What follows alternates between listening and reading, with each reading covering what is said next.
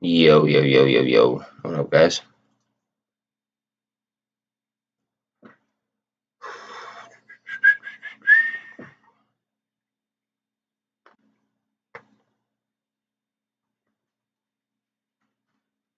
Alright, says I'm live. There we go. Tuck you guys up here. Let me get a screen going over here. Not quite the morning I wanted. Nonetheless, we gotta play it, right? We're not just here for fucking good days. We gotta play it. Mullen, I know. Okay, we can dive into Mullen real quick, all right? I'm long on it. Okay. Now there's gonna be a lot of FUD out in the market. Okay. You have to read the whole filing. They filed, I believe, on what's it called? They filed last Friday. Okay. You have to read the entire filing. While it might hurt the short trade, right? I think it's going to be good for the overall growth of the company. And they're issuing what they call Series D shares, which are for special acquisition and distribution, things of that nature. So they're not a typical, like a usual share. You have to read the full filing. I don't want to misrepresent it, because that's my understanding. I don't want to misrepresent it. You have to read the whole filing to really understand what the hell's going on. I think that this is I think that this is a scare tactic. I think this is a sell-off before they have to go ahead and they have to do something. Witching day is on Friday. There is a witching day on Friday. Okay. Tomorrow PPI comes out. That's producer price index. Wednesday, core retail. Thursday, and Powell federal funds rate. I mean, it's pretty big. UK monetary policy on Thursday. This is unprecedented right here, right? Inaugural conference, okay. On Friday at 8:45 a.m.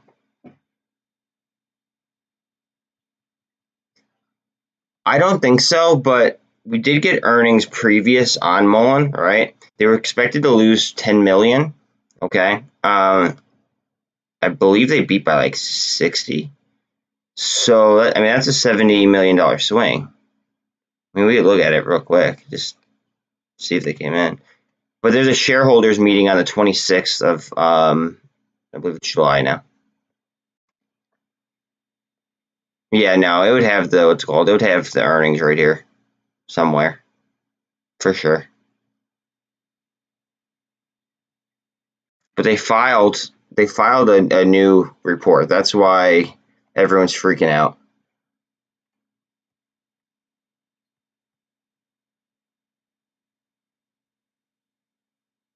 What I think is most important, to be quite honest, is going to be to watch SPY and accuse.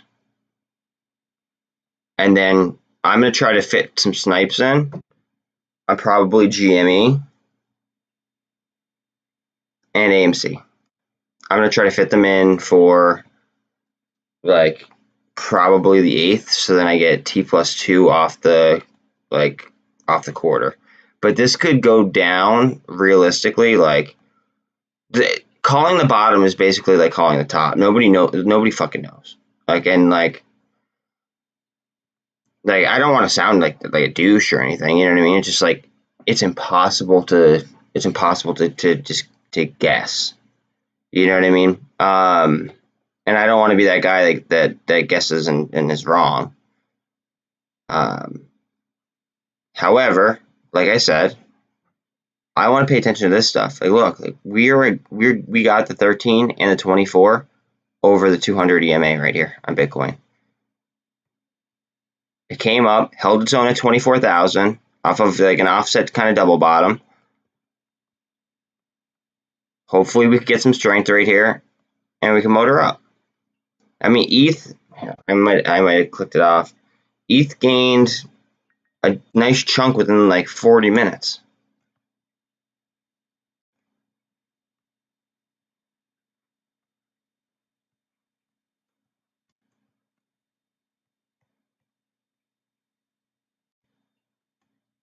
Bottom.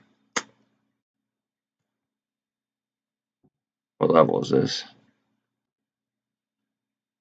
50 is where I would assume that there'd be psychological level at 50, like right there.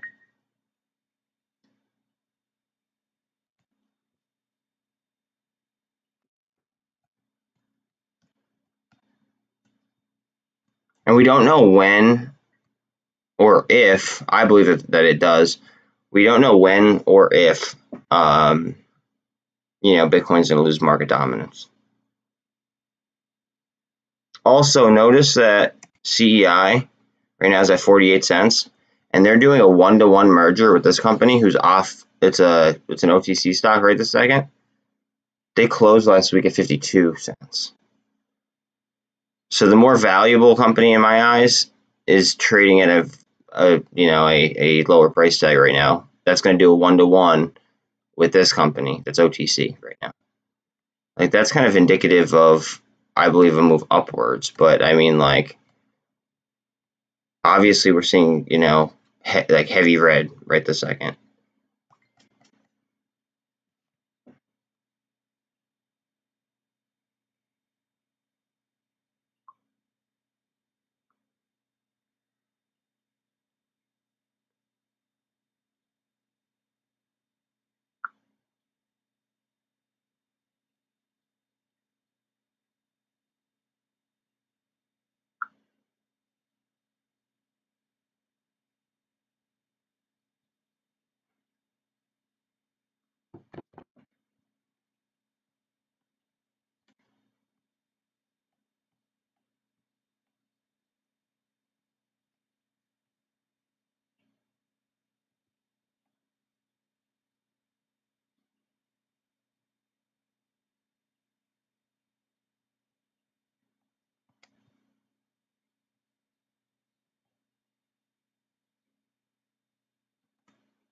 They added new options, I believe, to Redbox here.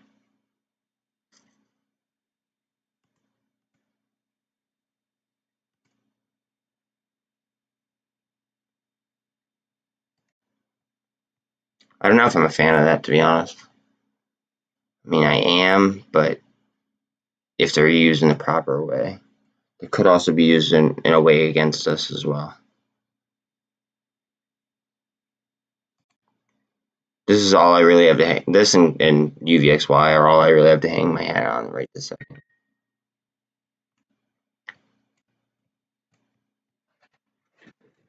In all fairness.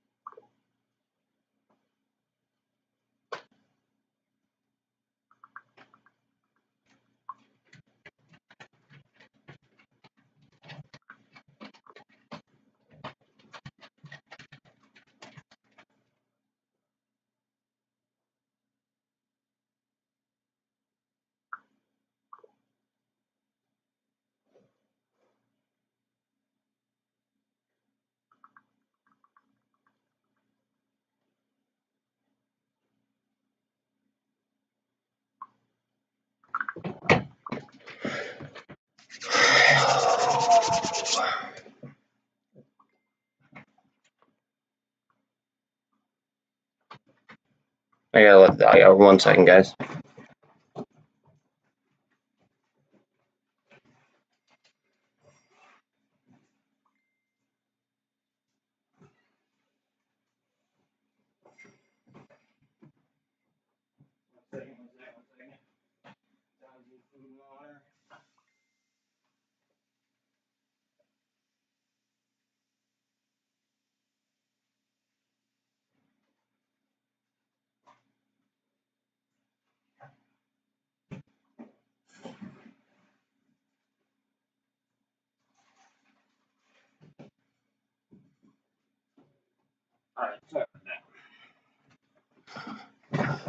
Puppers first, you feel me?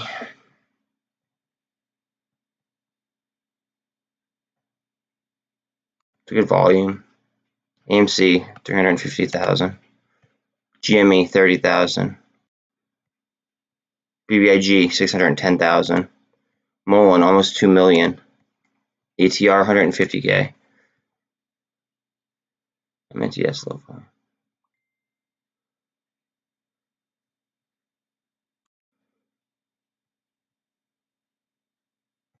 This just got a hit piece out on it as well. I invested in it last week in post market. Redbox is already sitting at 2.25 million volume.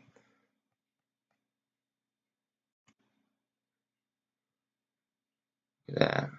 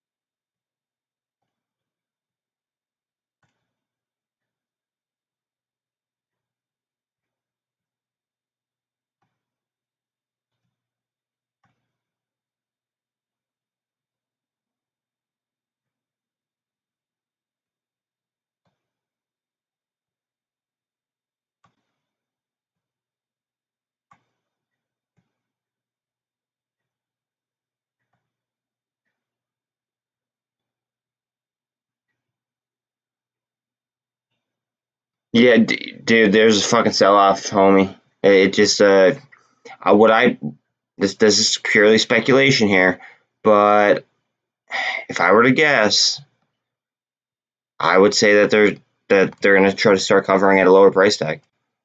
Now, could it go down more? Absolutely, absolutely.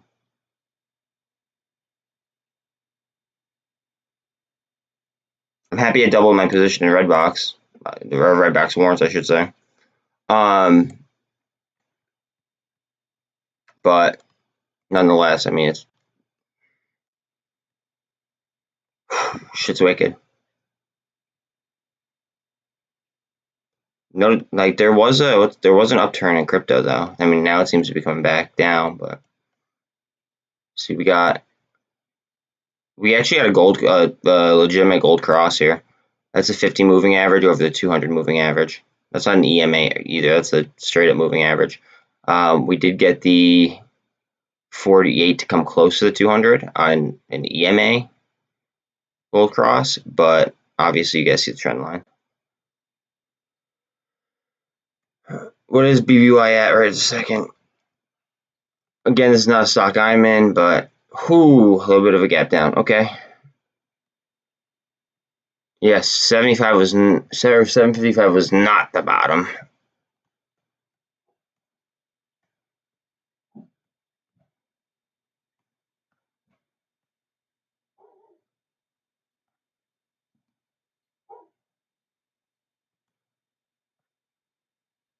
I just want to see this fucking turnaround right here.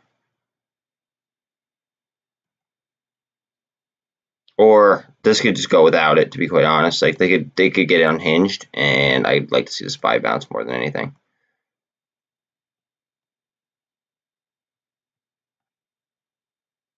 But I mean, like I got an update on my phone a couple minutes ago. It was like Ethereum up 3% in like the last like 50 minutes or something like that. And that was obviously because of this.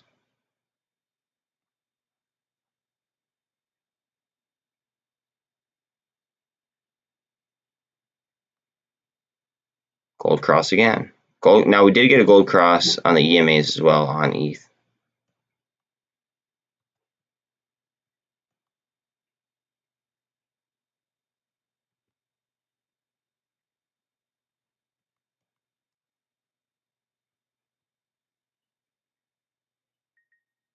I want to see some resistance up here, so then we're not showing a potential shoulder. But I see double bottom right there into a bull flag. Hopefully we're getting supply right here to go back up. I do not want to see it get down to this level to then create a shoulder.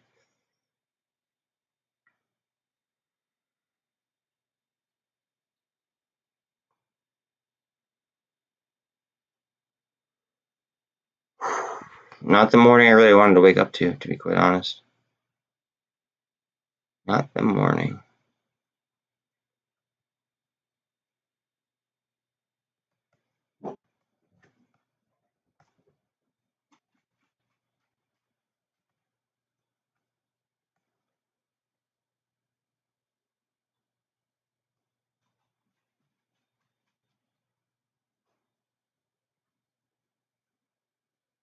That market momentum. Witching day is Friday, guys. Remember that. Witching day is Friday. End of the quarter is the end of the month.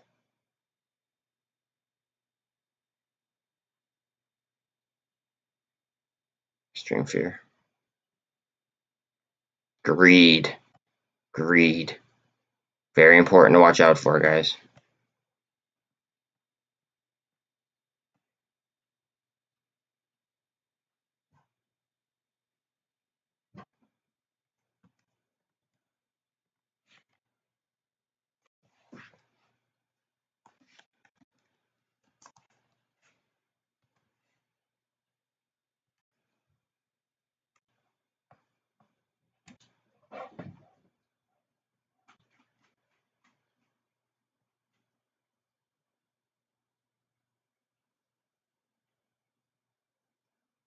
S&P futures are starting down almost 3%. Dow almost down 2%, almost, well, 2 3/4 pretty much on NASDAQ.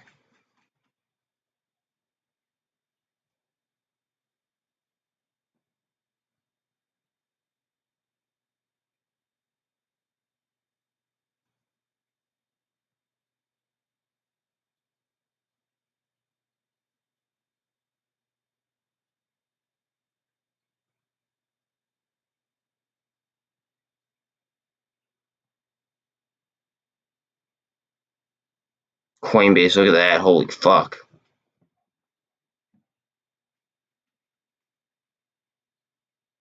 Coinbase is getting slaughtered. Take it out to the field and put it down. Jesus Christ.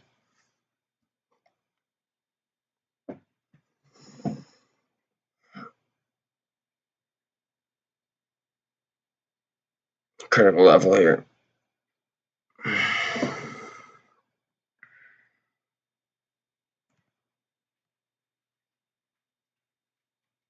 It's almost 9 o'clock.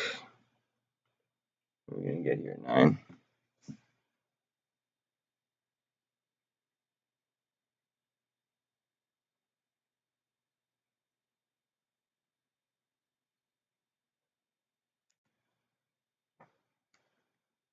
Look at the volume here.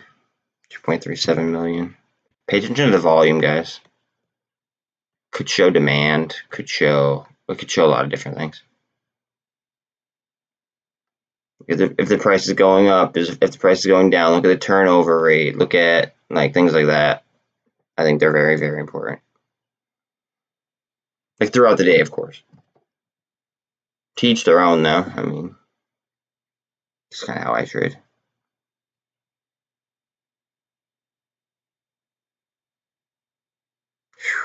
Down almost $3,000. That's crazy.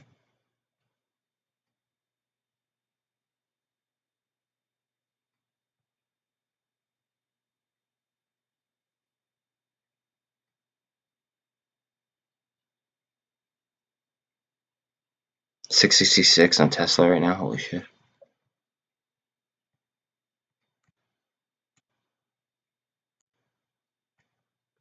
Good supply underneath. Go ahead.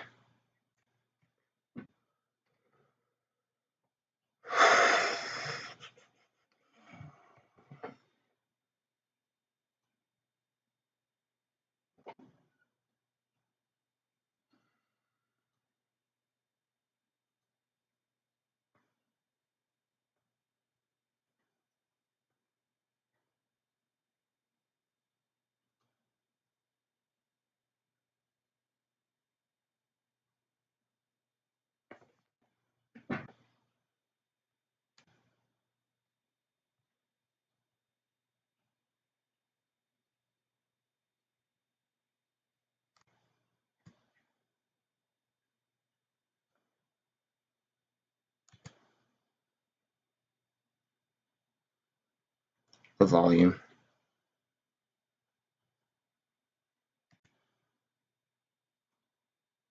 So pay attention to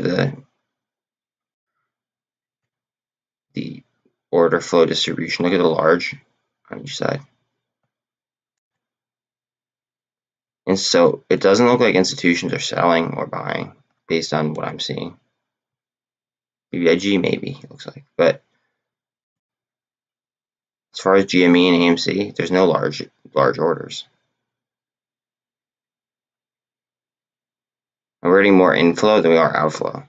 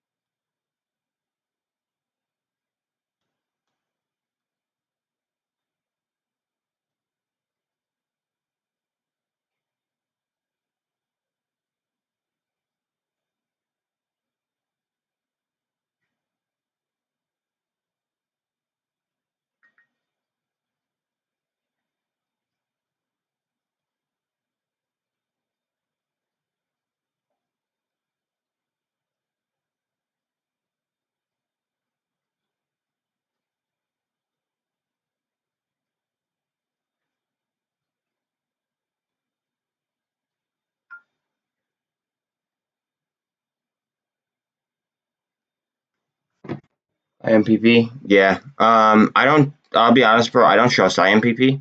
Sorry, my friend was talking about crypto. I just don't trust IMPP. IMPP scares the shit out of me because of the one with the dividends. Look at this. It barely fucking moves.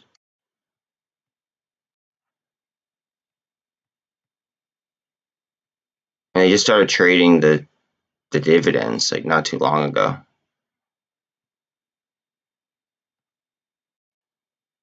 It just scares me. I would rather be in, if I was gonna play like an oil play, which I am. I am playing CEI. I'd rather play CEI. Look, all right, so they're at 40. They're just under 49 cents, right?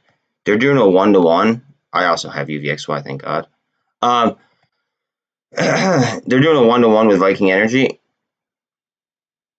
Viking Energy is worth less than they are. They don't have the carbon capture patent, and they're going to do a 1-to-1 merger with CEI, and this is OTC. So I think that the better, out of the two, I think the better opportunities in CEI, but I mean that's personal opinion. You know what I mean?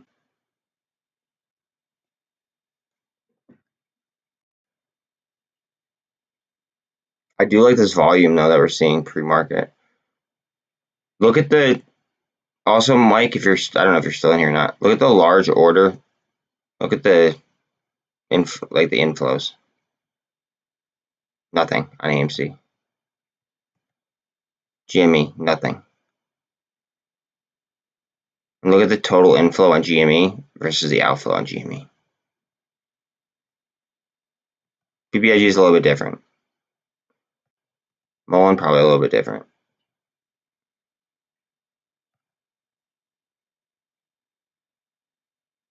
But GameStop having that much more of an inflow, that's very, very interesting to me.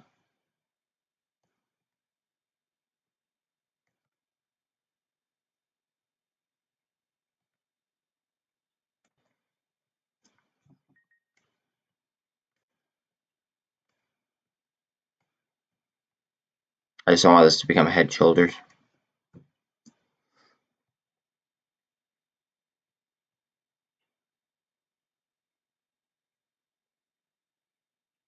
It's got to bust through, or else it doesn't. That's pretty much the formation it's showing.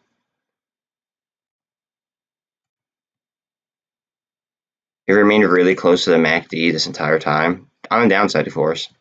Right here, it popped over, and now we could swing back up. We need a nice big swing though. Inverted hammer.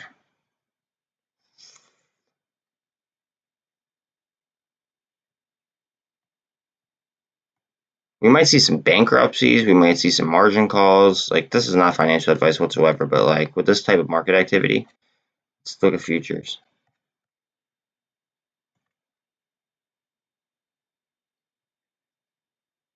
$2.9 down on NASDAQ. 2.4 down on S&P 500. Dow is down pretty much 2%.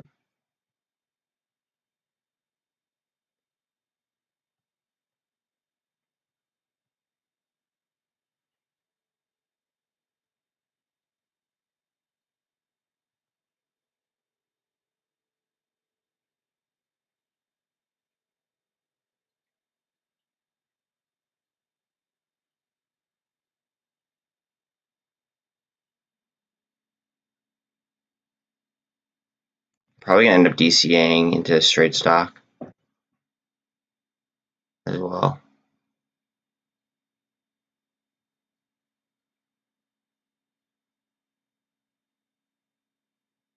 $195. What's BBIG at? Watch your Revlon, guys. I got a hit piece put out on it on Friday.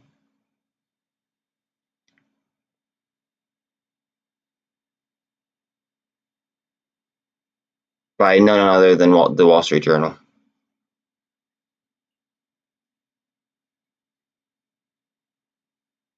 And Mike, if you're still watching, watch out for NRPI, bro. Seriously.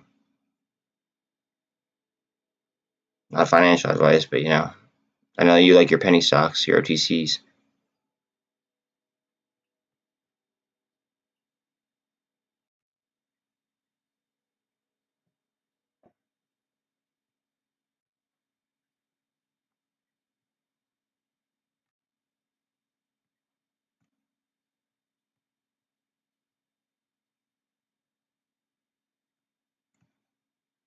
Look at the volume here.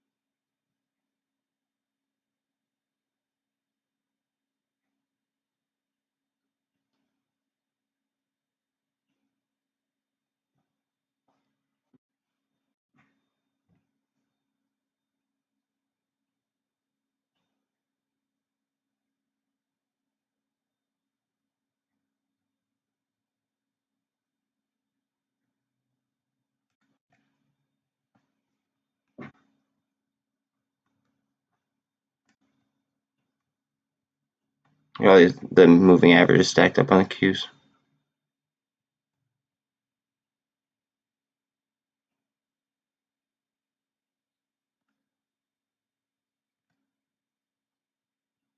Probably gonna say more on SPY.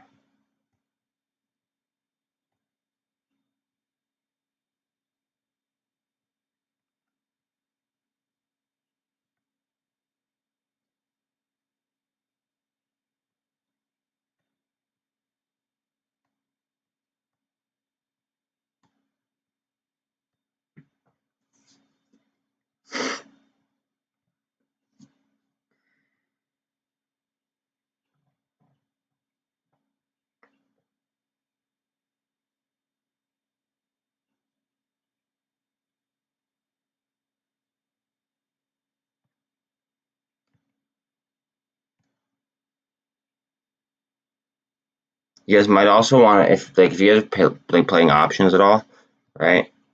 I would also pay attention to the IVs at open and the volume on different contracts. They could be very, very telling. Like if you see the IVs getting jacked, like way the fuck up.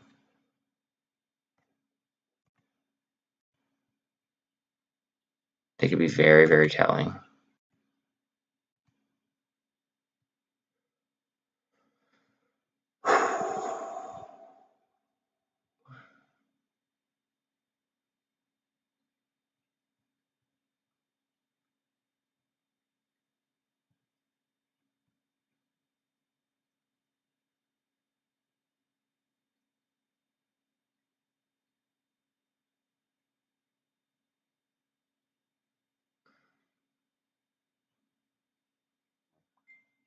Yeah, everything else is getting slaughtered right now, which hurts.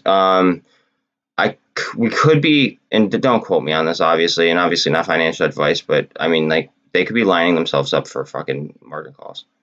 Seriously, like, we could see some bankruptcies. We could see some like look at the futures market.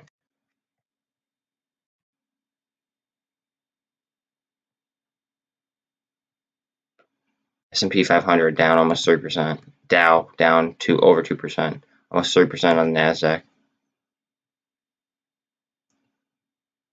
Then look at this. This is something I do want to show you. Look at the large orders. Bang, bang. Large orders. Bang, bang. I see. I think that Bitcoin is getting liquidated to go into SPY. In all honesty, BBIG is getting sold off a little bit, but I'm prepared to sit on BBIG. Like, I think BBIG is like long term. I think it's undervalued. I gotta let my dog in 1 second. I'll just leave this up for you. 1 second. Push your bull flag right there, like right to this fucking trend line. 1 second.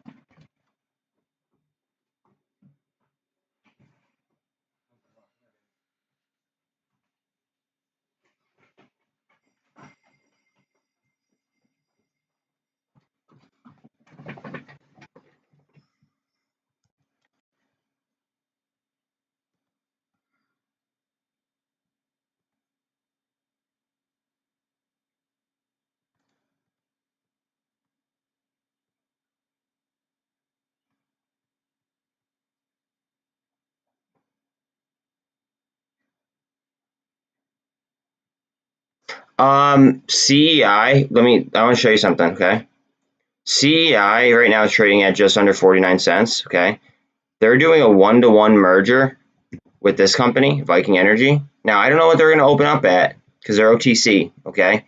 But they closed last week at 52 cents. So if they're doing a 1-to-1, right? And CEI is, you know, that's what it's going to trade under, okay? If they're doing a 1-to-1 and CEI is down to that price, like, it's hard to imagine that it's going to drop too much further. I mean, it could certainly, obviously, but what I'm thinking here is I'm thinking of liquidation in order to cover different things. I think companies may go bankrupt over this. Lucky for us, the stock market is, I believe it's 8 trillion. There's a couple $1 trillion worth of insurance on it. Maybe it's 3 trillion. I'm sorry. I'm very stressed. Like, this is a very stressful situation. So I don't know. I can't remember the exact number off the top of my head. It's a couple $1 trillion though that the stock market's insured for.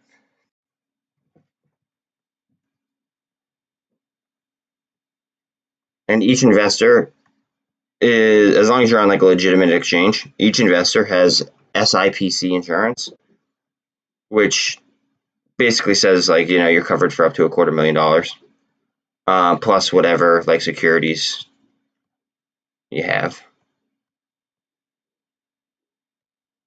No. So they don't have to buy the shares. They're going to become like one company, and it's going to be a 1-to-1 dilution. Now, I don't know if the process is like them buying CEI shares, and like each shareholder then is a shareholder of CEI. I'm not sure about that. Like how the process exactly is going to be. All I know is that if you have one Viking share, when it's completed, you will then have one CEI share. I don't know if they're like the business combination of how exactly they're doing that. I just know that, you know, it's going to be a 1-to-1 for sure. That was in the definitive agreement.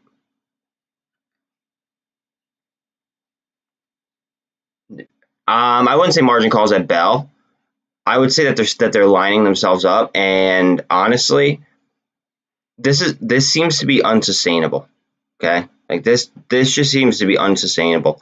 Think about all the companies that have Bitcoin on their margin, or on their margin, on their balance sheet, or ETH on their balance sheet, right?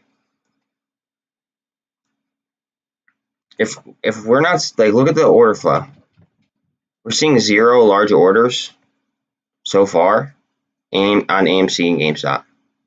In fact, on GameStop, we're seeing what, a good $15 million inflow difference. That's huge. I mean, like, we could just. Sorry,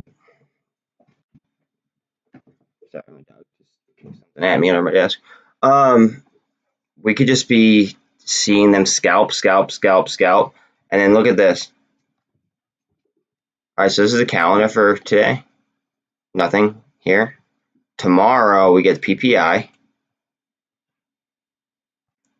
Wednesday, core retail and Empire State Manufacturing Index.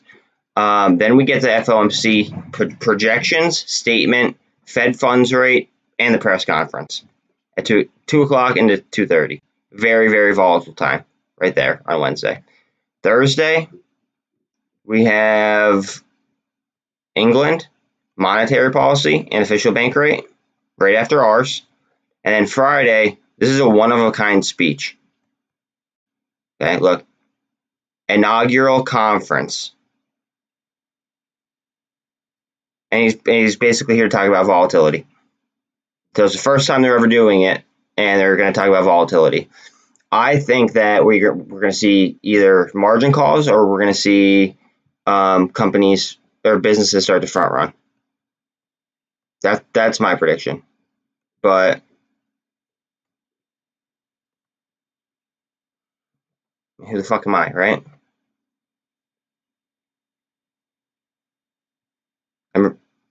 I can say I'm happy I doubled my Redbox warrant position though.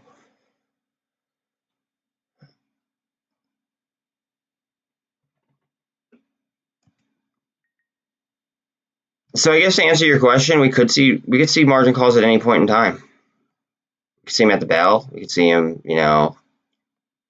we could see them at 11:30 as soon as Europe closes. I mean, we could see them like 10 minutes into the market. I mean, there's no telling. But I do predict that there are going to be bankruptcies and shit over this. Absolutely. And if it's an investment bank, then yeah, of course they're going to have to go ahead and liquidate positions, aka get called. Look at the volume, though. We haven't seen this volume in quite a long time. GameStop, 38 million volume, 720 in volume on BBIG. MULN, almost 3 million in volume. ATR, 180K in volume. Redbox, 2.2, yeah, almost 2.6 in volume.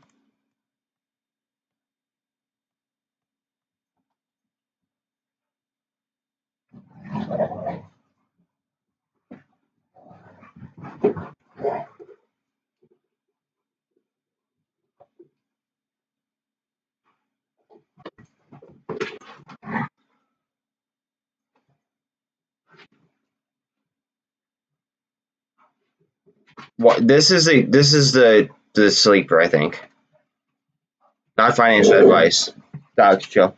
I think that this might be a sleeper. It went down 53, almost 53% on 53% on Friday. It's down 12% pre-market, right? But 70% of the company is owned by Forbes, like the same people that own Forbes magazine. Only 10% of the company is in the free float. That's only 5 million shares. Okay, they got good news on Friday, but then the Wall Street Journal wrote a hit piece on them, which is probably why it's down. So they have over 50% short interest last time I checked. And again, there's only 5 million shares on float. That's on Revlon. Again, not financial advice, but if the Wall Street Journal reports it, chances are Citadel is probably not feeling so great about their position. It's not owned directly by Citadel, but it's owned indirectly by Ken Griffin.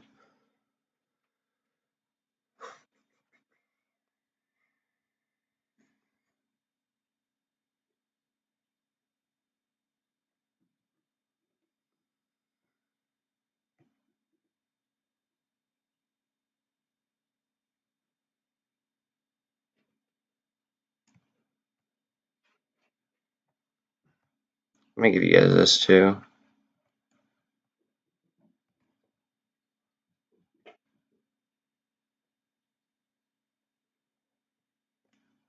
Oh, fuck.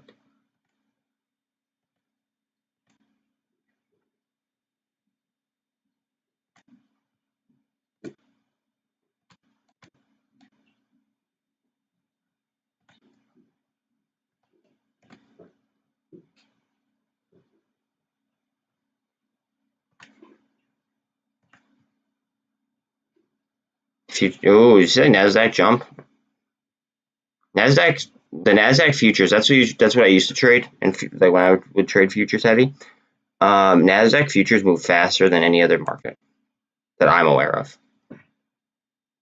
Yeah, buckle the fuck up. You are right. So 2.7 down on NASDAQ futures, almost 3% down on S&P. Dow was just down over 2%, and now we're at 1.9.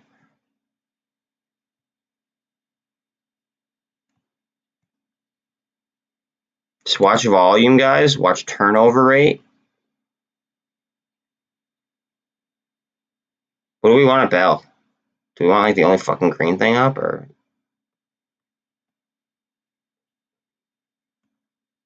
I'm happy you did too, dude. Let's go for a fucking ride now, huh?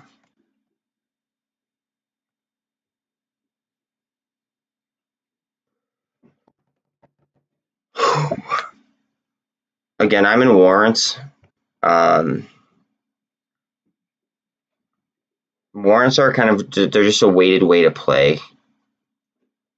It's a derivative that pretty much it's a longer lasting option almost with data built in, kind of. Like I guess that'd be like the best way I could describe it personally.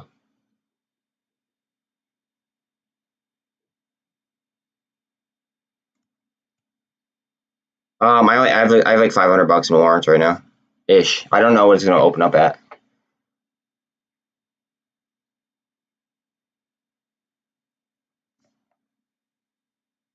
I didn't open a big position in it. Like most of my money is in like these four, to be quite honest. And then I have blue chips, of course, but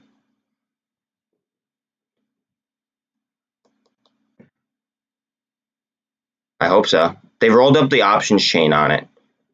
They rolled it up higher, above 18. I think it goes all the way up to like 30 something, if I'm not mistaken. Okay, we have 1 minute to look. They rolled it up $10. They rolled it from 18 to 28. So if it's used properly, it could really roll, or they could use it to suppress us, depending on how it's used. All right, 1 minute till open, guys.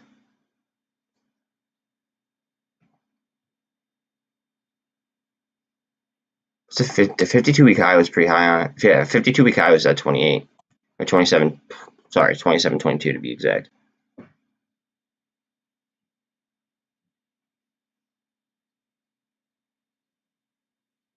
Cool, calm, collected, cold as ice, guys. Do you? Don't be peer pressured into a trade, and do not follow me into any trades because I'm very very speculative. Make your own decisions, but make sure that you're being cool, calculated, and like you're like actually thinking about it before you trade emotionally.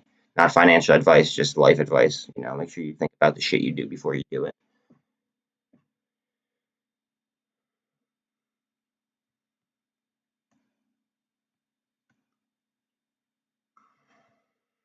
Here we go, guys.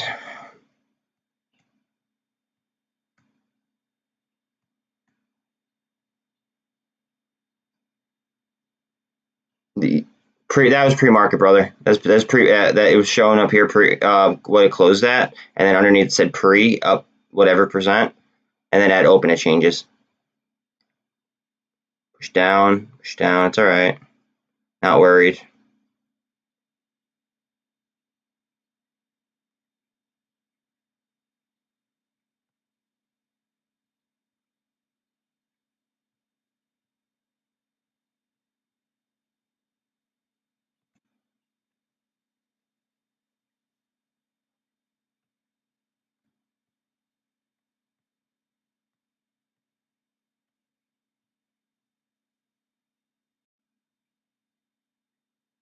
Don't get too excited though, guys. We often see reversals. I like it. Just don't count your chickens. Dilly, I'm in your camp. But it depends on which ones because some aren't going to survive, some are. So like I think a lot of crypto is going to die off. Like in all honesty, I think like a lot of crypto will die. It's sad to say, but I think it will.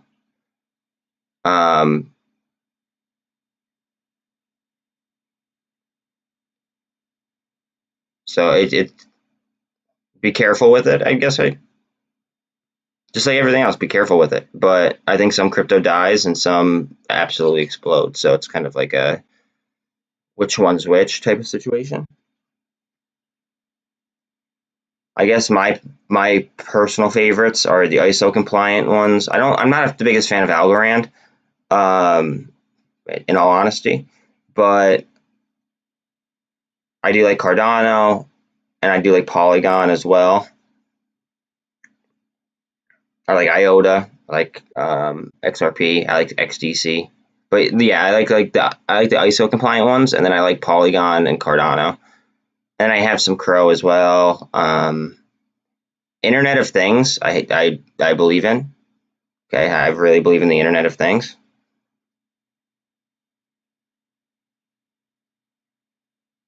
And then I believe in, because Cardano has what's called Cardano, is being peer review built, and they have a partnership with Polymath to work on their compliance. I think that they become ISO compliant at some point in time in the near future. And then with the merge, right, with the Ethereum merge, Ethereum is going to eventually become, like, in the near future, it's going to become deflationary. Okay, and they're going to use Polygon they're using Polygon for the layer 2 of ETH, and then Polygon could actually work as a standalone chain too. That's why I like Polygon. I agree. I agree. I agree. Agree. Agree. I'm very diversified. I'll be honest. I'm not the biggest fan of Litecoin or Bitcoin, but I am a very big fan of ETH. I mean, that's fine. It's cool to have a difference of opinion, though. You know what I mean? It is what it is. Um,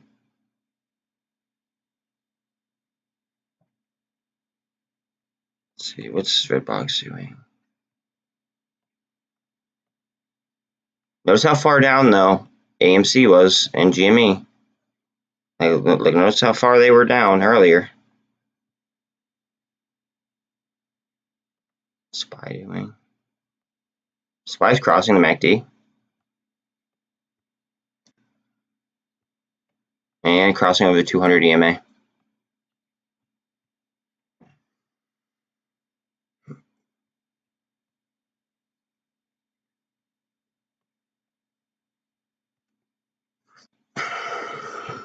Like, for instance, like, I know that it's being held up in a lawsuit, right? But I think that, like, BTC was like the way out of like a recession for like when the C word crash happened, right?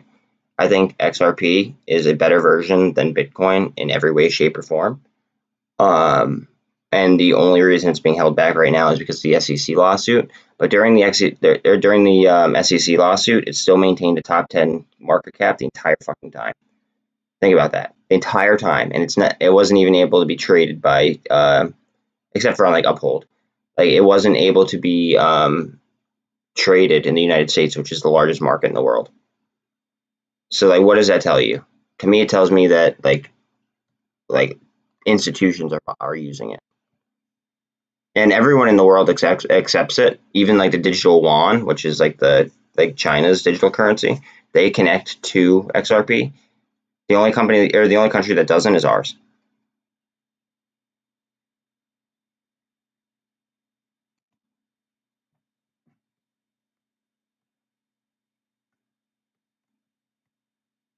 And then XDC, there's actually a video. There's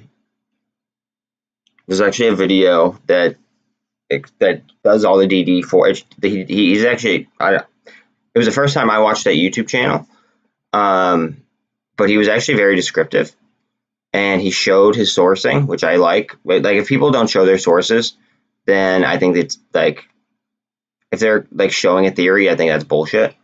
So he was showing his sources, which I appreciated, and he explained why the DTCC is going to adopt XDC, the cryptocurrency that trades at like 3.5 cents. They're going to go ahead and they're going to adopt that cryptocurrency in order to handle settlement within the stock market.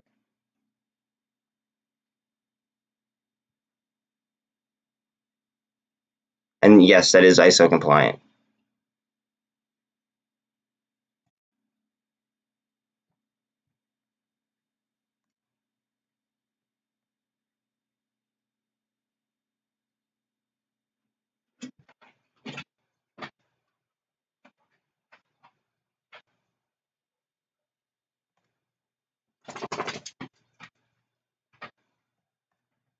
What bell?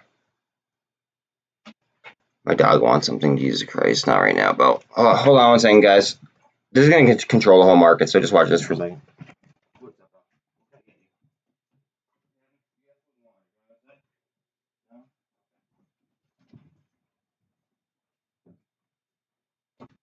I don't know what she wants. Dilly dilly. Retracted messages. I do like that.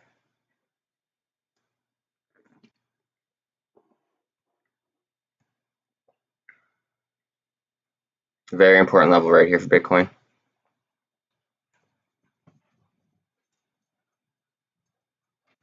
I think we're seeing people taking profit and rolling into other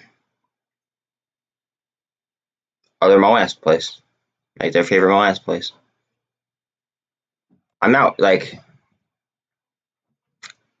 again, I only have $500 on the situation, but I'm way up on my position, right?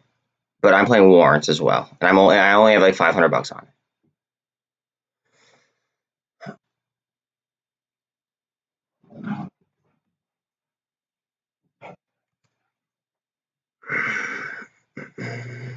Do that MACD twist though. We are above the MACD on GameStop, and it looks like it wants to twist.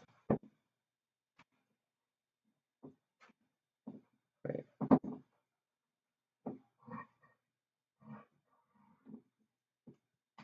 There, it could that's actually one of my theories.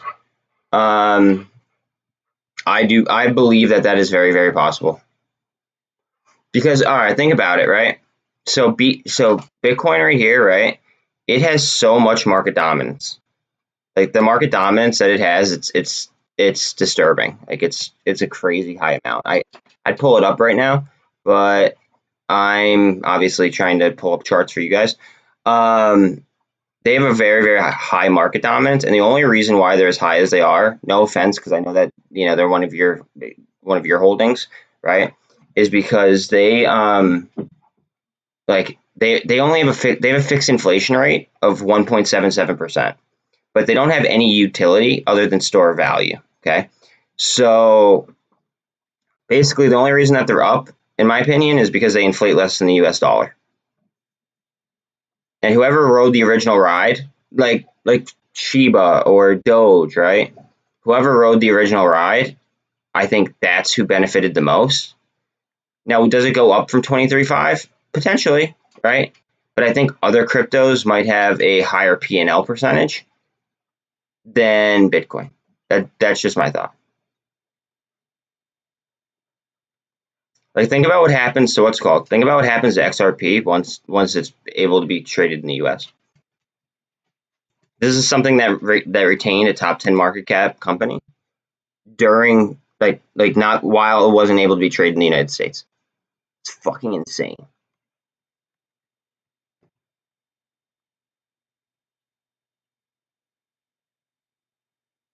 So like I think that they could be, and a lot of companies have Bitcoin on their balance sheets as well, because they didn't want it to they didn't want their dollar to inflate with the U.S. dollar, right? So think about all the companies that are now, because it's dropping. Think about all the companies that are liquidating it in order to either cover a position or have kind of a safety net, because losing 12% in a day is not sustainable. It's just not.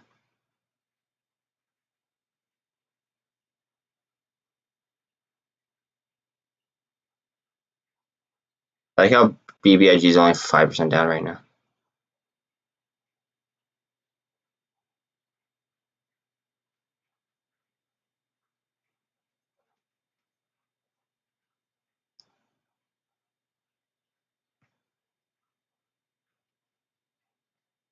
Revlon's getting smoked.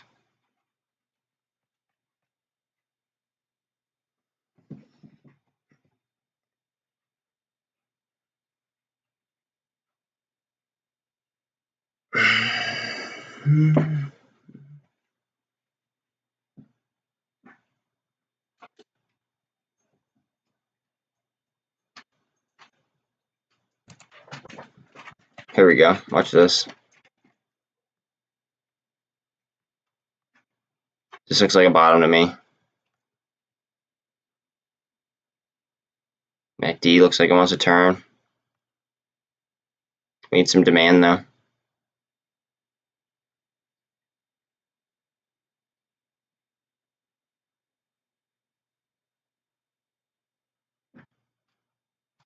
Well, yeah, I would think that the whales would be, look at the, yeah, good call on that. Look at the order inflow.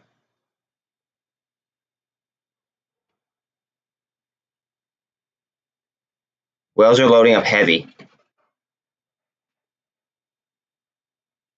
That's correct, but you could still sell them though. It doesn't matter if you're, it doesn't, like, I could trade warrants all I want. Like, I bought in at, my average on warrants is, now that I doubled up on my position, it's like 160 something, right?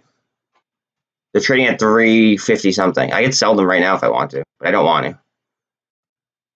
It's exercising them. So if October of 2026 comes, right, and I want Redbox warrants, I have to pay $11.50 each in order to go ahead and exercise them. That's why I say it's a kind of like a weighted way in order to play Redbox. You know, it's like playing it at a discount and it's weighted. It'll increase at a faster percentage because it's a cheaper price tag, but it'll follow the underlying in theory.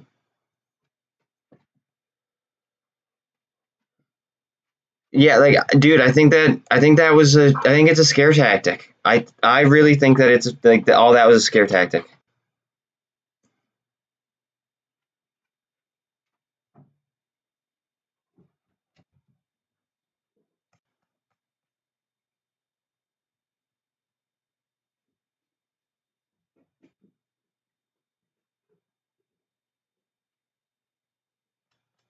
Right? So, for instance, on warrants, right? So the last time I played a warrant heavy, okay, it was DWAC-W. DWAC became halted on the news, okay, and everyone was panicking. And instead of panicking, I went and I looked to see if they had warrants. They did, okay. I bought warrants at $1.10 on DWAC-W. I cashed out, like, I think it was like a day or two after, at like around $40.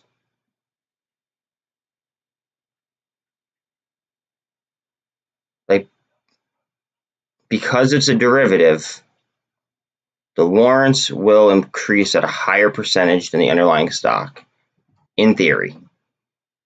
Like, I don't want to give you guys say concrete, you know, like that'd be very, very wrong of me. But that's why I play these, like, some of these plays with the warrants and shit. That's why I'm playing the warrants rather, like, fun.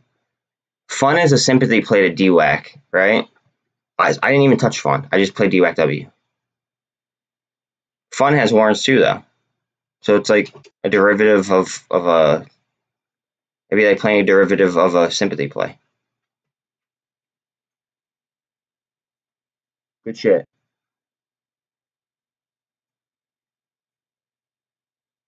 Yeah, if we clear 18, I think that we go off to the races as well.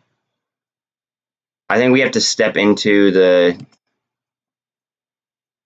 I think that we gotta step into like the new options though.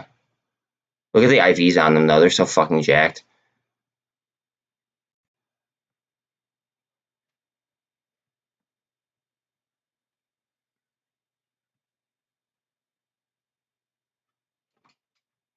I like how people are jumping into the options though.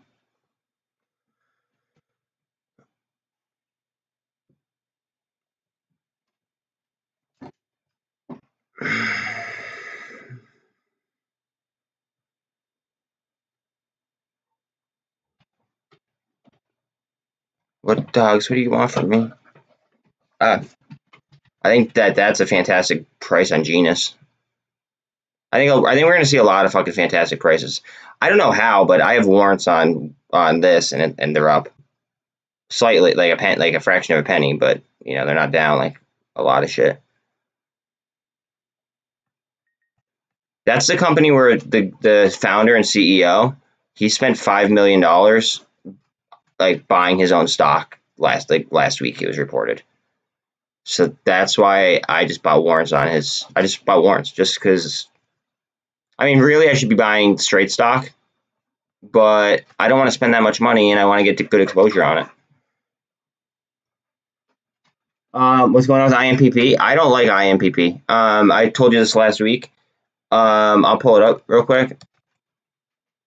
I'd rather be in CEI than IMPP. I don't like IMPP because of the like they have a what's it called? They have another stock, another security here, right? That does dividends, and it like hasn't been moving much at all, right? And then IMPP has been getting like scalp attacked. It's like up down, up down, up down, up down. Could it have found a floor? Absolutely, right? But I'm not going to be the person to ask for sure. Like this looks bullish actually, like chart wise. This kind of looks like an inverse head and shoulders potentially, right? Come up, failed handle, right? But now it looks like it could double bottom. But again, I'm not going to be like the world's foremost expert on IMPP because it's not a play that I'm in.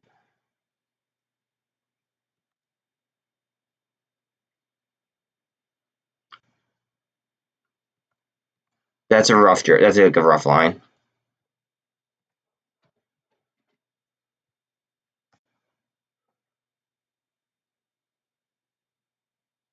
Can I check out ICUP? No. That's something I will not look at. I don't know what my dogs want. Give me 1 second, guys.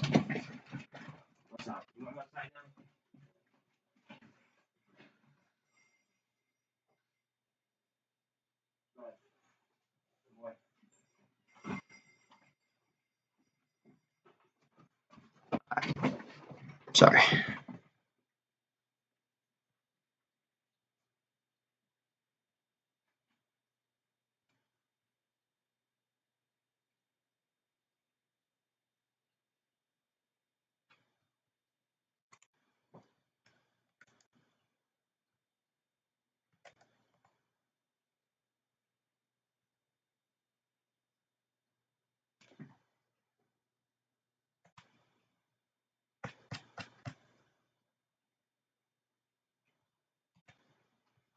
Volume. This looks like a double bottom as well. A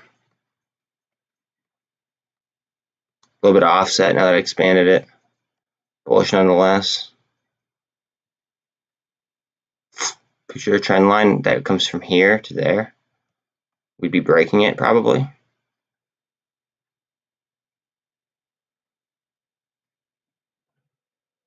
Yeah, me too. Me fucking too. Do you remember I drew these lines on Friday, by the way? These two lines I drew on Friday. So like I don't like to delete too many trend lines though, because sometimes they come to fruition.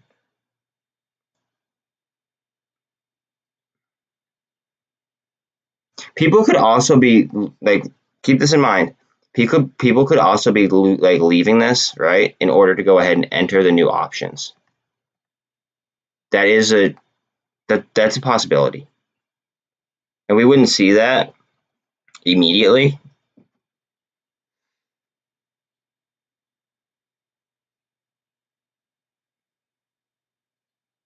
Like we might see delta hedging throughout like at some point, but there's no surefire way to tell other than looking at the volume, of course. But I believe that the volume on here is just webull volume. It's not going to show me overall market volume.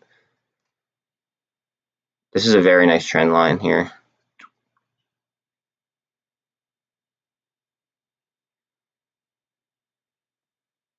At some point in time, I might make my red box play free. So I'd be taking out what I originally invested, letting the rest ride, and then I might buy either GME or AMC options. My options, though, are going to be for probably July 8th-ish. I'm not going to buy them for the 1st of July because that's not enough time with T+2 and the end of quarter 2, in my opinion. And I might not throw it all on at once. I might have to DCA into it just to try to be safe because of the current market situation. But yeah.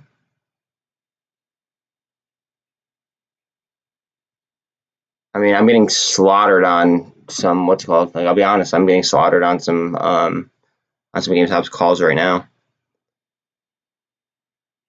and AMC calls, but it's all right.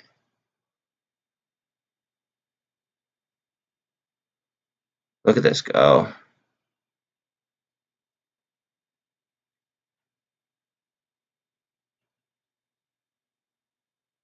Qs have 280 back.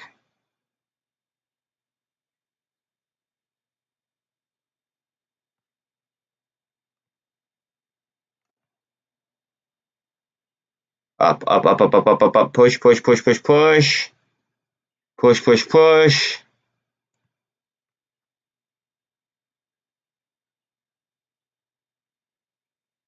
Sid, how's the stock twits sentiment right now on Redbox?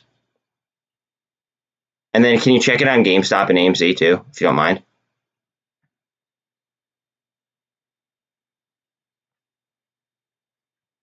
How any chance you can check the other ones?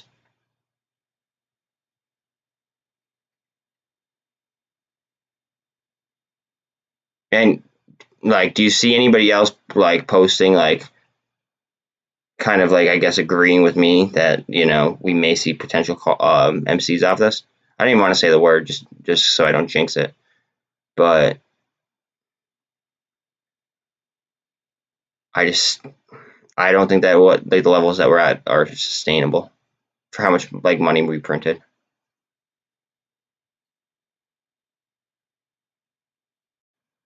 It's just yeah, offset double bottom to me. We're at key levels now though. We need to clear these 200s. We might come down and we might want to stack these EMAs up before move up. Yep. We want higher lows. That's it. Higher lows, higher lows, higher lows.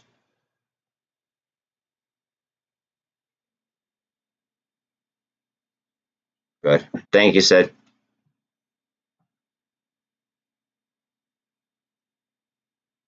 We have 172 on IWM. I believe it's the 27th, if I'm not mistaken. I think that's when. Again, I think I do not know, so do not take. They don't take this as like me speaking verbatim here, okay? But I believe that the 27th is a day that like companies have to like buy the companies that were uplisted. So BBIG and MULN were uplisted to the Russell 2000, I believe, both of them. So the companies that track that, like on an algorithmic level, they're going to have to buy regardless.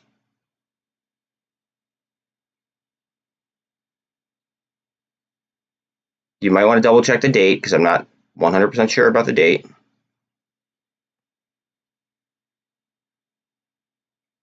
Yeah, no, but look how much, look how it's being engulfed. Like immediately, like bang. You want to push us down? Okay, bang, right back up. That's what I like to see. And like I was saying, higher lows, higher lows, higher lows. That's what I want to see.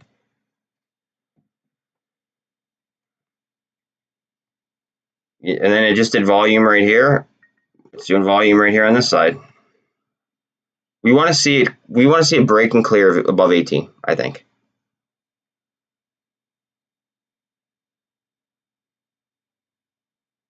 And remember, Europe stops trading at 11:30, so we might see a complete trend change at 11:30. Whatever trend we're dealing with at that time, we might see change, or we might see it like a huge continuation.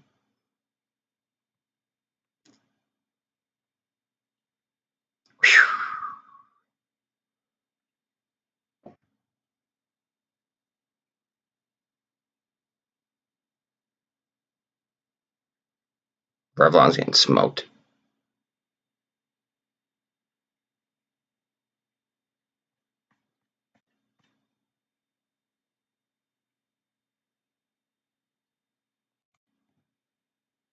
Look at this turnaround there on GameStop right here.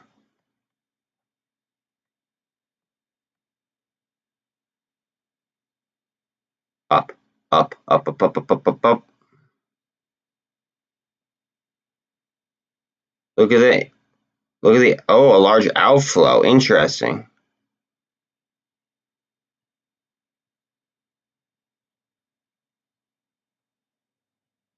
Interesting, interesting, interesting.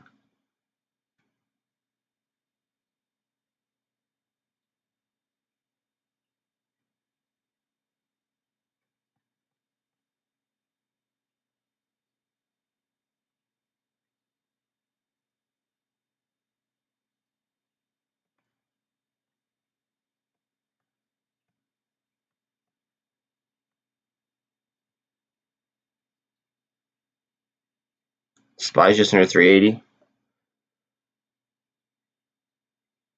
Exactly, exactly, exactly, exactly. I stand with you on that, Sid. I mean, I can't I can't verbally say that, like say like what I like what I truly feel. I'm saying all I can, if that makes sense. But I think you and I have the same sentiment.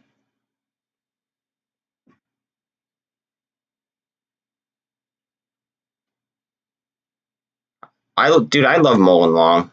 I love it long. And the deal that I think there's so much FUD based on like, fuck, I gotta go get my dog. Watch it. What's it called? Watch it hit resistance right here though, right? As it's crossing, it might hit some resistance, and it's gonna be a fight up to 18. I'm thinking on Redbox. But I think there's gonna be a lot of FUD based on the news that came out, like their new filing, because I don't think a lot of people understand it. We want 18, guys. Give me one second.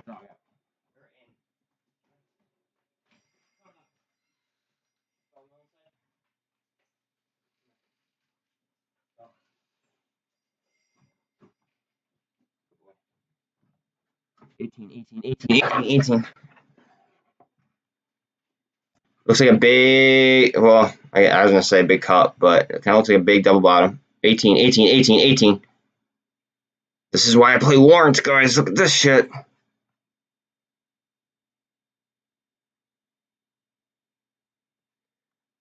We're going to fight in between 18, guys. That's what I'm thinking, at least. Where did it hit in pre-market? Pre-market hit 17.99. Think about that.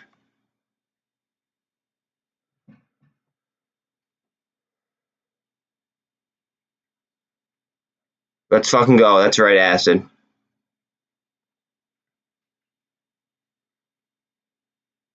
That's what I think. That's what I was saying last week, Dilly. That well, that's what I'm thinking, but I mean I'm not again, I'm not that's my opinion. You know what I mean? Like basically if you're asking me that, chances are that's your opinion. I share the same opinion, but I can't fact check that. Like I can't I don't have a crystal ball, I have diamond balls. You feel me?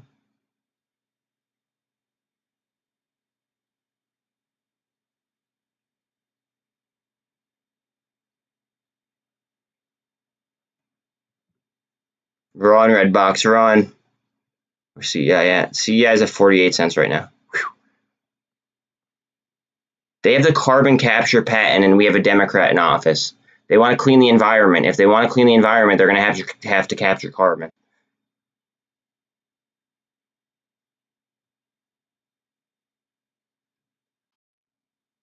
Oh, me too. Me too. Higher lows, buddy. We just want to build higher lows.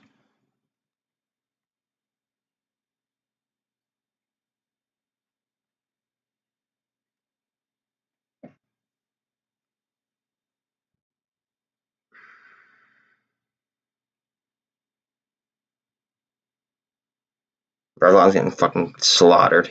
Remember, hey, peace out on them. Buy Wall Street Journal. And the only 10% of the company's on free float, and about 52% was short interest.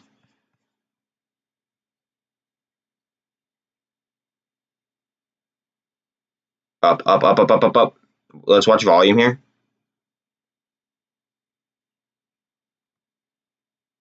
Up, up, up. We want to break 18.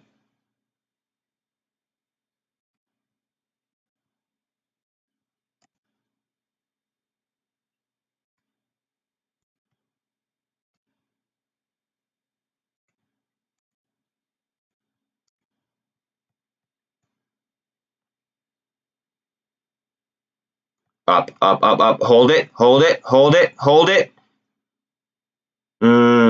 See, we just got pushed down heavy.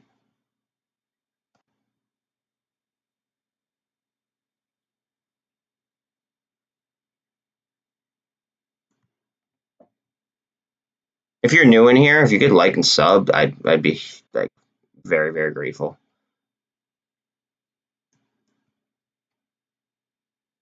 I am not a YouTuber that will ever make you have to pay for anything at all. I actually pinned what's it called? I pinned the thread at the top for the Reddit thread that I opened. That's where we could source all DD. We could, you know, do all that happy fun shit. Look at this. All right, good stuff. Let's stay above 18. Above 18. Above 18.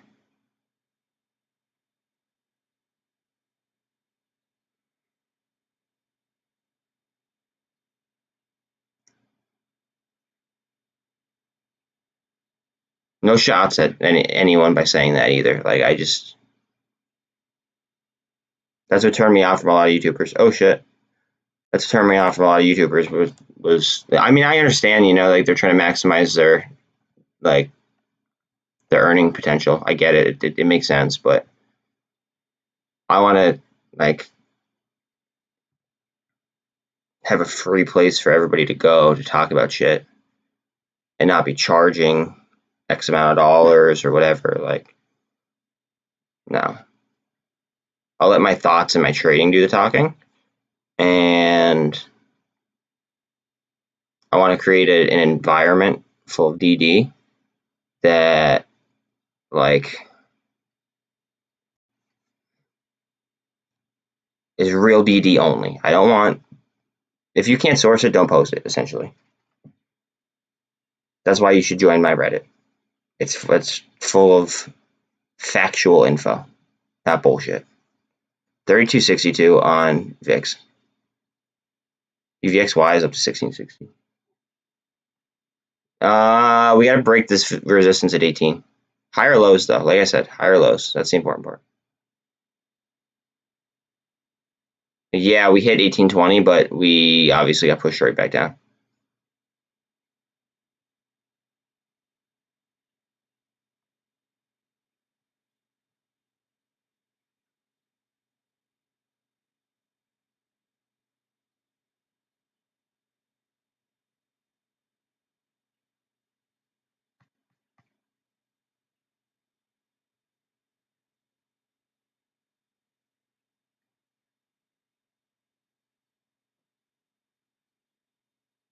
Up, up, up, up, up, up, up. Volume's at 18. So the volume right now is at the average volume, and this was never the average volume until like the last couple days. Previous to this, the average volume was like extraordinarily low, and now we're almost already at it at 10:06 in the morning.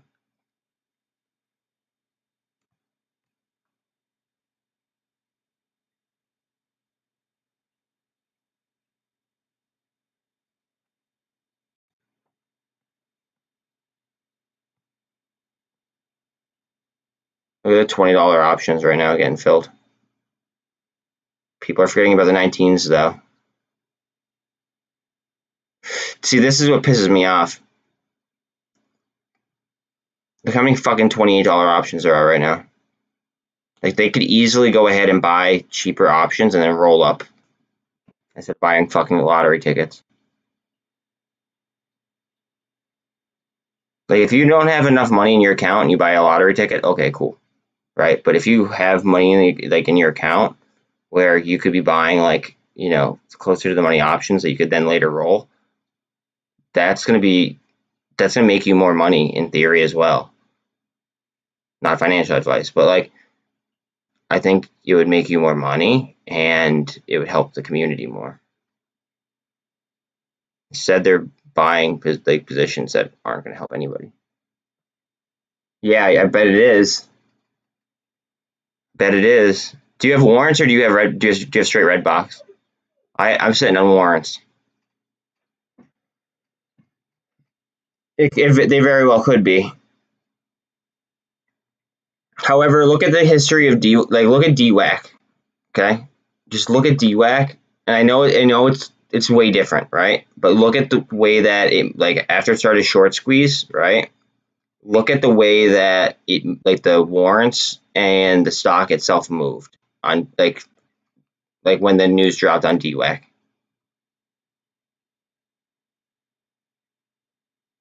Just stock word.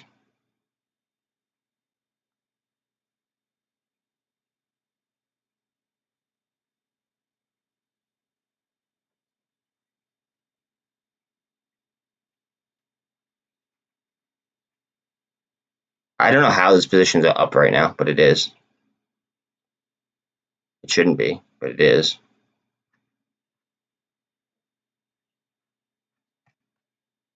Engulf.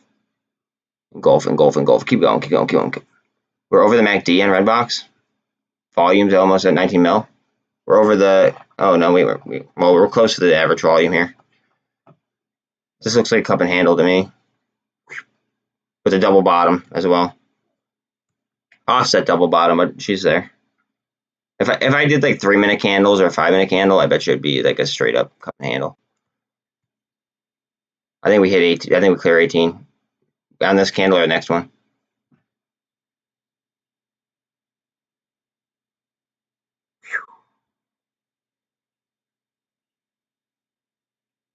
We want to pay attention to the levels of SPY as well as the levels of Bitcoin. Uh-oh.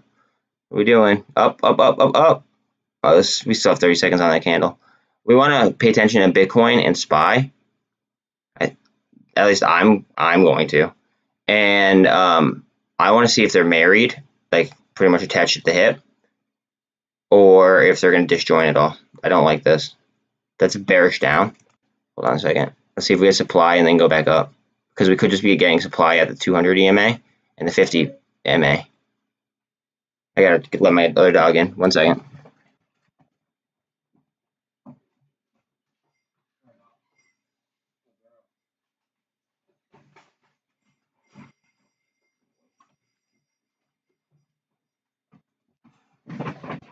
New candle. All right, look at the indecision on this candle though. Big wick up here, big wick down here.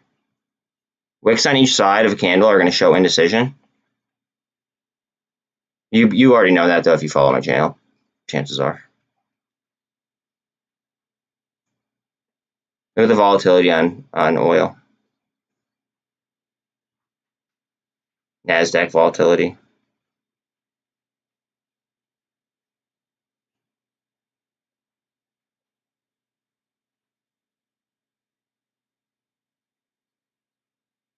Alibaba was under $100 again. Glad I sold it. I hope we blow right through it, dude. I hope we fucking blow right through it.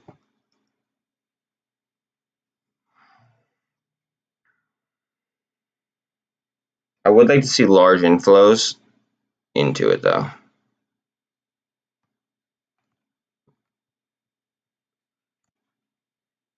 Higher lows, higher lows, higher lows. Oh, wait.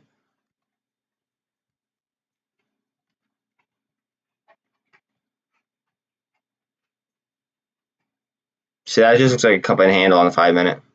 And all the EMAs are stacked up. I'm happy I did this on the 5-minute. I'm happy I pulled out.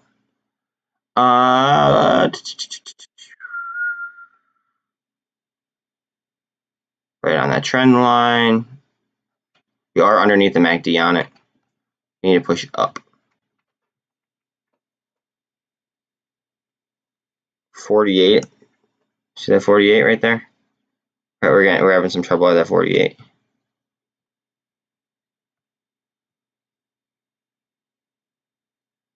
That's nothing though. Look at DWAC on the news. I made like fucking like 4,000%, bro.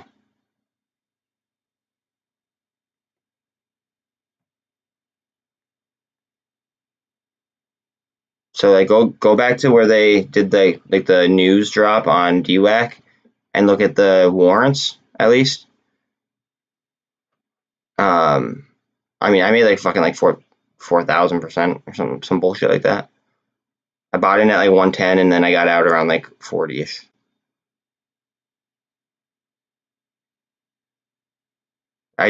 So I was far off from getting a perfect fill, but I didn't want to.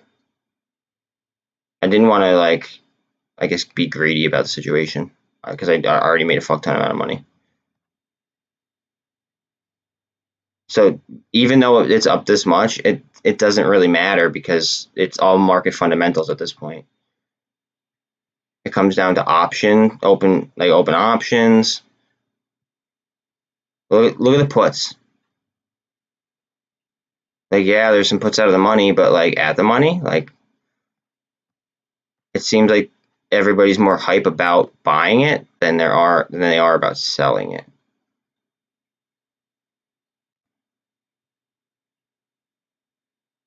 We need to get over that MACD though, bad. I feel like we're just swallowing supply.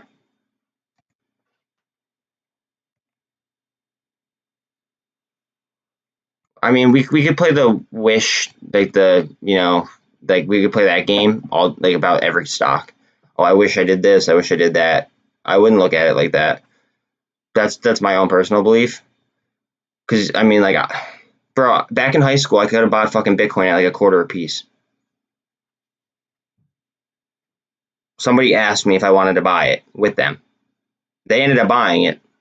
They sold early, but they still made a fuck ton amount of money, right? But I could have bought it at a quarter a piece. So just like I could have bought it like last year. I thought about buying it at $1,000 a piece, or 2 years ago, whatever. But like, there's going to be no good from you beating yourself up on it. AMC and GME are both down 10%, as is MULN. ATR is almost right there. If all of these go on SSR, I know SSR has not really helped us in the past, okay? But if all of the major MOASS type stocks go on SSR, watch out.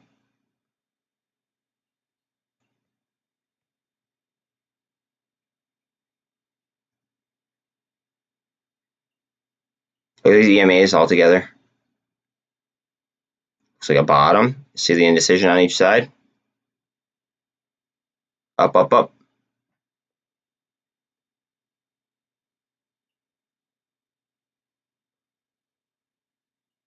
This is Wall Street, homie. Anything could happen. Like all right, this is completely speculative, right? And like everyone will probably murder me over this if I'm wrong, but again, completely speculative. This is not a fact whatsoever, okay? If you read the documents on Mullen, right? They're issuing for $275 million, okay? A company is going ahead and giving them 275 towards their market cap, right?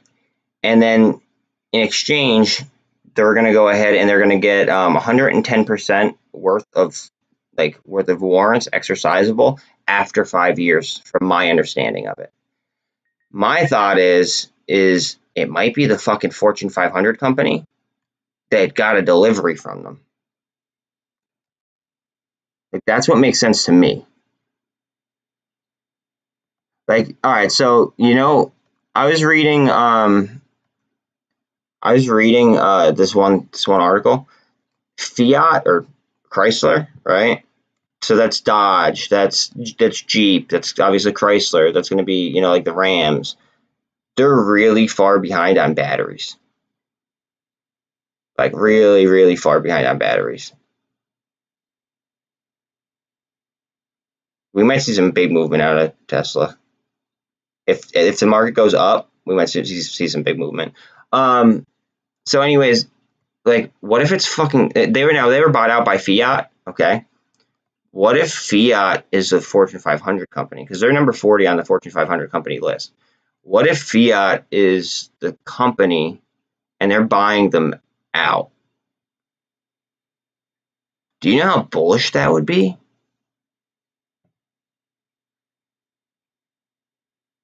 Like, don't get me wrong. I personally am not the largest fan of like of the well, it's now Fiat, but I was gonna say like the Chrysler brand. I feel like it did go downhill. I feel like a lot of their vehicles don't really hold the test of time, like say some other vehicles do. But it's a very, very large company with a very, very, like heavy amount of vehicles. Look at these EMAs stacked up, guys. Look at the fucking EMAs stacked up. MACD looks like she wants to twist up.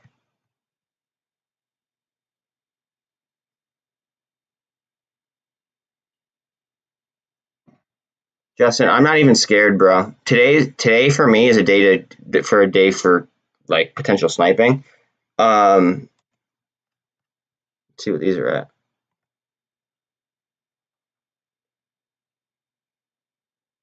Nasdaq down 2.79, S&P down 2.5, Dow is under 2%. Fear greed index, now we're in extreme fear. PPI 8:30 tomorrow. Wednesday, core, and then retail sales. And then we have the FOMC economic projections, statement, Fed funds rate, 2:30, FOMC press conference with Powell. Thursday, we get the monetary policy with Great Britain. Friday, we get Fed Chair Powell speaking, and it's a witching day.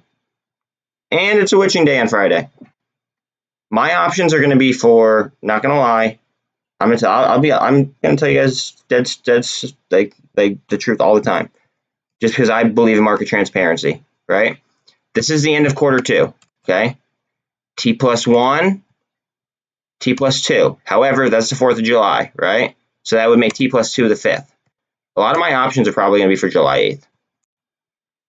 Not financial advice. Because we might catch, like, I do have options for the 24th as well because of this. And I knew that, like, it was a witching day. But a lot of my new options now are going to be for the 8th.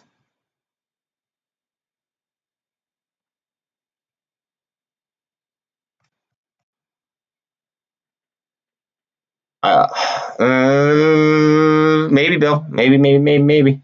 If SPY drops to like that hard, Tesla is definitely going to follow it. I absolutely agree. However, if SPY doesn't drop that far, I don't see Tesla dropping that far either. If that makes sense. So like, all right, Friday cost. Wait. Cost to borrow on GME was 42.5. 776. Okay, yeah. So that was from last week. GME cost to borrow right now is 28.5. AMC is 16. 16.75. MULN is 9%. Redbox is 468. BBIG is 74%. CEI is 10.5%. ATR 32.75%. MNTS 6.25%. Thank you very much, Sid. I appreciate you. You know that.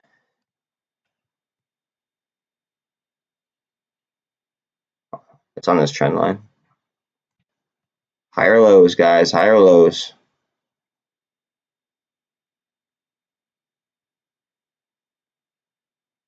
But yeah, Bill, if SPY drops it to 350,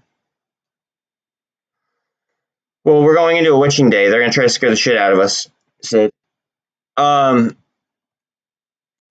witching days are like where like the credit default swaps and like that's where like the grimy shit happens, in my opinion. But yeah, Bill, if SPY goes down to those levels, I certainly agree with you on Tesla that Tesla is probably gonna follow it. However, if SPY maintains say 375, right? if it holds above that key psychological figure, I don't think Tesla's going to drop that far.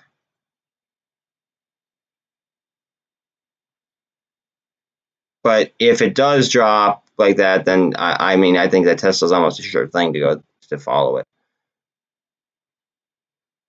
Hell, it could even lead it. I mean, or it could be getting, it could also be getting, what's it called? It could also be getting supply underneath 650.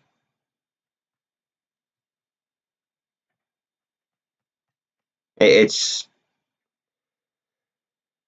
right now. It's we're trying to pretty much call market bottom. It, like I said in our group chat, calling a market bottom is pretty much the same thing, but in reverse of calling like the top of like a of a short squeeze. It's probably the hardest thing to do in the stock market. So who fucking knows? I wish I did.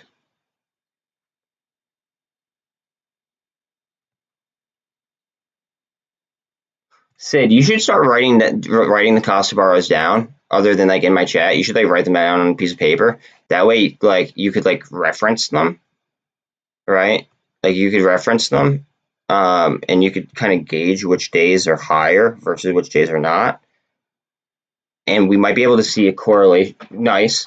We might be able to see if so. Try to look on that notepad within the next coming days or within the past, and see if you could find a correlation with a high cost to borrow versus like the price action of the stock. If that makes any sense at all. If you can, great. If not, then oh well. You know what I mean. But I'm just trying to think of whatever ways could get us a competitive advantage.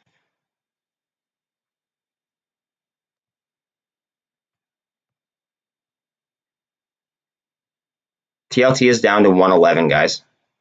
Look at this candle right here. Oh, perfect. Perfect. Okay, good shit, Tyreek. Good shit. Run, you slut. Go ahead. We want to get over this, and then we want to run over to 18. See, it's getting slapped right there at open.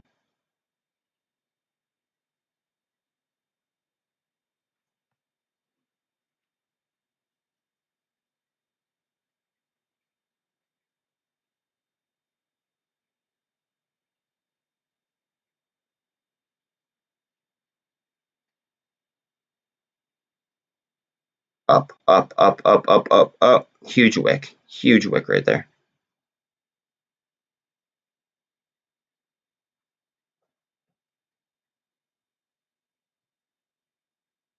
Trying to pay attention to these.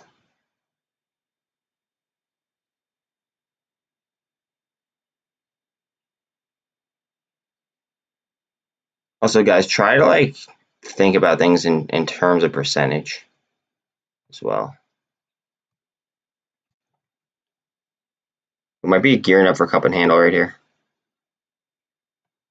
I know this looks like a double bottom, but I'm getting cup and handle type vibes going right into this meeting. That would be on trend at a resistance line.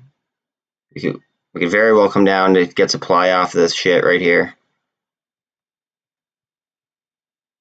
But judging by that wick, it looks like it wants to go up.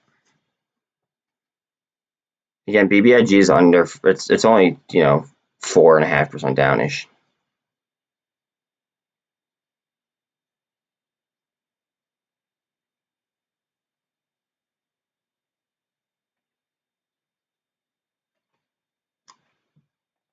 You have like the perfect career for doing what you're doing right now. You're a data analyst, and we're literally having you run data.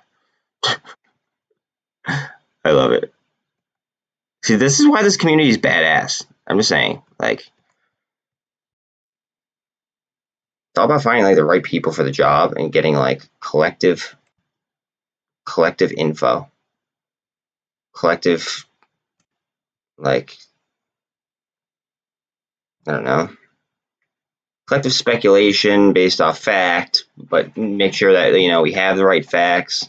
You know what I mean? Like, it's just, I like that rather than like some of the shit you come across on like Reddit or like some like huge feed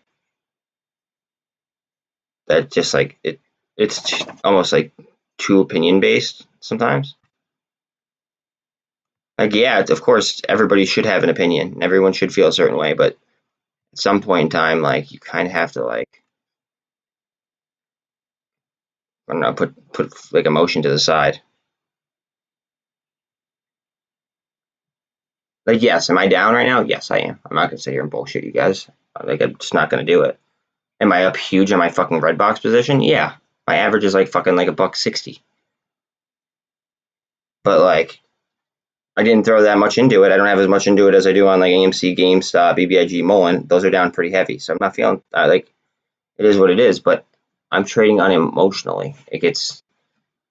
I'm keeping my emotions to the side, and I know that I'm going to make better trades because of that.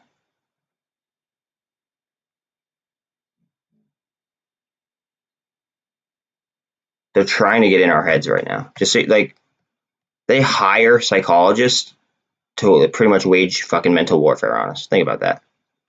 My one dog's crying. Give me 1 second. Look at all these EMAs stacking up. Don't be surprised to see a boom. I wouldn't be surprised to see it on my trend line, but I mean, like on that cross, but we'll see.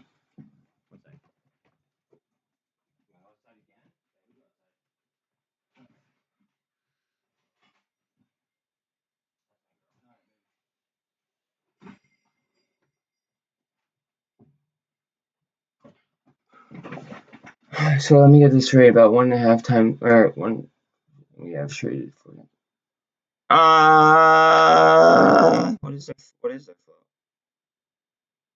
Yeah, something like that. Look at the turnover. People are scalping it.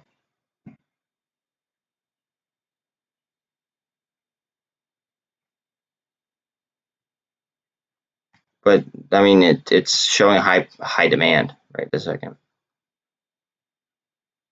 I just don't want to be the last one out of it, basically. Like, that's why I got a DWAC at 40 rather than riding it to the 70s, because I didn't want to be the bag holder that was too greedy. If that makes sense. Like, it. I don't know.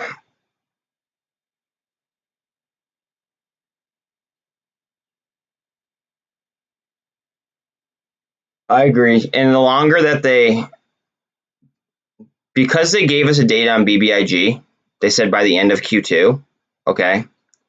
The longer they drag this out, the more leverage people are probably going to add for after Q2, in my personal opinion. So, yes, they locked up liquidity that we could be using, right? However, they then gave us a date, right? They shouldn't have given us a date. I think that was a big mistake on their part.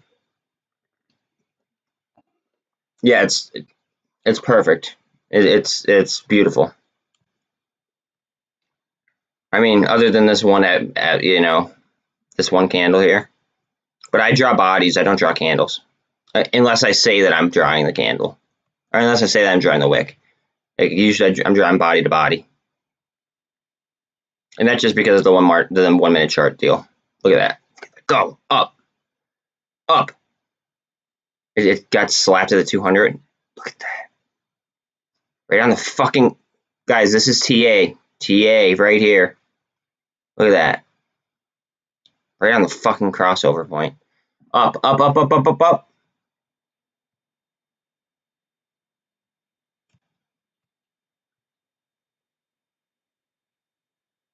BBIG is 5 down. Like, TA, like, stocks can be manipulated and stuff, right? But chances are TA's, like, it's going to line up on it at some point in time. If you keep doing your TA and you're accurate with your TA, it will fucking line up. Might not be perfect, might be off candle, 2 candles, whatever, but chances are you'll be in the fucking ballpark. up, up. Look at this on the MACD. We need to see a spin up, or we need to see some pressure up.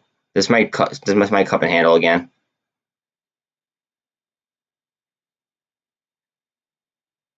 See that? I'm just seeing a big cup right here. Then we might come down and then go back up again.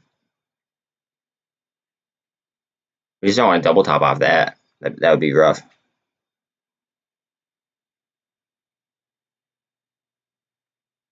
Blackstone. Did I just see Blackstone at $90?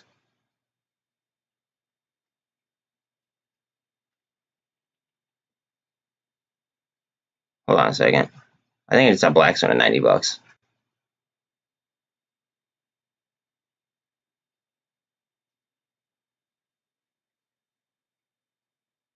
The fuck is it? AI's at 16. Jesus Christ. 90. Okay, $98. Under $100. I mean, like, fuck. Cup. Handle. Handle up. Handle up. Handle up. Handle up. What up, Greg? That reminds me, because Greg's in here, if you have not already, please like and sub. He's always on top of that shit, so I figured I'd beat him to it. Please like and sub if you are not in here, or if you're not already a subscriber. And then turn that bell on. Make sure that you're getting notified when I do go live. If it's a weekend and I see crypto going crazy, I'll go live. If it is, you know, if the market's over and we're in after hours, but I, shut the camera off for the day, I might go live if I see it going ape shit. Like, I am here to suffer in silence and snipe, and I'm here to fucking celebrate as well. Like I'm gonna be here. Like, I want to be here for it. It is what it is. But turn that bell on, and then you'll always get notified when I come on. Come on.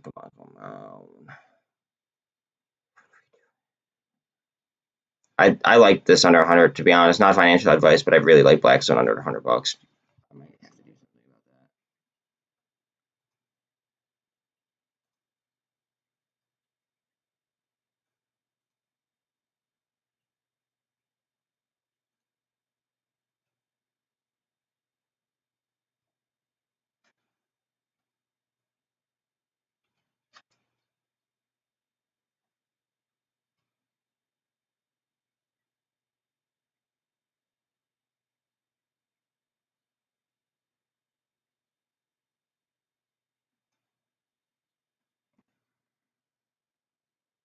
Greg, you'll appreciate this. Look at the TA that I did on this.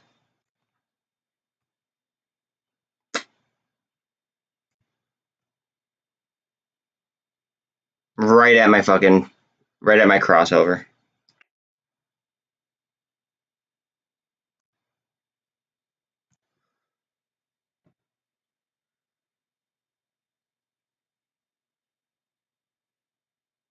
VIX is at 33.15.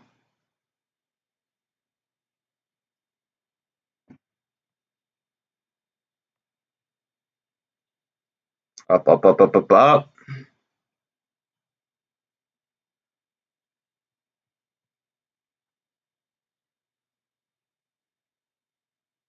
Bitcoin 23,250-ish, we'll call it. SPY's at 377.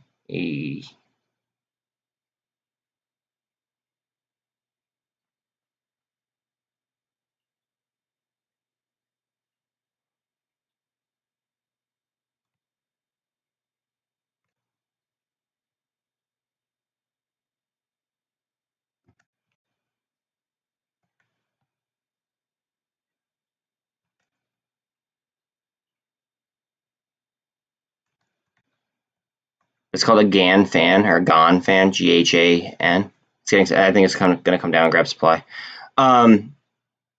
GHAN fan, that's what this is called. Basically, what you do is you go from a top point, and it's basically like drawing almost like a series of bull flags. And then that way I could draw, if I have to, I could draw lines down off of it, and it kind of helps define a trend.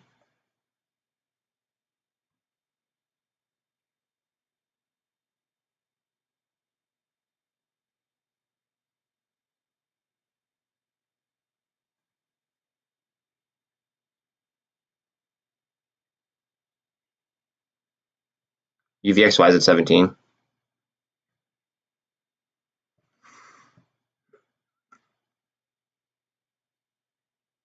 BlackRock under 600 bucks, guys. Holy God.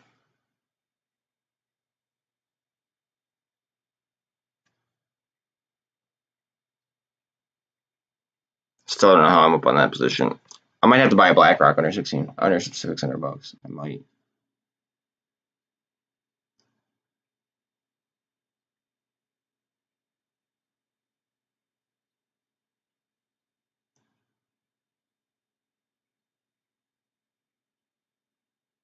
What do I sell though? Wow, I could sell all of my Redbox warrants right now for fucking enough to buy one BlackRock share. I don't think I'm going to, but fuck, that hurts. I could sell some. I could sell a GameStop call too. Oh God, I don't want to do that. Decisions, guys. Fucking decisions.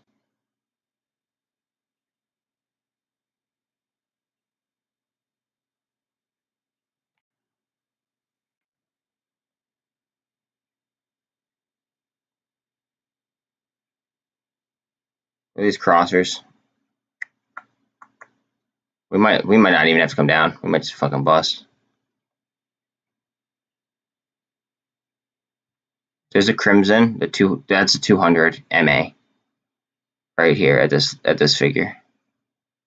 We got the 13 over it. Up. We're going to come down to 200 again.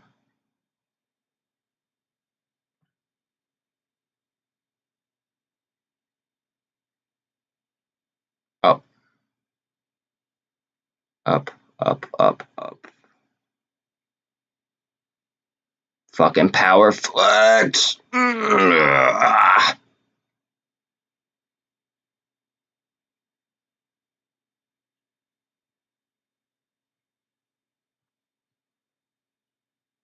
33.5.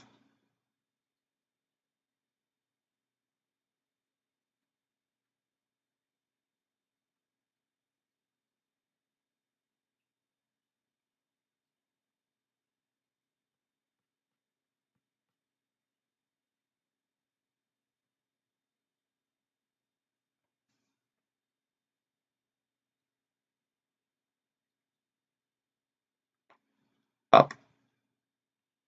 Right, so this is one of the reasons why I do that. Let's see. Descending channel almost. A little bit off of a descending channel.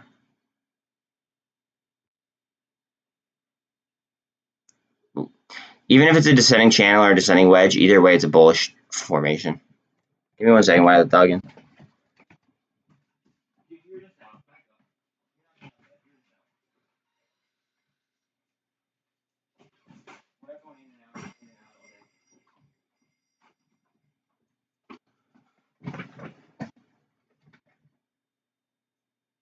Could be getting supply at the 200 MA.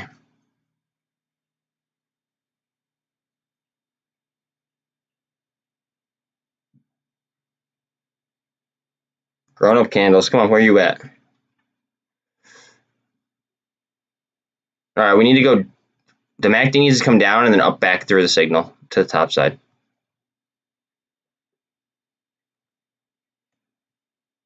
It's in position to do it. So yes, the orange is just underneath the blue. Blue is the signal, as you guys can see. MACD typically moves faster than the signal. So we want the MACD to swing up.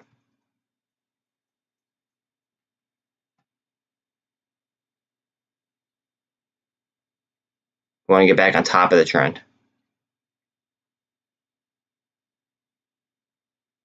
Alright, notice how this seems to be, and I don't want to jinx this, but these right here seem to be losing more in dollar figure faster than what we're losing in SPY.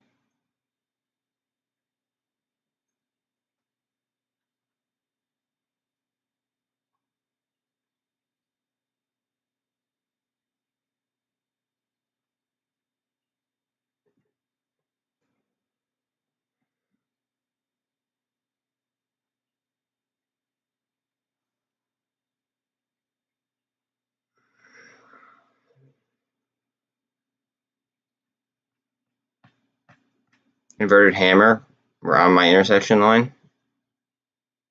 Up, up, up, up, up, up, up, up, up, up, up, up, up. Now, even if we get say that we get a hammer candle here, an inverted hammer followed by a hammer is typically a sign of a bullish reversal. So just keep that in mind. Also, MACD looks like it could twist up. RSI is at a 51.995. Let's go to 3-minute real quick. RSI is at a 52, and we're just over the MACD. 5-minute, 51, and we're on the MACD. 10-minute, 53. Looks like we're curling up. Yep, supply right now. We're on a supply run.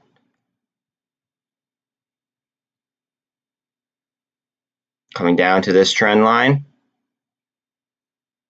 And then I back up. Up, up, up, up, up, up, up, up. Look at that swing down on the MACD. It's rough.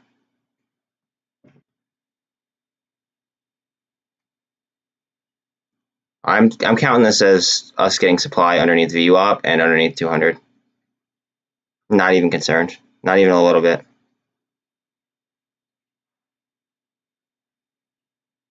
If you guys want to be concerned, be my guest, but I'm not concerned. TLT is at 111. Guys, we've seen levels at 120. Remember, TLT down, usually the market up. That's not what's happening as of late. The market's acting irrationally based on how it usually correlates to other shit.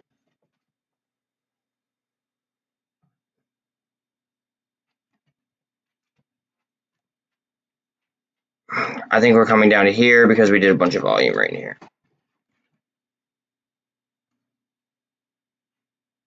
I'm not going to draw a line, but 1620-ish, 1625 maybe.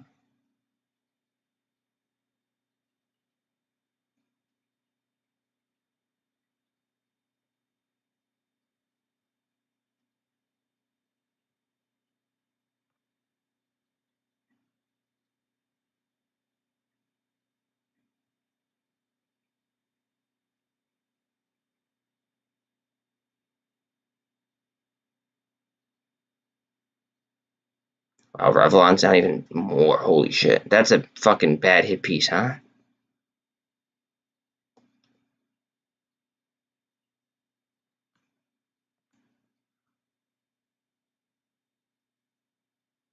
Yeah. But it's not, their enterprise value is fucking $3.5 billion. And they're showing signs of a recovery after the C-word crash. That hit piece was written by the Wall Street Journal, which has ties to Ken Griffin, though.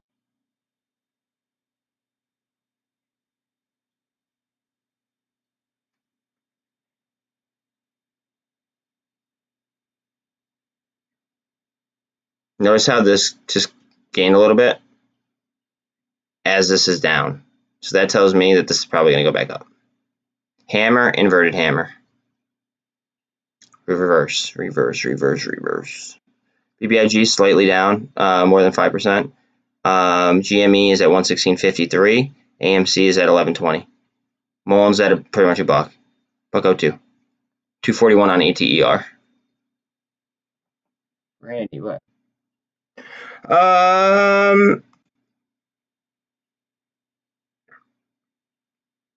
Dude, we could be at it.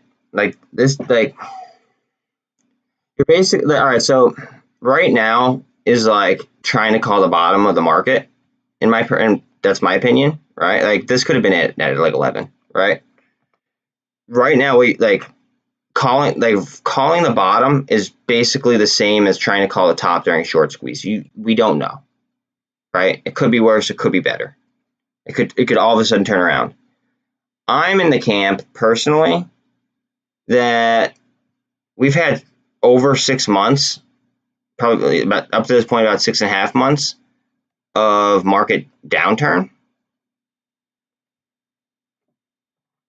I mean, if you were to pack the last 6 months into 1 month, right? Like say that like from January 1st or January 4th, actually, I believe is when it started. From January 4th until now, if you pack that into 1 month, I would consider that a crash. Okay. Like if you pull up SPY and then, just consider that. I would consider like, the last 6 months, if you piled it into 1 month, easily a crash. Close to a bullish engulfing right here. I think what we experienced was a controlled downtrend to try to avoid a crash, personally.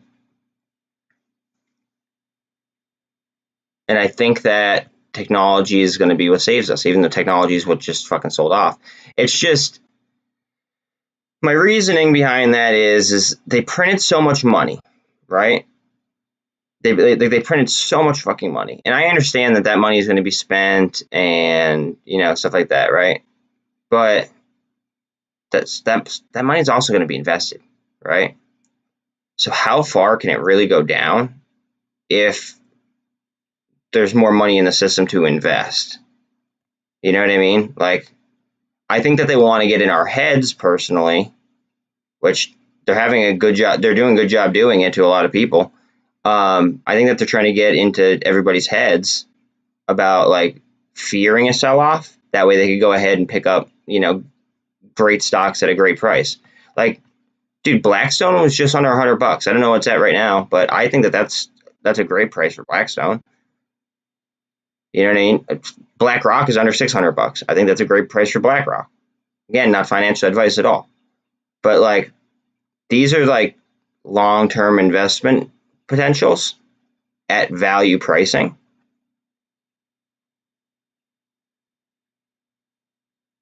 So, it's like how much further could it go before people start to get margin called? Because the elections are coming up in a few months, right? I don't care which side of the aisle you stand on. Okay, I'm an independent that usually votes Republican, just because of the economics of things. Okay, I don't like for instance, like on the social aspect, I don't care what people do. Like, live your life as long as we could fucking afford it. I think that there's too many handouts given out nowadays. But like, I don't think that like if like the Democrats want to remain in power, they do not want to go into the midterm elections with the current financial system that we have. They want to go ahead with like people thinking that they have a lot of money, essentially, not people thinking that they just got the shit knocked out of them. See, I think that Bitcoin, right? I think Bitcoin is a useless asset that is really it's only worth what someone's willing to pay for it. And the only reason why it is what it is because of the inflation rate, right? I think that even though it's down more, I think Ethereum outperforms it. I think Polygon, which is Ethereum's layer 2, and it could work as a standalone chain, I think that outperforms Bitcoin in the future. I think XRP outperforms Bitcoin in the future. Do I think Bitcoin will still remain, a large asset? Yeah. But I think it loses market dominance to ETH big time. Especially when the when this becomes deflationary, when that becomes official. Yeah. Okay. Look at it, right, and then compare it next to XRP in every single way, shape, and form.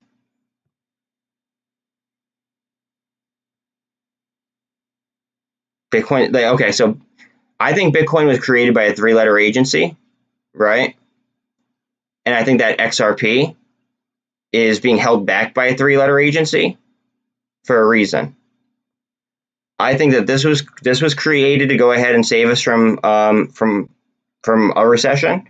I also think XRP was created in order to potentially save us from a recession as well.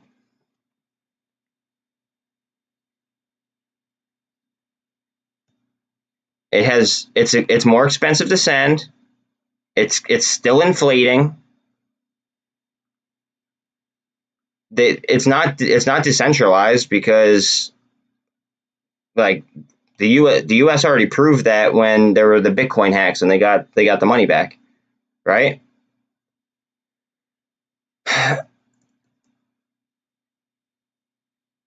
XRP is deflationary. It's ISO compliant, so it works with the current banking system. Okay, there's a ledger system on it. It takes 5 seconds to send, so you're not sitting there waiting for 30 minutes like you are with Bitcoin. I can't think of one thing that Bitcoin is better at than XRP. Not one. Yeah, but so all right, so this is currently inflating, and it's going to inflate at 1.77% for like the next 100 years, give or take, right? XRP is deflationary.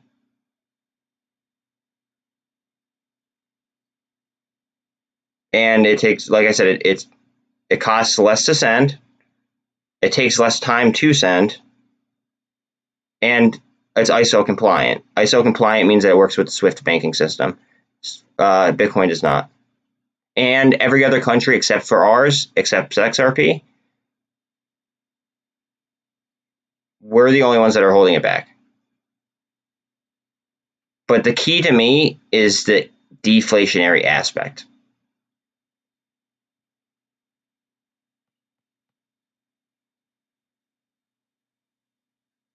Also, like Polygon, for instance, right? Or ETH, like they have other use cases as well. And I could stake Polygon right now at 16%. I'm not getting 16% on Bitcoin at all. I'm getting I could probably get 8 if I wanted to, but I don't even hold any Bitcoin just because of my I don't know, the way I feel about it. Why would I hold something I don't believe in? You know what I mean? It sounds pretty silly. Not worth it to me. UVXY is at 1730. Holy shit.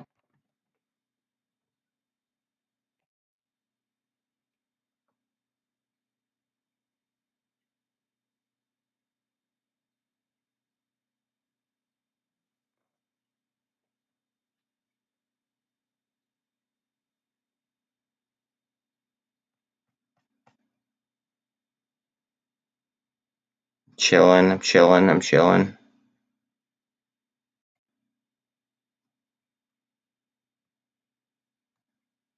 Sideways movement, decent amount of volume. Got a burst out, and now we're showing like a low amount of volume. It had a high amount of volume pre-market, kind of low right now. We are creeping up to the MACD. We just got a PSAR switch on it too. Hold on a second, guys. Watch out. We might get a Grono candle here. We got to beat the 48, though. We got to get over the 48, and we got to have that 13 cross behind it.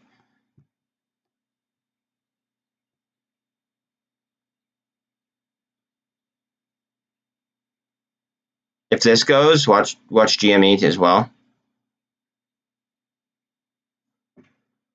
Yeah, Amazon's at a really good price. Well, I can't it's.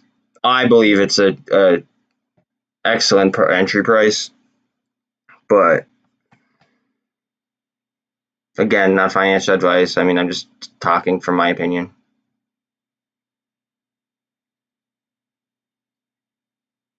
I think I might buy. I don't know if I'd buy Blackstone or if I'd buy Amazon though. At that level, I don't know which one I'd buy. I mean, fuck, GME's at 116 right now. Now I know GME is more of it's a squeeze play more than like a fundamental long, you know. So it's two different classes. So I mean, I guess it kind of. Now, I say that, but like, yes, they are trying to make same thing with AMC. Like they're trying to make fundamental improvements to the company, right? But Blackstone and Amazon, they have it. I mean, yeah, Amazon lost a lot of money with the Rivian deal. Okay, they lost a lot of money with Rivian. But people are fucking lazy. I say this all the time. I say this every week, if not every day. People are lazy. That's why I believe in Amazon long. Exactly, they'll order online. But you know what? Think about this though. It'll make the price of things probably more expensive as well with the price of gas. Think about it like that.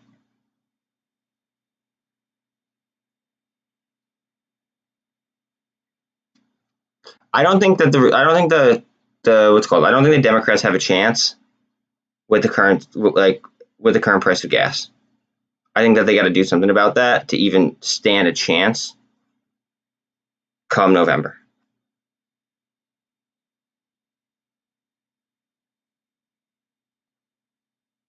Like I wouldn't be surprised to like hear breaking news all of a sudden of like them changing their mind about like the Keystone pipeline or like tapping the ground. I would not be surprised one bit. They should have tapped the ground to cut off Russia fucking when Russia invaded. That's what they should have done. Instead, they allowed a NATO ally to keep buying oil from Russia. A little bit counterproductive, don't you think? Especially when we're spending billions of dollars sending it over to the Ukraine.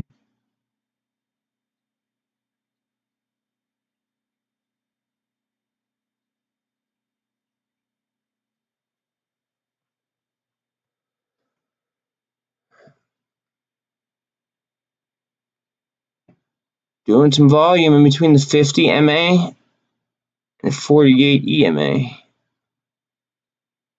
We gotta chew up the supply right there. Doji, doji, inverted hammer right there before it. It wants to move up. It looks like it. Higher lows, higher lows. Just need to pop above that what's it called, that MACD.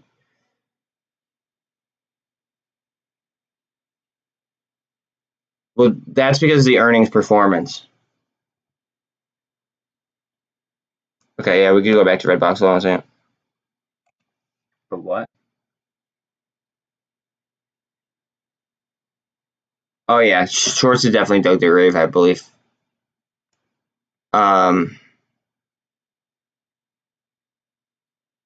The only thing I'm not the biggest fan of, to be quite honest, the fact that the outflow is larger than the inflow, but we're only seeing like, I think that's only webull stuff. That's not, I don't know if that's like everything. So I'm not making decisions based off of this shit. I'm gonna make decisions based off price action. 376 on SPY. We want to hold 375. We want to hold 22.5.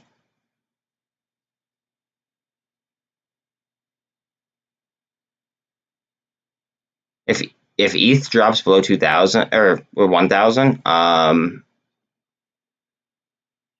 will be very, very surprised.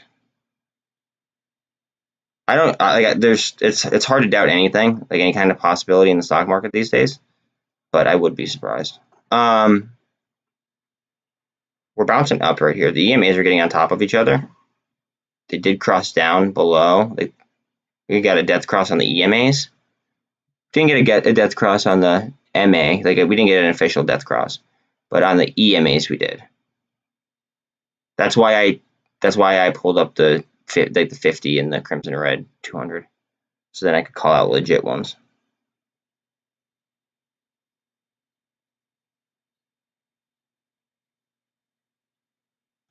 UVXY is at 1744. Yeah, we got time. You just remember though that the witching day, and that's why I think we're seeing a fall off like we are. The witching day is on Friday.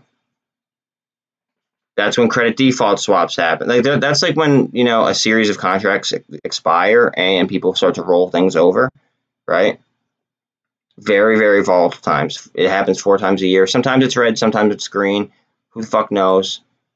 But I'm thinking after like the T+2 after that. So like I said, so 17th T +1 +2. I have options for the 24th, and then because of the quarter end, I also have options for the 8th. So Not only T plus 2 for the witching day, but then T plus 2 for the quarter.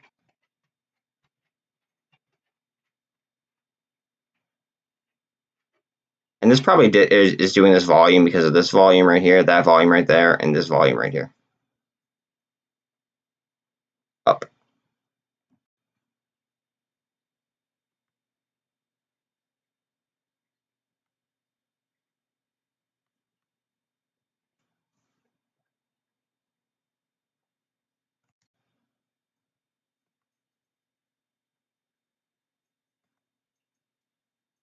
Huh. Yeah. I'm not even going to draw it.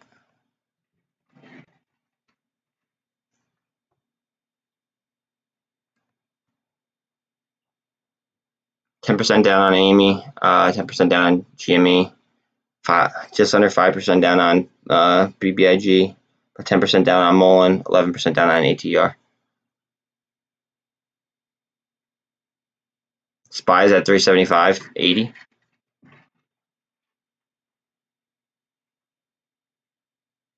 See, the thing about Amazon, Greg, I want to touch back on that. The thing about Amazon, like being low or bearish due to like, I guess I don't know, shit that they got going on. A lot of it has to do with Rivian. Is it a pharmaceutical? No, Phillips 66. Ah.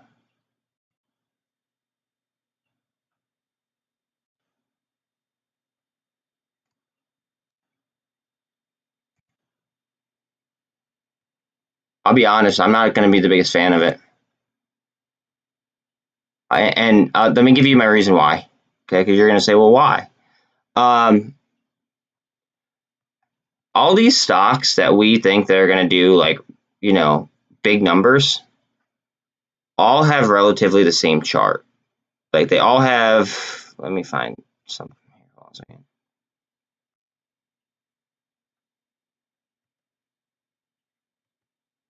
They all have like a downtrend. Not exactly like this at all, right? But they all have a downtrend from the beginning of the year for the most part. Okay. And they have like they look like they might have a nice smooth reversal. Like, look at this potential for a gap up here. Bang, bang.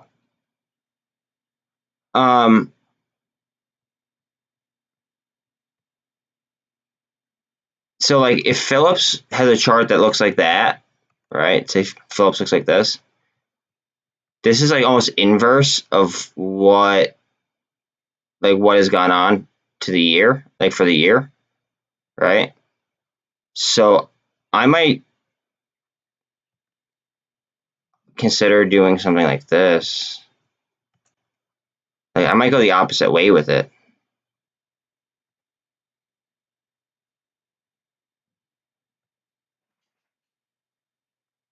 But I can't get behind a chart that looks like that, to be quite honest with you. That matches up almost inverse of, all these stocks that we think are going to pop. It might be a good company. Like, it might have some fucking really explosive growth in front of it, right? But in the short term, I know we're getting clobbered right now, right? But I'm thinking about DCAing options almost. I know that sounds really fucked up, DCAing options, but I mean that's how many options I have. And I don't see us staying down this long, like down this low this long. I think that they have too much attention on them.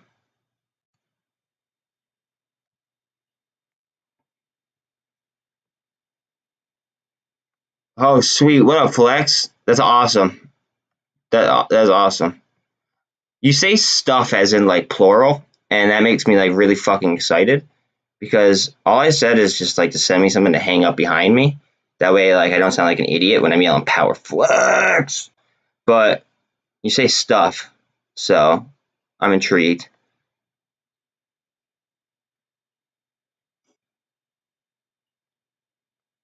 I'm amped. Amped.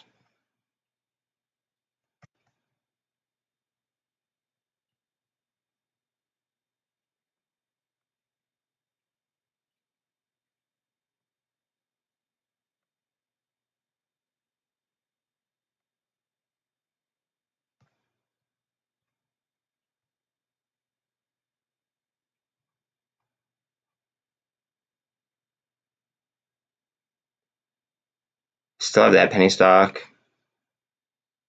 I'm so glad I got out of QuantumScape. So glad I got out of QuantumScape.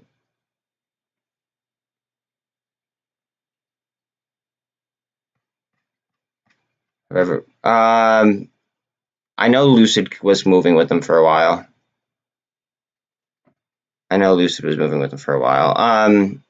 Lucid has a lot of support. There's a lot of people in Lucid. Where the warrants at?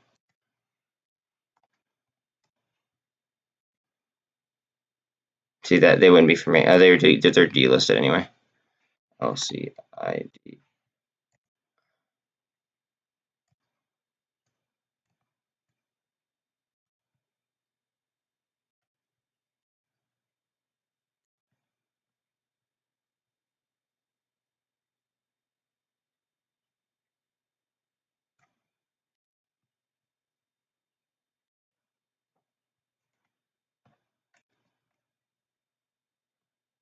This might be doing volume in between here,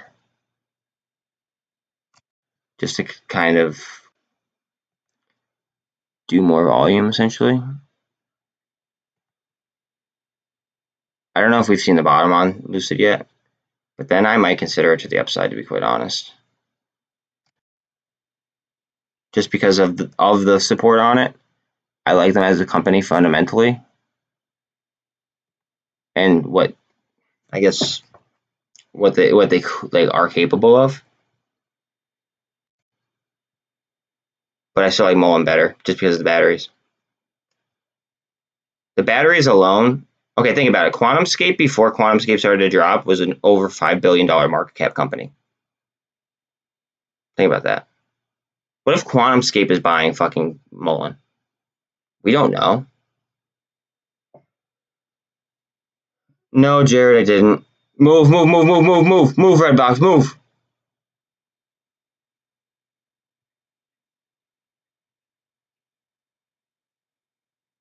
Move. Grown-up candles, come on. Power flex. Ugh.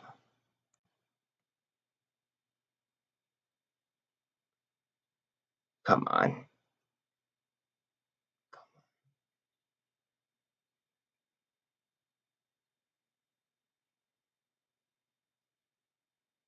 Nice. Okay, so Nile just got news, guys. Just so everybody knows. But I think that all eyes might be on Redbox right here. Whew. Up.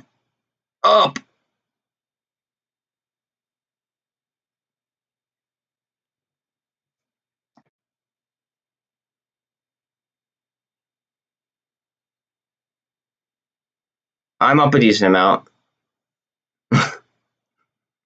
I'm up a decent amount. I was up higher before when they were at like 4, obviously, but I'm still cruising.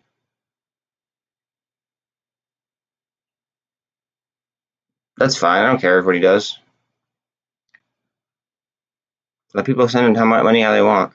At least, you know what? Honestly, my name was mentioned on Trade's channel. That's cool.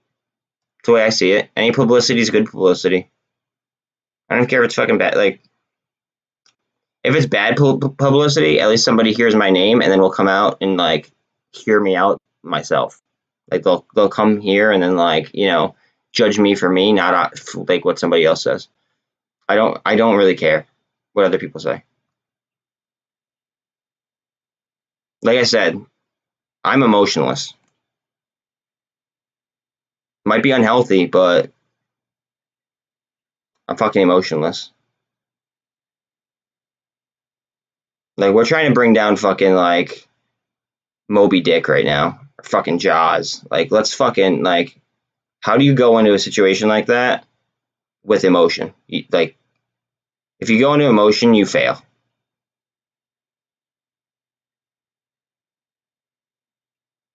No, I was apparently Stock Raider gave. That's what Jared's saying. Apparently, Stock Raider gave him $100 super chat and then like bitched and moaned about me.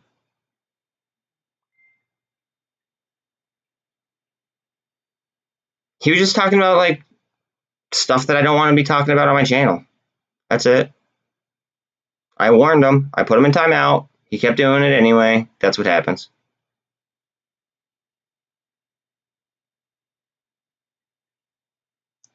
Up, up, up, up, up, up. Up, up, up, up. We need to. We want to get over 18, guys. Over 18 is our. Over 18 and hold is really what we want. I wish Trey mentioned me. Jesus. Do you know how many followers I'd gain?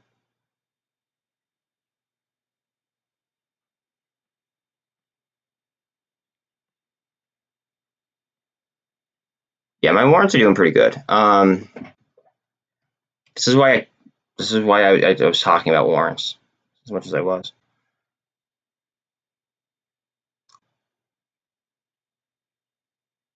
And they're probably like one of the easiest derivatives to trade as well. They're probably easier to trade than any option would be or future that I could think of. Like they're basically going to move off of the underlying, and they have further out expirations, so then you eat less theta.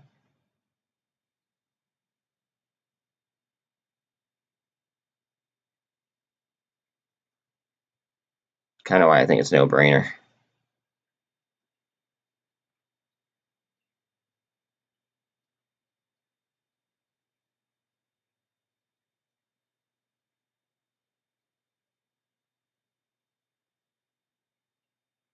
$17.30 on UVXY.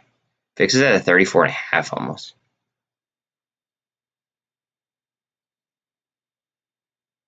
Yeah, exactly. At least I tried. Like, you guys gotta give me that. At least I tried. I just like if a few of you guys are like commenting, like a few of like loyal people that like come into my stream and are here all the time are saying like, yo, like what is up with this guy? And he's saying some like really weird shit or just spamming the shit out of it. Yeah, he like I'll warn them first. They'll always get a warning, right? But I can't be having that kind of nonsense going on my channel. It's just not gonna happen. Like I got my long term subs. Like I got your guys' back more than I have somebody that just pops in. Like don't get me wrong, I got everyone's back and I'll try my best, but like there's a certain point where I just gotta call it a wrap. And he hit my threshold. Let's go zip. I don't know if there will be an end though. I'm too hungry. Too hungry. Like it might turn into like some like high level option shit at some point. But I don't think it'll ever truly end. For like if that makes any sense. Like I might have my solid blue chips just sitting somewhere. And then I might do like a high level options like side gig. But I would set it up so they're like pretty much straddles that are very, very hard to lose on. And I would only be streaming for a couple hours a day if I was doing like that, because chances are I would make enough in one day that I wouldn't have to like I might have to like hang out, I guess, and then I would have to buy a straddle towards the end of the day, or I might want to re-enter, I guess. But I might not be putting in like the 11-hour, 12-hour show type deals. If that makes sense. I just feel like right now is fucking crunch time. I feel like we are in fucking crunch time. So I want to put more hours in and work harder than fucking everybody else. and try to succeed that way. Remember, guys, hit peace out on Revlon. Only 10% of the company is available. 70% is owned by by Forbes. The people, Forbes magazine that ranked the richest people. 70% of Revlon is owned by Forbes. And they got good news on Friday. They just got a hit piece out on by the Wall Street Journal, who has connections with Citadel. Well, connections with Ken Griffin, who owns Citadel. So, I mean, like, loosely affiliated, I guess would be the term.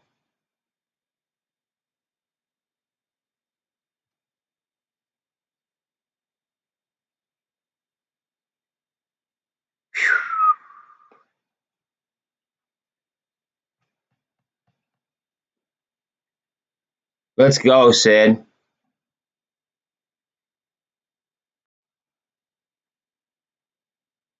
And you don't even have warrants, right? You just have straight stock, right? Oh my God, yeah, they look beautiful.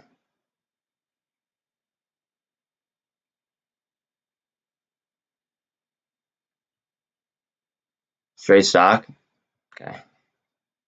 You ballsy motherfucker. Yo, can I just, all right, so I'm just gonna say like a for instance, okay? You could almost take your investment, not financial advice at all, just saying, just throwing it out there. You could almost take your what's it called? You could almost take your original investment and then put the I guess what you made. Oh, here we go. You could almost put what you made right into the fucking warrants, and you could keep your original investment, and then it would be a free play. Almost. Not financial advice. They don't just do that because I said it, but I'm just throwing that out there as like something to think about, because like it would suck to lose your total investment, but yet I understand still wanting exposure to it.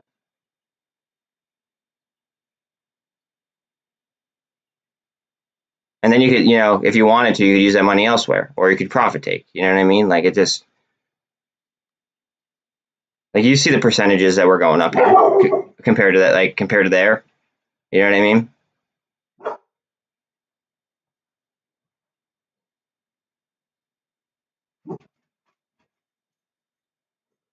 I second that.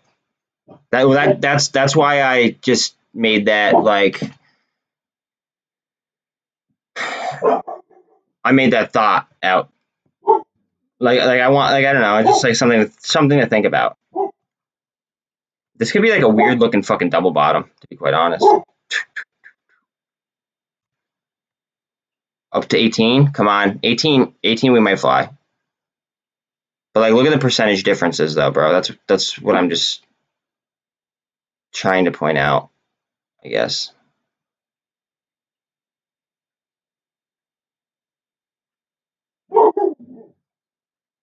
And then that way you don't have to you wouldn't have to have as much like laying on that. Like you're talking about getting straight stock of GME, right? You could then go ahead and do that and still have the right box exposure. Again, not financial advice. I'm just talking theoretical options.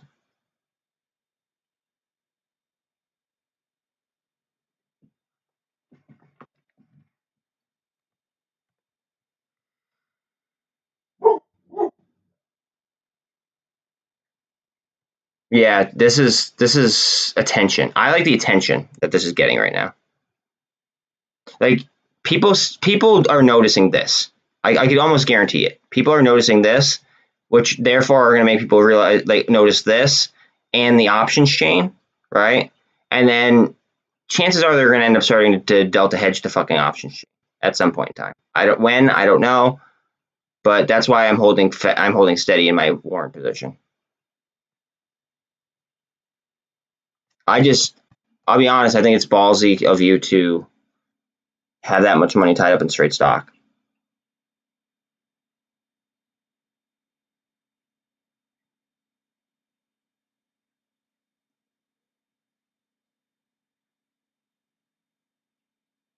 Yeah. Well, think about all the companies, bro, that like have Bitcoin on their balance sheets, right? And they see it down fucking almost 13.5% on the day. A lot of those people might be spurred to the point where they have to sell because they we might see some MCs roll out. I don't want to say the word because I don't want to jinx it, but like we might see them roll out at some point. Now this is coming down to a level where it previously did volume. Watch, we don't fucking engulf this shit and go upwards. Now simultaneously we could form a head and shoulders. We don't want that. We want to spin right up. Up, up, up, up, up, up. Well, that's why I'm saying if you're, never mind. Just like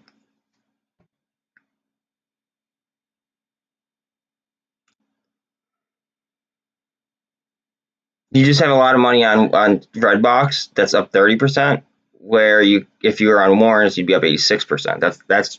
That's my thought process. And then you could take the difference and you could dump it straight onto GME if that. I mean, you just commented that you wanted to do that you want straight shares of GME. It's in the realm of possibilities of different options that you could like different ways to get exposure. Again, not a financial advisor, not an economist. I'm just talking theoretics here.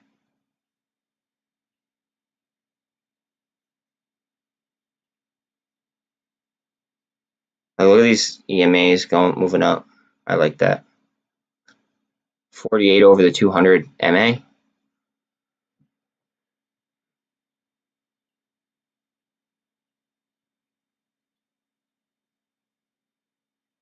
Up, up, up, up, up, up, up, up, up.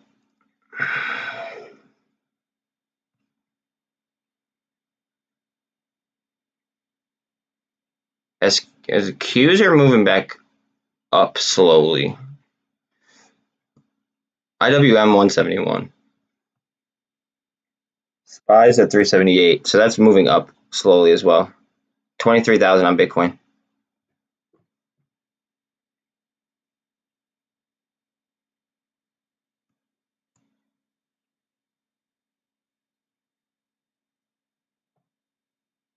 $8.6 down on both AMC and GME. I'm getting tweets about. Oh no, I'm getting Redbox alerts or not Redbox alerts. Crypto alerts. Hold on a second. XRP up 3% in the last 34 minutes.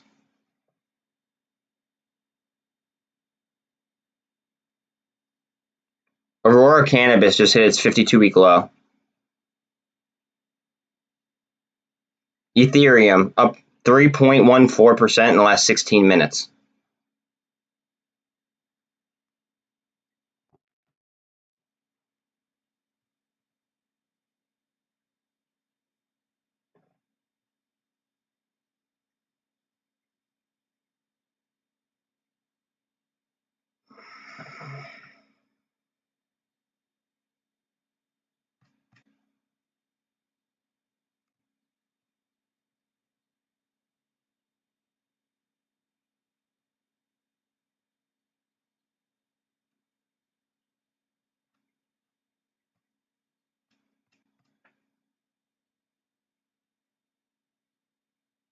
If they're at 385 right now.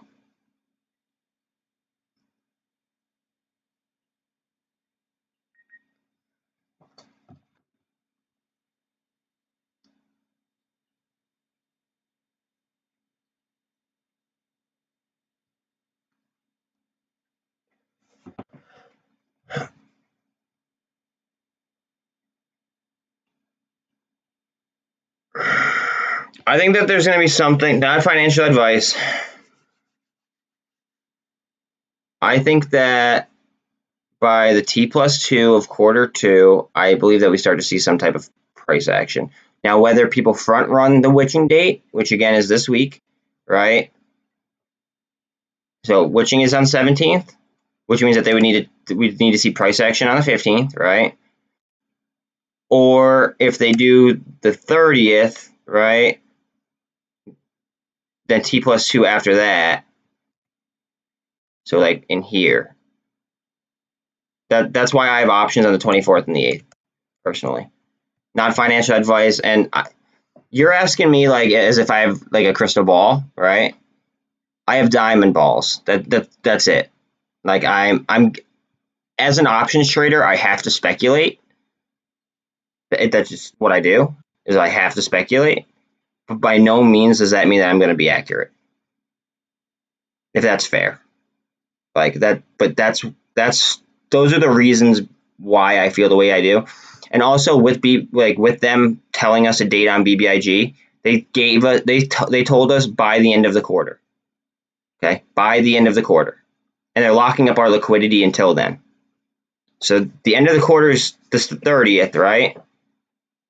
That means that by the end of the quarter, we should, which is the 30th, so 17 days, we should have that in our accounts, which means that a lot of people are probably going to sell BBIG. I'm not going to. I'm going to hold it. A lot of people are probably going to take their money off BBIG after they receive Cryptide, or, they might take their Cryptide and then sell it, and they might just load into, like AMC or say GameStop, right? Or MULN, or like whatever the hell they want to load into. Or you might see institutions trying to front run, because the longer that they drag it out, right, the more leverage retail is going to be able to apply towards like the end of the month. So that's why I have an inkling that they might want to front run that, because they don't want retail going in with as much leverage as fucking possible. I just don't see it. What up, CJ?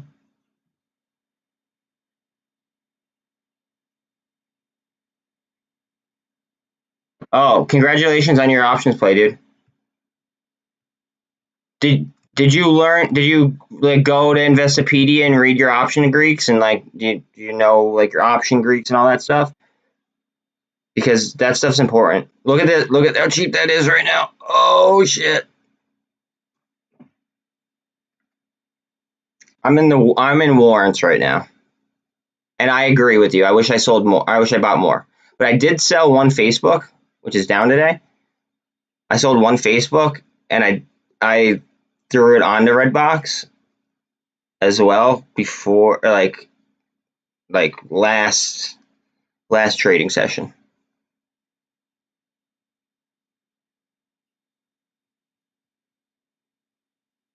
I just don't want to get caught with my pants down. That's why that's essentially the only problem. And with the with the options getting rolled up to 28, we could either both us and institutions can either utilize the options chain correctly, and we could fucking really fly, or they could push us down like pretty easily using the options chain if they desire. I mean, it is what it is. Some people learn by doing. You know what I mean? Like I learned by doing, and I learned by using Investopedia. I lost a lot of money learning. I'll be honest with you, I did. But would I do it all over again? In a heartbeat. To me, straight up, options are where the big money is made, like in derivatives. That's why I'm again in Redbox warrants and not in Redbox straight stock.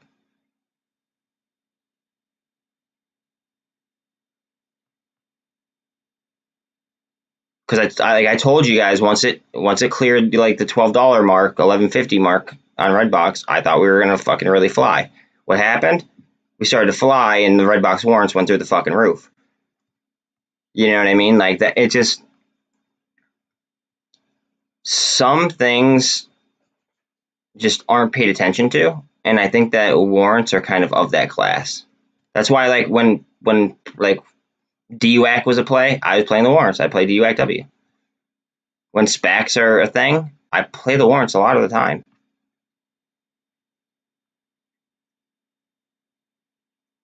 I think everything's starting to come back right now. Look at Bitcoin. Bitcoin's fighting for 23. We just got 1,200 back on ETH. SPY, we just lost 377, but it was at 377. Just got 377 back. Everything's coming back at once now, it seems like. BBIG is now down only 4%, getting a candle here on Redbox. We need above 18 and hold. Above 18 and hold. What's CEI doing? Down 8%. Oh, didn't. Oh, getting some movement though on CEI. It looks like we're crossing over. 48's about to cross over on the 1 minute over the 200.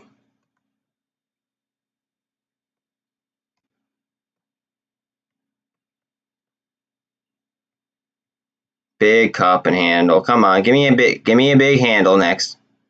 Up. Handle. Look at the MACD. She wants to go. There's so much attention on the stock right now.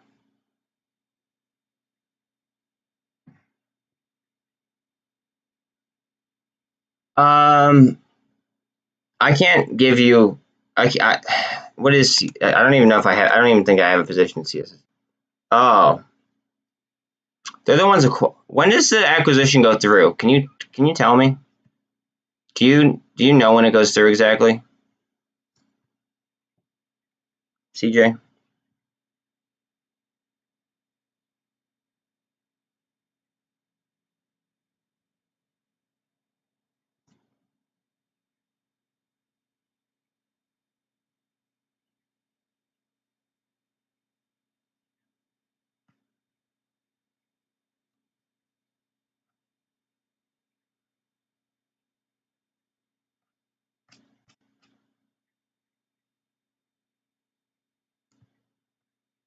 By the way, I told you guys about the Revlon thing, right? In the article, it said that it is the second largest like beauty brand, pretty much, behind one Chinese company, and then L'Oreal, which everybody knows L'Oreal. L'Oreal is one after them. But yet Revlon was supposedly going out of business.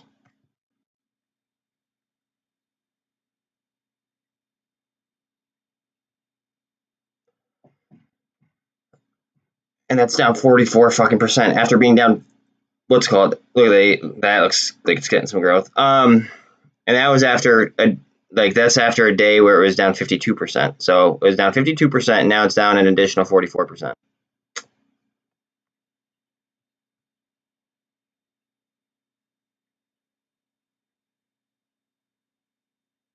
It's my opinion that if a company goes ahead and writes a hit piece about a company, even though it's blatantly false, they must have a really, really, really shitty short position.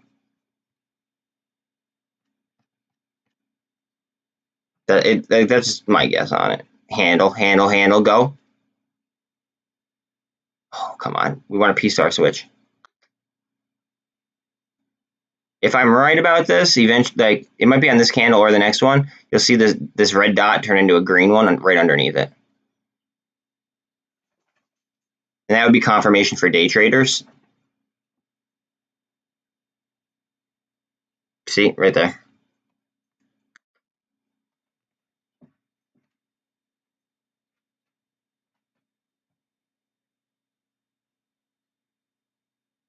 Inverted hammer. She's fighting. I gotta let my dog out in a second.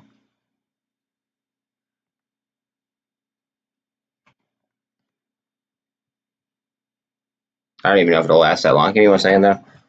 I'm just gonna put this right here. We might see some boom booms in a second.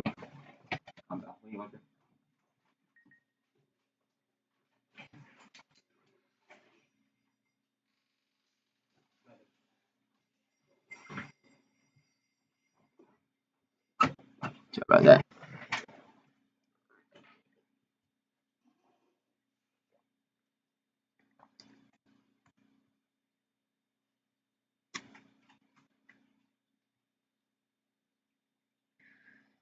$378 climbing. Let's buy. Oh, just lost 378. We are gaining now, a little bit. 23.1. Higher, motherfucker.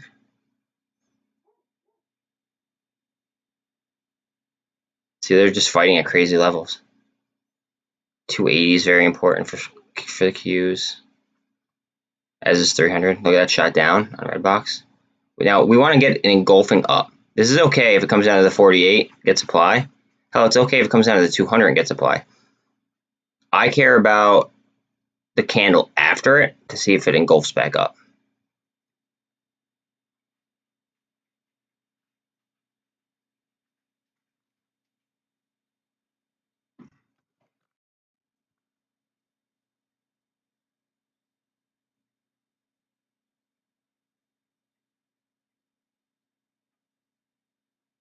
Engulf. Up, up, up, up, up, up.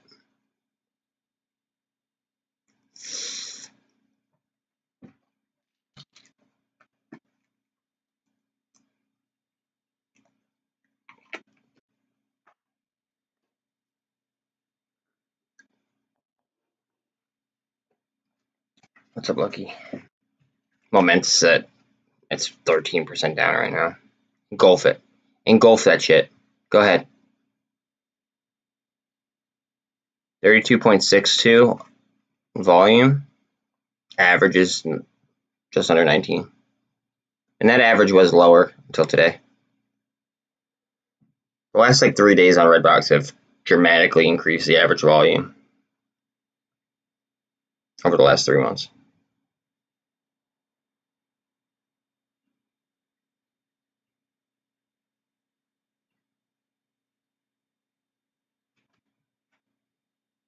Q's at 278.5. Tesla's at 665. I shined a light on it, was at 650.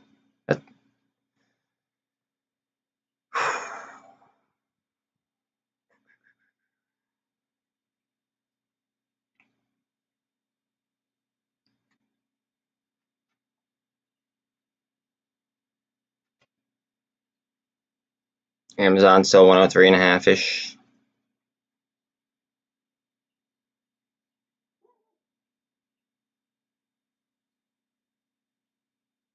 Rob is down 10%. Happy I sold it. Really happy I sold QuantumScape.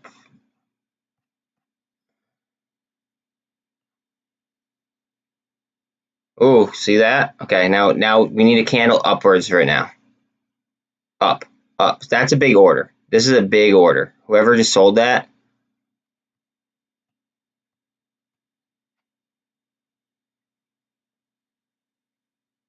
Engulf, engulf, engulf, engulf. That's getting supply down to the VWAP.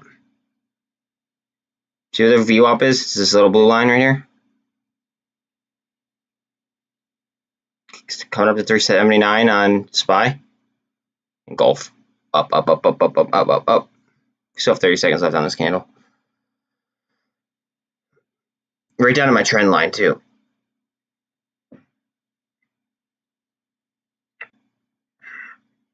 Break this resistance line. Up. Up. Power flex. Come on.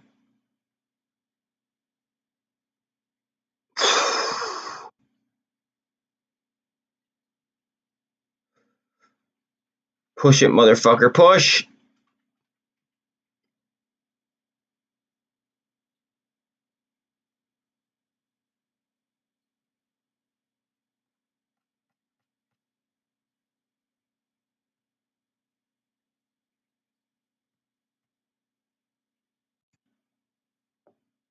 RSI in a 5-minute is literally 50. Almost on the dot.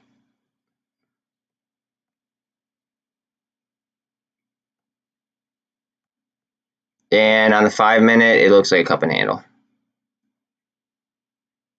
Cup.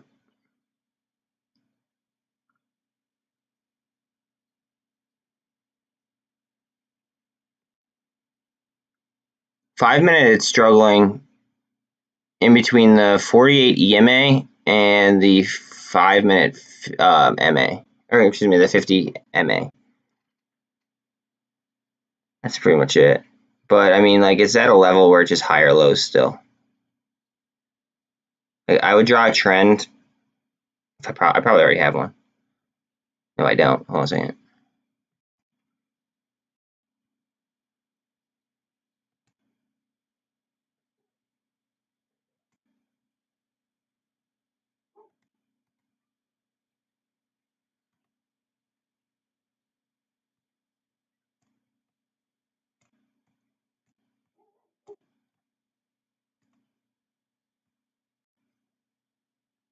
Up. Higher lows, guys. Higher lows.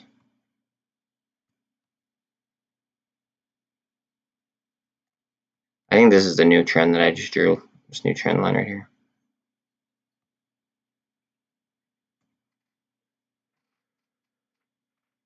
8%, 8.5 down on AMC, 7.5 down on GME, 3.5 down on BBIG, 6.5 down on MULN, ATR 775 down. Like that sell off this morning, it could have been. Oh, notice Europe just stopped trading as well. 11:30 they stopped trading.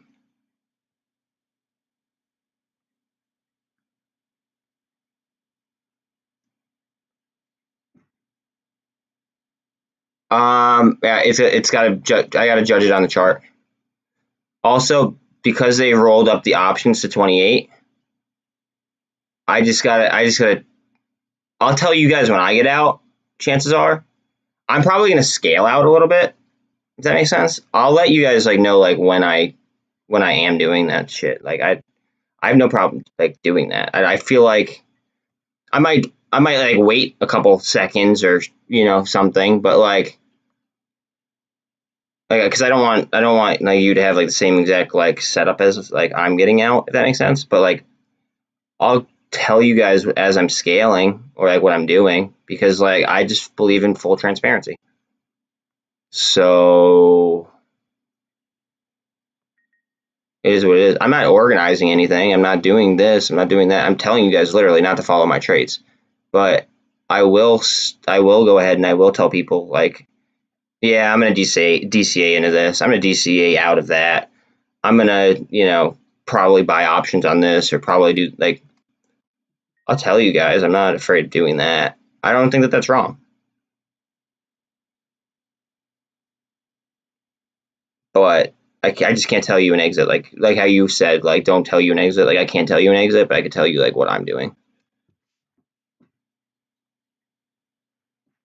Daily, tell me what was on your mind, homie. ETH is up 3.33% in the last hour. Quant is moving up. What up, Orlando? I just got a notification that you became a subscriber a couple minutes ago. Thank you, my friend. Don't be afraid to comment and say what's good. Ask me what's on your mind. I like new friends.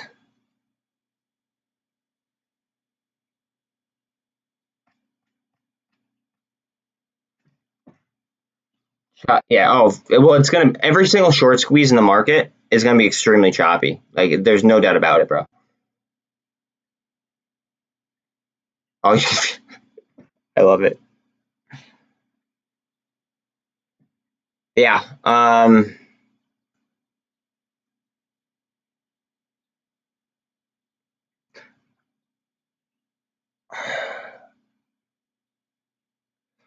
I just really like how I don't have to use as much money to get as much exposure to Redbox,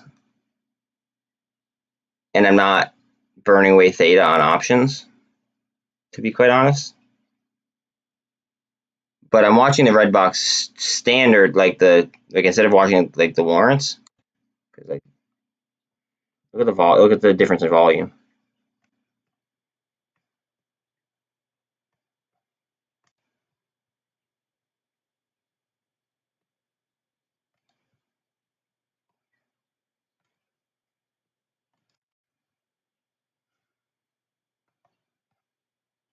All right, we're gonna go wick to wick on this one.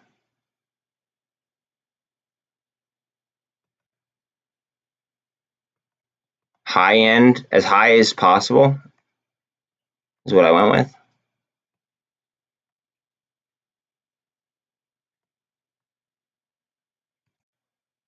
We're not gonna go wick to wick on the bottom end though. We're gonna body to body on the bottom.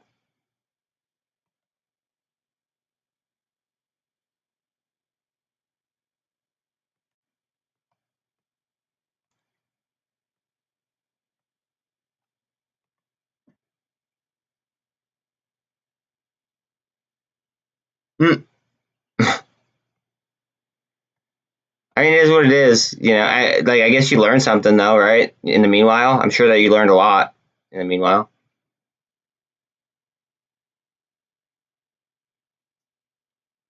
Dilly, anything could happen, homie.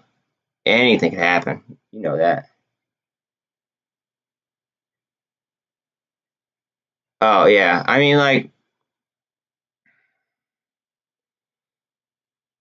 it kind of goes back to why I'm in warrants as opposed to stock. CEI, being as cheap as it is, could increase a stupid amount percentage wise, right? Just by going up a few cents.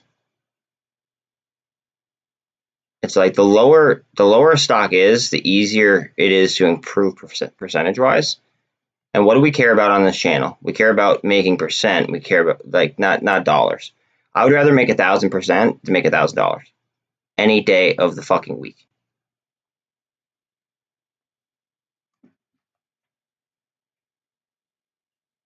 Nexo's up 8%. Let's see these trends. Netflix is getting a 95% buy signal on BS. It's at BS_marker on Twitter. They give excellent updates. Also, so does Financial Juice One, or at Financial Juice One.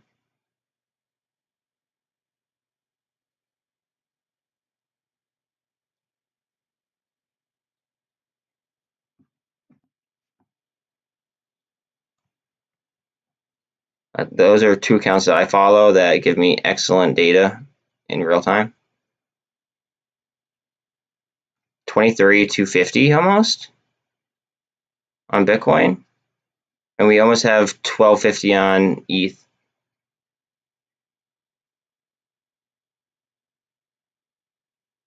UVXY is coming down a little bit. It's below 17 now. So is VIX. VIX is like pretty much like 1 point down from where it was. It was at like 34.5 earlier.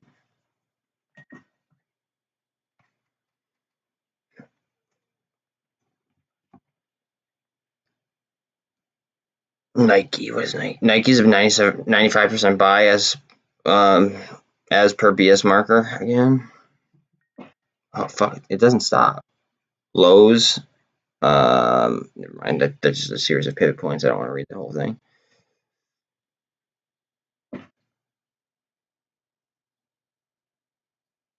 So I'm in the camp that I keep my Wall Street money and my crypto money completely separate. Completely separate. I'm DCAing into like all right. So I think that some stocks are gonna die, or no, not some stocks. Some crypto things. I think they're gonna end up dying. There you go, Greg. Welcome to the XRP army. If you already didn't have more, or if you didn't have any previous, but like, yeah, I believe in some crypto. I think that some crypto dies though. So I get mine on Uphold. You could click on my link.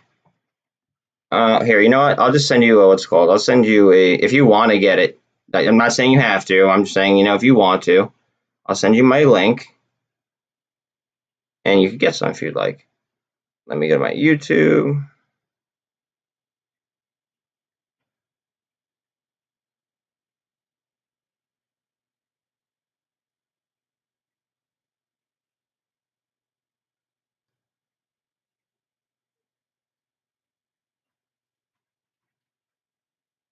There you go. There you go.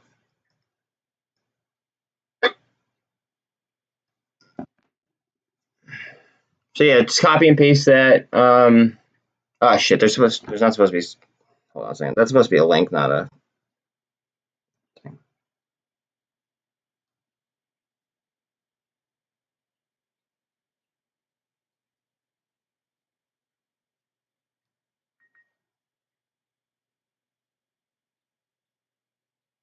Oh, I bet, yeah, because it's just pain in the ass. Yeah, just copy and paste from the what's called. copy paste like from the HTTPS down and just go to that link or whatever. But or there's actually a link in my bio. You could do either or, bro. But I only buy my XDC and my XRP there. That's the only thing I use it for. Just so you know. I have a lot of both though. I wish I had more XDC. Oh, I wish I had more XRP though too. Like I just feel very confident about ISO compliant coins because they're pretty much plug and play with the current Swift banking system. Spies at 377.75. Yeah. Yo, Greg, you should look on my Facebook on the Facebook page though, like on the Buzz page, Facebook page. I believe I posted a link to the YouTube video where the guy does he does a pretty deep dive into XDC. You should check out XDC, homie. He shows how the DTCC is going to use XDC to settle like trades with securities, which would make for a more clear and transparent market, and it'd be much faster as well. Like we could probably get like T+0 if they do end up doing that, which he shows in the video that like it's all but established. Give me 1 second. Let me let the dog in. Look at this cup, failed handle, cup. Let's see if we could break trend.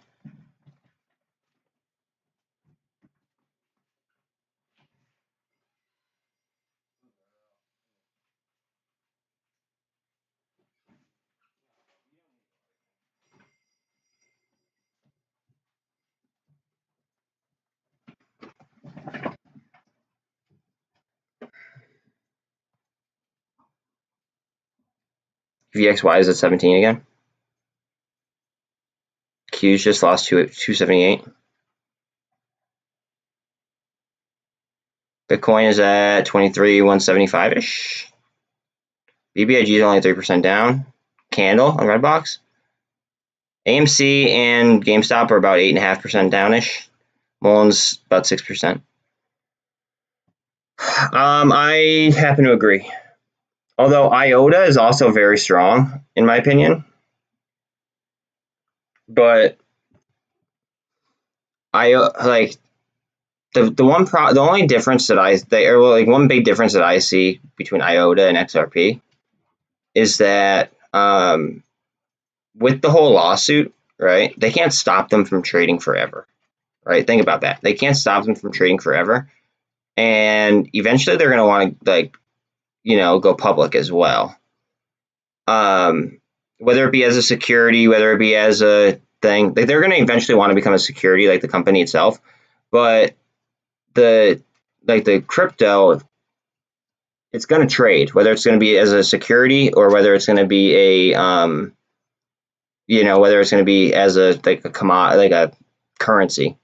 You know what I mean? Like it's going to be able to be traded, and once it finally hits exchanges and is able to be traded on exchanges, I think it goes berserk just because of the pent up demand.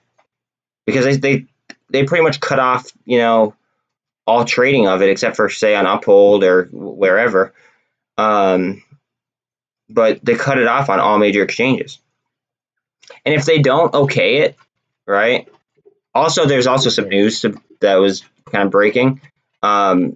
They pushed down the movement to not use the Hinman emails, so they are going to take those into account apparently. So that's huge. But there's going to be so much demand for it that I could just see it going through the roof. Also, with the fact that it has a ledger system, like they could write off all the C-word debt that we put on. They could write it all off and throw it on XRP if they really wanted to.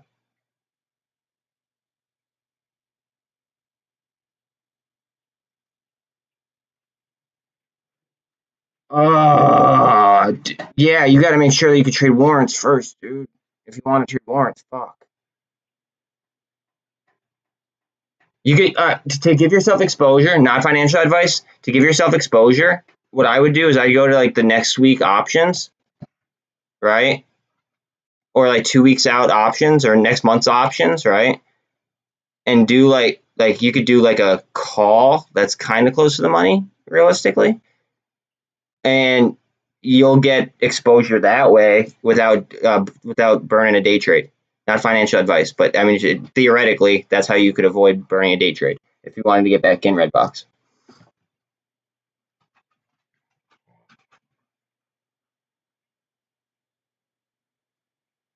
I just wouldn't go way out of the money because that's how you get burned. Like that's like buying like a fucking lottery ticket. Yeah, your what's it called? Your Fidelity could probably let you do more. My other dog has to go inside. 1 second. Fidelity would probably let you do it though.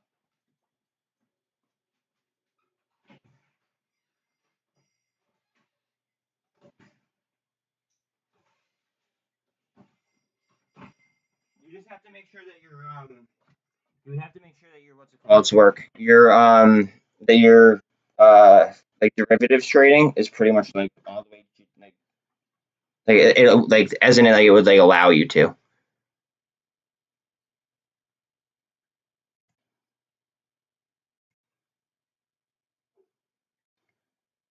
Because sometimes it's like a higher derivatives class.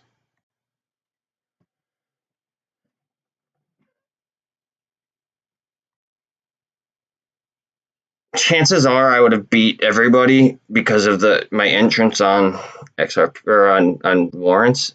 If it keeps going. But I don't want to do that type of competition. I don't, because it's already like,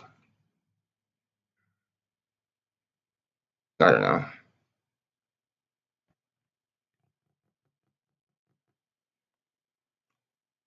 I want to focus on making big like retirement type of money. I don't want to focus on like turning a small account into like a decent like a little bit larger of an account. I want to focus on like potentially like retirement funds. You know what I'm saying? Like that's my goal. My goal is to 100% retire off this shit. Well, I mean, be able to retire, I guess. Like, give myself the ability to if I want to. Like, make it an option. Look at these EMAs stacking up. That could go for a ride. There's Amy looking. MACD just needs a twist. ATR. ATR looks nice. They all look set up like they could go. We're at 23,000 on Bitcoin. 23.2. All the MOASS stocks look like they could go boom boom.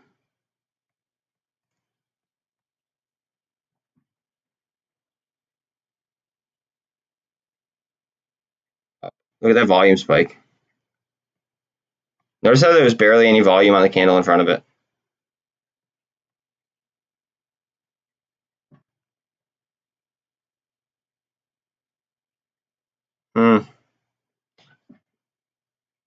I don't want to. I don't want to just say names because, like, I don't know. To me, it depends on like where I get in and like there's all that stuff. Now, if I'm DCAing in for like a long-term position, I'm gonna care less about sniping something. But I get what you mean. Like, yeah, like the whole goal is to live off dividends and shit like that. Like that's. But I also want to be able to create other sources of income as well. To me, that's a goal.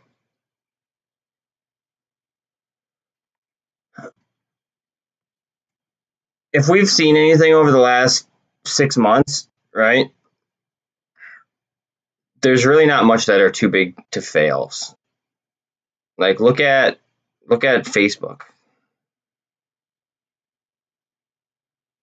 Look at Snap. Look at fucking Amazon.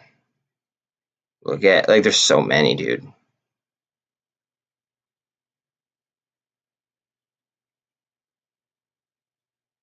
So I'd be really reluctant or reluctant, excuse me. Oh, can't talk. I'd be very reluctant to say like too big to fail because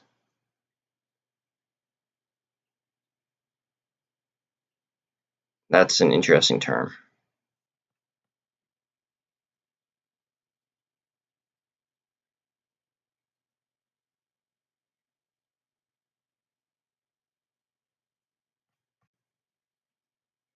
While I agree with you, keep in mind you're talking about a company that's worth $455 billion.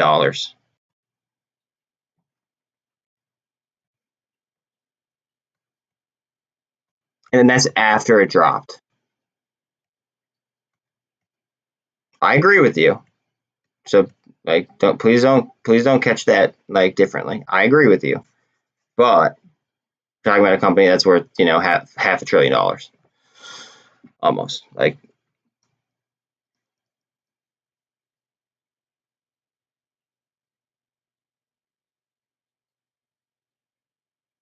exactly. People thought so did you know that a while ago during the dot-com bubble, people were investing in a company called Yandex instead of Google?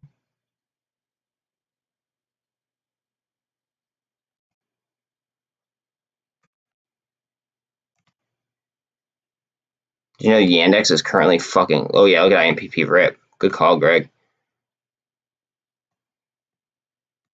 Look at that gap up. What the fuck happened? Greg, just be very careful of this gap, dude. It's a big gap.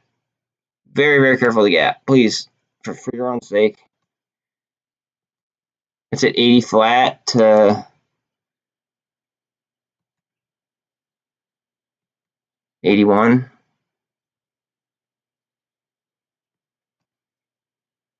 Coming up to pivot. Watch out.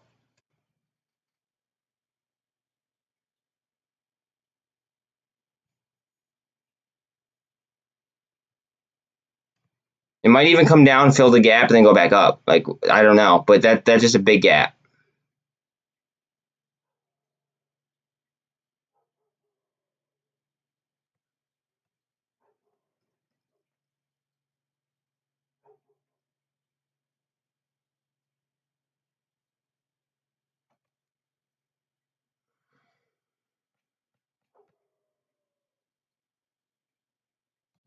Mullen? Mullen's got some candles here too. I'm sorry I don't have IMPP up. I literally don't have any IMPP holdings, but I have a fuck ton of Mullen.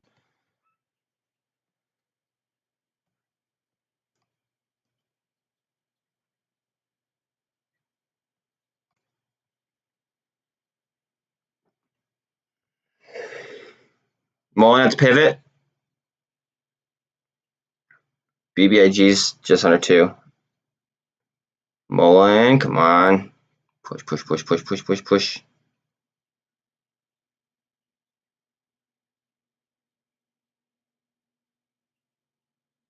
Bitcoin's at 23,330. SPY's at 378.30. ETH is at 1237, 1238. SPY 378 and a half.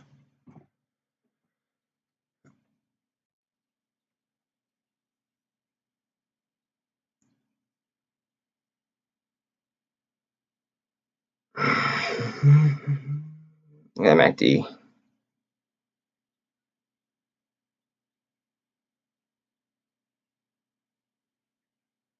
Very critical on red box get over 18 and hold it.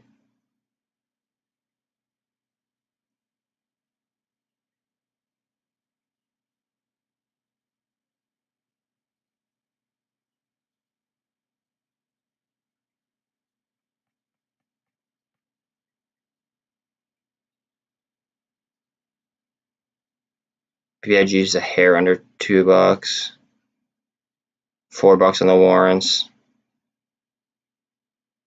378.40-ish here on SPY. 23.3 trying to hold on to Bitcoin there.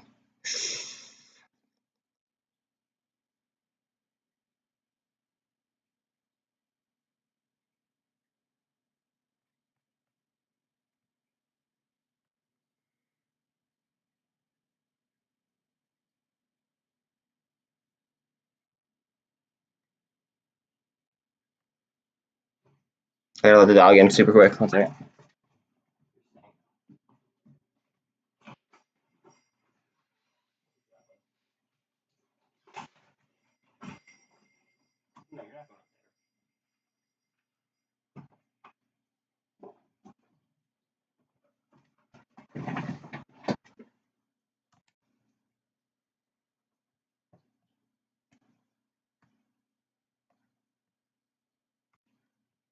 You know, if IMPP is running, what's CEI doing? CEI's at 50 cents.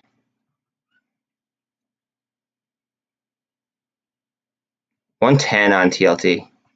Watch, Redbox is getting volume off the VWAP. What do I say all the time, guys? Things usually make big moves after they come down to the 200 or the VWAP. We're doing both right now. Watch out for a boom boom.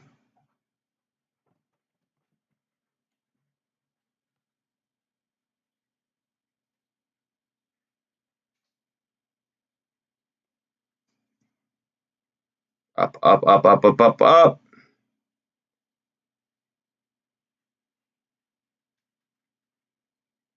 About to get 379 here on SPY. 379.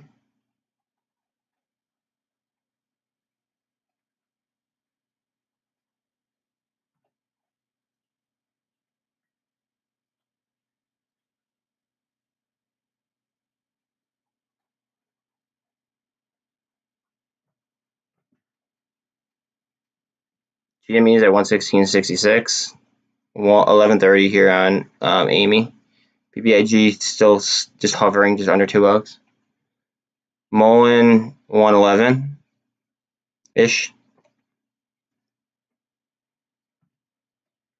Redbox 1685.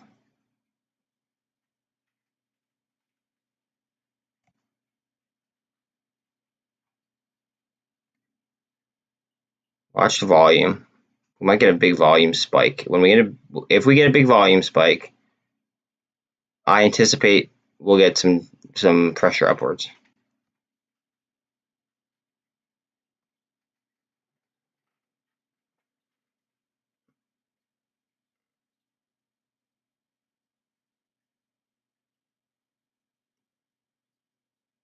Push, push, push, push, push, push, push, push, push. Push, push, push. Up, up on volume. Come on. Come on, volume. Up.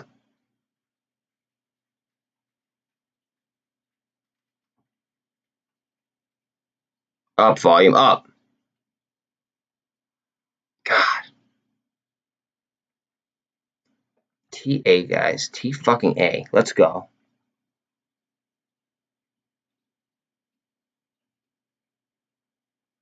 $23,750 on Bitcoin. We have $12.50 on ETH. SPY, we have $3.79.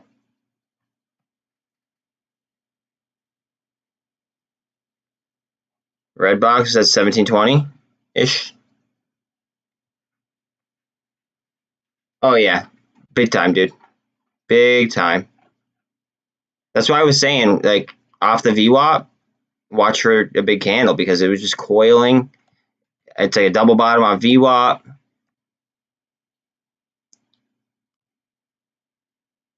I wouldn't be surprised if it came down and followed this trend line, though, either. Like, I wouldn't. It's coiling up to the point where, like, it should just fucking go, but at the same time, I could see it dipping before it ripping as well. Exactly. It could happen any second, or it could happen, you know, in an hour.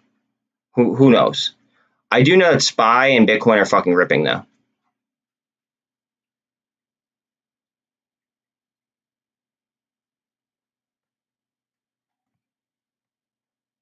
Now we're gonna do volume at 50 MA. Up, up, up, up, up, up, up, up. Go.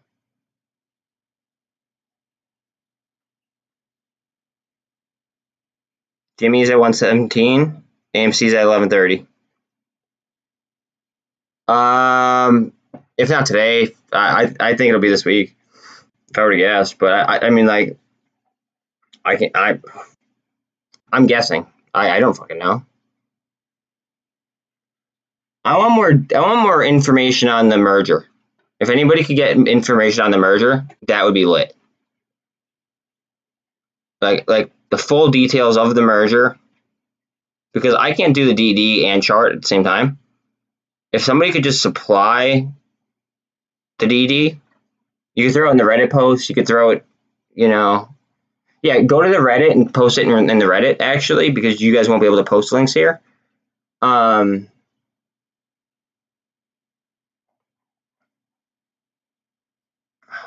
I know that I'm almost positive that it was bought at a huge discount, but because they have their own ticker, or where was it? It was like Chicken Soup for the Soul, whatever the fuck it was. Yeah, chicken. Yeah. So CSSE. Like, I don't know the whole story. All I'm going off are the the exchange reported data, and I'm trading the chart. So if anybody wants to look into that, that'd be lit. I was kind of preoccupied with the Mullen stuff this weekend, looking into that more so because I have more money on that, to be honest. I was more so worried about that and like looking into it because I know that there's gonna be potential FUD spread about it. So I wanted to be able to be like prepared for that.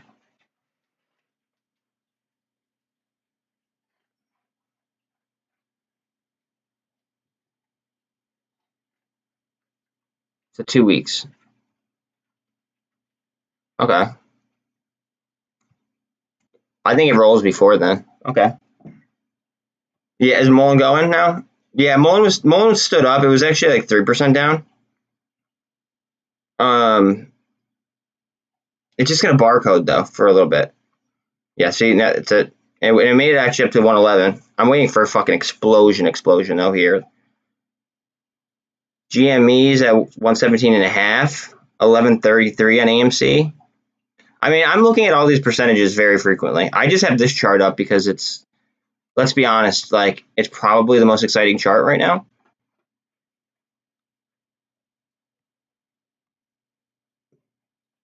These charts probably all look the same. Like BBIG and MULN probably are barcoding. They probably look almost identical without even looking. And then these charts probably look the same almost.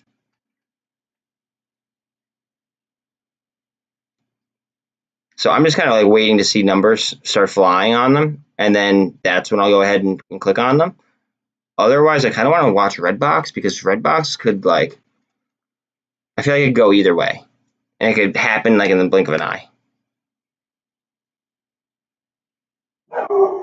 Especially because they opened up the options. Like, Lucky, chill out, bud.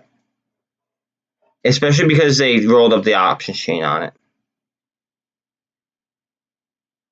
Like say, like Bella, stop. Jesus. So they added above 18 for this week and next, or well, I guess all time frames.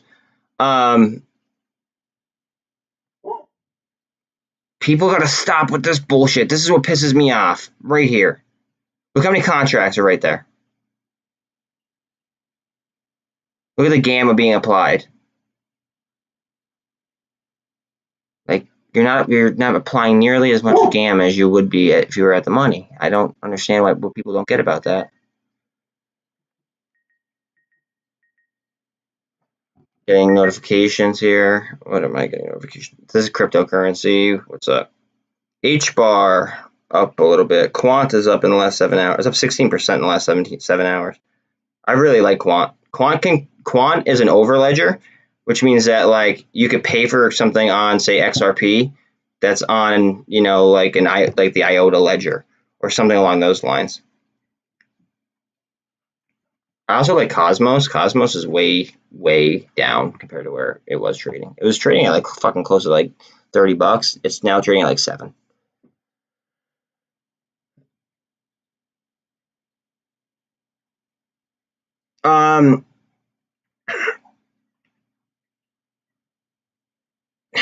I think what they're going to do is I think that they're going to announce it. Like I think that they're okay. So BBIG got pushed back by the SEC, right?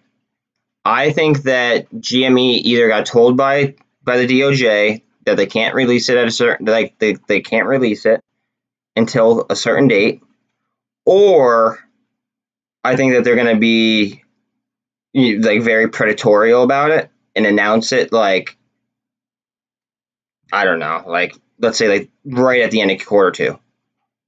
You know what I mean? Or like we could even say into July, right? But I think it's going to happen right near the BBIG deal. That's why I'm like pissed that they're holding back BBIG and they kind of gave BBIG like, I don't know, like kind of like a raw deal in the short term. But by giving it a date, it could then give us an advantage as well. So it's 6 in one hand, half a dozen in the other. It sucks, but like if you play it right, it could be a good thing. What up, Mac? Just because I don't respond to you immediately doesn't mean that I'm not going to see your message. I'm always going to look over. I just didn't like look over immediately. That's not how you spell my name either. There's no H.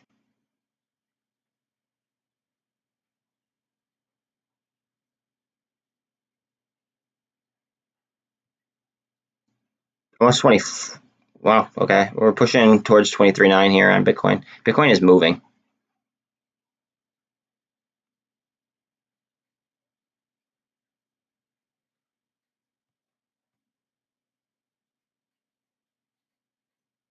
Don't call me that.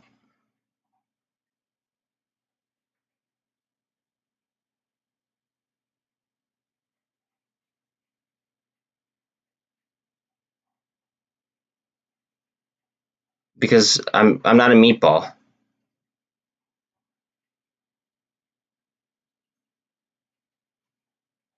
Oh my god. Over 1,000 cost to borrow max on Redbox. That's insane.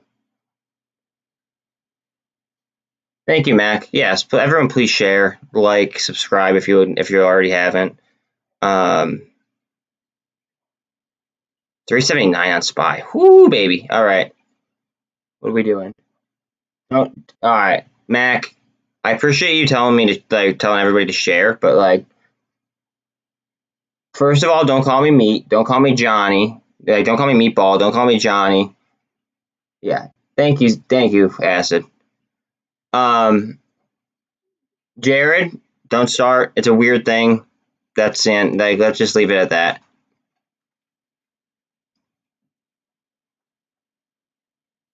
Not doing that today. Not on like a bloodbath day, especially like where like we got to be like.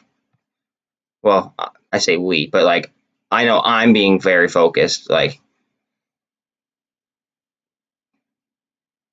if I'm up like 5 figures, like okay, yeah, let's joke around a little bit if you really want to. But like I'm working and the market is getting clobbered, so I don't really want to joke around. Coming down to 200. Hit the 200. Are we gonna go to view up? All right, Jared, just stop with what you're saying, or you're gonna end up in timeout next. It's a weird thing that people want. It's fucking weird.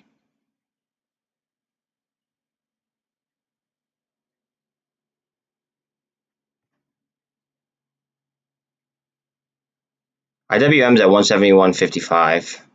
Qs are at 278.80. TLT is at 110 and change. We are under 17 on the UVXY. CEI is at 50 cents. ETH it has 1250. 23,850 here on Bitcoin. 379 and change on SPY. It's just SPY's moving. All right, Jared, you got to stop. Stop. Like I'm giving you a hard stop on that one. Just stop with what you're doing, please. Like I don't want him to have to like boot you too. 379.5 on SPY. Stop talking about what you're talking about. That's what I'm telling you to do. Like it's pretty simple.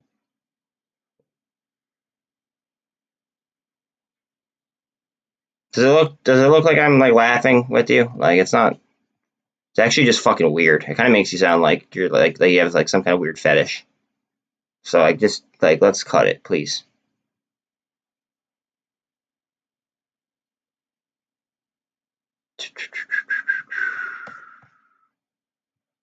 What are we doing here? Just consolidating. Just consolidating. What are we gonna do?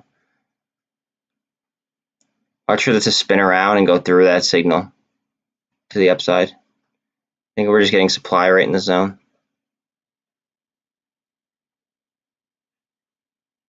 Why am I so serious? Because I'm working.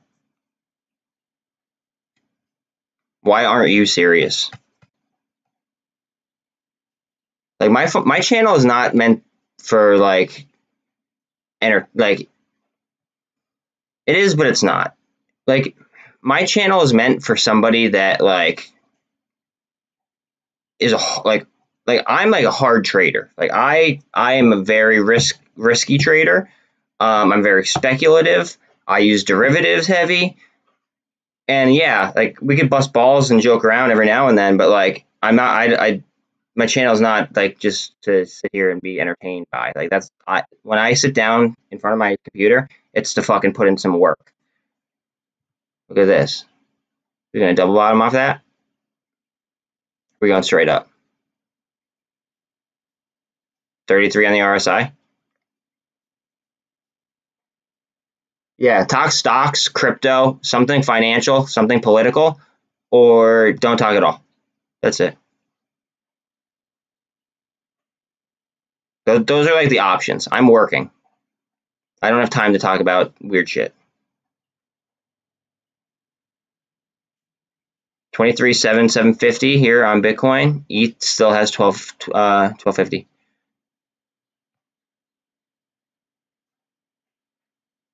Getting supply at the VWAP and at 200.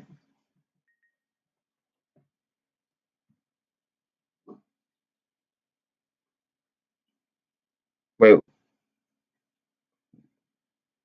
they're shaking at like big bounce 16, 16. Yeah, oh, I think so. I think we get it bounce up.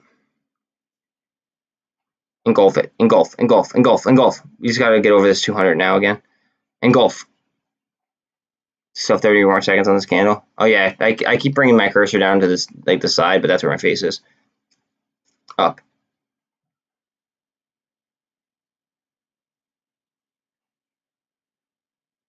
Ten seconds left on the candle.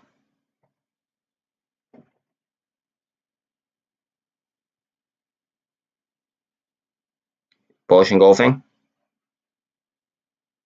Keep going. Keep going. That's very bullish. That's a bullish engulfing candle. Up, up, up, up, up.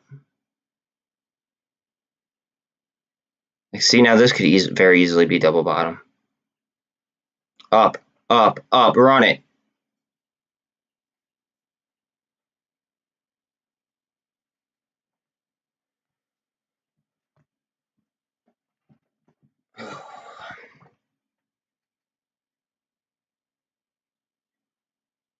See, the thing is, it's like a kind of like a conundrum though, because I do need chat rate, so it's like, I'll let them go. It's just like some stuff is just too weird for me not to say like no. Like I gotta draw a hard line in the sand at some shit. Yeah, it's just chilling, dude. It's at 48. It's kind of larger frame. 50, 52 on a 10, 64 on a 30, 76 on a 1 hour, 86 on a 2 hour. So RSI though, like you said, at some point it's not going to matter. It just when is that point going to be? Obviously, you know what I mean. I wish we all knew the answer to that question.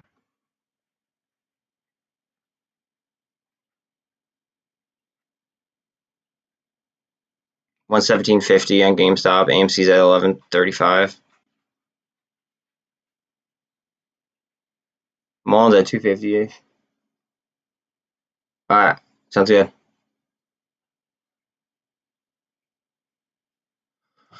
Oh, red box, come on, baby.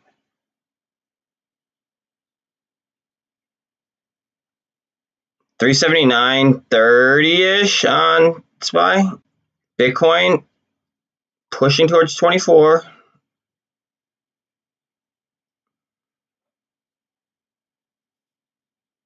UVXY still has 17.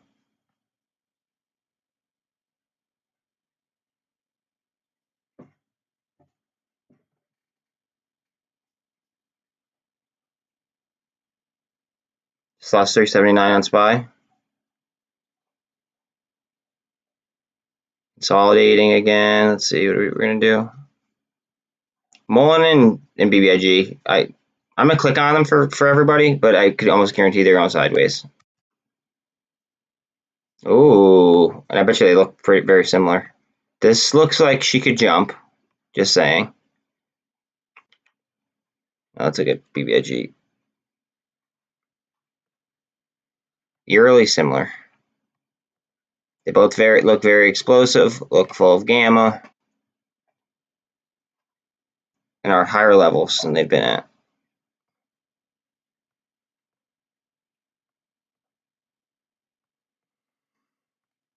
What scares me is the fact that Mullen put out info that they're going to offer. They're going to offer a five-year warrants, right? This is to raise money. They're going to put out 5-year warrants. They are going to bloat the stock a little bit, right? But in turn, they're almost doubling their market cap. And then they're going to be put into the Russell. And in the Russell, then they're going to have to be algorithmically purchased. So it's like, I don't know how to feel about it. Like, yeah, it sucks for like the short trade, I think. Like people might go ahead and panic sell, but the thing is like if you're in it long, then you should be happy because we need to mass produce, in my opinion. And also, if like as far as a short-term trade goes, like it makes the shorts position like worse fundamentally, in my opinion, because it gives us more ammo in order to go ahead and to start mass production. I don't know. A lot of people are going to spread FUD about it, but I like the whole Series D. Series D is classified as stock that isn't typically given out. It's more so for like a SPAC or so special acquisition or a merger. I think we're going to get bought out, to be quite honest, on Mullen. I personally, like, I'm speculating here. That's not fact. I think that we're going to get bought out. I think that what they're going to do is they're going to try to make it as cheap as possible, and then we're going to get purchased by somebody. That would be the smarter of the two options for whoever the purchaser is, whether it's QuantumScape, whether it's Fiat, whether it doesn't matter who it is. I just think it's instead of creating their own battery, why not just buy the leading battery company in the world? It's like, why not just buy them out?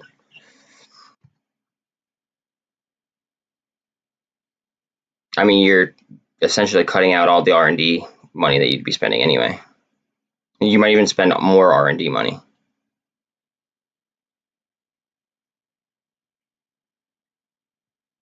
We have 24 on Bitcoin. 24.1 to be specific. We have 379.5 on SPY.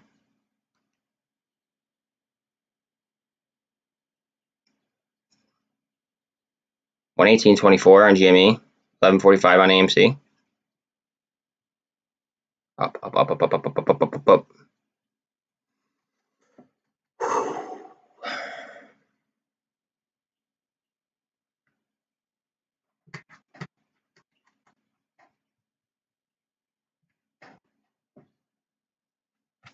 to the downside.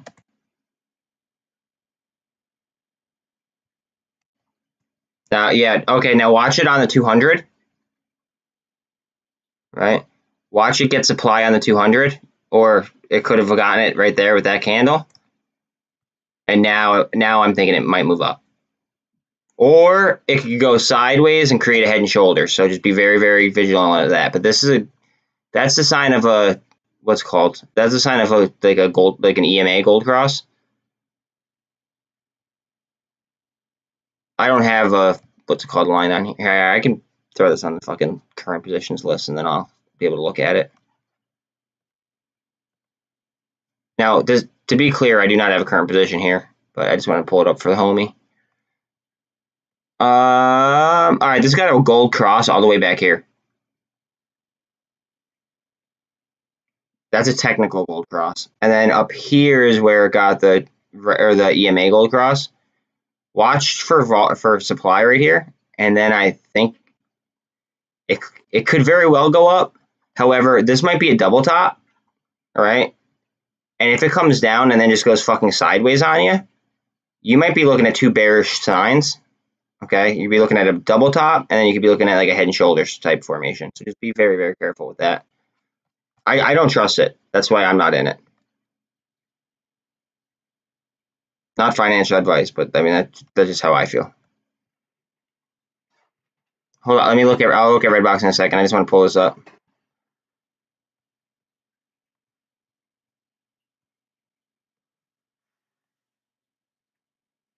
This is like the longest cup and handle I think I've ever seen in my entire life. I'm gonna ignore that real quick, but like, all right, you're talking about Redbox. Higher lows in the last hour.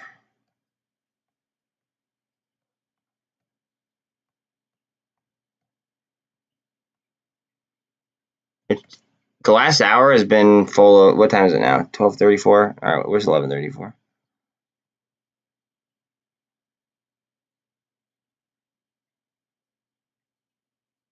I mean, since 11:34, it's gone down. But remember, at 11:30 is when they stopped trading in Europe.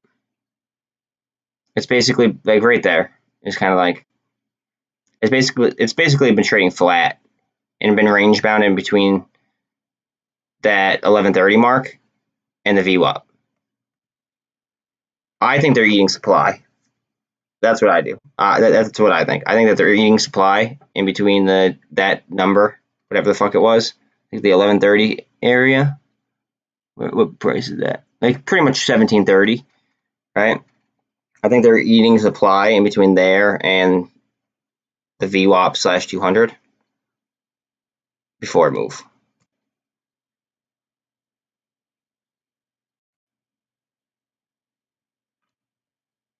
There's GME 118.76.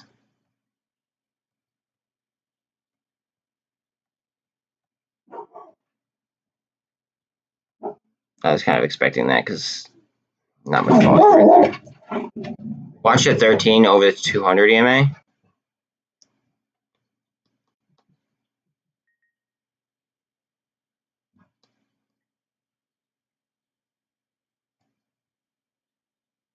We're going to have to be vigilant of that one.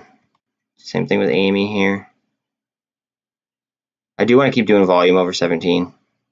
And obviously, I want to get above 18. 18 is going to be, like, you know how I said about 11.50, 12, like that area? That's how I kind of feel about 18 to 19.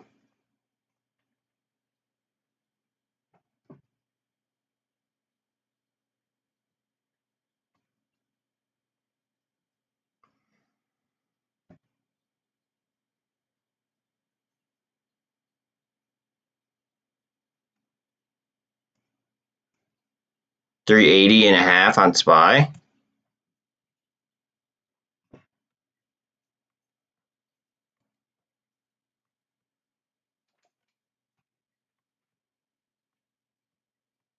It's getting tighter. So you couldn't tell if we were getting higher lows or not, right? I don't think we were. I think we were becoming range bound. But look how tight these moving averages are now on top of each other. Ignore the VWAP and the 200, but they notice all the other fucking moving averages, even the 50s in there with all the other EMAs.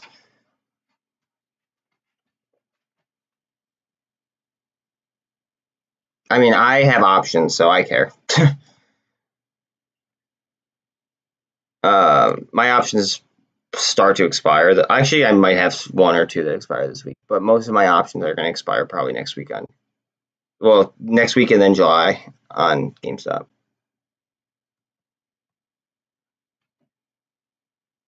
So I care about price there.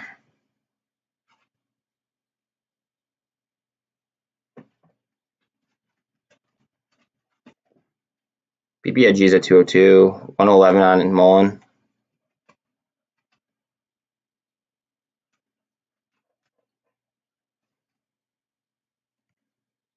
Yeah, exactly. So it tightens, and then there's no more supply left. So what's going to happen? Chances are they're going to fucking spring. Like see how they're getting wound up? Above, below, above. They're eating supply at this at the area. Like see how it's not doing anything on the MACD? It's just flat. But it's doing volume, so it's tightening. There's only like a certain amount of supply that is going to be available at every level almost.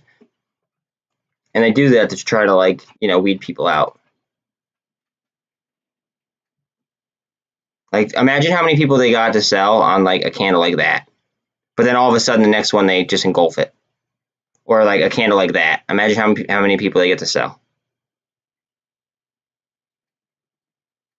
They kind of get people that aren't convinced like in their position.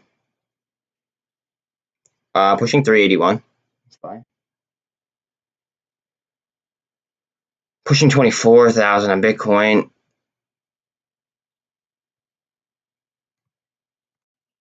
And I do like how the volume, like a majority of the volume is above 17. It's not right this second, but a majority of the volume is going to be above 17.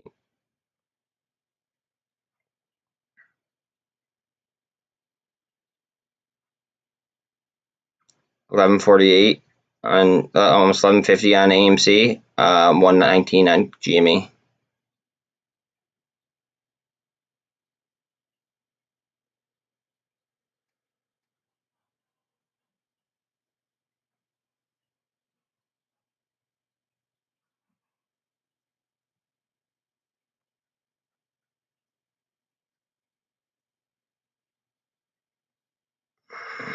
UVXY lost 17, 16, almost 16 and a half, 1664, 65.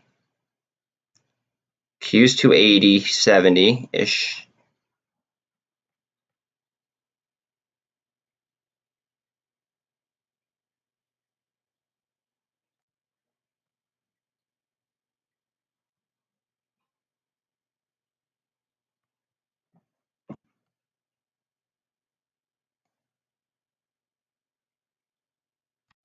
All right, remember how I did a GAN fan or a GAN fan? I gotta figure out how to fucking pronounce that properly so I don't mispronounce it. I'm gonna do that again. And watch, as soon as I'm gonna do it, it's gonna break it. I'm doing it off that candle right there.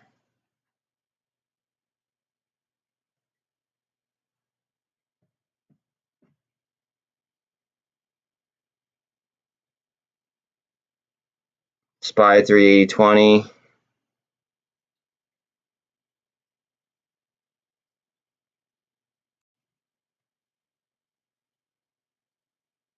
Oh gosh, here we go. Come on. Bullish engulfing. Oh, close. So see how it came down here, 8 supply, and then almost did a full bullish engulfing? Like, they're just trying to scare people out, it looks like to me. But what the fuck do I know?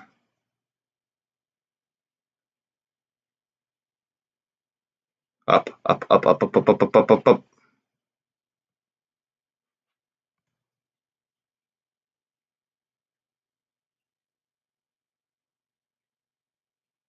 MULN 110, ATR 253. ATR has numbers and has naked shorts confirmed. So be mindful.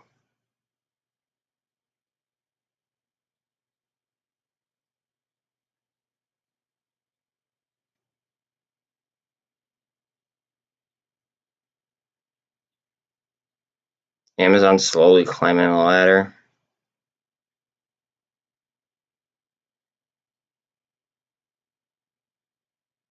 Alibaba is still under 100.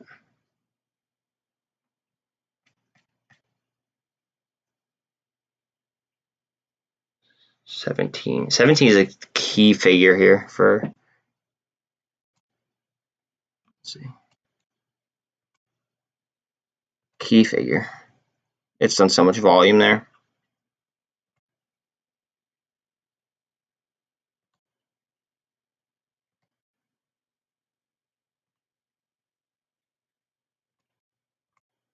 That's for the future. That's not for right this second. I think we're going to bounce here in a minute.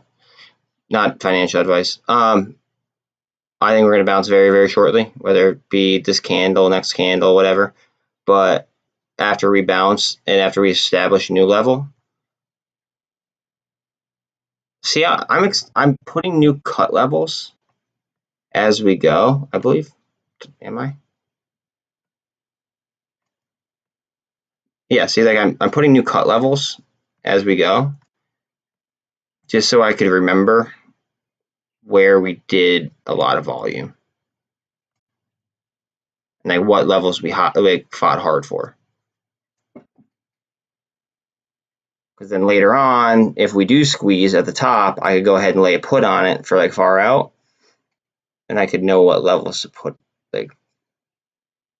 put it at. Like if we're doing volume here at 17, I would know like, hey, okay, if we're at, like say it gets all the way up to fucking like 40 on short squeeze, right?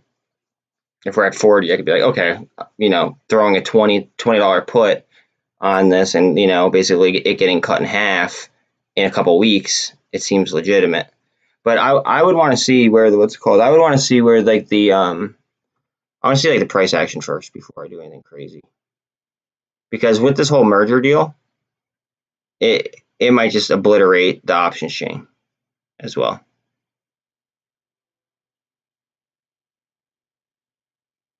That's why doing long options kind of scare the shit out of me right this second.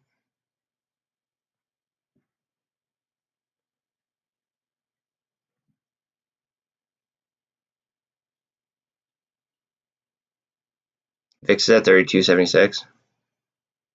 Just under 17 on GVXY. Qs do have 280.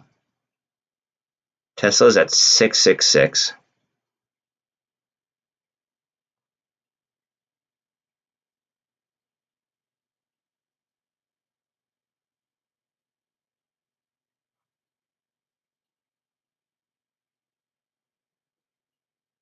Almost 1150, almost or 118.50. Well, yeah, 118.59 here on GME. You're gonna get it. Come on, up. Come on, you silly little slut. Let's go.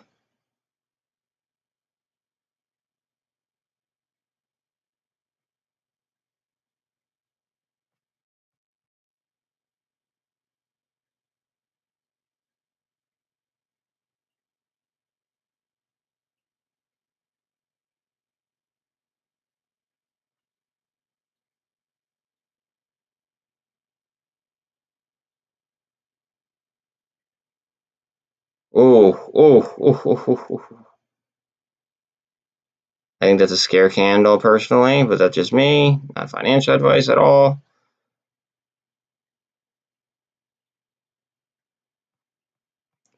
Engulf that shit. Engulf it. Engulf.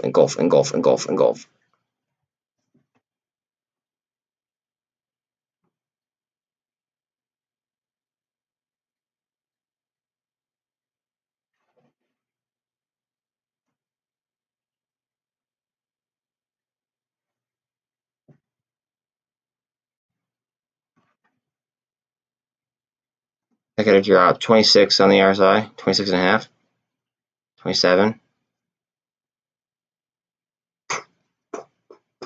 Come on. It's gonna run out of supply to be eaten. Like that's the deal. That's how this works. See, like they bounce it off the VWAP. That's the average, the volume weighted average pricing. They've been bouncing it off that. They ate all the supply. So now what do? They throw a fucking short at it and see how many people they could get to sell. That theoretically makes sense, right? And now we should go up at least back to this trend line. We might have a little bit of trouble getting past the VWAP, I don't know. But we should get back up to here.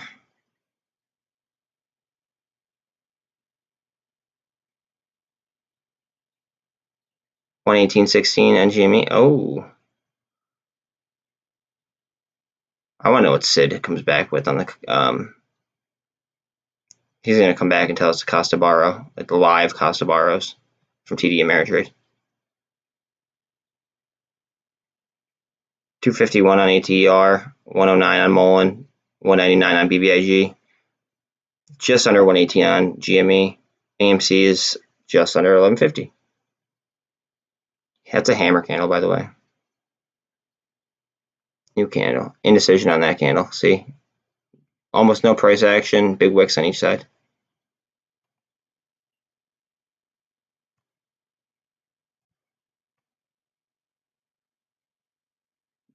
Low volume.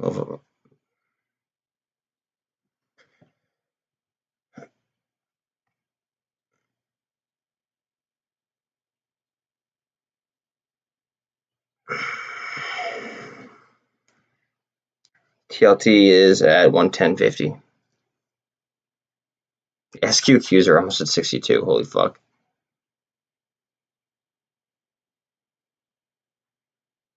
What are Coinbase shares at? My only issue with buying Coinbase, because they have a good balance sheet, because I think that they're going to go up as crypto goes up, which I think crypto's almost done going down.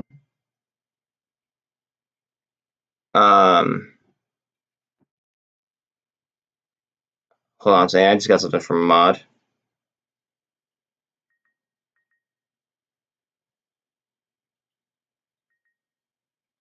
The answer is yes. Zip.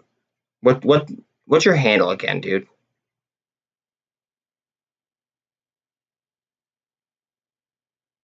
Or did you link me and it would be in no? What's your handle, Zip? Watch this go.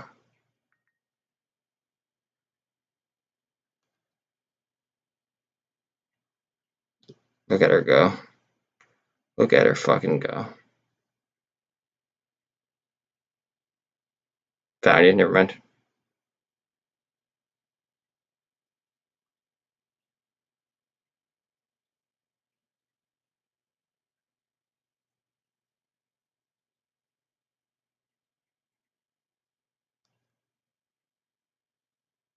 I got you, homie. I got you. Got you.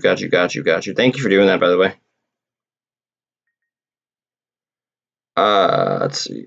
XLM up 5.4% in the last 8 hours.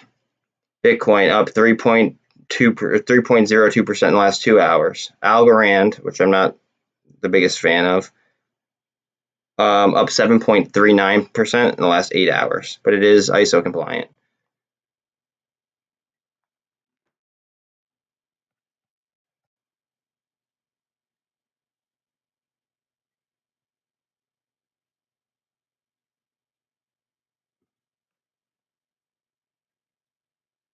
See, I wouldn't call that really a double top, obviously.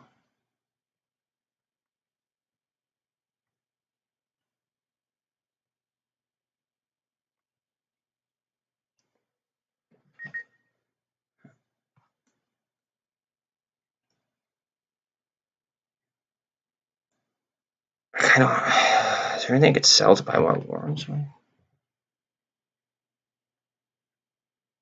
I don't want to sell those calls. Fuck.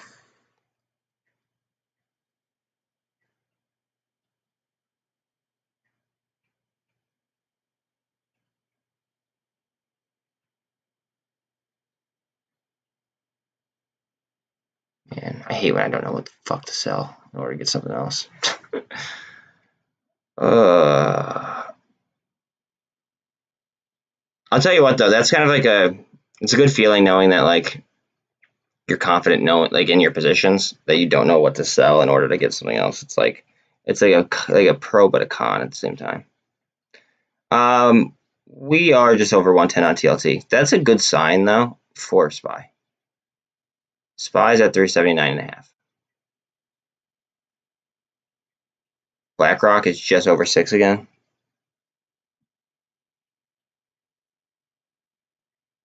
Blackstone still under 100.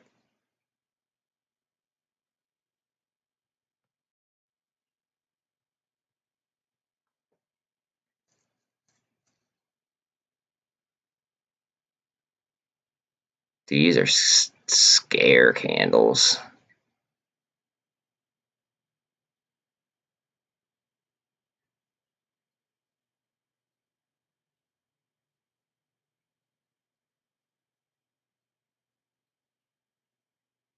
So remember what I said about Revlon, okay? They are they had a good what's it called?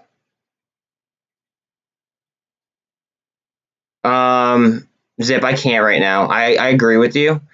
I should do that, but I can't right now while I'm live streaming. The only one who would probably have enough karma to do that would probably be Tim, and I don't know if he's in here as far as Reddit goes. Anyways, on Revlon, guys, right? They got a good report on Friday that said that they were basically the second largest like cosmetics company in the world. Okay, like even L'Oreal is behind them. But then the Wall Street Journal, who has loose ties to they have ties with Ken Griffin, which are I guess it's not directly connected to Citadel, but it is because Ken Griffin. So it's loosely connected to Citadel. And it was down 52% last session. Now it's down another 44% this session. Short interest is high on it.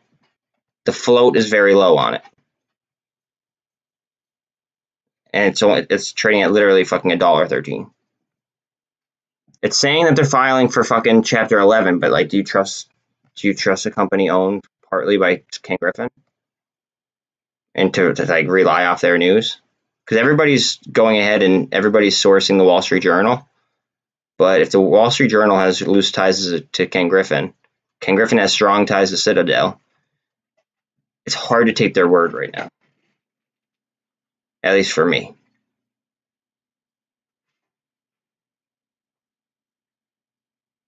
They could be stop loss hunting. They could be stop loss hunting 16.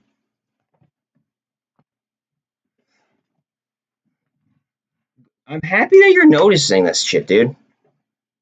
See, all right, so now we're below 16. Watch it. Well, let's see if we come up. We might double bottom off this. What's that? 86.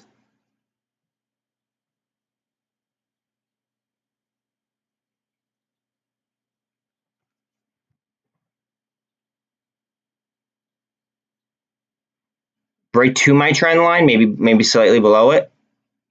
Up, up, up, up, up, up, up, up, up. You slut, up.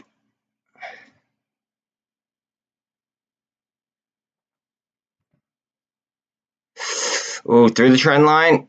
Get up there. Up, up. 20 seconds on the candle. I'm going to look at the options chain if this finishes below that trend line. Because they might be slapping the puts on the options chain, adding like negative gamma to the situation. That's why I'm saying like adding options could either be very beneficial to us or they could be very bad for us.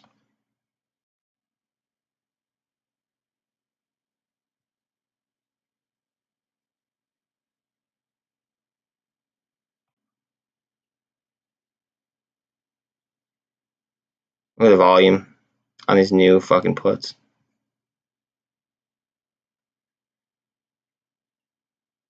Stop loss hunting. Down to 1575. You son of a bitch. I hate them. Oh, I hate these institutions. That's so grimy. Look, we're gonna get some bullish engulfings up, I bet. Oh, the stop loss hunting down to 1575 even. I had them coming down to like this, like to the trend line, but they dropped it all the way down to 1575. That's got to be stop loss hunting.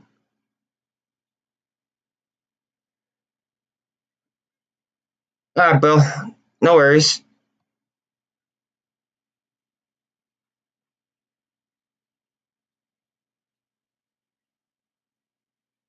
$11.30 on AMC. 116.65 on GME. Indecision right there on this candle. See that? Indecision up, indecision down. What are we doing? Volume at the trend line. See, guys, they're eating supply. They're eating fucking supply. So they went stop loss hunting, right? Now, I guarantee there's a bunch of people that are scared shitless and that are trying to sell their shares, right? So what are they going to do? If they try to stop loss hunt all the way down to 1575, chances are they're going to go ahead and they're going to eat those shares.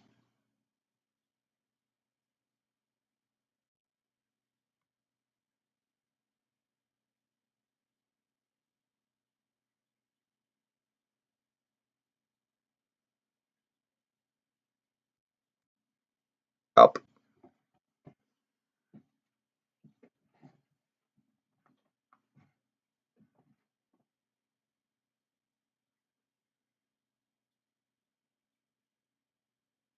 Uh-oh.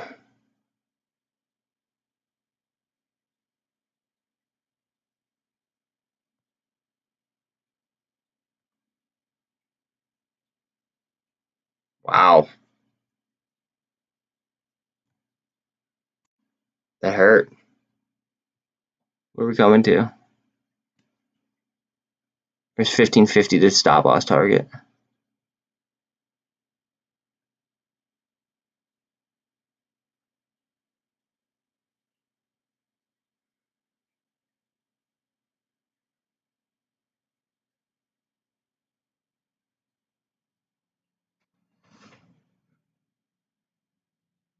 UVXY 1714. VIX is at 3266. So VIX isn't as high, but UVXY is going up. Interesting. Qs are 278. 1133 on AMC, 116.65 on GME, BBIG is at 196. MULN at 108. 23,000, almost 700 on Bitcoin, slightly below. ETH is at 1239.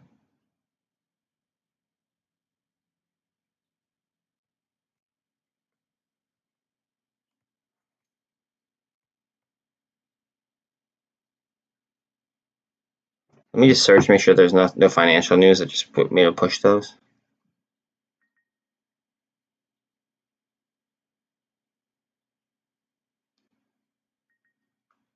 Oh, I just saw something that was said live on it. Hold on a second. I thought it said House Committee or something.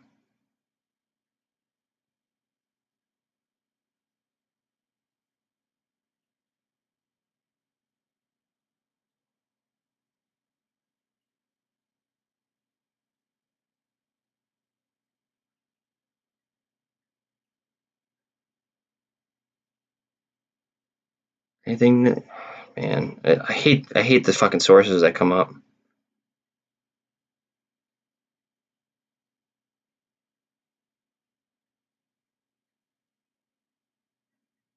It's like fucking like CNBC. Like, no thanks.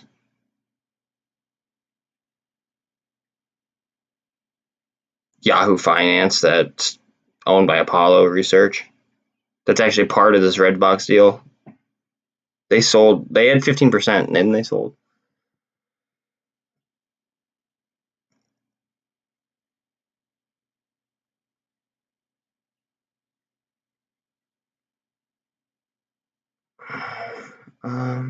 House Committee. Just want to make sure there's no live things. Watch live. Oh, they're doing a House Committee meeting about the January 6th fucking bullshit that went on at the Capitol building. That's what's happening right now.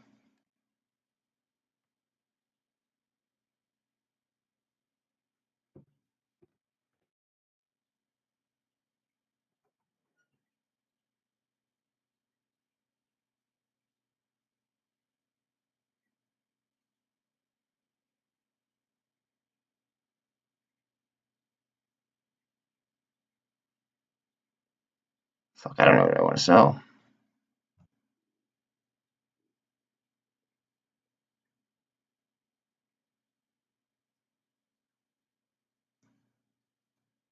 No, I shouldn't sell Amazon. Ugh, what am I doing? Not gonna sell AMC calls either. Son of a bitch. I get like stuck in some of these positions just because like I'm comfortable with them.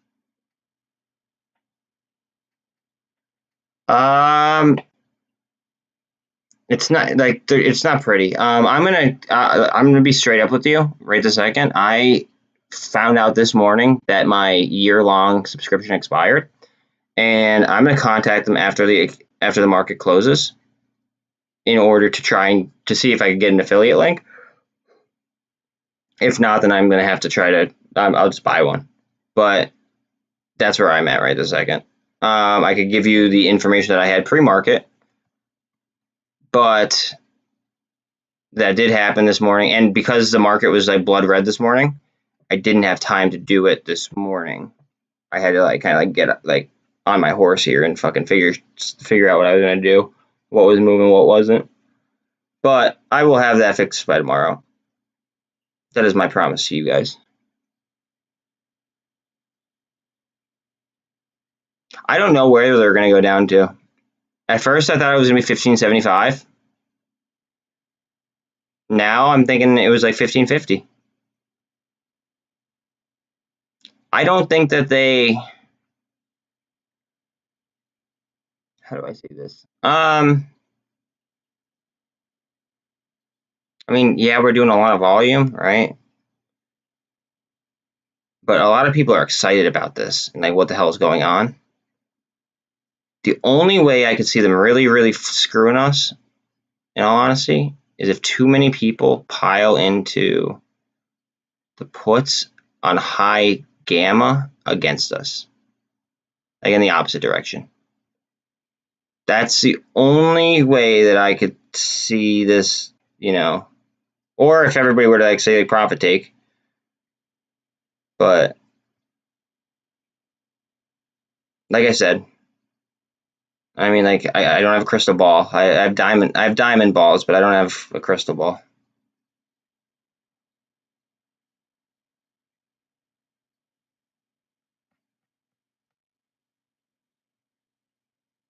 See, the thing is my Ortex was working on my desktop, but it wasn't working on my laptop. As weird as that was. So I was like, okay, well, like maybe I'm just logged into too many devices or something. And then today I went to go look, and I was like blanked, and it was like fucking like 8:30, and I go live at 8:50. So I was like, I'm just gonna go ahead. I'm just gonna figure it out today. I'll just like trade off the chart, but I'll have that fixed by tomorrow. I'm gonna reach out to S3 partners and see if I could get S3 instead. Actually, I mean, like, or both necessarily, but S3 is like that's like what like professional traders use. Like that's what like the people on Wall Street are using, are like S3 partners. That's like one of the many. S3 partners is like, I believe, a couple $1,000. But I mean, like, I might as well try. It won't hurt to try, basically.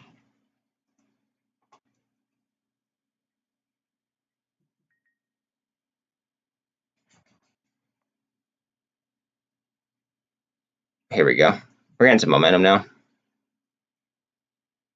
So indecision, inverted hammer, indecision, indecision, hammer, indecision, bullish, bullish with some indecision. Now we're getting some follow through.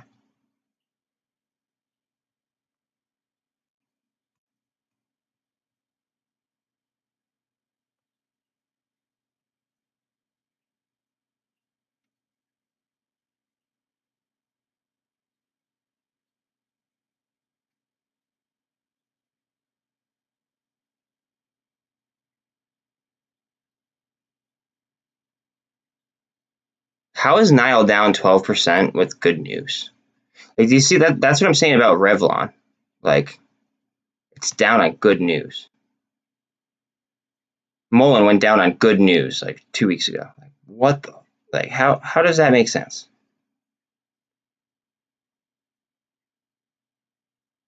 Stop loss hunting. So they're dirty. So anybody who, like, after it just got bought up, if somebody plays a stop loss right there, right? Like, after like we're kind of climbing out, they literally just brought it down to slap it again. Oh God, it really seems like they're desperate on this one. I'm not even worried.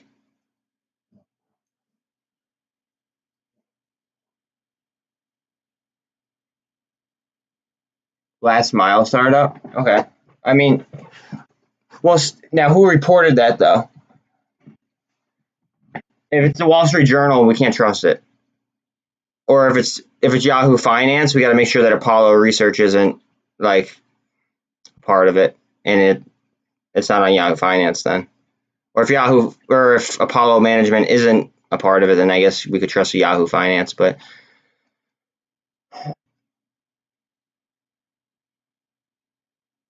we definitely got to find out who that source is. CNBC. Okay, hold on a second. Click on that. Published 4 hours ago. Last Mile Solutions. Okay.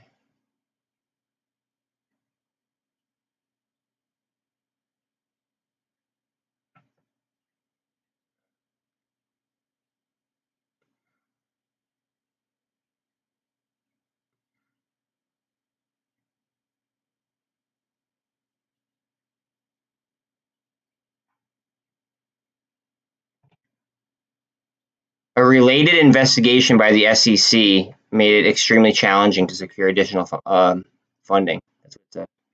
Although also keep in mind that this is one less competitor for Mullen. One less competitor for Mullen. That's the way I'd look at it.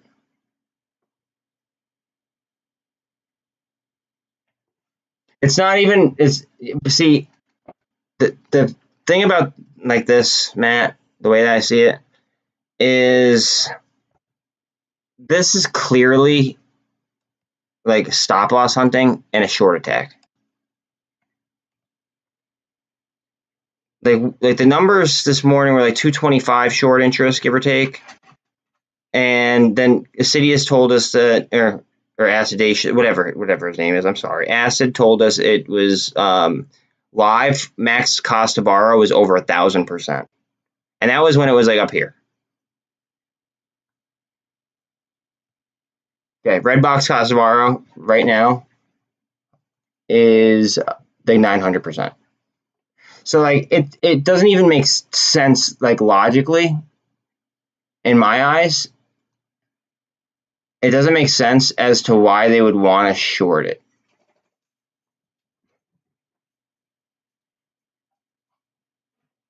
Why would you like even want to get like? I would just stay as far the fuck away as possible if I were them, but I'm not them.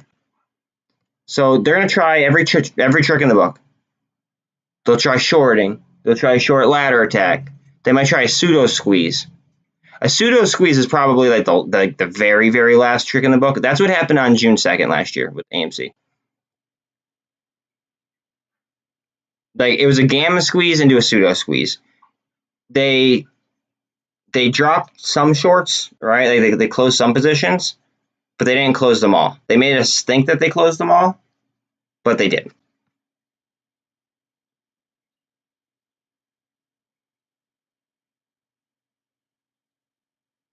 See, I don't think Redbox will, because they have to come up with the what's it called? They have to come up with the shares.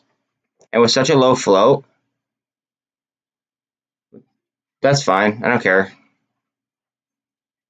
I'm glad that I'm living rent free in his head.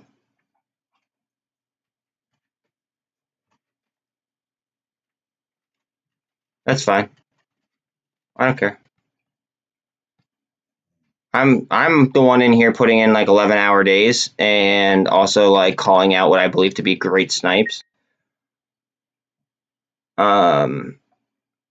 So it is what it is. You gotta let my dog out though. I care more about my dogs than what somebody with the name Gumball in their name has to say about me.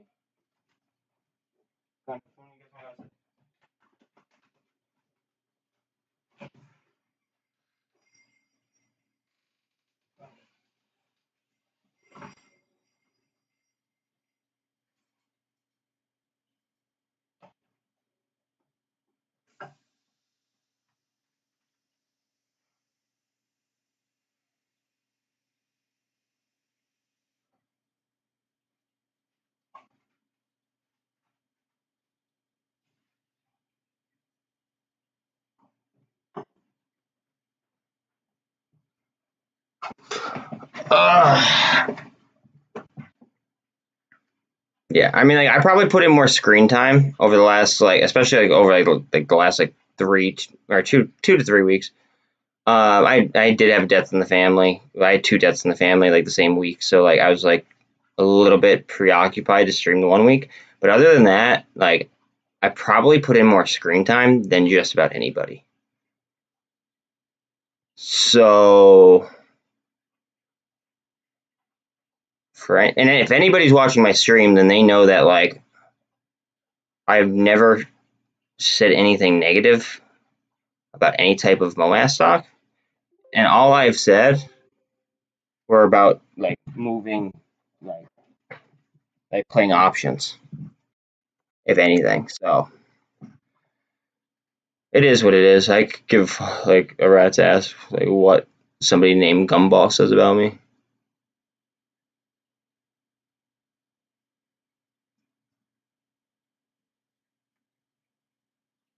MPP, not in it, but it is moving back up for you.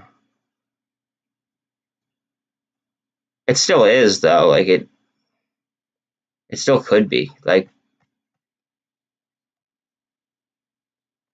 all right, so this could be shorting, a mix of shorts, and it could be a mix of panic selling, right?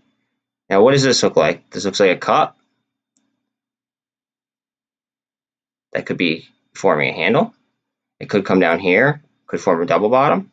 Now, if it drops down to the bottom, right, like that, now we got to go ahead. Now we got to pay attention, right?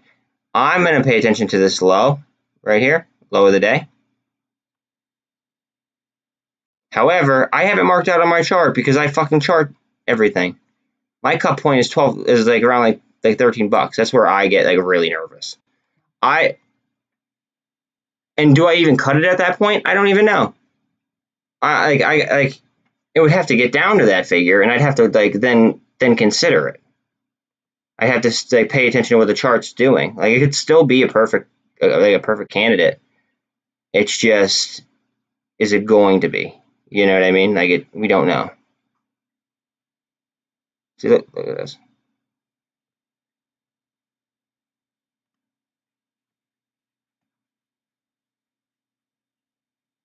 Yes.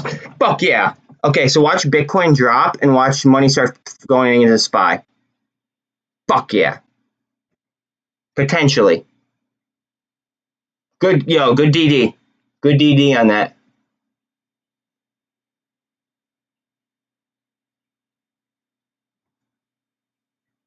I feel bounced because of what Greg just posted.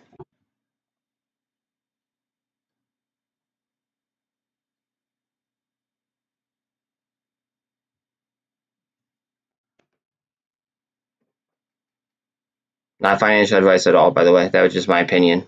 Because I don't think that Bitcoin serves a purpose that XRP can't.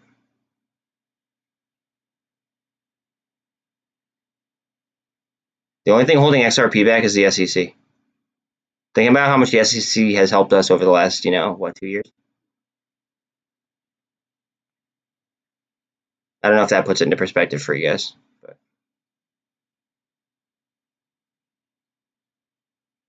Watch money come out of here and go into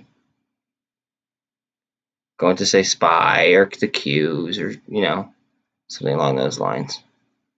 Now the stocks that rely on Bitcoin mining, like Nile, that might be why Nile is down. Stocks like that might suffer. Or that, maybe Riot, maybe MicroStrategies, maybe like basically any cryptocurrency mining company, any Bitcoin mining company might really feel the pain from something along these lines. Like the people with that trade what are they, like Bitcoin futures on exchange. It's like a Bitcoin trust, whatever. Like that might get hit.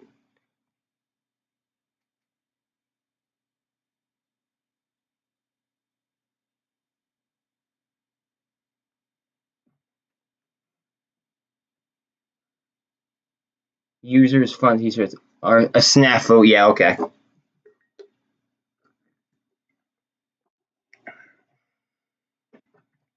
See, that's the beauty that with XRP, right?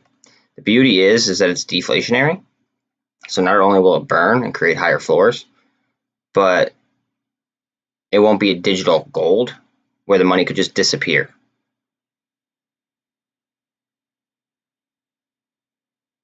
What if Bitcoin was created by a 3-letter agency, right? Because we don't have enough gold in our we don't have enough gold in our federal, like in the Federal Reserve or central bank. And what if we just don't have the shit to back it up? That's why Putin going ahead and pegging the ruble to gold. That's why it has the ruble outperforming every fucking currency in the world. Not saying what he's doing is a good thing, but I'm saying that at least he can manage his fucking money. Instead, we just keep printing it and printing it and printing it.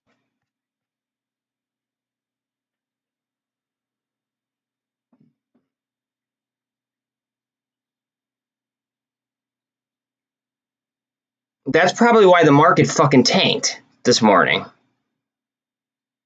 That could be a damn good reason as to why it would have tanked this morning.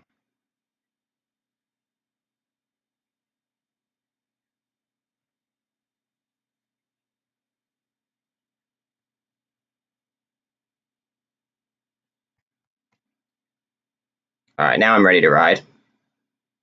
You got me jacked up, dude. So I think so too. Because they have fiscal responsibilities that they have to look at that gap up. Watch it come back down, slap that. They have fiscal responsibilities that they are going to have to do by the witching date, which is on the 17th. And then T+2, that means that the chances are they're going to want to do a lot of shit by the 15th.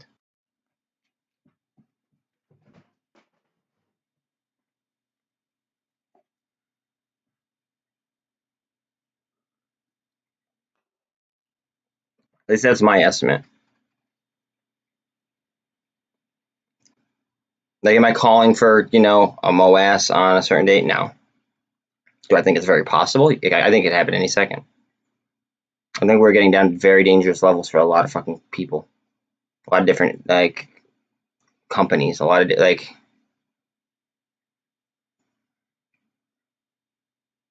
BlackRock's at $600 right now. Apple's at 133. Tesla's at 655.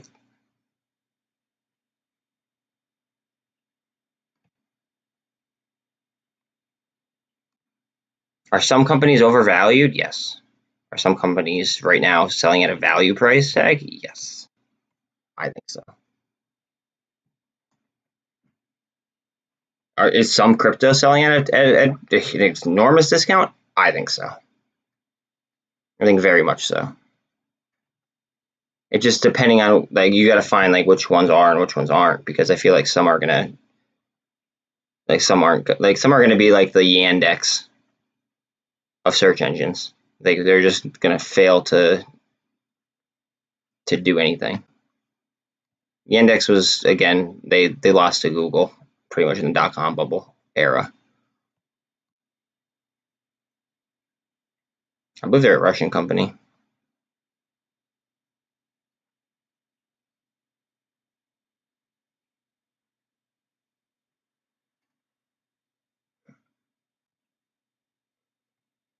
Oh, and also XRP is usable by every other country except for ours.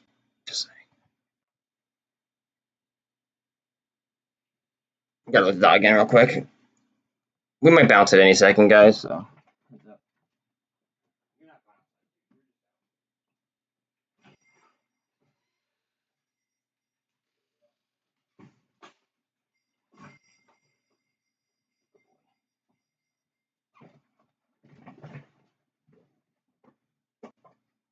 See, the USD might pick up though if the stock market just starts to like rip faces, which I think it could.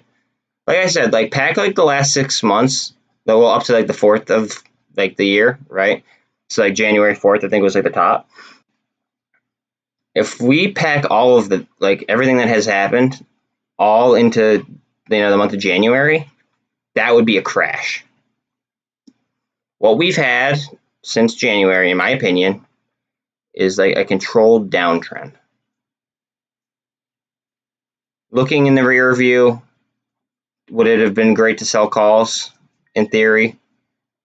Yeah, probably, right? But we didn't know that. Nobody knows except for the people in charge, the people with the power.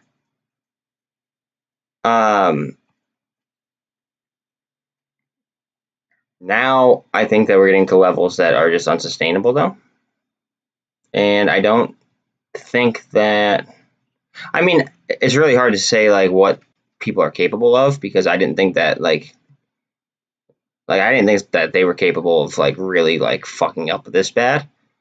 But like if they want any chance of keeping some seats, basically, I see them at least starting a recovery very soon.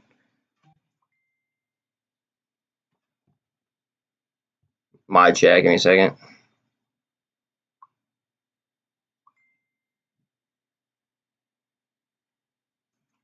Wow, okay, so Bitcoin trading is extremely increased. Thank you, Greg. So on Uphold, volume increased on Bitcoin. Now this is just Uphold alone. Volume increased on Bitcoin by 256%.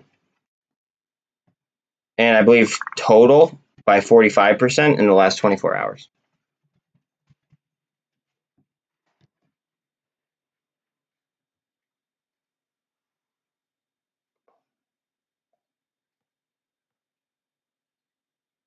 $11.33 on AMC, $118.50 on GME, $196 on BBIG, $108 on MULN.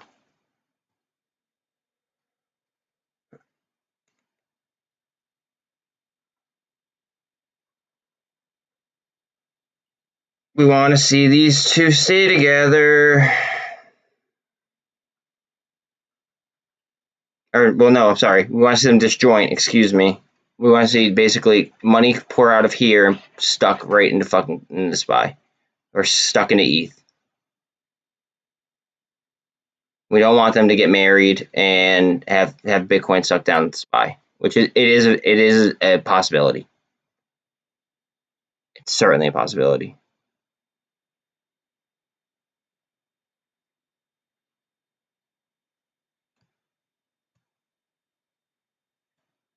Short, eating supply. Like all it probably took was like one short, and then they eat the supply from the panic sellers, eat the supply from the panic sellers, eat the supply from panic sellers, etc. And then we might just bounce right back up. Especially when you're looking at average volumes compared to the current volume. I mean, it makes sense. If it doesn't make sense, like somebody's just like shout it out, be like, "Yo, no, I don't think so." But like, I can't find anything that kind of stands differently. That's crazy that Bitcoin's trading like that, and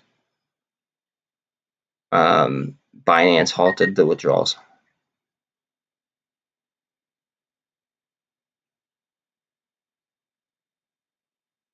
I mean, Zip, you do you, dog. I really love XRP.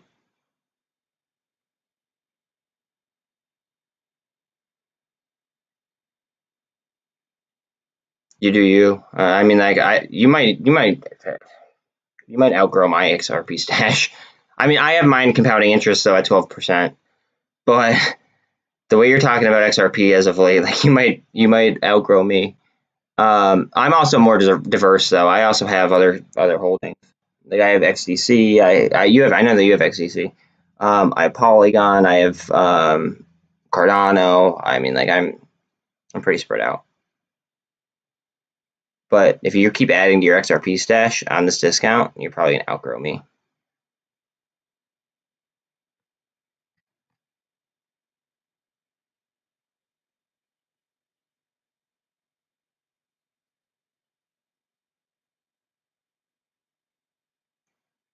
Under 350 on the warrants right now. Your brother's about to be rich as fuck as soon as the lawsuit comes out, I think. Not financial advice, but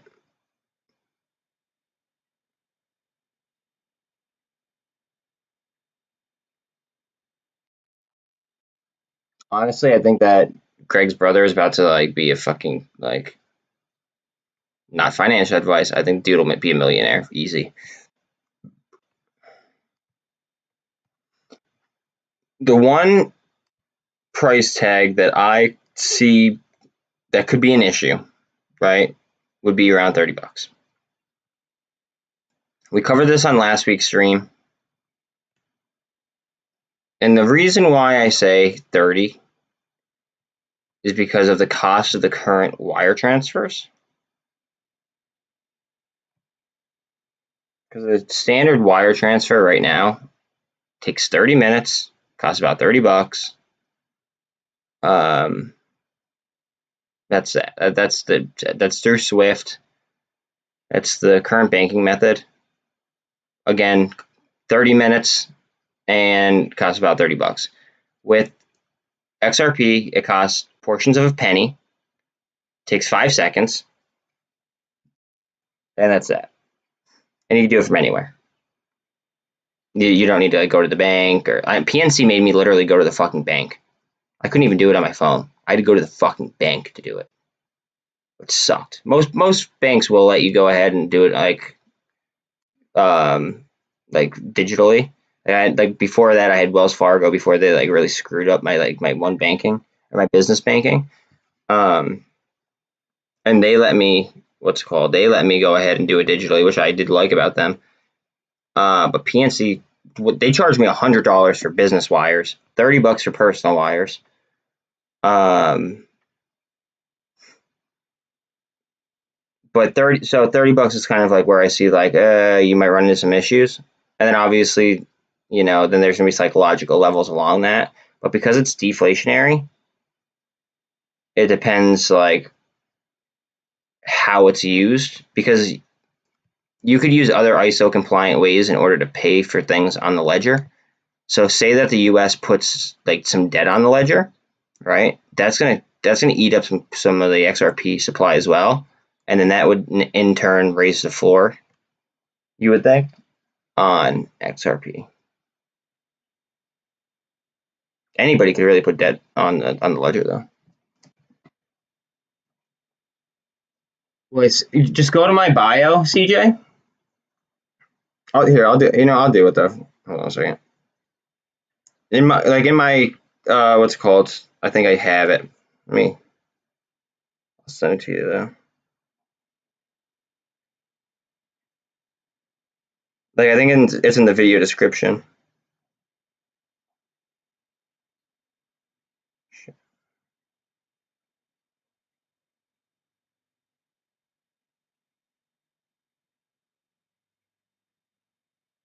The fuck?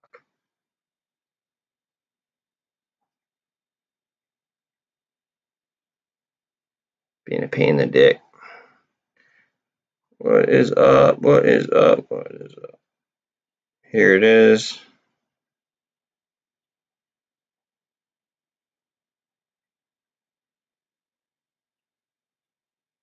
There you go. I appreciate that, Con. Don't be what's it called now. Don't be messaging and driving. Gotta look out for your safety. Power flex, don't be flexing on them without us. You gotta let us know when we're about to do it.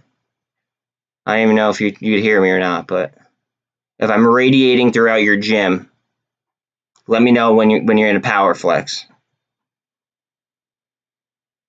277.5 on the Qs. Spies at 377.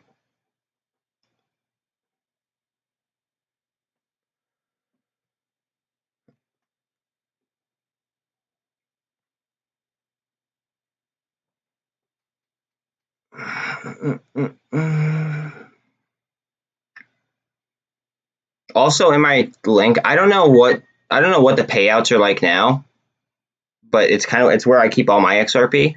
It's called Nexo. They're partnered with Backed Holdings, which is a registered security that I'm actually a fan of. So it's right here, Backed Holdings. So they're partnered with Backed Holdings. Okay. They insure they insure your holdings. So basically, I think I think it's a sufficient wallet because they offer excellent fucking they offer excellent rates. I believe Celsius got fucked up though. Like something very competitive to them. Celsius got fucked up though, if I'm not mistaken. But I don't think Celsius is paired with a registered security because then they would be eligible for SIPC insurance, which is up to $250,000, and the assets that are within that account.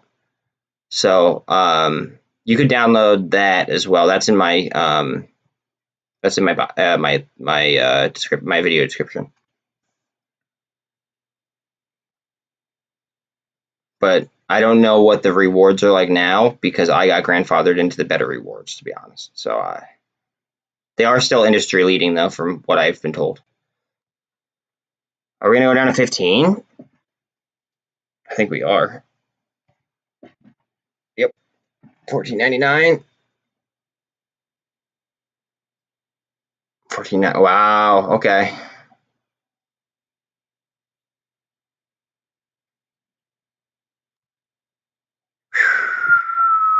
I gotta sell something, buy some more.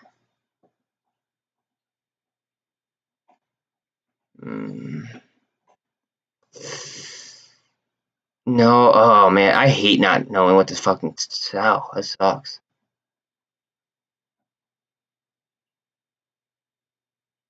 No. That's rough. I would spot more.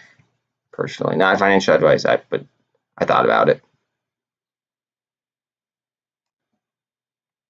See how they're following them, but in a weighted manner. Obviously, you're going to lose more, but you could make a lot more too.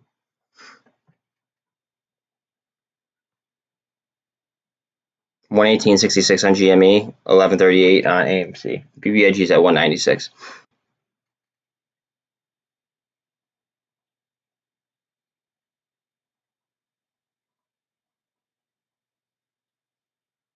MNTS, this is a SpaceX play. They're down 15% almost on the day, 14.5. Under 240.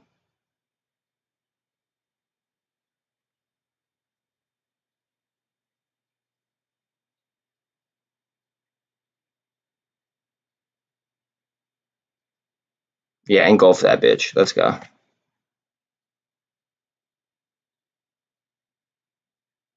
Skirt.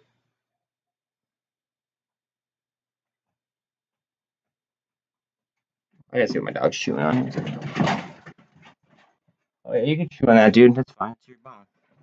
It sounds like plastic, dude. You're good.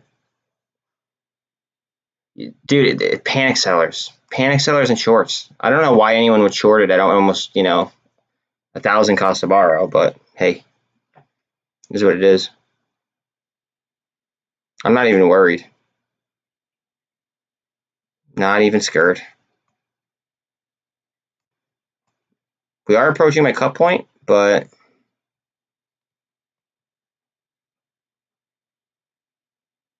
I don't know.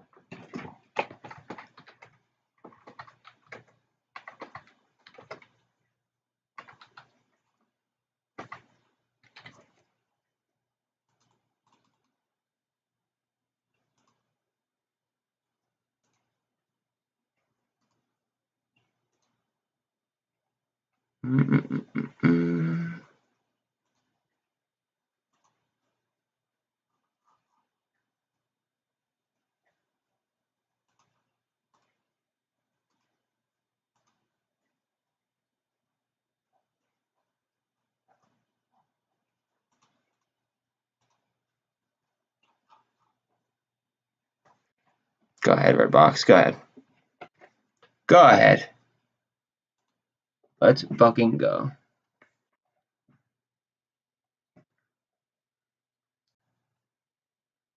I mean, honestly, like, I'm chilling. Is what it is.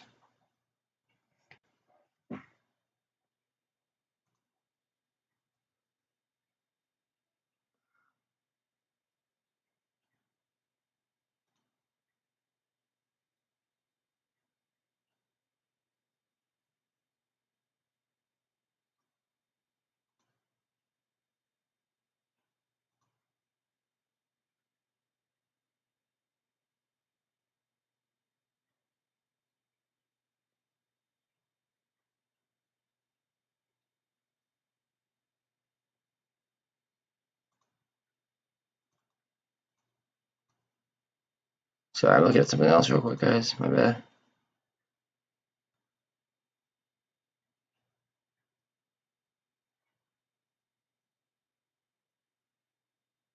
Wow, okay. Bet.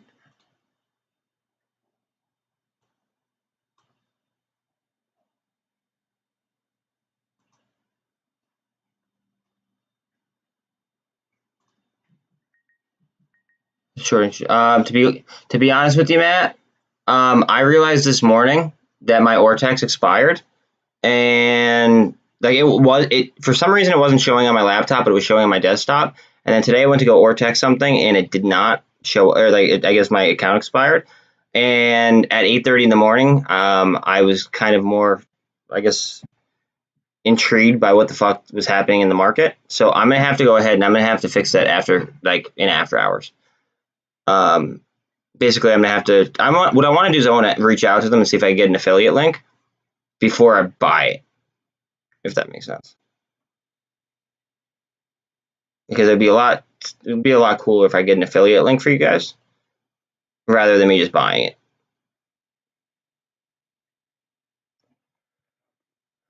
However, Zip, or no, not Zip, Acidacious, who was in here, Acidious, sorry. He's gonna check the live Casa bar for us. He checked it earlier and it was at like 900%, and that's by calling his broker and actually getting the live Costa Barro, not the BS. Push, push, push, push, push, push. Come on.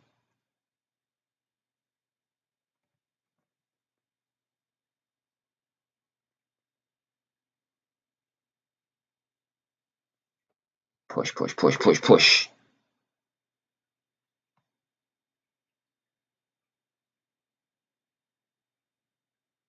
$119.88 on GME, $11.45 on AMC.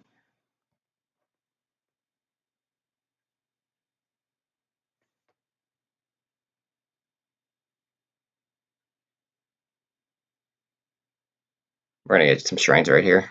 Look at this. This is just setting up strong. Candle formations. You could just tell by the candles, bro. So we struggled so hard range bound in between here, and we did so much volume, right? And then all of a sudden we got here, and we got to push down. I guarantee there were panic sellers, right? And then they just kept pushing it, and then like the panic sellers just kind of make it a self-fulfilling prophecy, right? They get up to here, and then they short it again because they just got that many positions out of it. And then they eat it up, and bang, again, and now look where we are. So it just like scaring people out of positions. That's all of this is psychology. This is this whole entire situation that we're in, they're going to use psychology against us. I'm not even phased. I am not even phased by this.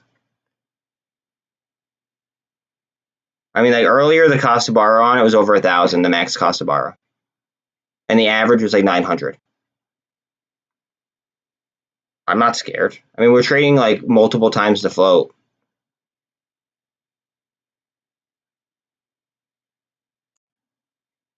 Not even scared. They rolled up the, what's it called? They rolled up the options chain.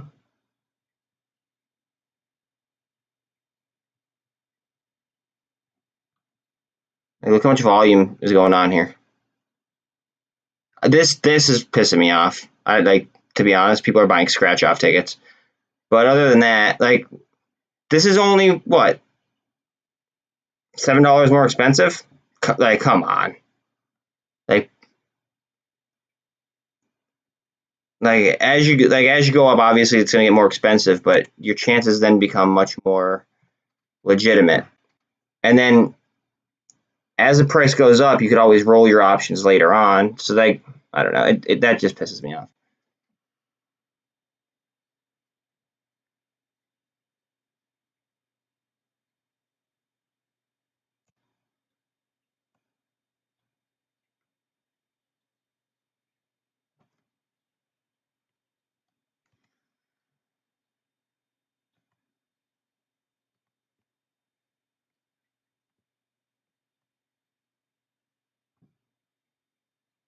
Up, cup and handle.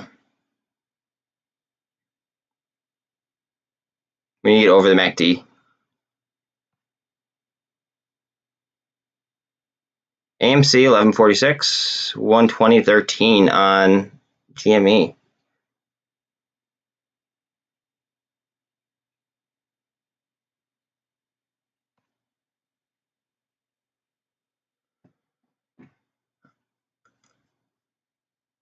Oh, and what's going on with Bitcoin? Bitcoin, it's still at 23.4, even though that news is now getting a little bit more spread out about the withdrawals getting paused on Binance. I think that is a very large source of why we started the day where we did.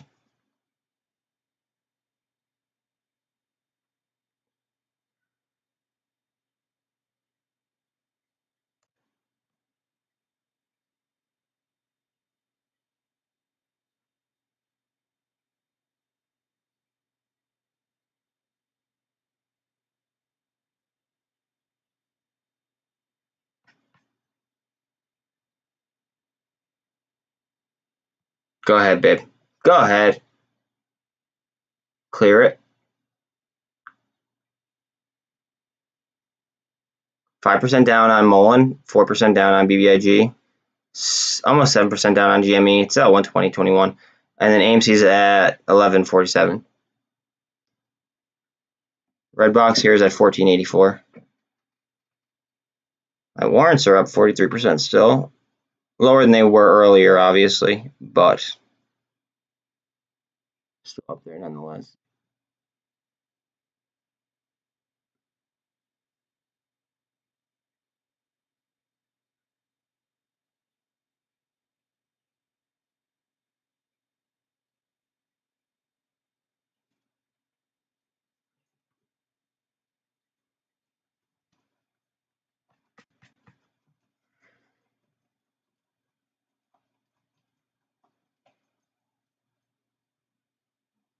We also have to like pay attention to the volume too. You notice like when the volume spikes, notice when it doesn't, like. So like even throughout this, it's been like kind of low volume for the most part, except for the big sell candles.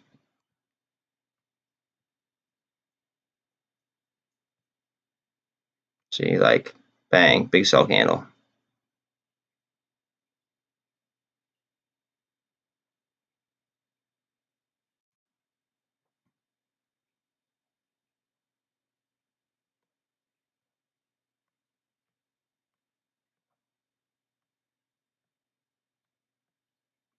All right, we need to clear 1154 right here.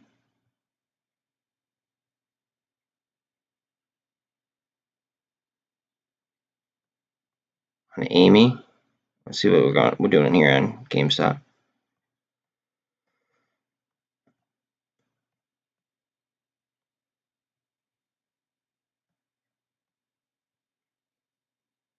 She could go.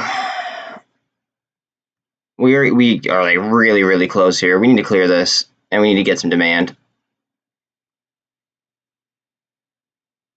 120.53, and we need some demand. Heavy. Come on.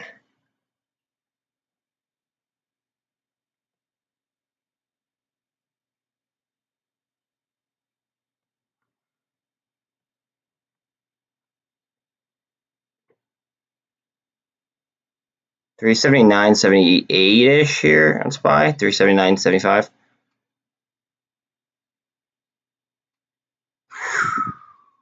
Gap fill.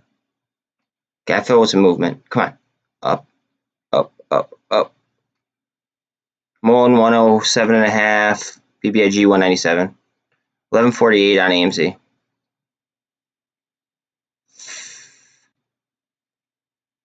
Might come and touch the 13, hopefully, for some support. Excuse me, 379.93 here on SPY. Getting a candle on Redbox, so I'm going to pull this back up. 1480 flat. It's cup, handle. Might form another cup and then handle out of that again. That's a typical movement.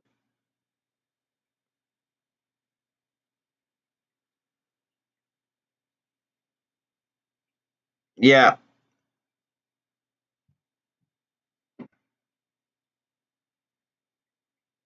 I wouldn't be surprised at all.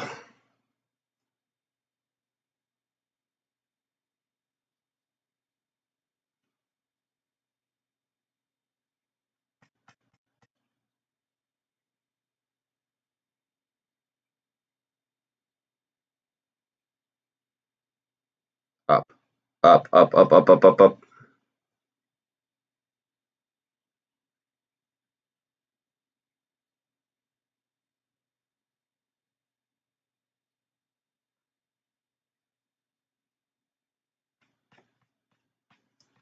I actually happen to agree with you.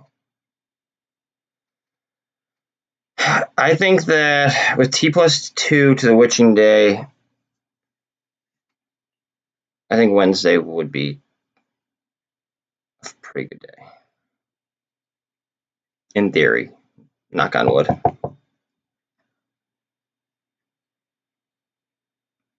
$107 on MULN, 196.5 on BBIG. GME's at just under 120. Just under 1150 on AMC. 379.5-ish here on SPY. 23,450 on Bitcoin. I just want to see money come out of Bitcoin and go pump the SPY. I want to see them disjoint, and I want to see the money like come out, because freezing Bitcoin on the world's largest exchange, that's a big deal. It's a very, very, very big deal.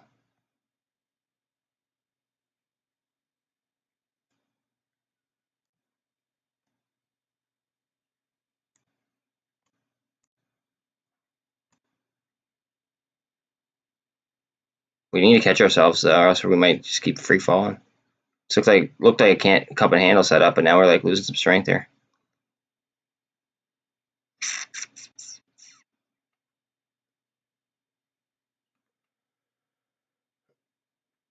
I think it's a short attack, which is causing panic selling. The short, they buy up the panic sellers. The short, they buy up the panic sellers. The short, they buy up panic sellers, and now we're here. Like I think that it's just like it's just a self-fulfilling prophecy, which commonly happens in the market. But I don't think we stay down long.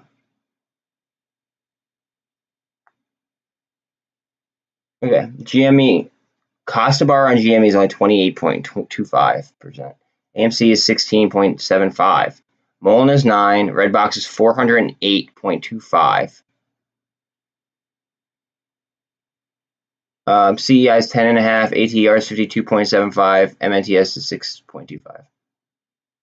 So ATR is going up then. ATR is going up. Redbox is a little bit down. MULN is same. GME is slightly up. AMC is the same. Honestly, I'm good. I'm not sweating this movement.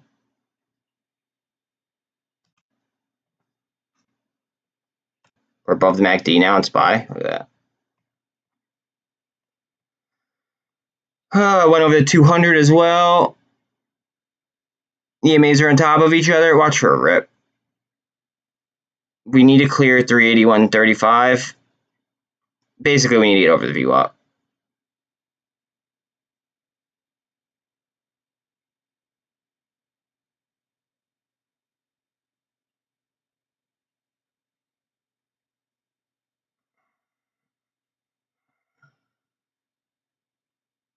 Yeah, that's what they are, dude. You just buy. You just type. It depends on your broker. Like if you have like a webull won't let me buy warrants. If you have unless if you're using a professional exchange and you have high end like a higher derivatives class, the chances are you could buy warrants. My warrants it's like owning a share.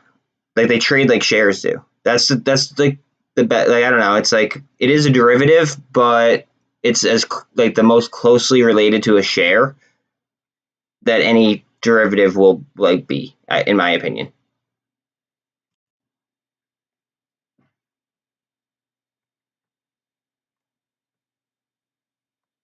So like literally one of these is $3.05 right now. That's it. It's not like options or anything like that.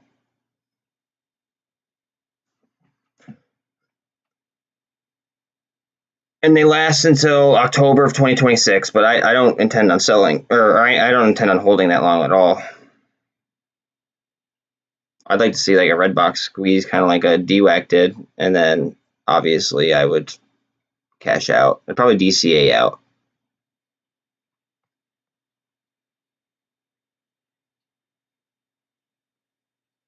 Here we go. Come on, up. Dude, it could explode at any second. Like this could be the end of the a short attack, right? And then we could just literally go on a moon mission for all I know. I mean, it's so hard to like I was saying earlier, like calling the bottom is just as hard as calling the top. How low can you go, basically? You know what I mean?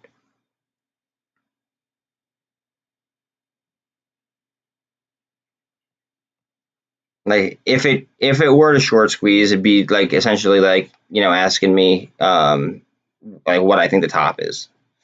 I have no fucking clue. I could guess, but anybody could guess.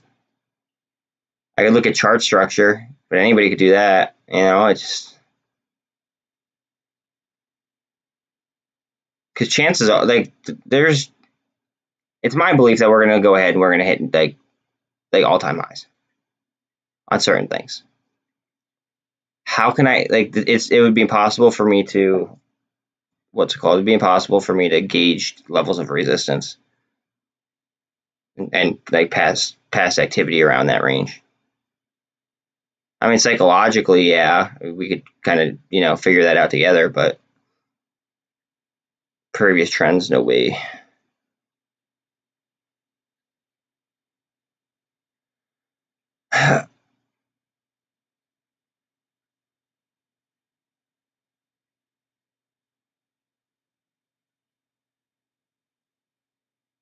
Qs. I'd like to get to 280s on Qs, at least.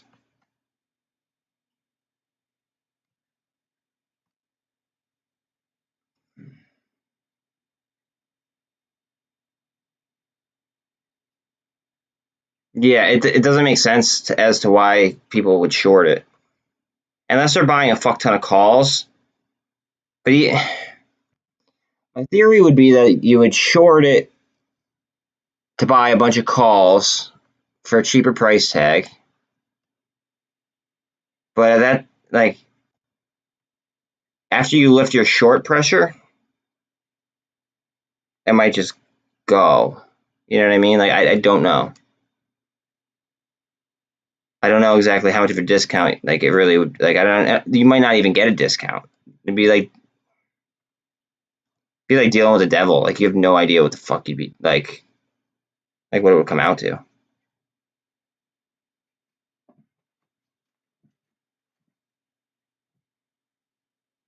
SPY 379.35.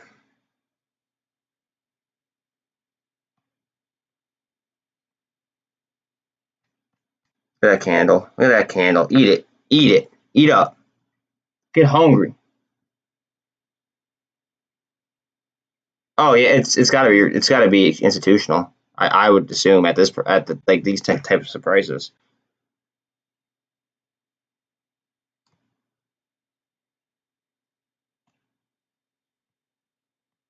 $2 on the dot, by the way. I wonder if this is planned.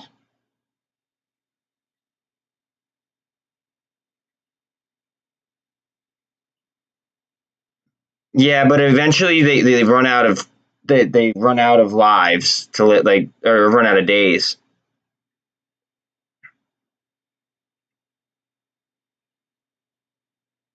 And with the retail ownership in GME and BBIG, I think that the witching day could have a huge effect on that.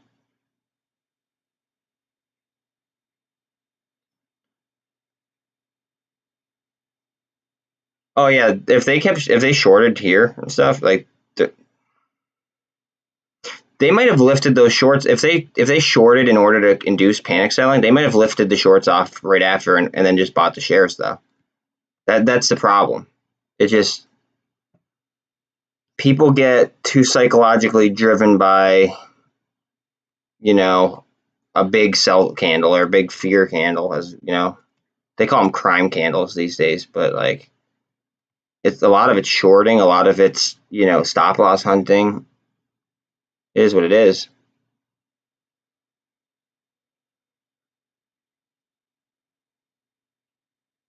Yeah, it's a cost to borrow. Yeah, I mean, again, that is a dynamic number, the cost to borrow. Let's make sure that we do keep that in mind. But I don't know. The only thing that could really screw us is like I said, the option chain by people not playing it correctly, or if they load into high gamma puts. I think that's like what could screw us over the hardest is high gamma puts. And honestly, people just throwing money blindly at the options chain and throwing it at like the highest fucking option that there is.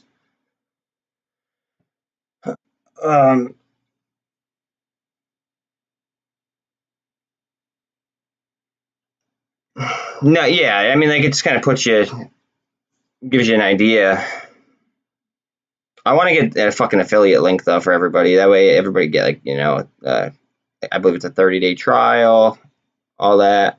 It would save me $500 too. But yeah, that'd be dope. I'd reach out to them after the market close. See what I could do on that front for us.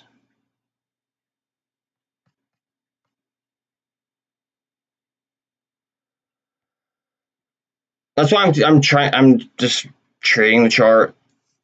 Like I know like where we started, and there's no fucking way that we cleared that many. I know that the volume is way above average volume, but there's no way that would clear 200 fucking percent.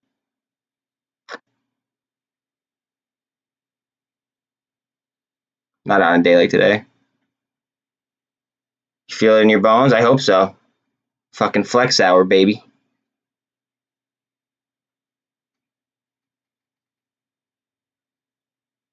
We might move after we clear this shit. Probably close to the 200 to be honest. But see that? A lot of volume done in here.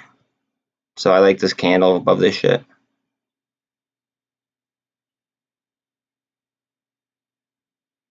I'll clear like this.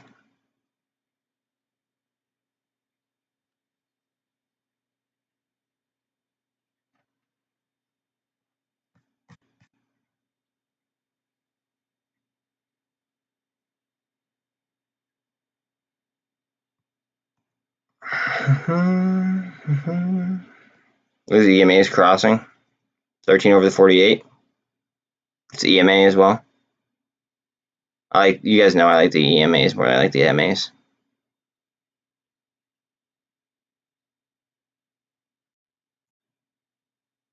Big cup. Handle.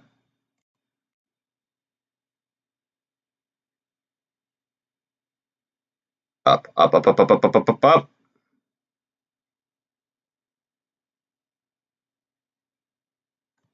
Man, crossing over the MACD though.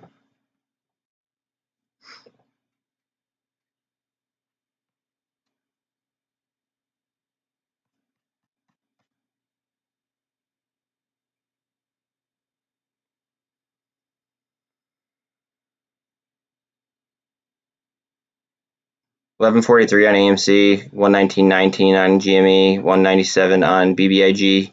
MULN is just under 108, 254 on ATER. Yeah, for real. Like at some point, I'm gonna want to scale out, but I'm not there yet. I'm not nearly there yet. I think what Redbox was just kind of like a way to move the chart. Like, I think that they're trying to get retail money off of like these types of guys.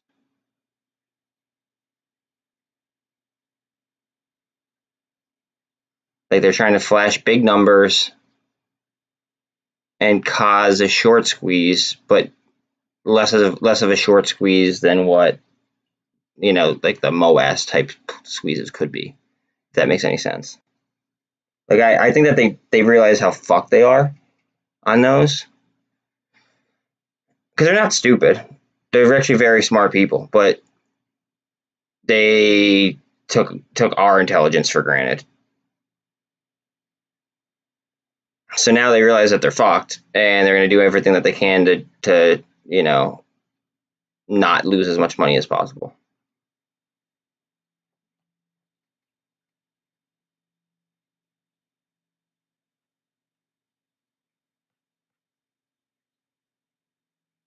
I mean, I hope so, dude. Again, I have warrants, so it'd be a couple $1,000% increase, I believe.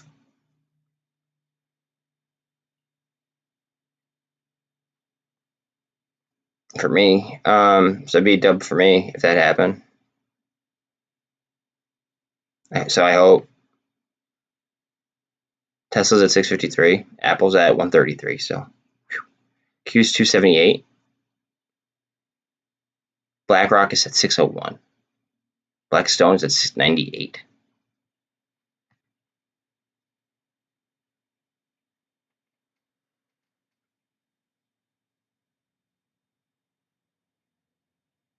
Mullen 107, 197 on BBIG, 119.39, 11.44 here on AMC.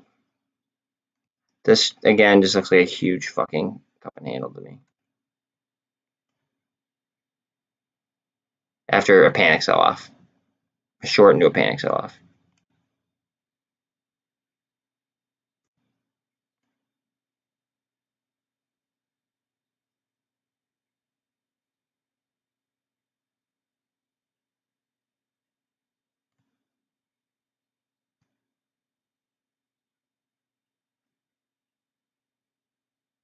CEI's at 50 cents. MNTS still down 14.5%. ETH is at 12.36. Bitcoin is at 23.5. I'm really surprised that Bitcoin is hanging in there after being announced that Binance, they withheld withdrawals. That's very, very fucking intriguing to me. Well, the answer wouldn't be we need more volume. The answer would be we need more demand, because demand, volume is a side effect. It's not a cause. So we need people to want Redbox, or people to want options that would make the market maker hedge, etc. That's what we would need in order for it to go up. So, I mean, same thing that goes for, obviously GME, AMC, MULN. I mean, like, we just need demand. If the demand isn't there, we're not going to see the volume.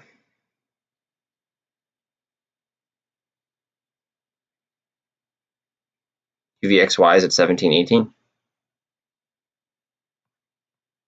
Demand is, I need this and I'm willing to pay this amount for it. Volume is, yeah, it's funny. Volume is just, it's the amount of shares that are sold. Flat. Doesn't matter if it's up, down, whatever. Demand is I'm willing to pay this amount of money for it, and like it be higher than like whatever it's at. That's what like a demand. Like I'm like this is like I'm willing to pay up to $16 a share for this. I'm willing to pay $15.45 for this. Like that's the demand. You're like they're showing demand, and then volume is just going to be like the amount of shares that are sold. However, we're not seeing the number of shares that are done through a lytic or in ATS. We're only seeing on exchange or exchange shares. We're not seeing any kind of things through a dark pool or anything like that. I believe that ultimately we do, but it's like the way they do it is just it's completely different. They do like block trades and things of that nature. Just because they kind of try to hide basically who's selling what and this, that, and third.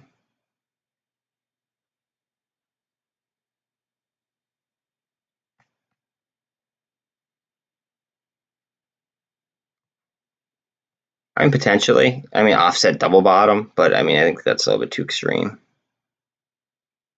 I think that it's just kind of like here, look. So for larger, like a zoom out type of deal, I like to look at the 5 minute, right?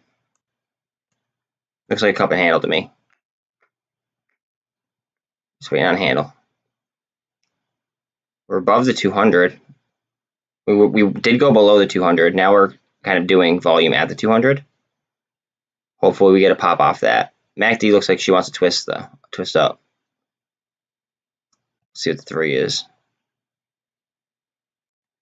See, the 3 looks kind of like more like an offset double bottom. To me, at least. I mean, I guess you could call it, inverse head and shoulders. It depends how like far out to the side it goes. But if we were to get a movement upwards right now, I'd call it up and handle. I'm happy that you're like learning chart structure though, because like you're making calls that are pretty on the money. All right, so if you were to draw a flag from here to here, that would be a descending wedge, which is a bullish. I'm just gonna do it. Fuck it. It might break it.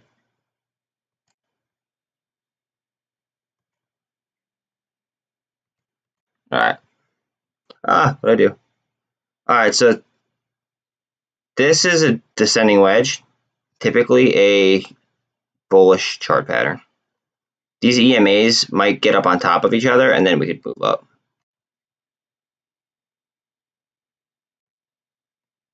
I shouldn't have drawn a ray there. I should have drew just a standard trend line, but it is what it is. I just wanted to get it done before I popped it.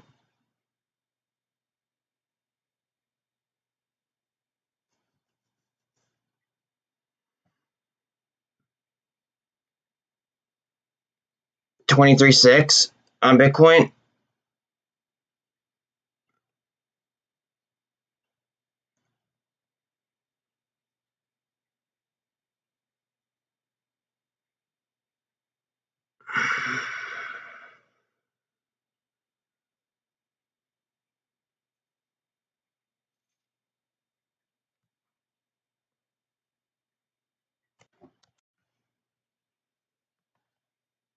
Don't draw like this at home, kids.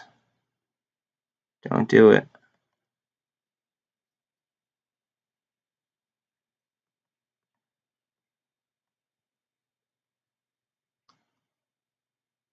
I just want to see if it follows that trajectory path.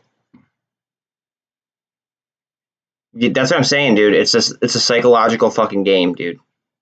That's what this is. It's a psychological fucking warfare activity. That's what it's become. And it's sad that it's become this. And it's not our fault. We're not the one hiring psychologists. You know what I mean? But like that's what they're doing. They are trying to scare the ever living piss out of people.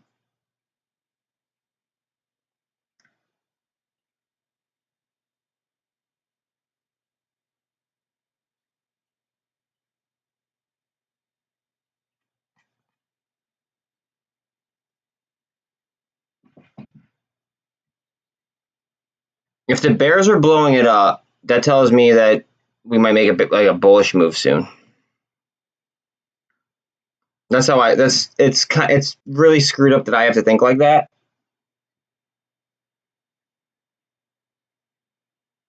Yeah, but see the problem is acid is that they're if they're the market maker, right?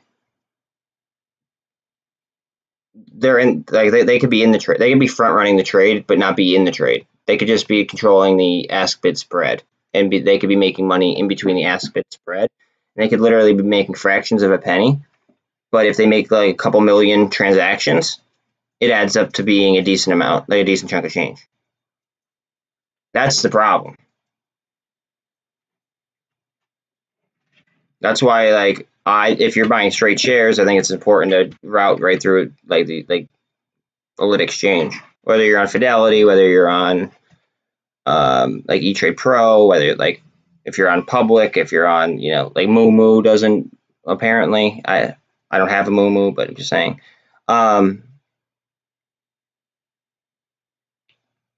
It's just like they're literally profiting just by, I don't know. Apparently, we might lose, like we might have to start paying to execute our trades, quote unquote. I'm already paying to fucking execute my trades because I like I'm aware of like trade execution, so like I will go ahead and I will pay for a higher, like a better fill. Like I will pay like 50 cents a contract or whatever the fuck it is.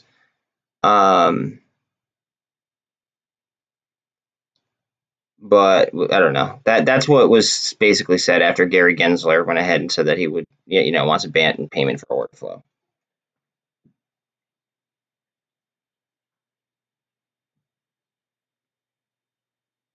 What are you talking about, Zip? Sure they are. If it makes money, it makes sense. OTC market is even it's less regulated than the standard market. So if we're having problems with the standard market, imagine what kind of problems there are underlying of the OTC market. I have no idea what you mean by saying that that's why you like the OTC market. That literally makes no sense, brother.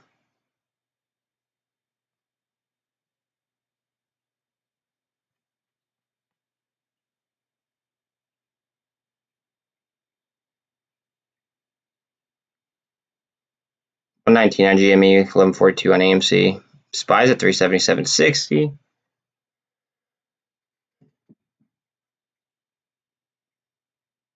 Probably.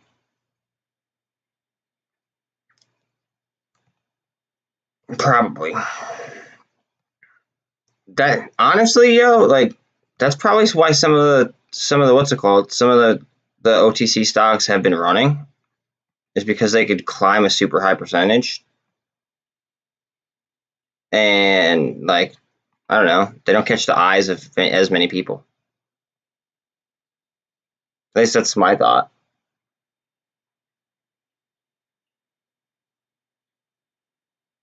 Oh, I would argue about that because like some stocks do.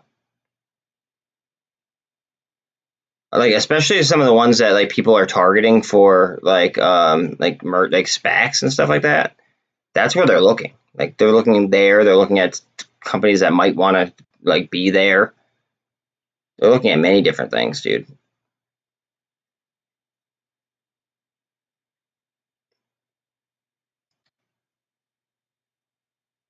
I don't. I disagree with you. I guess I think that it's even less regulated than the market that we're currently dealing with, and you would not be like you're seeing less of the data, like less of what the fuck's going on. So in all reality, who knows what's going on? It could be good, or it could be bad.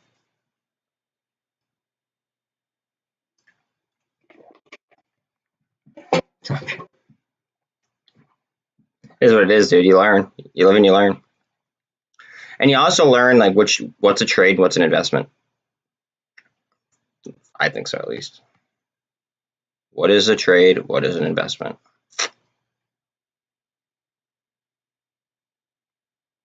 Like Redbox to me, trade. AMC, GME, trades. Long-term trades, but trades. BBIG, Mullen, I think they're more long-term investments, in my opinion. Just my opinion, though. That's how I'm going to trade them. That doesn't mean that's how you guys got to trade them. I don't care. Let that person go ahead and spam the thing. I need chat rate. That's fine. Bust up, bust up, bust up, bust up. Come on, bust a move. Look at that MACD.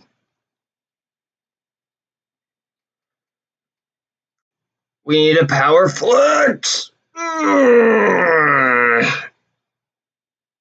That one didn't work. All right. I made it up to 48 there for a second.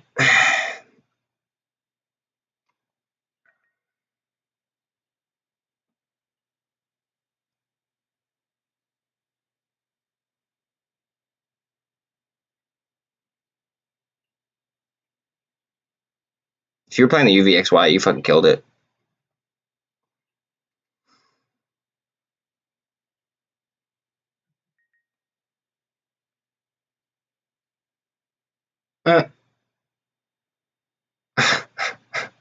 That's where you went before.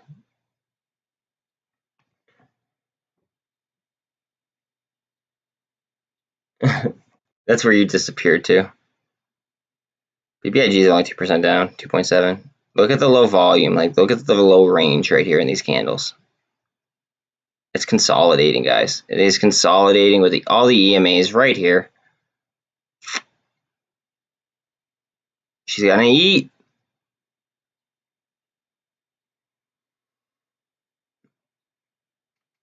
I think she's gonna eat at least.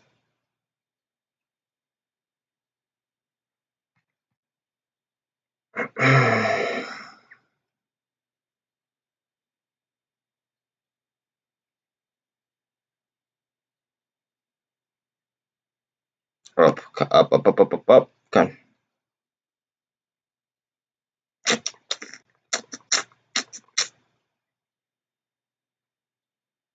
$7.7 down on AMC, 7.3 down on GME, BBIG is down 2.5, MULN down 5.7, ATR down 5.8.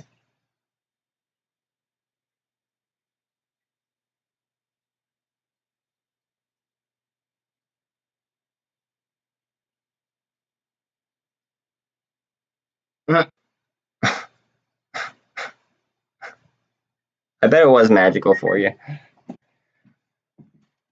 I hear my phone going off the hook here. Let me see if there's any kind of news worthy shit. Basically, Bitcoin going down, yada, yada, yada. We knew about that.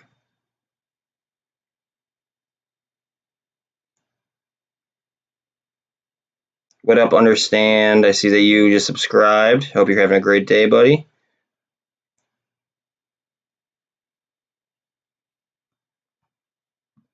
Golfing?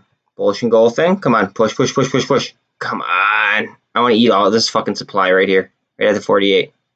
And up.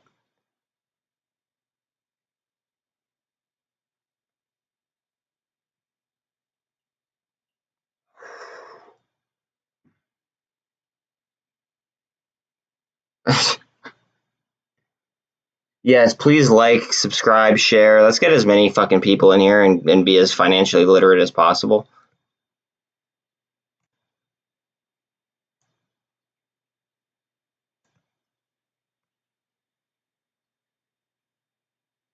I bet you learned so much from those women. Guarantee it. Guaranteed. Twitter. What does Twitter want to tell me? Any breaking news? Texas Instruments. No, basically looking for a pivot point up. Okay. Nothing. 1256 on ETH. 23,741 on Bitcoin. SPY is still at 377. I really want these fuckers to like disjoint. I want to see money come from Bitcoin, pump the SPY. Or fuck, they could even take away from its market dominance, start pumping ETH. But what you posted earlier, Greg, about them stopping withdrawals of Bitcoin, I felt as if that was very important. Doesn't really seem as if the market cares. I think it did first thing in the morning, and now it's kind of like I don't know, almost like old news. Does that make sense? Like people aren't trading based off of it.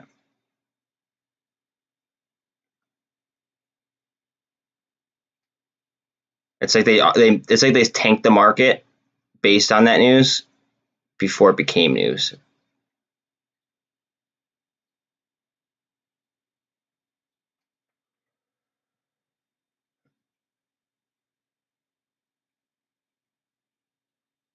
Yeah, throw me a like if you guys are just chilling, please. Pretty, please. I'm gonna probably be on after hours. It is crunch time. I'm here for the fucking people. Alright. Just so everyone's aware, Revlon, yes, like the cosmetic company, okay, only like 10% of their float, which is like 5 million shares, is available. Like, it is like a part of their public float, okay? They had this morning about 50-some% short interest, okay? And they got a hit piece written about them via the Wall Street Journal, which Ken Griffin has loose ties to, okay? Well, I'd say he has tight ties to them, but Citadel has loose ties because of obviously, they're not directly correlated, but Ken is. So watch Revlon isn't like a monster, like low key. Just saying.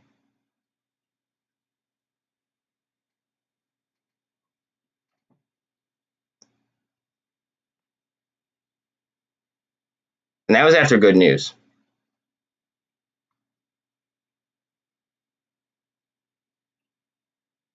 Yeah, well, you have to think about it though, like how bad is their short position if they're writing hit pieces they could get sued over? That's the way I think about Mullen. how bad was their short position, or is their current short position, that they wrote that hit piece that was completely fucking wrong.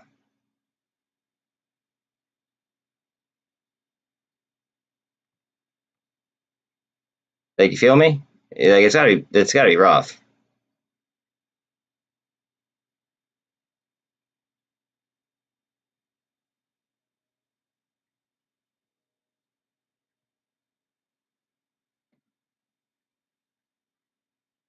I mean, he did, what's it called? He did go ahead and did wire like a substantial, like a couple $1 billion to the Cayman Islands, like months ago. And I was like, wow, okay, maybe something's gonna happen. Nothing happened. I think now it's just his ego and getting out of this without bankrupting his like he wants. I think he wants to like leave a legacy rather than like his legacy be like getting torched by retail.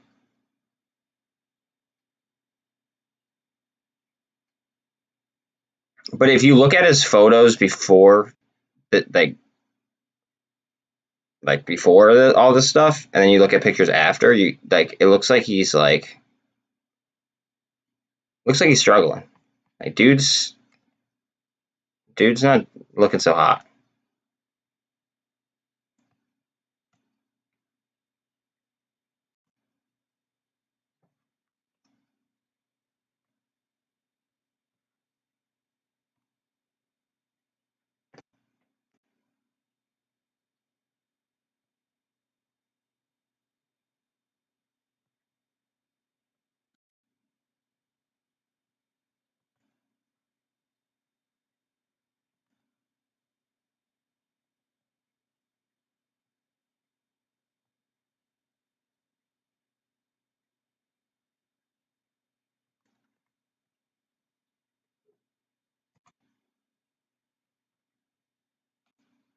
My charts probably confuse the fuck out of people.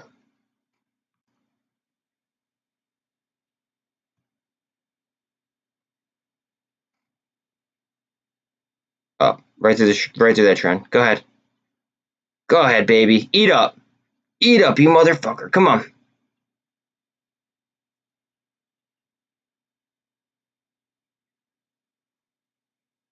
23.6 on Bitcoin. Spies at 377.70. Growing up candles. Come on.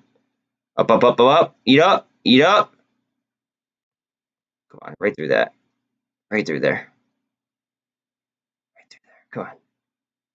If it goes right through this shit, this fucking crossover, I'm just gonna laugh.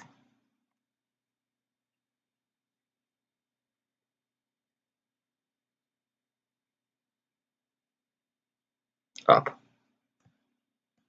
This looks like an inverse head and shoulders to me. At least it could form one, essentially. Could also draw like a bull flag from like right there to like right there. That would be like pretty much breaking right now, so I'm not even going to waste my time. But these EMAs are getting in line. It won't take much to cross over that 48. If you're new to my channel, this blue line is a 24. This 13 is a 13. Or this green one is a 13. Pink one's a 48. This is a standard 50 MA. This is not an EMA. I want to be very clear. This is a standard MA. These ones over here are EMAs. The only reason I have this gold one here and this crimson red one are so I could call out the technical gold crosses and technical depth crosses. Okay. This is a 200 EMA. So while I trade off of the EMAs, right, I like having the other, what's it called? I like having like the 50 and the 200 so I could call out technical trading patterns.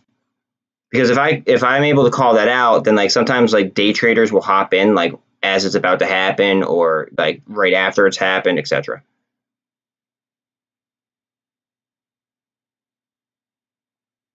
I mean, obviously we're a little bit far away from that happening, but I figured I'd give you guys kind of like a rundown because my chart's very, very busy. That's why I run one screen instead of like running like fucking 4 charts, Just because, like, you can't technically break down, like, if you're running 1 minute candles, especially because I snipe options, you can't try to get like perfect entries on fucking like a chart here, chart here, chart here, and chart here. It's just not going to happen. So like I'll pull up a fucking chart if I'm looking to get in, or if somebody asks, I'll pull up a chart, and I would rather look for an entry rather than running 4 charts, if that makes sense. And that's no hate against anybody. This is okay. This is looking wacky, guys. Hold on a second. We might get some booms. We really, really might. Is it just me, or is this starting to look like a BBIG or a MULN?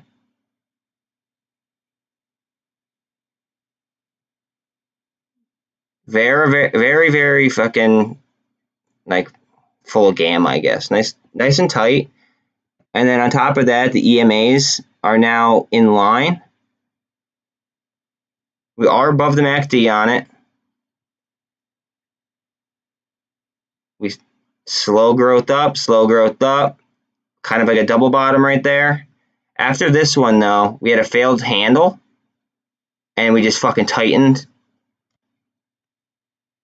and got the EMAs in line. I don't know. It just looks very, very poppy. Let's see what the options are looking like. Look at the open interest, guys. It's fucking jacked.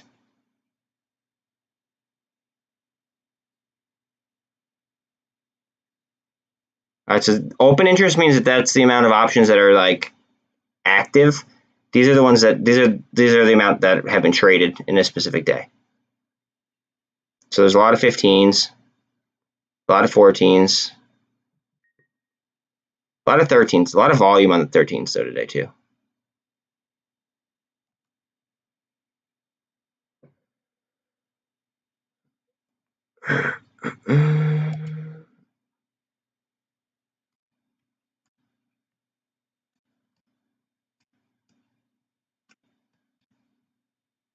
To see it's happening here too. They're tightening. The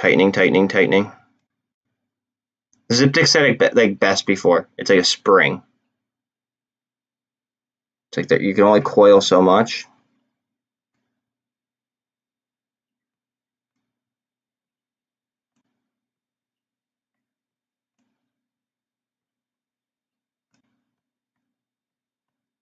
This is what I meant by like looking at like BBI. Whoa, look at those gaps. Holy shit. I didn't see those before.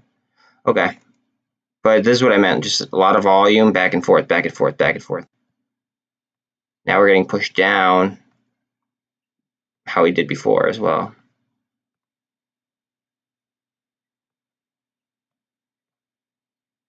Fucking barcodes. This is barcoding off the 200 though. I kind of like that. Could be getting volume off the 200.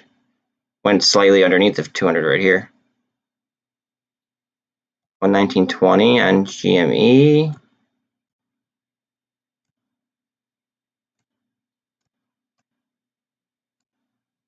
$19.80. Come on, push. Push. We would need a lot of demand. Come on, push. We need to break that. We need to break the intraday high right there-ish. Push. 63 on the RSI, 63.5. 1151 on AMC.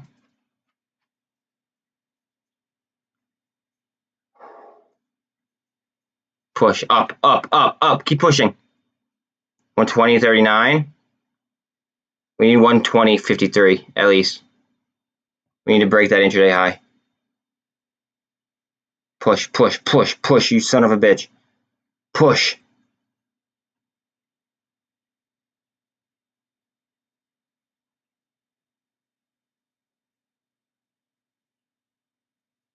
Come on, go ahead.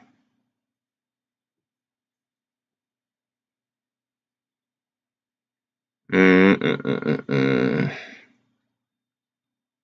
we stalled out there, right underneath the intraday high. Alright, so now we gap down on an inverted hammer. Let's see if we're going to fill. We should fill to the upside.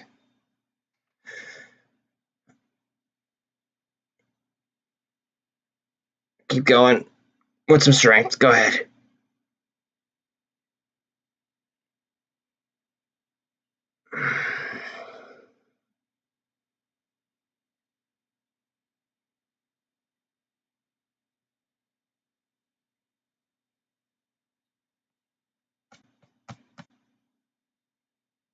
Come on, push, you son of a bitch. Come on.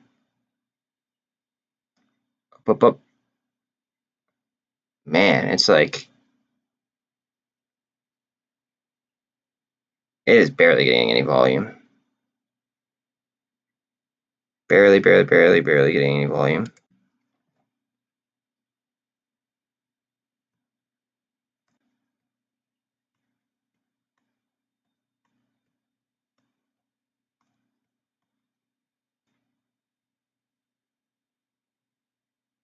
Yeah, this needs a push too, 1152.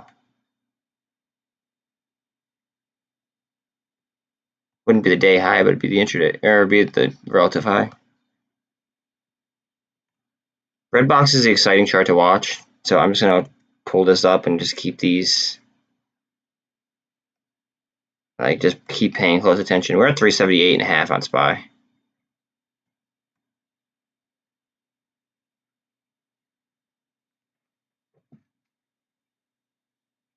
See, this looks like a potential inverted head and shoulders, or I mean a cup and handle, I guess.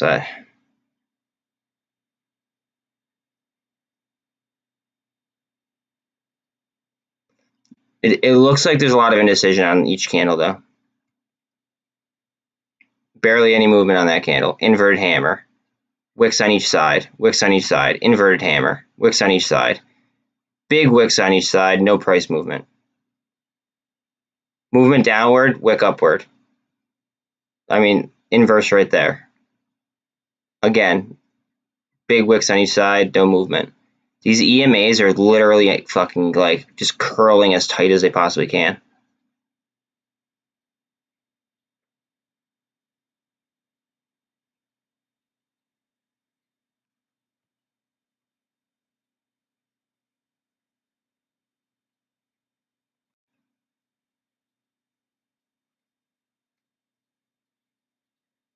So 1250 is a key level there. Click this.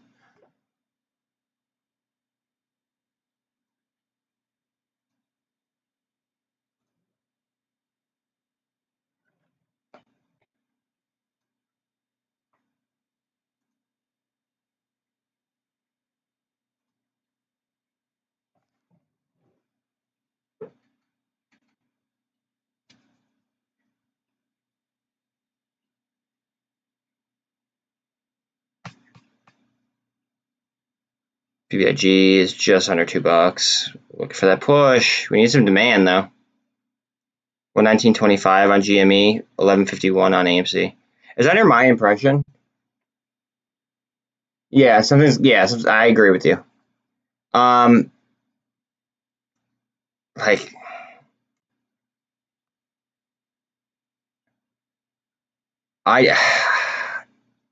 I just don't know if they could afford to keep lagging this on. I feel like they gotta break somewhere, and they don't want to give us. They don't want to give us anything that like at all. But I feel like they're gonna have to.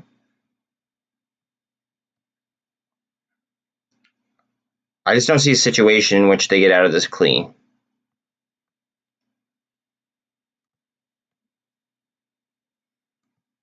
We just can't be greedy. No, not financial advice. Like, and if you're worried about being greedy, like that's why you could always scale out too. That way you're not like left holding the bag. That way you know you have some left for like to try to top tick, or like I don't know. That's why I have like, a lot of options, so I could kind of like slice and dice my way through it.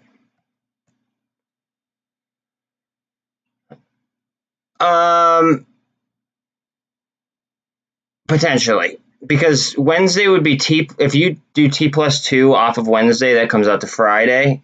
And then Friday is the triple witching day. So potentially on Wednesday. I don't know how tomorrow's going to be. Tomorrow might be bloody as well.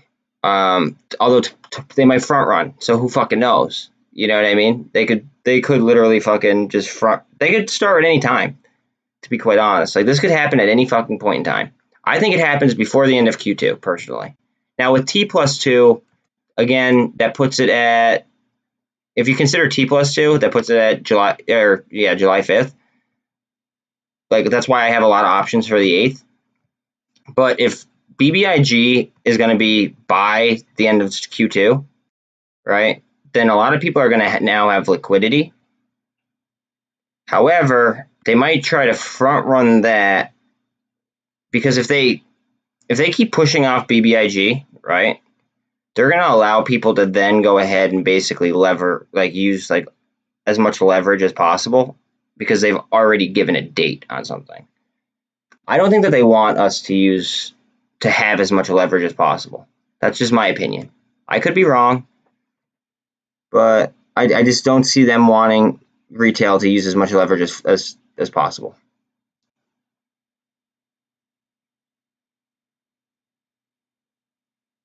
So the longer that they draw it out, chances are the more leverage I'm going to have.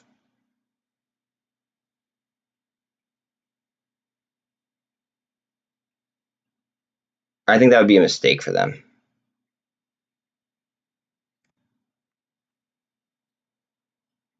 And I think that the DOJ, honestly, like, because they have that new law in place about like more transparent credit default swaps, I think that makes this witching cycle a little bit more like intense because of the split and all that stuff.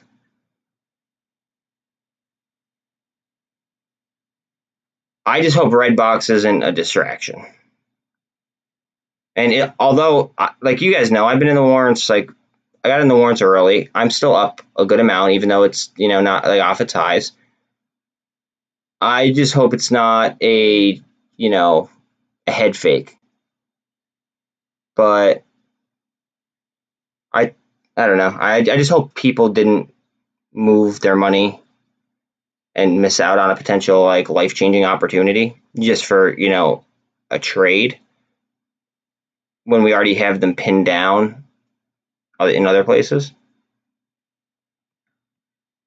Like, yeah, of course, I want to go ahead and I want to make more money in order to go ahead and add to my position. I get it. I do too. You know what I mean? But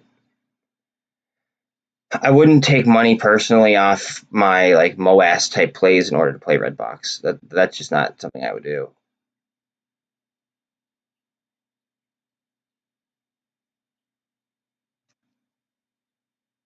Yeah, dude, it's been trading at this fucking level all day today.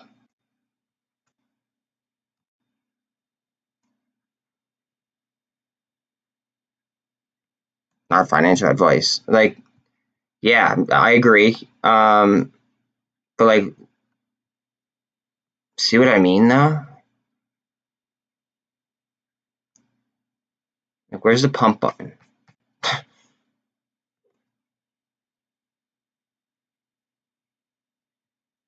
PBIG is at 2, 119.27 here on GME.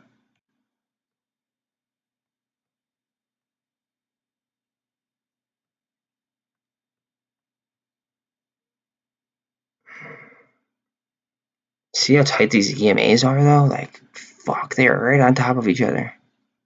The MA's in there as well, like.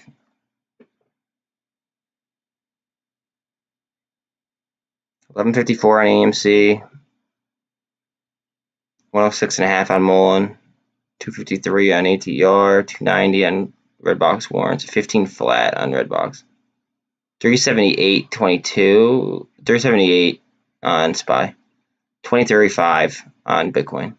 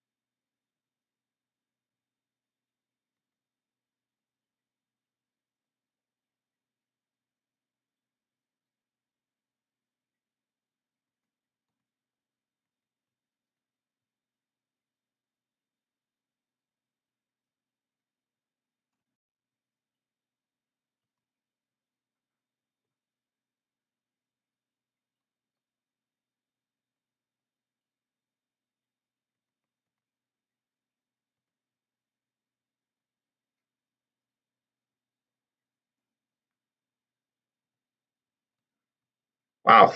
Okay.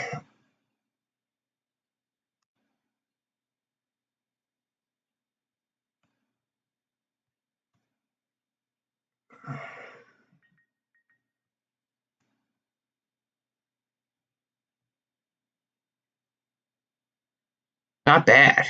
All right. I think we get supply underneath here, and then we go up. Very close to a gold cross right there, but we didn't even actually hit it. Supply and up a bit. I'm feeling it. 1156 on AMC. Red box is up to 15 again after it just dipped below.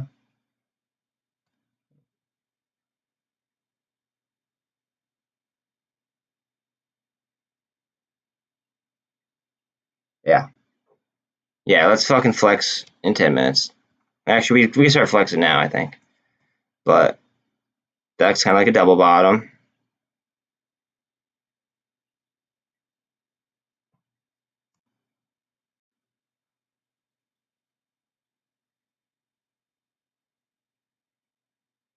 $378 on SPY. Again, I want these to disjoint, and I want money to flow out of there right in SPY. Oh yeah, third leg flexes. Where's that spam site when you need it?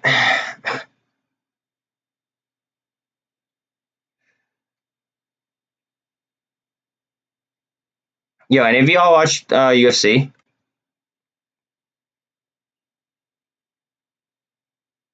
I know Flex does, but he's not in here.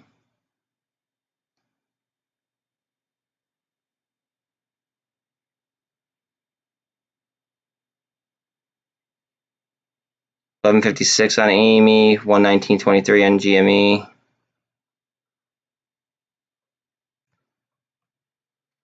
Okay. Did you see the Valentina fight on Saturday?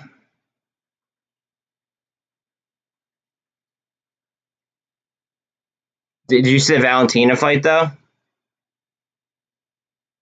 I'm sure you did, but yo, she should have lost. I love Valentina, but you're funny. Acid. I love Valentina. I think that her technique is usually like fucking flawless, and she's such a technical fighter, which I really appreciate. She missed that omoplata, and then she missed the armbar as well, right? Like pretty much in the same sequence. But other than that, she she didn't look that great. I was very unimpressed.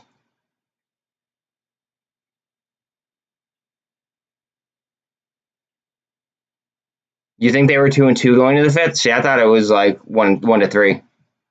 I'll be honest. I thought she needed a knockout to win,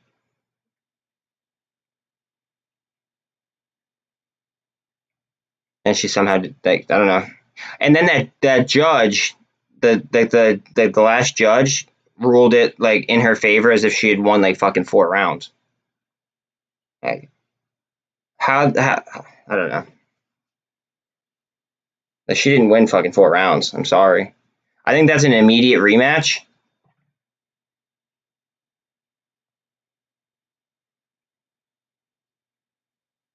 At least it should be, in my fucking personal opinion.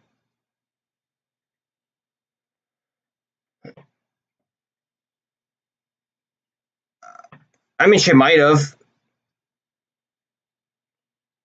Oh boy. Oh boy, look at this push. Look at this push. I bet you it gets gobbled right up. I bet you it gets gobbled right the fuck up. Come on. This candle's gonna end. Maybe we might get one more sell. Hold on a second. It might go down to what's called. It might go down to 55.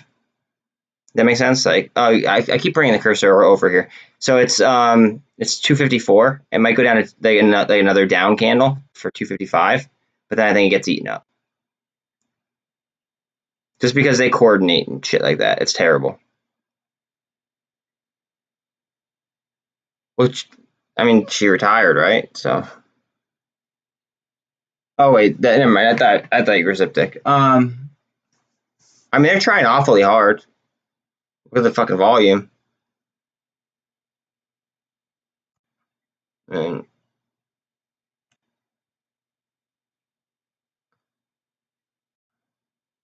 but like I don't know. It just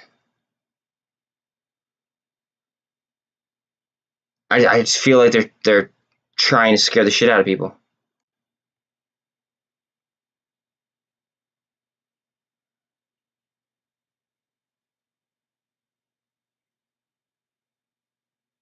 How the fuck are the warrants out? Oh my god.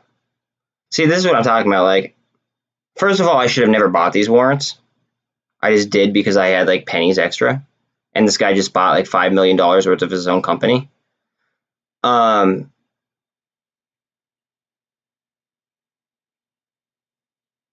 somehow my position in the warrants are up there.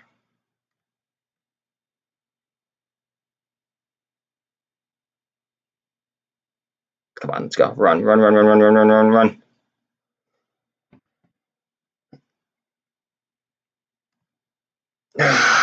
See, that's the problem.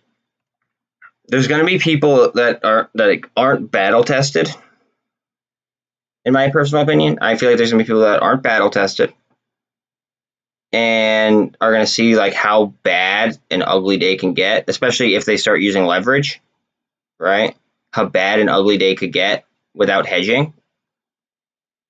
And I think that their risk tolerance isn't built up for it. And I think that like, I don't know. I think that that's going to be a weakness. But like, there's some plays where I just feel as if the DD is done, and I don't even care about those people. Now, something like Redbox, I think that there's still DD to be done, and if people are trading like this, where the fuck is it? Like where there's so many fucking calls at the highest figure. I think that's how we get marooned, basically. Like, people need to like learn how to play options before they play options. Or they could be giving their money away. I mean, of course, they're applying a little bit of gamma pressure, but they could better use their money, in my personal fucking opinion. Look at Revlon. Revlon's chilling at 110. Yeah. Okay, I'm down on that again. Oh no, I'm not. Never mind. I have warrants. I should not be in that warrant position though. Like on that one, like that's not even close enough to the money. I should have straight stock there, but I don't.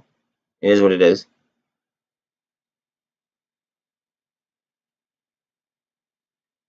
Well, I'm going to argue with you and say that if you know what you're doing, it could be okay. But if you don't know how to trade them, then it's going to hurt us.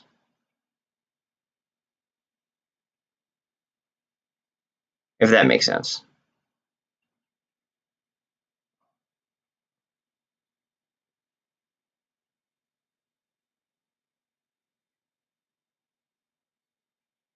Indecision, hammers, indecision, inverted hammer. Let's go. You can argue back to the computer. That's great. I mean, like, all right, so if people were using options correctly, right? They could get the market maker with limited amounts of money, right? They could get the market maker to delta hedge themselves into a short squeeze without having to spend as much money. It's riskier, but options are high risk, high reward, aren't they? So like it just comes down to knowing what you're doing, and then it comes down to risk tolerance and knowing the Greeks, because Greeks are really important. Like, for instance, here, I'll pull this up because this was showing some crazy shit before. Look at the gamma. Where's the gamma? All right, so look at the gamma, right? This applies more than this one. This one applies more than that one. This one applies more than that one. It's going to continue. Like, the higher the strike price, obvious, or the lower the strike price, obviously the more money it's going to cost. But the more gamma it applies, and then you have to times all of these by 100, right? And if this slips into 12, right, then they have to hedge for 200,000 and 900 or whatever shares. 298,000, 98,000 shares. That'd be like 1.2 million shares, except like just going down the line like that.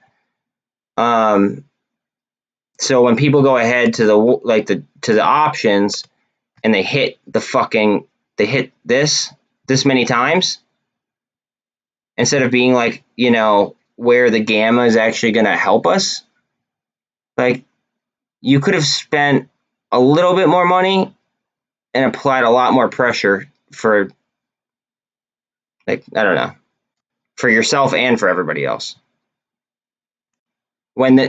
In turn, what the market maker will do is they'll go onto the put side of things, and then they'll go ahead and apply the most gamma that they can. At least that's my thought of it.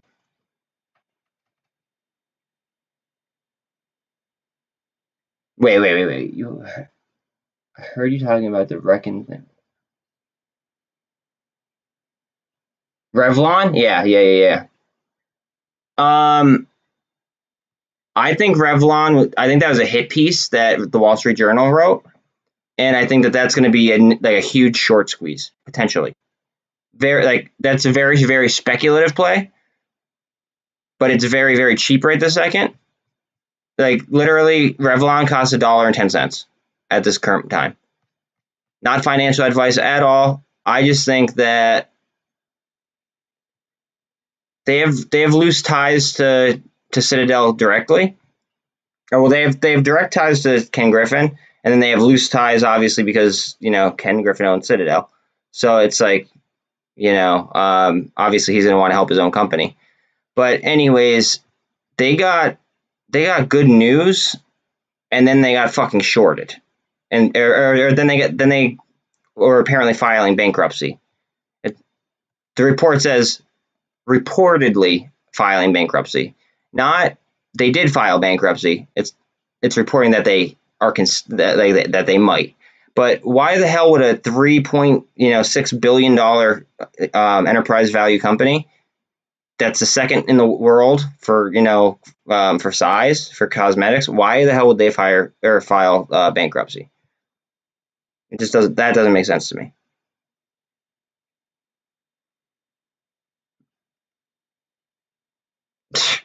That's funny. They're the second largest cosmetics company behind one from Asia. It's like something China, and then the third largest one is L'Oreal.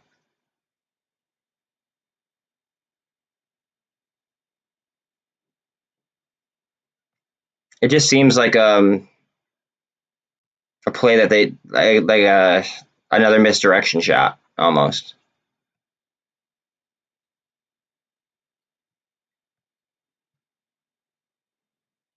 Like, hey, we could go ahead and pull liquidity from here, guys. Let's go be fucking dickheads. Like, I don't know, but Forbes magazine owns like fucking the same people who own Forbes magazine. They own like 70% of the fucking company of Revlon. Like, there's only 10% of the company on float, which to me just makes it seem like a great candidate. It's 5 million shares. It's a little over 5 million shares. So it just seems like a great candidate.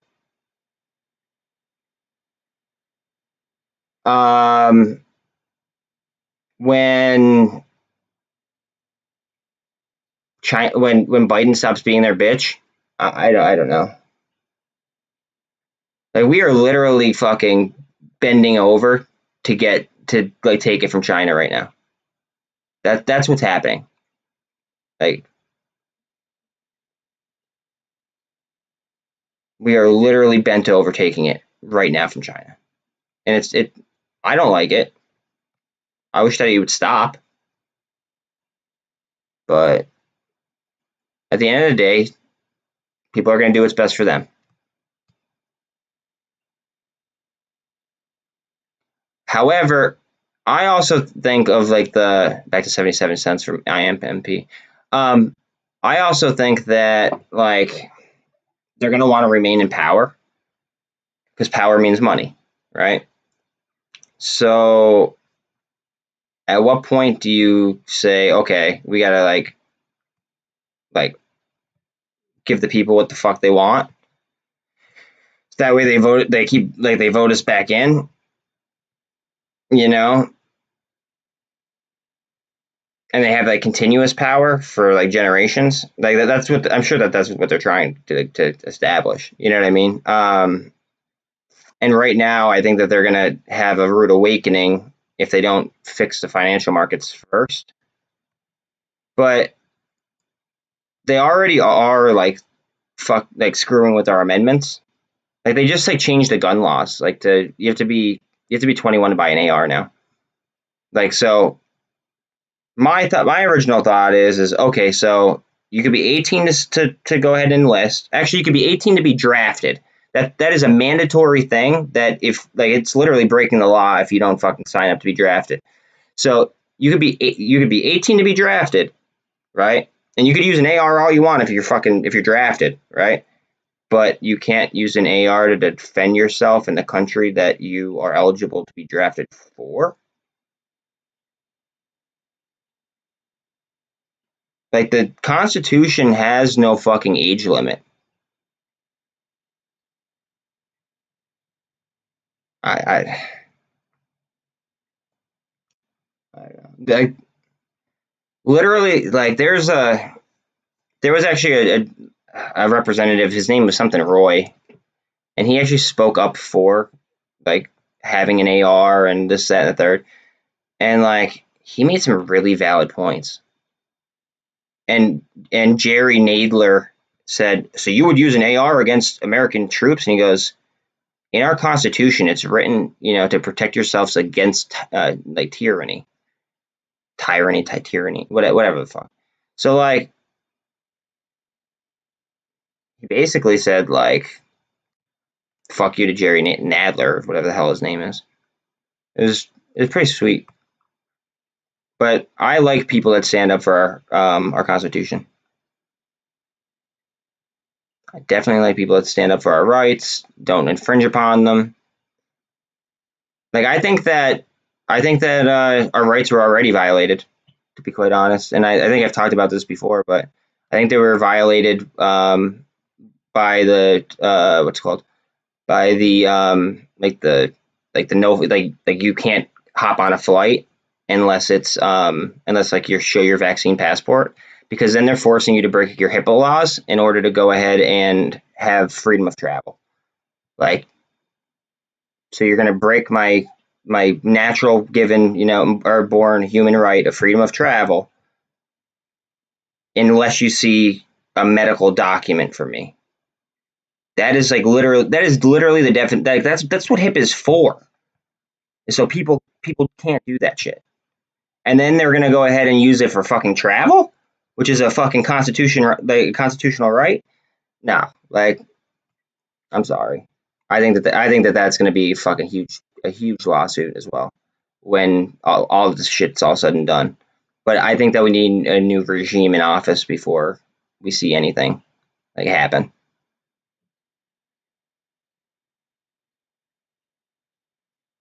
I don't feel humbled. I feel ashamed. I feel ashamed. I feel right as well, because I told everybody that this was going to happen. I told so many of my family members, because a lot of my family members are Democrats. I told so many of my family members that this was going to happen. I told so many friends that this was going to happen. I've lost friends over this. Like I always like give like if people want to like disagree, that's fine. We could agree to disagree. I'm very opinionated. It's fine.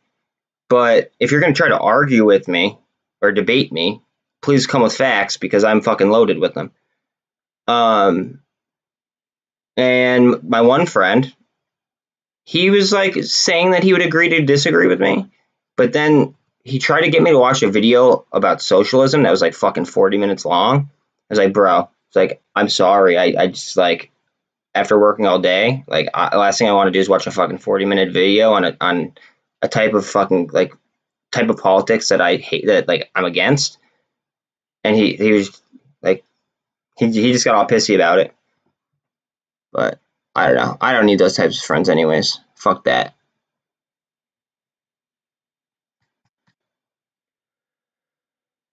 Uh, 198 on BBIG, 117.53 on GME, 11.36 on AMC. What are the futures doing? Like, how bad is this? 4% on the NASDAQ. 4% on the NASDAQ, almost 3 on the S&P, 2.5 on Dow. Wow.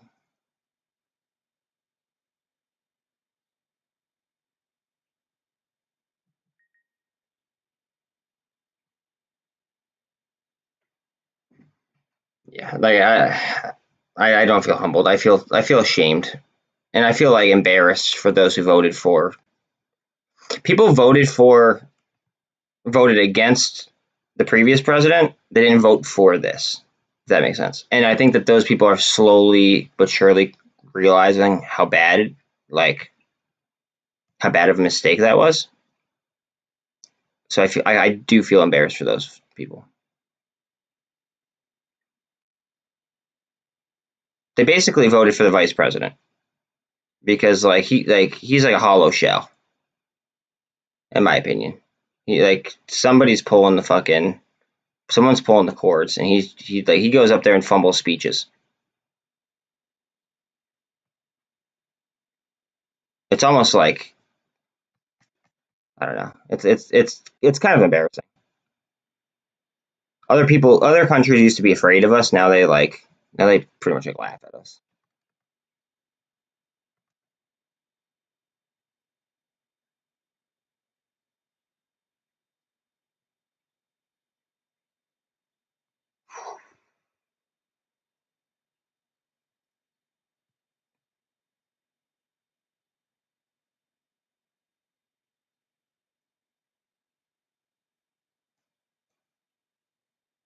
No, no.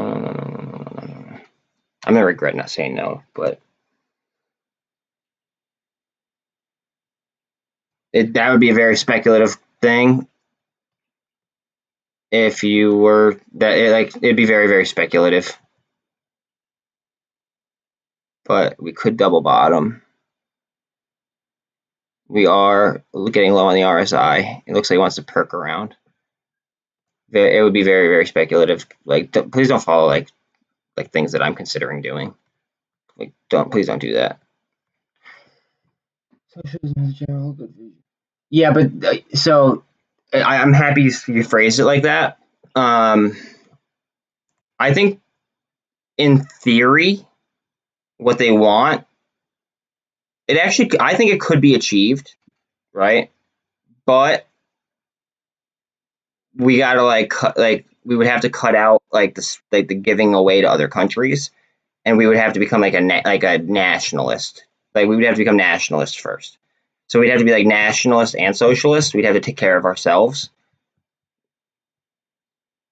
Almost like communism, to be honest. Almost like fucking communism.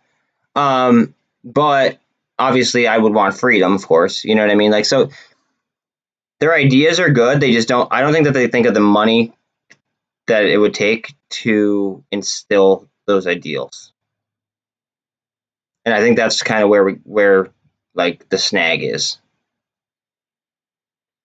And there are a lot more examples as to why it does not work than examples to why it does work. The only one that I can think of that does work is it's like one of those fucking countries. It's like a Nordic country. Oh, what the fuck country is it? It's a Nordic country, but the only reason why it works is because they have thermal whatever power, that they could pump into the grid and basically like get paid to be a citizen. Switzerland. Is it Switzerland? It might be Switzerland. It's a thermo country though. Like it's they like literally fucking get power from the ground. And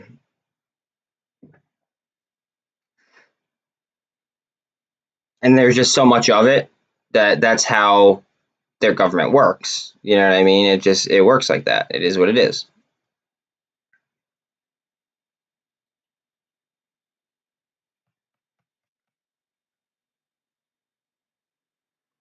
No, it's not New Zealand. It's a Nordic country.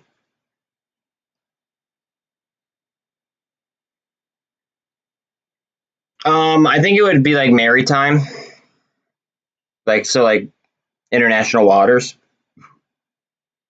I think that we would kind of establish something like that. Like they'd be like maritime laws.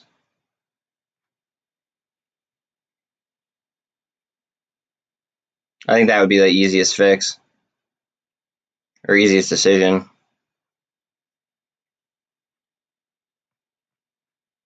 Because it's already done for us.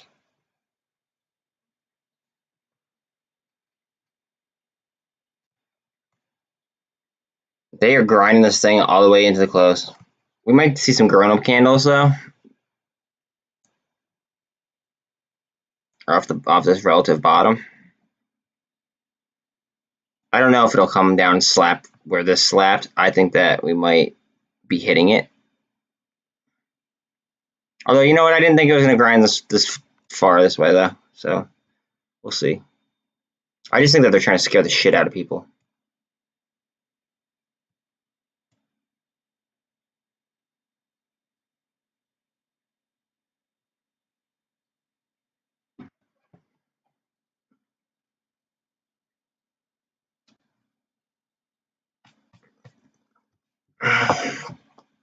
I'm actually going to look it up now because you guys have me curious. Nordic country with successful socialism.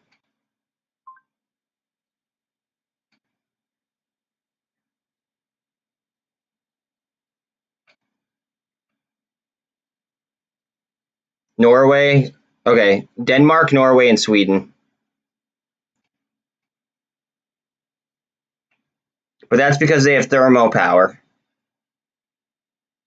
And they have stricter immigration policies.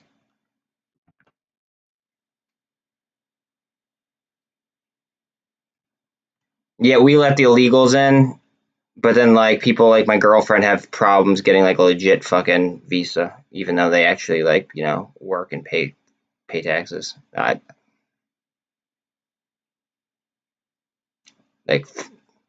don't know. I hate this government. And I think that they're doing everything they can to A, devalue the dollar, and B, spread us apart.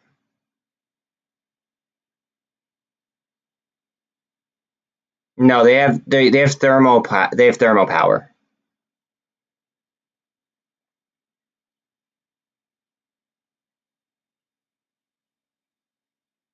So basically they pretty much just have like fucking like free power, essentially. And then they could like pump it into the grid and sell to other countries.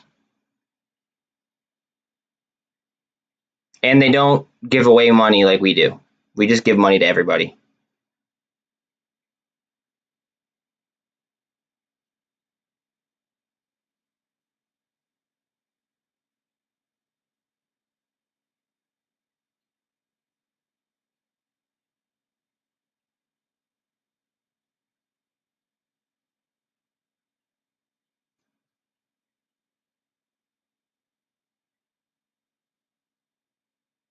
I guarantee you Nancy Pelosi was selling calls today.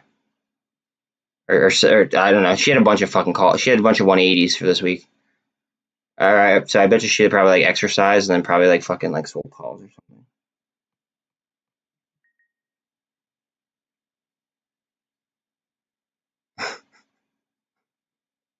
It's so terrible. It's so like even like now that Charles Payne is calling them out for fucking insider trading. Like that's another thing. Like, I don't think that they could last until fucking November doing things this way.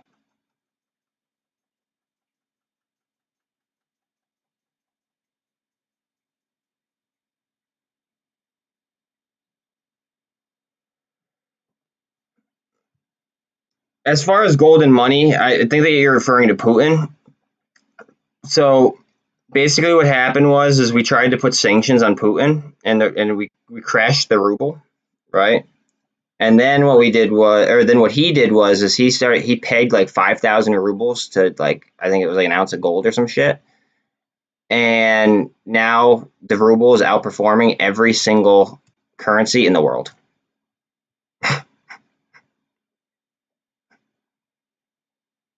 Now I think that could change very, very rapidly. So I don't want, people out here to, to go buy rubles thinking like, oh, it's going to become great.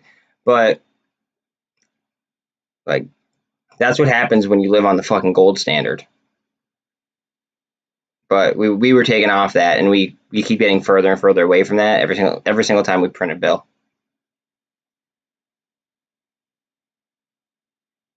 Like, I keep seeing the meme over and over and over again of like a $20 bill, and it's like, hi, this is a new $1 bill. Like, it's kind of getting close to accurate. I mean, it's that's why I'm not humbled. I'm pissed off. I wouldn't doubt it, dude. I wouldn't doubt it if they started to fucking run like crazy. They scare people out of positions, and then they add as much fucking leverage as possible for cheap. Like, it makes sense. But then, like, it's like, do they play it out the rest of the week, or are we walking into an options trap? That's the issue. That's what I'm seeing. Like, that's the issue that I come across. It's like, are we walking into an options trap, or are they being serious? Or, I mean, we kind of just got to watch vol. Make sure the turnover isn't like, this is a ridiculously high turnover. I do not like that. I wish that the turnover was lower, in all honesty. Do I think that they were able to flush out over 200% of short interest? No. We wouldn't know, though, for T plus 2 anyway, though. Yeah, I mean, it looks like a flag. I'm not going to... Do you want me to redraw it? Because I will.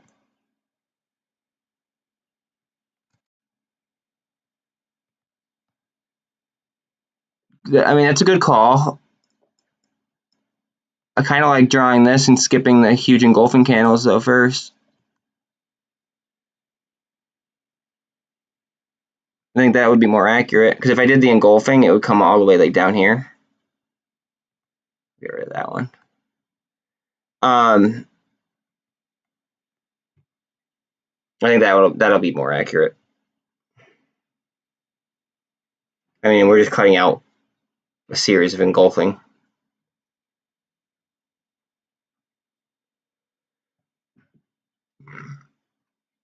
I want the Dorito back. I just want the Dorito back. Or I want somebody with similar policies back. Push down. Wow.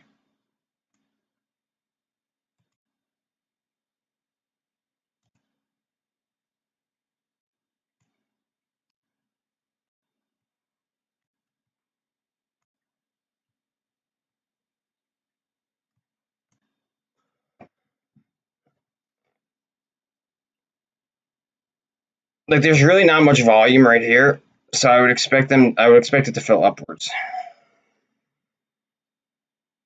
Oh. See how that MACD is getting some separation though? RSI is at 35.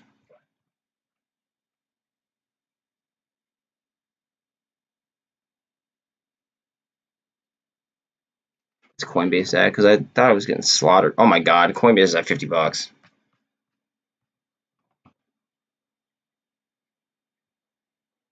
1540 by close, you think?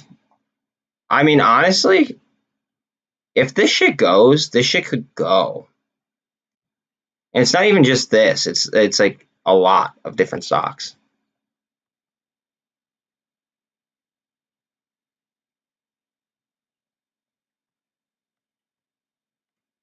It's almost like tilting the fucking chessboard over. Like everything may fall at once.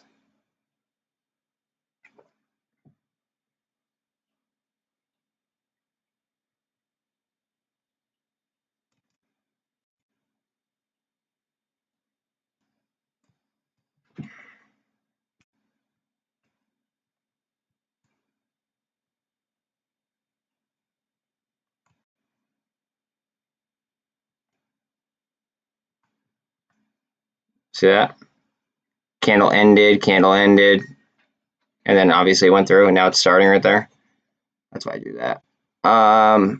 We might see some turn up though.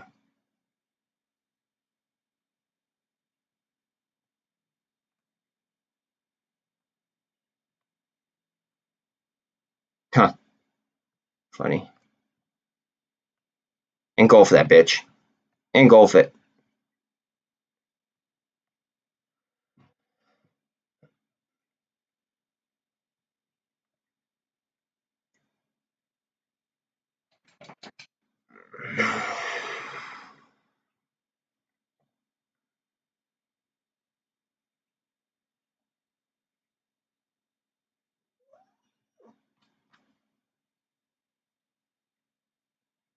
I'm not selling my warrants. Fuck it. I thought about fucking selling some and buying TQQ calls on the rebound, but I I don't know, because these A, they last longer. B, I mean, I gain extreme percentages, but I mean, I gain extreme percentages either way, but I'm worried about the I guess the research I have not done on the Redbox merger or whatever deal with ESSE or whatever the hell it is. Chicken Soup for the Soul Entertainment. I'm worried about the DE that I did not do on that. That's really it. Because I will be honest, I didn't do enough DD on this play. Although my little amount of money became like a decent amount of money on it, and so now it's just like, do I ride it out? I might take my original investment out and then let it ride. But then if I make a couple $1,000%, then I'm gonna hate myself. So it's catch 22 there. Honestly, dude, it could just go in after hours.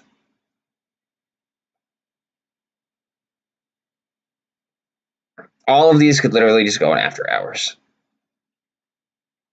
FINRA, as per FINRA, margin calls go out at 4 o'clock p.m. Eastern. You could Google it. I have. I'm not saying today. I'm just saying in general. They would go out at 4 p.m. Eastern. So, like, maybe at close, like, all of a sudden we just see fucking margin calls. I don't know.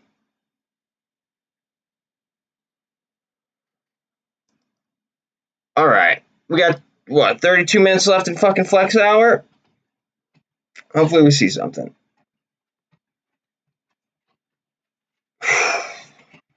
That was brutal. It's been brutal.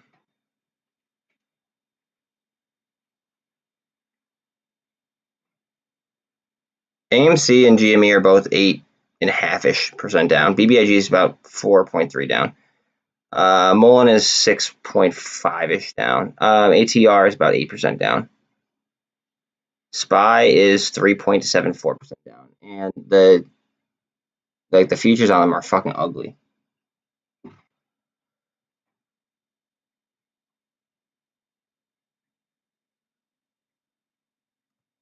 You think that there's going to be margin calls when this hits 14?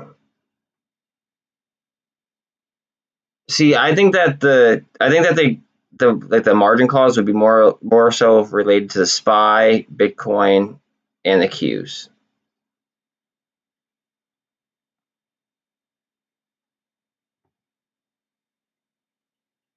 Um, CSSC chicken soup for the soul. It depends how the merger goes, dude. Like, cause again, I didn't do enough research on it. Like, it might. You're not buying expensive ass contracts, right? Like like as you're learning, like you're not buying expensive ass contracts, are you, CJ? And you're playing meme plays to try to learn, like that's risky stuff, dude. I just want to tell you, like that's some risky stuff, bro.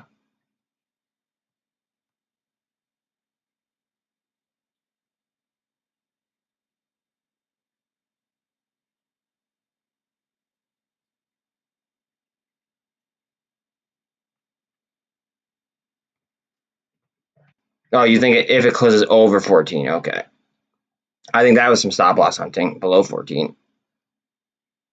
Three. I wouldn't have spent that much money on. If I was learning, I would not be spending that kind of money on, not at the prices that some of this shit is at right now. Personally, I'd be spending a couple dollars on a contract if I wanted to dabble. Some of these things though are at just prices where just like,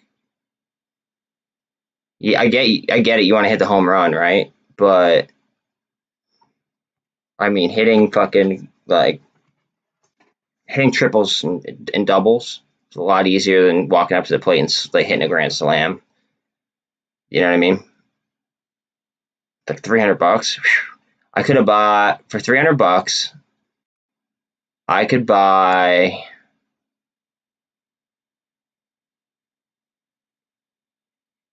I could buy what would that be? Approximately $300 times 4.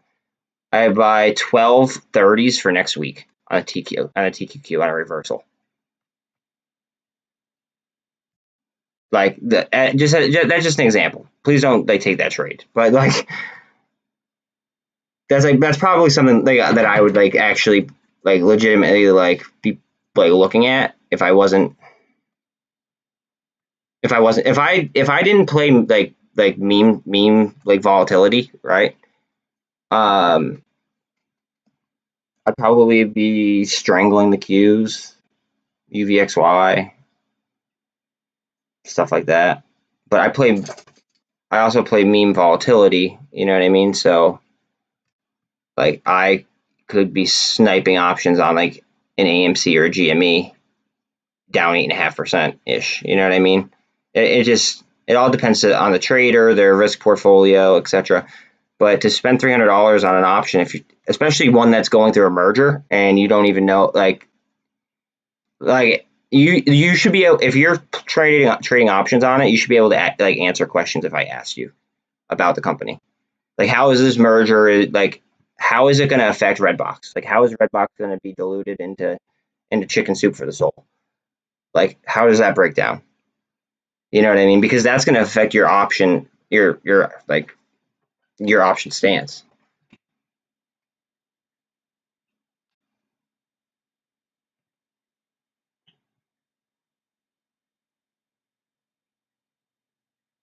Nexo stepped in. Holy shit, that's better for backed. Actually, that might be bad. Yeah, I mean, like, or an after hours it booms and you're like, oh, holy shit. Like that could be a thing. It's so unclear on what the fuck the future is gonna tell. Like I said, I don't have a crystal ball. I have diamond balls. That's basically how it breaks down. Momentous over 15% down. Like that's crazy. I mean, I understand you wanting to, like, BlackRock's under fucking $600. Tesla's under 650. I understand you wanting to, what's it called? I agree. I think that people need to fucking like realize that like it is now like their problem to figure it the fuck out. and we just gotta chill for the most part. Like, yeah, I think that monitoring is very important. That's why I'm on all day. But I don't know. I want to be over 375 closing. Hey, let my dog out real quick. Come on, let's go.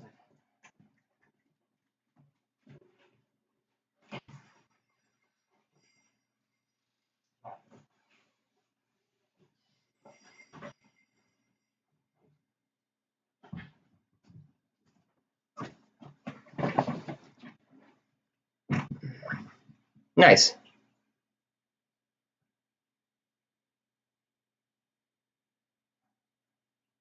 No, I like that. That's a good play, CJ. Like it's like that. Did you profit take though, or did you let it? Did you let it go to the ground? Because that makes a difference.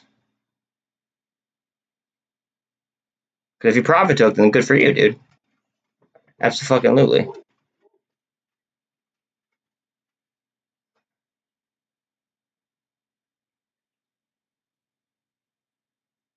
at all these shorts. Holy shit.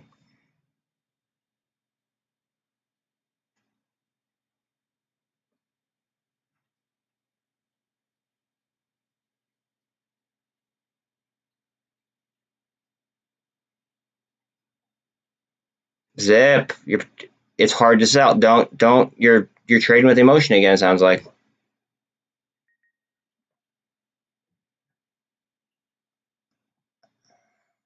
I mean, dude, you made over. I think Redbox goes up. Don't get me wrong, right? That's my personal opinion.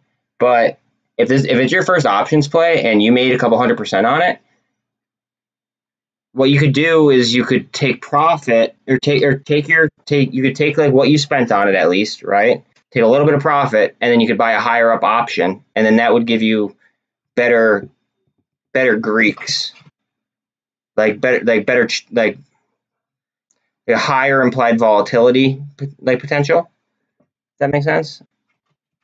Because it sounds like you're probably in the money right now, right? Oh, whoa, whoa, whoa, whoa, whoa! You sold your full shares. You sold your full shares, but or two, but other what other options are we talking about here? Like, what do you like? Like, if you have calls to the upside, everything got slaughtered today. Like, I'm down. Like, I'll be honest. Like, I'm down four figures today, easy. Like, it's not pretty. It's not nice to look at. It hurts.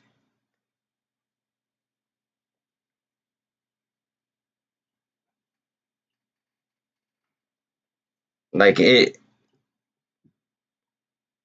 But today would be like a day for me to like snipe shit with dry pal.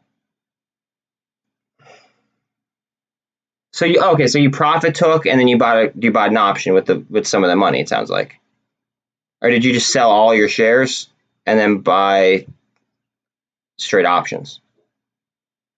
I just don't want you to be left to hanging if we get fucking demolished, and you could have made a couple 100% on your like fucking first options play because you could take some of that, you could sell and then take some of that money and put it at a higher strike price or something like that. Like what's your strike price at? Not financial advice at all. I'm just curious. Like, what is your strike price on those calls? You said $700, so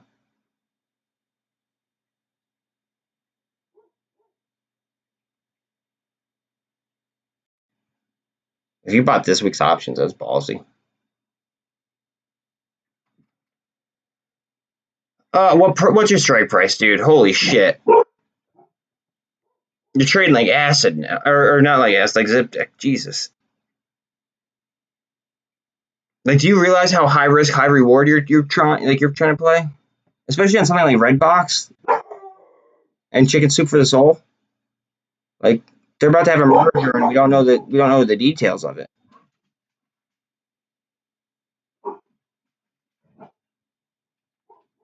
Okay, how far out are your options? Let me ask you that. Like on average.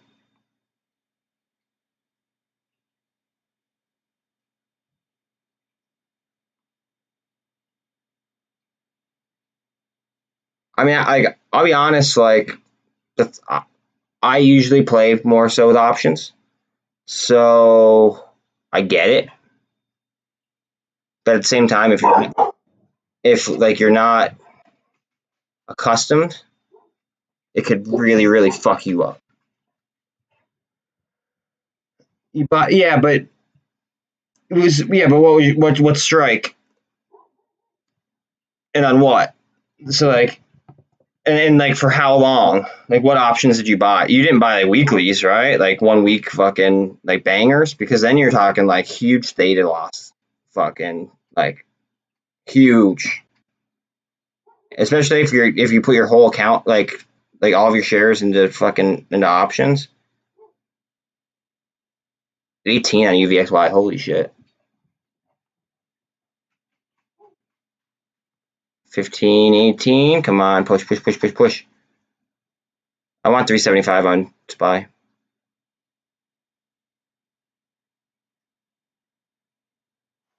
I don't know, not financial advice. I guess I my words would be, don't fucking like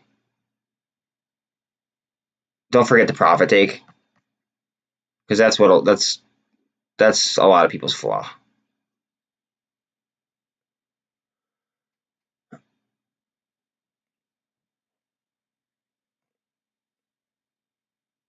Push, you bitch, go ahead.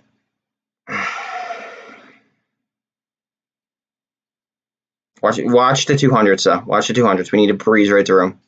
We might get hung up. Look at the MACD. Come on. RSI is 66. We might take like a small little breather right here. Oh my god, dude. You're a wild dude. You're a wild man. Holy fuck. You're gonna eat a lot of theta overnight tonight, just so you know. If you don't move them. I just want to let you be aware. You're gonna eat a lot of theta if they don't move in your direction. And yeah, like you'll eat like and by eating theta, I mean like the amount will be worth less tomorrow than it is probably like as of now, just because theta equals time essentially. And are you like way off are you way off the strike price? Because if you're way off on your strike prices, you're gonna eat even more theta. Yeah, we talk in a group chat. Just message it. Oh, or say, hey, can you guys add me to the group chat? And we'll add you to the group chat. That's fine.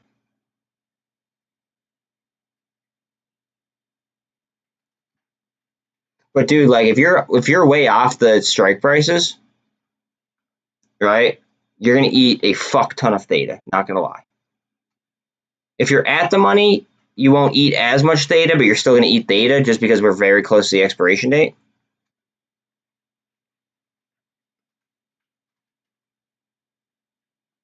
And this week's fucking this week's expiration date is a witching day too, which I've been talking about, which is that makes it even harder. You picked one hell of a week to YOLO it, dude. I can't give you financial advice, or else I'd be trying to. Like I just can't. You know what I mean? I guess I would say, try to not forget the profit take and try to give yourself more time than you think you need. I feel like I'm allowed to say that. Like, just be careful. I picture a line from here to here. It'd be like a descending wedge. The price that it's going to finish at on Friday, or whatever date you do choose. It'll say whatever strike price on the thing. Like it'll say like June 22 whatever calls, or June whatever puts.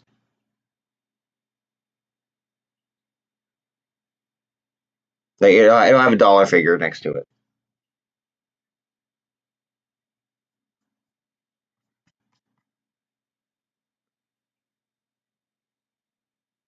SPY is down fucking 4% right now. Holy God.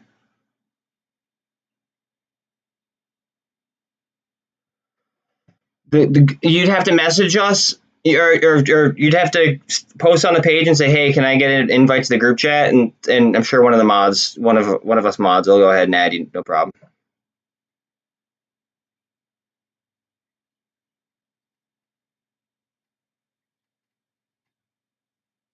You okay? If you're up, right? I would give yourself more time to. Not gonna lie, not financial advice. I would give yourself more time, and I probably wouldn't play the meme trade to learn. I'd probably play like a fucking, I don't know. I'd probably play like a fucking indice or something. Like that's like that way. It's like it could be like manipulated a little bit less. Not financial advice, just I mean, I'm eating shit right now on GameStop and AMC calls right now. I'm eating a lot of money.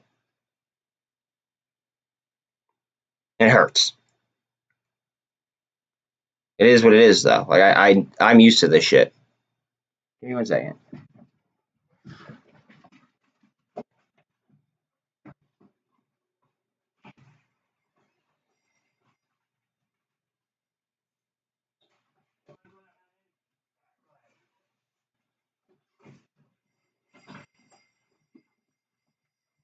All right, switch dogs. My bad. Yeah. Tim could add you to the group chat, or I could add you to the group chat.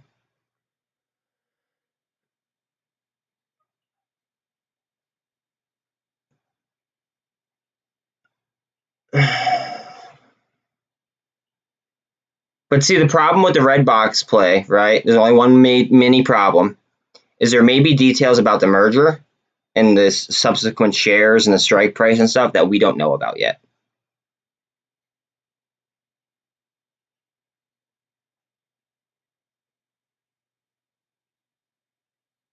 Like I'm not gonna lie. I looked more into the Mullen off the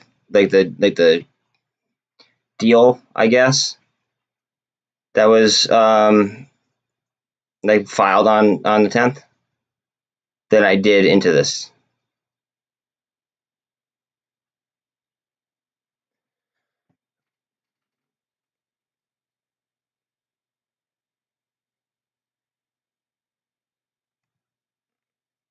Up, you son of a bitch. Go ahead.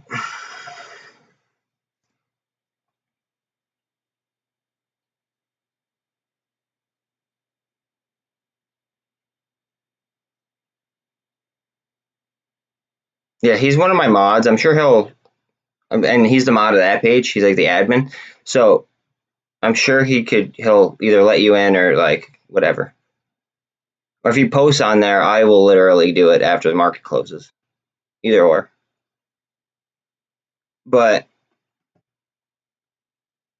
I just if you're doing this week options, if you're YOLOing your entire account, I think you're being reckless. Not gonna lie. That's my personal opinion. Especially since you admitted that you're learning. I think that's a reckless move. I wish you the best on it. I hope you're right for your sake. How are my trades today? I mean, the whole market hurts. My hedges did what they could, but I mean, like it hurts. I'm down. It is what it is. I wasn't expecting the Qs to roll this far over this way, but it is what it is. I have no emotions though, King. I have no fucking emotions, bro. I know you called 1540 zip.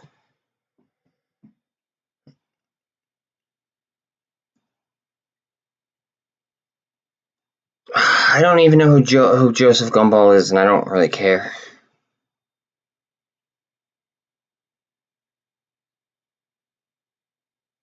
I think it's funny to put Gumball in your name, though.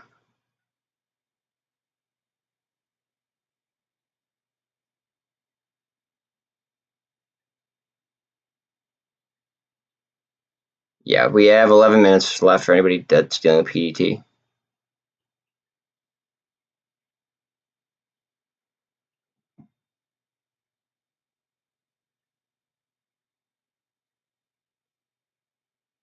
I don't give a fuck about him. I can almost guarantee that I'm putting in more hours than any YouTuber right now. Because I'm gonna sit here probably until about 8 o'clock. And I've been on all day. I feel like we're in crunch time. And I will not let anybody outwork me. So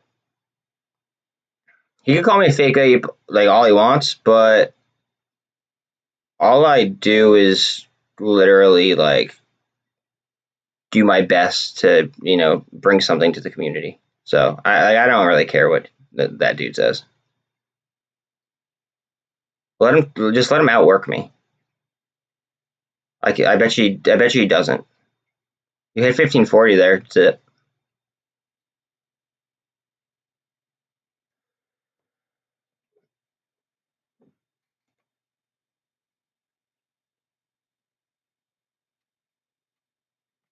$15.45.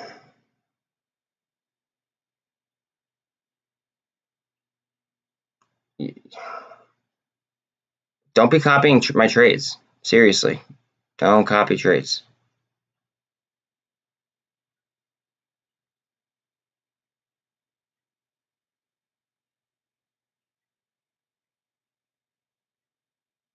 But if you have, and it's already too late, then you know why I only focus on a few plays.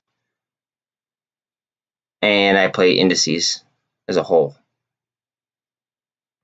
Because I can't pay attention to like this close of attention to a shit ton of different charts. It's unfeasible. Like that MACD might have to twist. You don't want that. Don't do that. Don't do that. Don't be copying my trades. I'm not a financial advisor or an economist. Do not do that.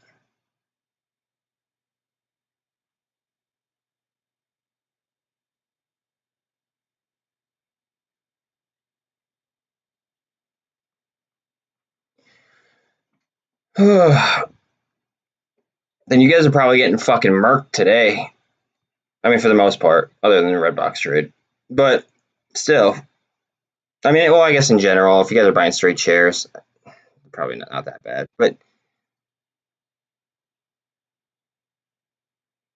still, don't do it. Like that's not like an invitation to do it.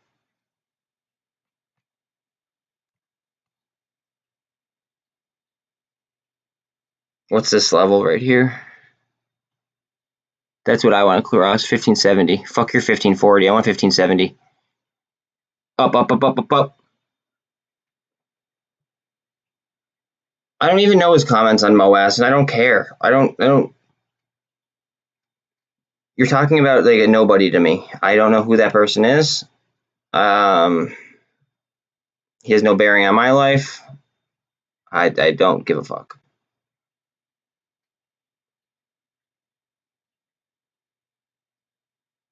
$15.70. Come on, get up there at $15.70.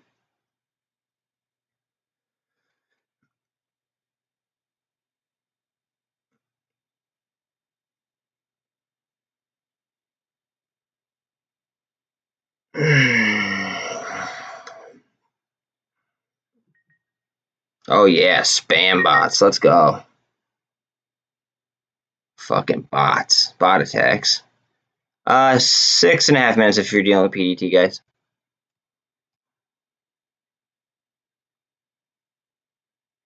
$11.48 on AMC, 118.65 on GME, 197 on BBIG, 196 on BBIG, 105 on MULN. I would love to see 375 on SPY.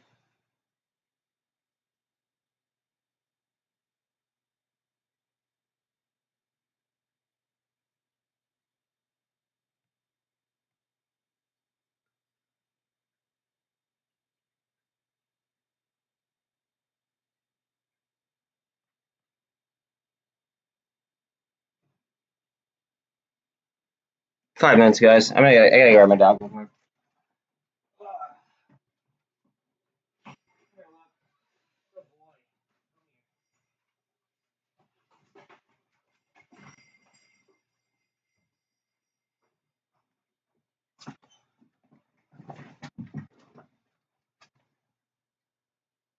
I see your guys' comments. I'm just chilling. Like, what's up?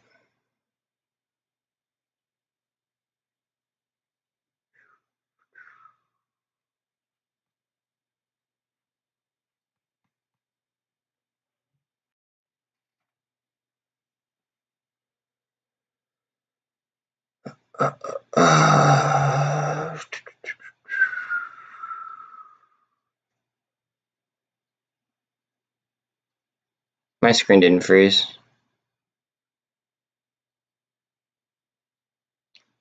Four and a half minutes left if you're dealing with PDT.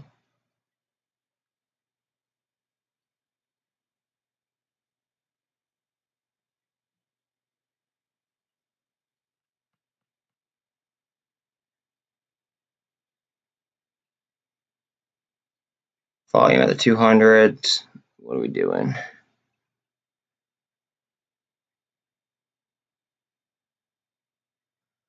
Just under 1150 here on AMC. 118.40-ish here on GME. BBIG's under $2 still, 196. Almost 106 on Mullen. 248.5 here on ATR. I'm in Redbox. Warrants at $3. Well, is at they're at $3 right now, and Redbox at 15.10.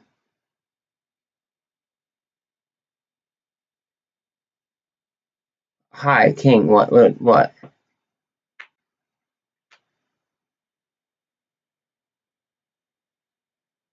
Yeah. All right. Anybody who calls me Johnny Meatball one more time after Mac the Troll, immediate timeout, without me even fucking thinking about it. I'm just not today, guys. Not today.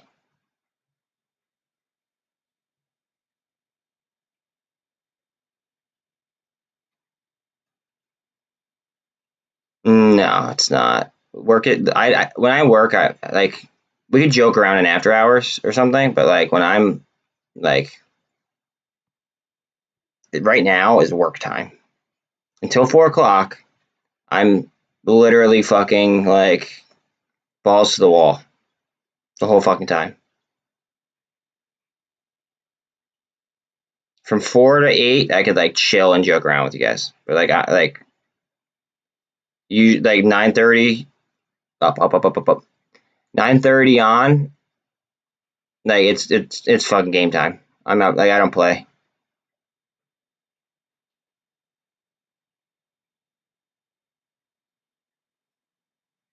People might call me too serious. It's fine. I don't care.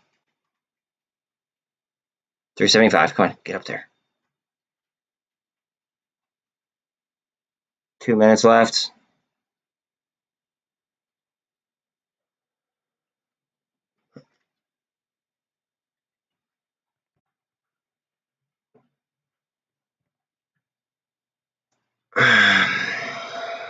Up. 118.24.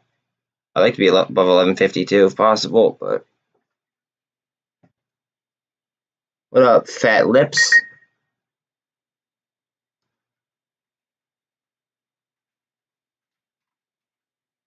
You packing dips or what? I don't think it's a crash. That's my personal opinion, though. I think it already did. I think the last 6 months, if we push all of that into 1 month, yeah, you might perfectly call this zip. If we push the last 6 months into 1 month, right? You would consider that a crash. I think that what we are currently in is a controlled downtrend.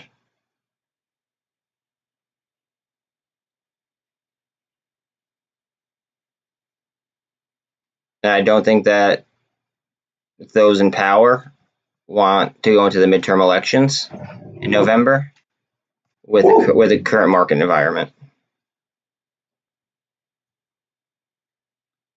Up. 50. Give me 1550. Up. 20 seconds. SPY.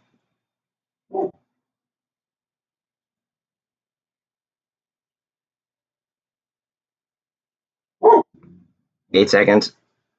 5, 4, 3, 2, 1. 15:30. Ooh. Alright, now I guess we see what happens. There's my dog. Stop. Bell. Stop. Dude.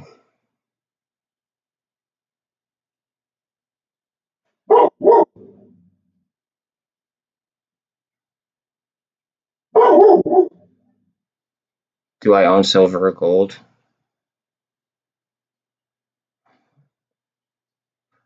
Why? Let me ask you this. Why do so many people care about looking into other people's pockets? Like, why should it matter what I have versus like what, like, I don't know, like one of my followers has? Like, what? Like, when I make a play, I call it out. I say what play I have, like, or what play I'm making. If you guys are here and paying attention, like I literally say, I might not say it like right then and there at the moment, but chances are I'm saying it like within like a minute or two.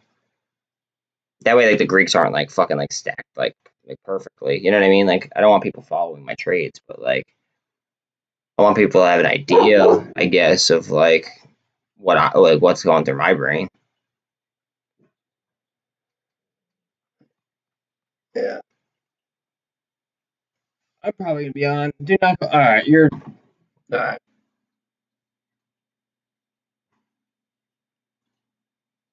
What I say about meatball?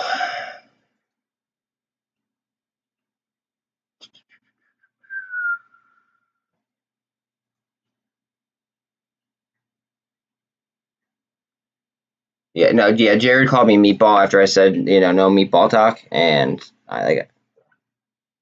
Not doing that. Okay. All right. Let's not be making fun of names here. So you're gonna go in timeout too. Oh man.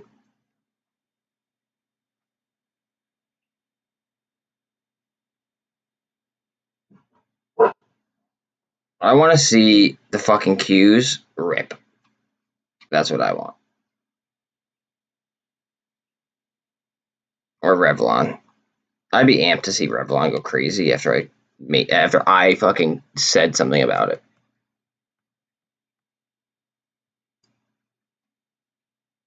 It's neither, fat lips. That's why it's just like I'm not doing that. Like, it's just not happening.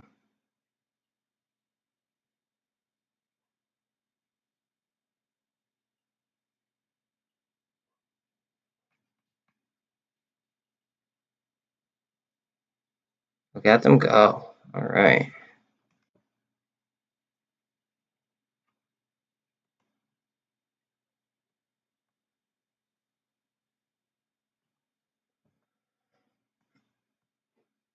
There's always going to be somebody that will that's going to sell. There's always going to be paper hands, quote unquote. Like, it is what it is.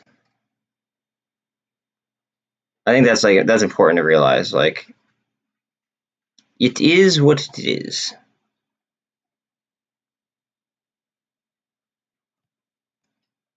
And even if it's not retail selling shit, it'll be institutions like algorithmically trading it back and forth to each other.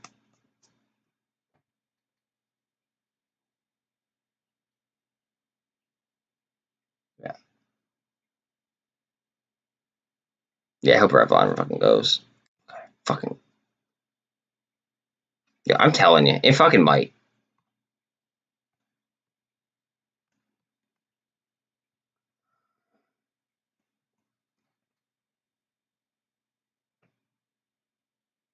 Just don't be surprised if like we wake up to like a fucking $5 Revlon.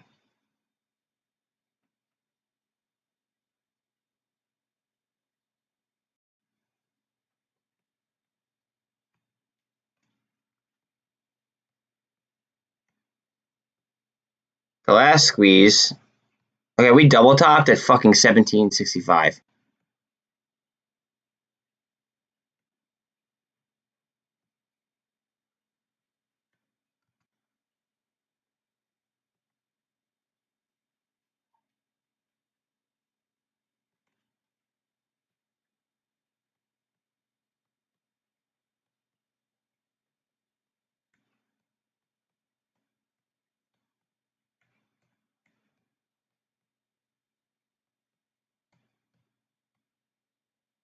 Yeah, I don't know about like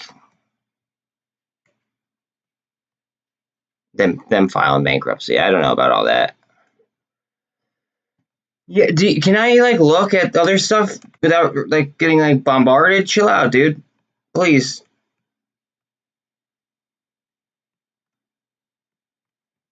Like you don't need to spam me.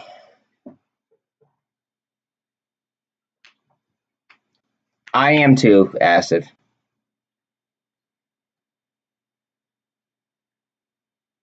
What do you mean talk about fucking what's it called? Talk about MOASS. I'm gonna try to get a referral code and like a thing set up. Matt, I'm gonna try to get like I'm trying to get an affiliate code set up with them. I gotta reach out to them because I don't want to pay for another year and then get an affiliate code. That'd be really stupid. So I'm gonna reach out to them first and like see like what's good. Um, yeah, so don't worry about that. Thank you, Sip.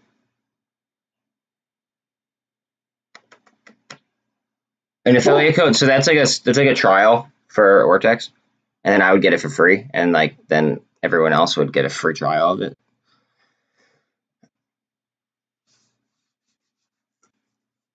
Oh, you're talking to him. You're talking to Ziptic. Sorry.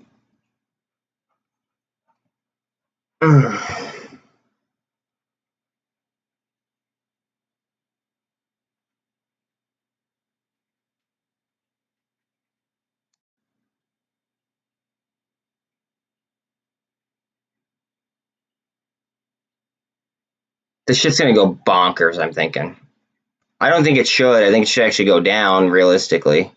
But that chart setup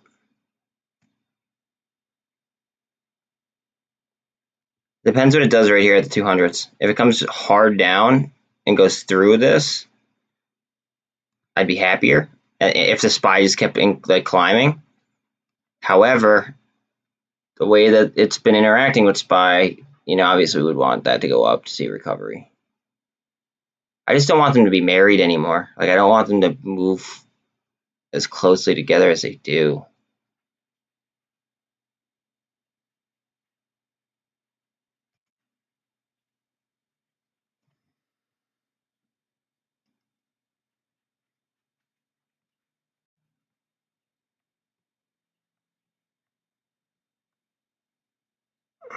See, that looks bullish to me. Like, look at that. Cup. Cup. We're going to handle. Crossing the MACD. Run. Run, run, run, run, run, run, run, run, run. Well, don't, like, fucking add things to my name. Just, it is what it is.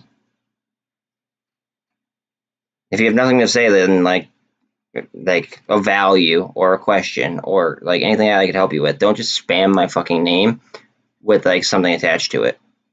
Just because you think it's funny. Like, I don't know. Some of us do this as, like, a job.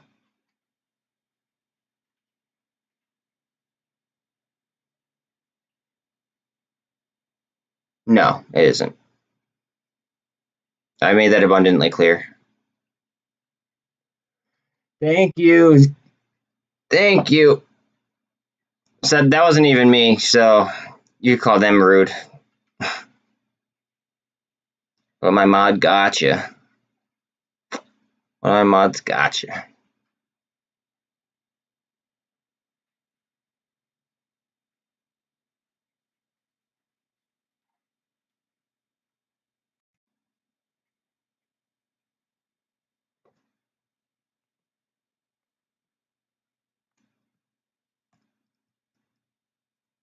This could be kind of critical right here. The 48's right there. And we're on the 200.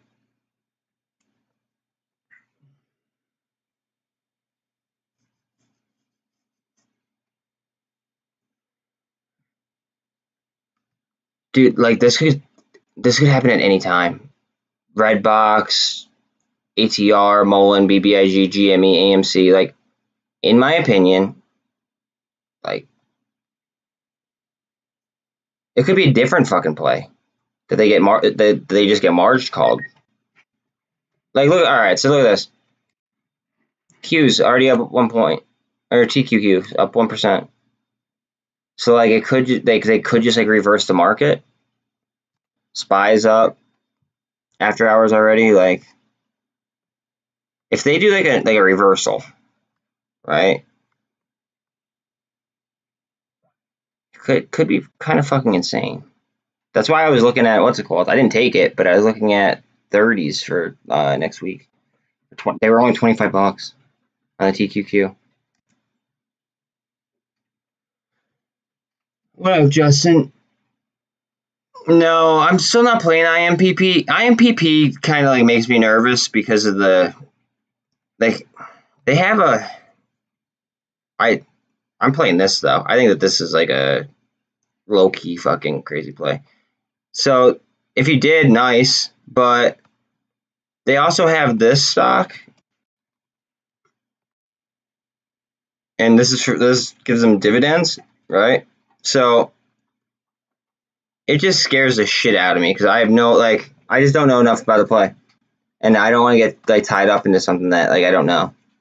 Like I like to know my plays inside and out.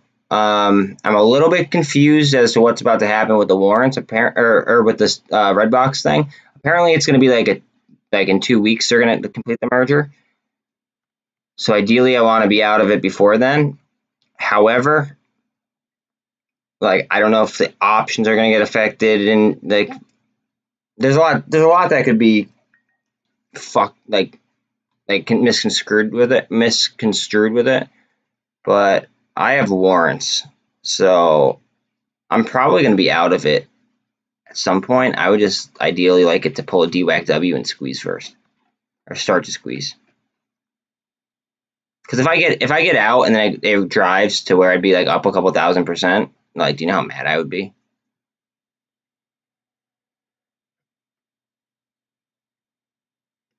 No, I'm not going to like Scranton.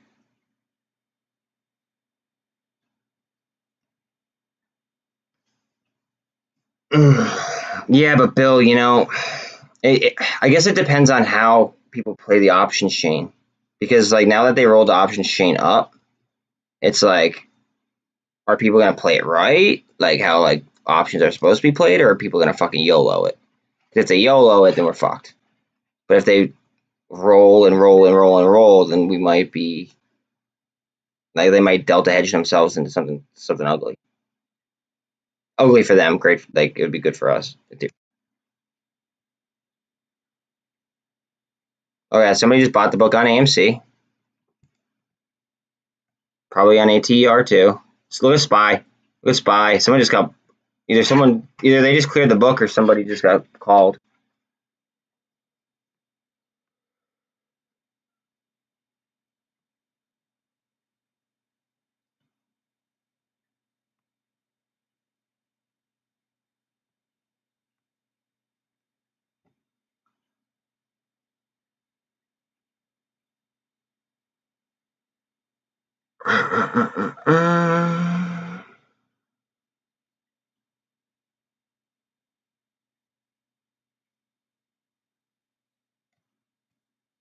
I want to see that MACD roll up. That's not a glitch. If anything, that's anybody clearing the order book. And the fact that everybody keeps calling it like a glitch, they're not glitches. They're hunting for orders.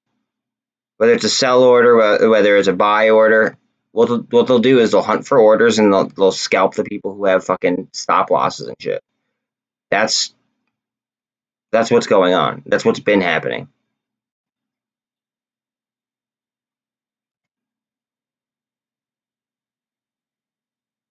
It's like it happens all the time.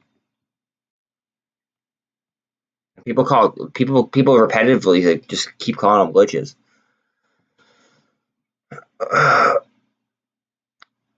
If it happened like once in a blue moon, I'd get it. But like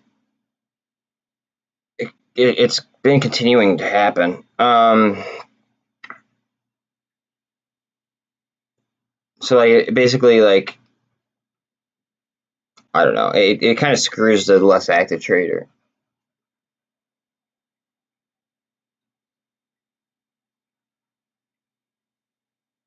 Yeah, no, I agree that it looks sus, but um, that's what's happening. People are buying the book.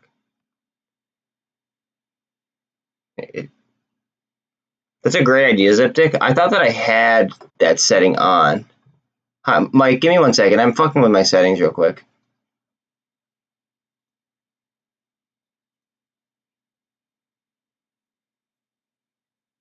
Fucking with my settings. Oh,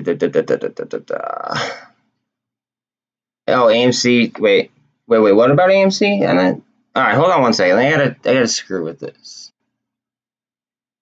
You know what? I'll make sure that I set that up for tomorrow, Ziptic. I don't want to fuck with it right now. That's just too much hassle. I don't care about that shit. I thought that I did though. I thought I did have it set up.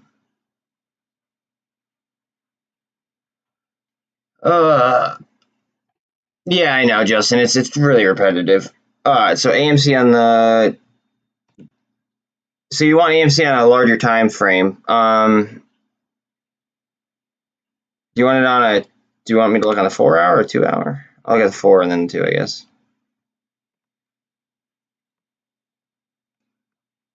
Yeah, see, they've been clearing the fucking book almost every day. Like, it just...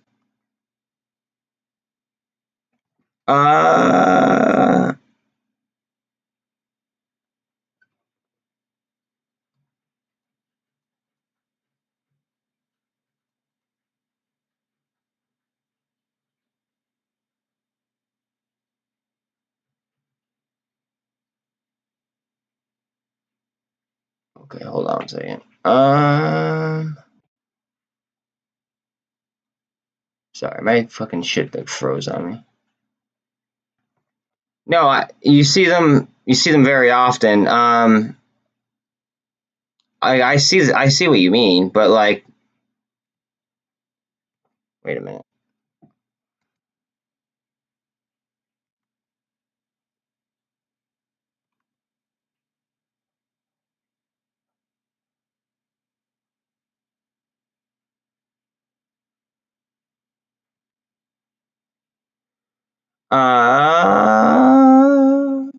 Like I know what you mean by like the wicks and everything, but at the same time, it's filling something, like it's trying to fill fill the book. If somebody puts an order like in place, look at that PSAR switch. Hold on a second, guys. PSAR switch on the 2 hour chart on AMC. You guys know the PSAR is a lagging indicator as well, right? Like, so that's calling for spin up.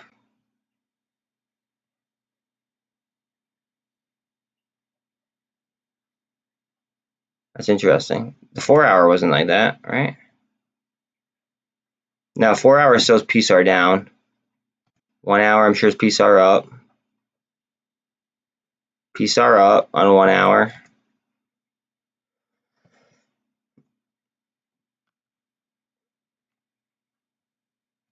So the PSAR switched about what? 2 hours left in the day.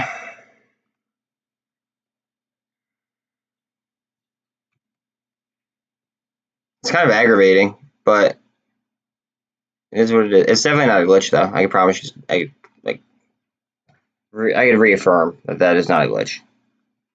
That is simply stop loss something.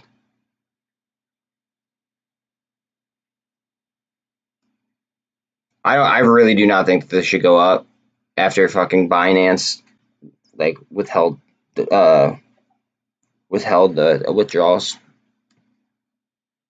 and it's a little intimidating that this is going up, and so was okay. SPY was going up with it. This was going up. SPY was going along with it because this could very well sell off again, and then we could start the morning off, feeling rough.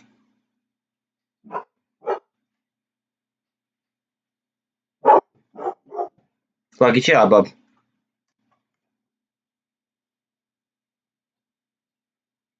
13 over the 200.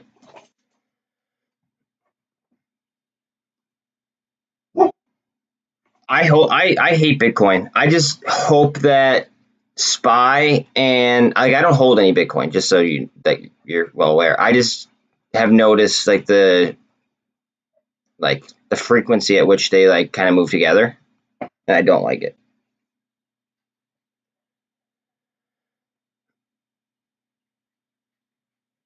We're waiting on basically fucking everything to go. I think. I think one goes and they all go.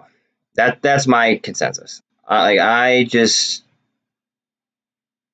can't get past the idea of like a fucking like them being so badly like beaten on some of these stocks, and then all of a sudden being able to like maintain their other positions while trying to like cover elsewhere.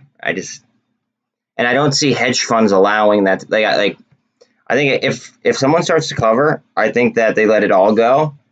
That way, the average retail investor can't hit every fucking short squeeze play like potential out there. Like they don't want us to make money. They want us out of like as many like plays that they are fucked on. They want us out of as many as possible.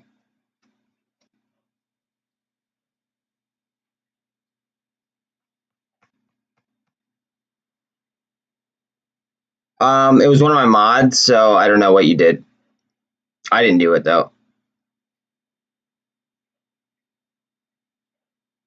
Maybe you just kept spamming chat before I respond. Yeah, exactly, Bill. Like what about MOASS? I'm talking about it right now, Jared. I think that it's gonna be a situation where they don't want us to get into as many plays as possible. I feel like it's gonna be like, hey, here's a few, but we're gonna dump the whole fucking table at you all at once, and it's your job to fucking, figure it out. And then what they're gonna do is they're gonna try to get people to fucking, in my eyes, I think that they're gonna get people to try to fucking trade very emotionally because everyone's already fucking emotional as it is. Too many people trade with emotion. Like everybody's gonna chill with that. Not financial advice, but just speaking from my heart. I just really think that too many people are trading with emotion. Like I lost a couple grand today. I'm not bitching. Like it is what it is. I'm not proud of it. I'm not happy. Like it is what I don't know. We got a technical gold cross here on Redbox. I get it. I'm not happy. That it was a bloodbath today. My hedges were okay, but they could only do so much. I didn't think they were going to get absolutely slaughtered today. Or else I would have loaded the boat with fucking with SQQ calls.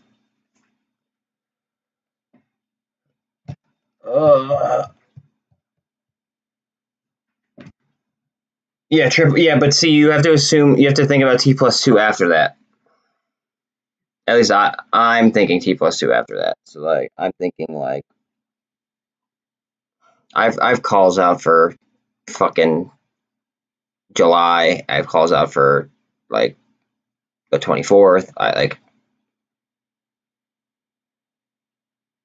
If I knew that today was gonna be such a shit show, I would have fucking bought SQQ calls though for this week, and then I would have cashed out of them at the end of the day today. What are we question marking? MOASS. Sound it out. That's what we're talking about. MOASS.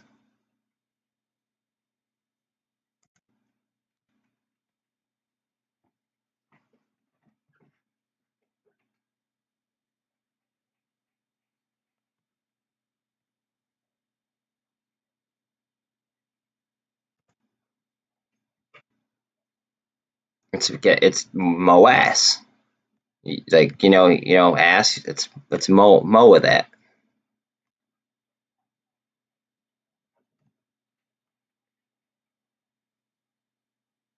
Hold on, my one dog. A stonk. Go to Urban Dictionary, so then I don't fuck up.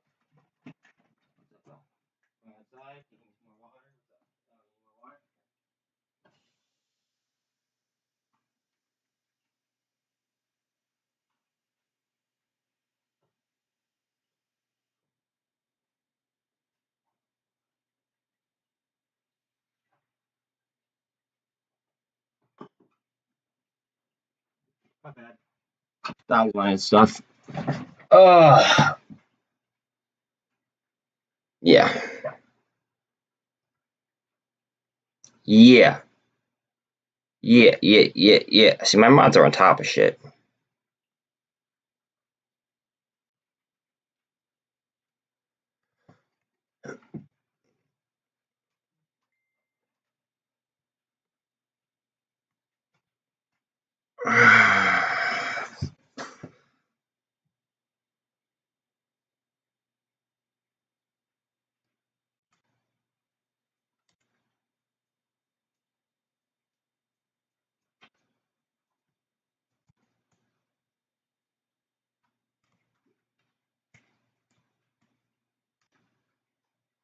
What stonk you want to talk about? Oh, is that my dad just messaged me?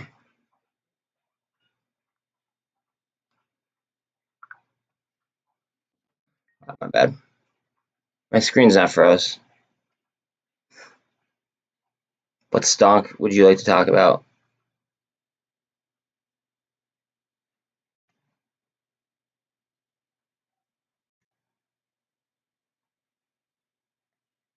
Volume above the 200s. We just need to twist, like, follow. We need to follow the twist, though. Like, we.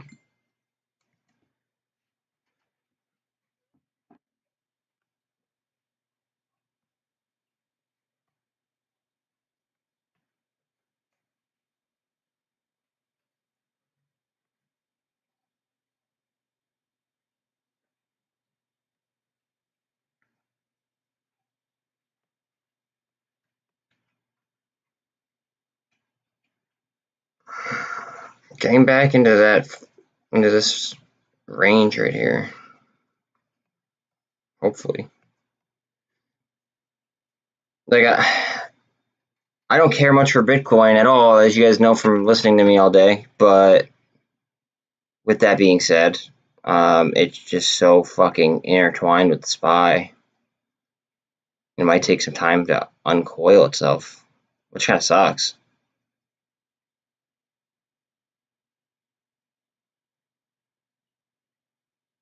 Like for the Qs to stop or keep running. I could agree. Either that or if it's gonna fall. It's gonna. I don't think that. I don't think it has a sideways trading day. Like, I don't think it has a sideways day. I think it's either gonna go way up or way down.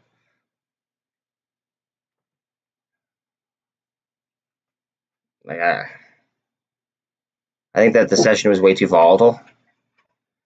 I mean, this is telling me bullish formation all day long. I mean, it looks like a double bottom. This alone looks like a double bottom. This looks like a cup and handle. If you zoom way out, I mean, again, from the top, kind of like breaking a bull flag. I mean, like, I do not like Bitcoin. I want to be very, very clear. I do not like Bitcoin. But it's just so entertaining. And like, that's what they used to get us out of the C word crash. That's what they used. So I'm wondering if they're going to liquidate it now and then go to like the V2 model, which I believe is kind of like, I think it could be XRP. Not financial advice at all, but in theory, could work.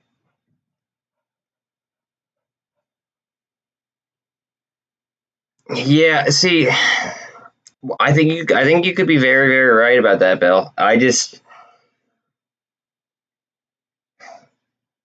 it would have to like start to like lose market dominance, if that makes any sense. Like, I think that other cryptocurrencies would have to like start absorbing some of the money that is coming out of it. I mean, I agree with you. I hate Bitcoin. I think that it's literally like it's only worth what somebody's willing to pay for it. So if someone says I'm only willing to pay $5 for it, like it's only worth $5. That's the thing about Bitcoin. It's a scalping tool for the rich. That's what it is. Dogecoin is the same thing, but for, you know, like a cheaper person. It is what it is. Not financial advice.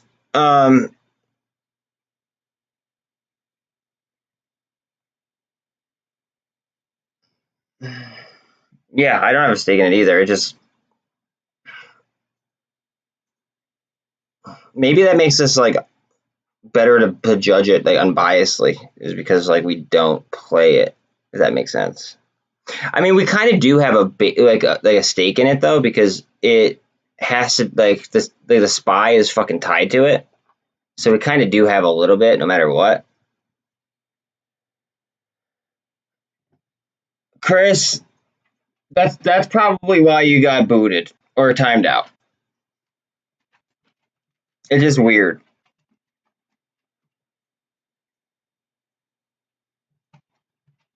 Just got my tailored T-shirts in the mail. These shorts are true.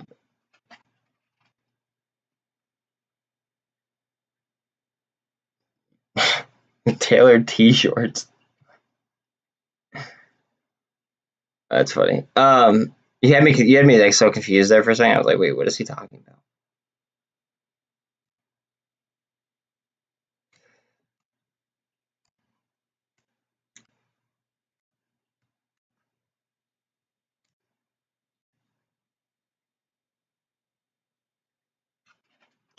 Oh, word. What brand? If they're tailored, that they might be kind of dope. Okay, I'm gonna draw wick to wick here. Even though I usually don't.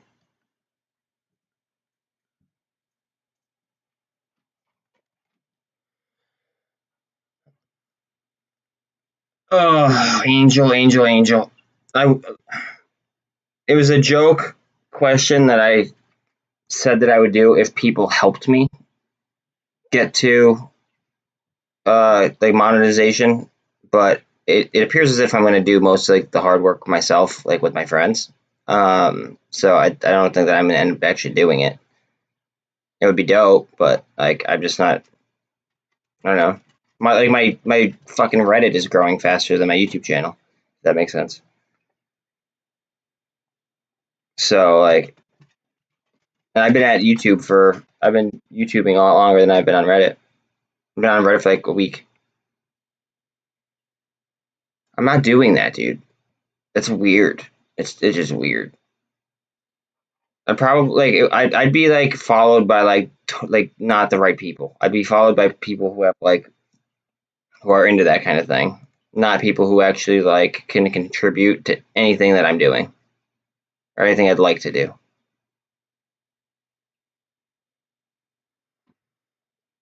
No, I am, dude. I'm rocking it.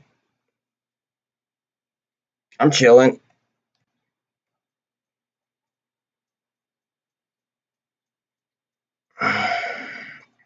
My goal is to just outwork everyone. I'd like that's it. I'll get on it. I get on at 8:50, and then I'm on until like 8. I mean, sometimes I get off at like for like after hours, but like a majority of the time I'll stream. I don't care. It's so unhealthy, but like I think we're like far enough along in the process where I could like be unhealthy for a decent little while, and it'll be worth my while rather than get lazy. Like I want to like stay at it, if that makes sense. Like I want to outwork everybody. Because if I like even an average trader, right? If you do 3 times the work as the average, like I guess as like somebody like at your level, if you do 3 times as much work, chances are you're gonna out trade them. Even if like so like say that you were neck and neck up until that point. If you start doing 3 times as hard of like I guess as much work as they are, chances are you're gonna out trade them. I mean that just it's practice. Practice makes perfect. You know what I mean?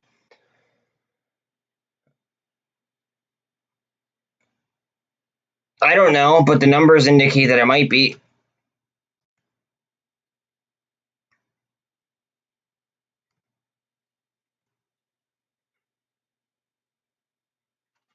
So is it like, is it pretty much like Under Armour?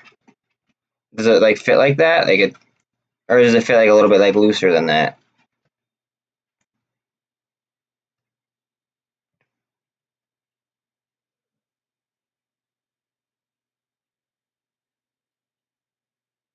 Yeah, like my goal is to outwork everybody. That's it. I just want to outwork everyone. Will there be people that probably outwork me? Yeah, absolutely, probably. But if I'm on from, look at Spy G, look at the after hours. Oh, never mind. Um, if I'm on from what's it called? If I'm on from, like I said, 10 before 9, and then I'm on until like after hours ends, nonstop streaming, it's going to be pretty hard to put in more hours than me, right? At least I would think so.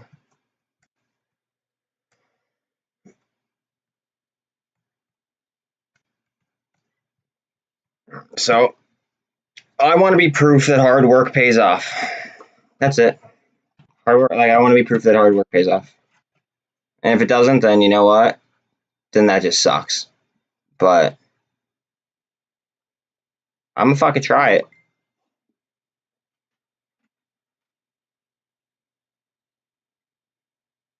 That's dope. And you said it's called what?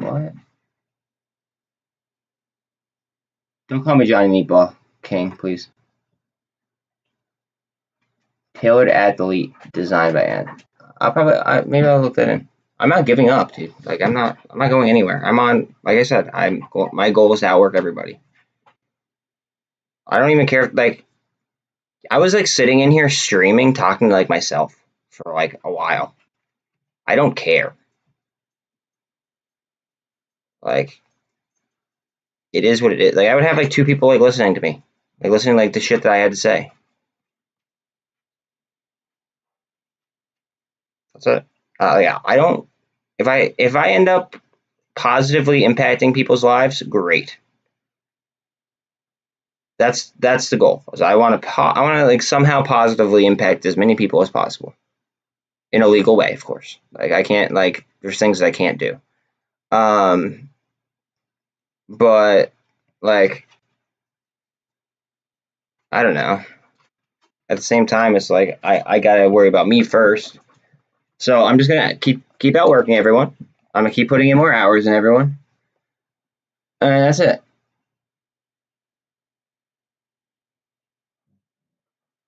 Um, Con, I'm not an IMPP because I don't know enough about it.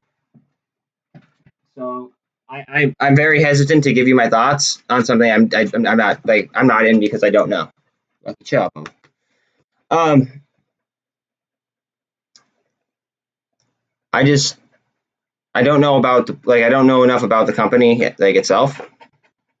I know that they're oil related. Um, that's really it though. They had like 10% short interest last time I looked. I just wouldn't like. I don't trust. What scares me is they have a preferred stock. So they have IMPPP, right? Look, it doesn't really do much volume, but it hasn't moved too much in the past, but then lately it's been moving, right? And it's like I don't know how much of a dividend they get. I don't know. Like I don't know. Like I just don't know enough about the company to give it like a fair judgment. I guess that's all I got for you. But I will tell you this: if you're in something that you're not, no, I don't have a food channel. Um, stop. HCCR. We can pull that up. Hold on a second. So they did a share buyback, from what I understand.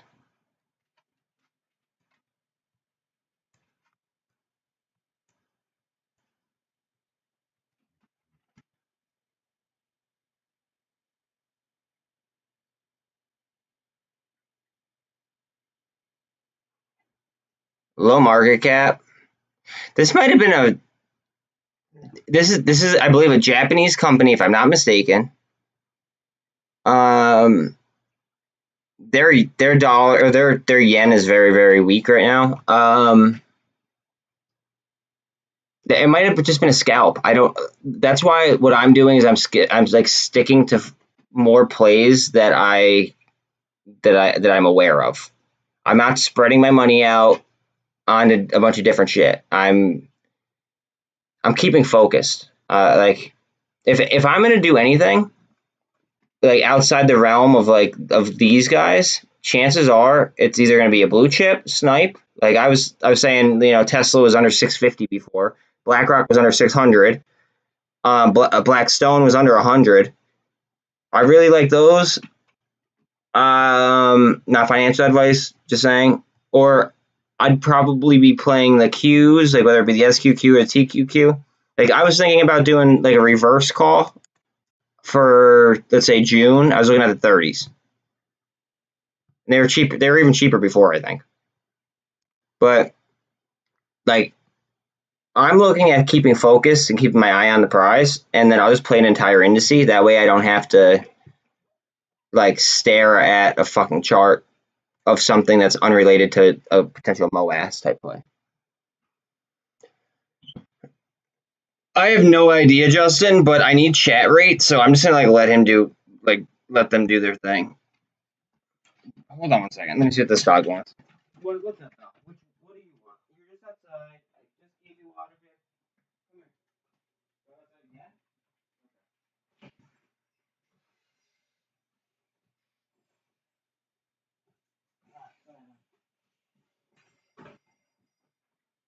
Yeah, my bad. Oh. But yeah, chances are I'm like fucking just playing an entire indice or getting into some kind of blue chip play, or if some DD pops up. Like if you guys have followed my channel, you guys know I like some companies like Backed or Arrival, or I like EVgo, or I like AI. I like BlackRock. I like Blackstone. I like BRG. I like I don't know. Like there's a handful of companies that are I guess higher class than some like lower ones. Like a totally different echelon. I like Tesla. Like SPY-G is like an ETF with some of the fastest growing S&P 500 companies. Like IDEX. Like look at back a fucking 4%.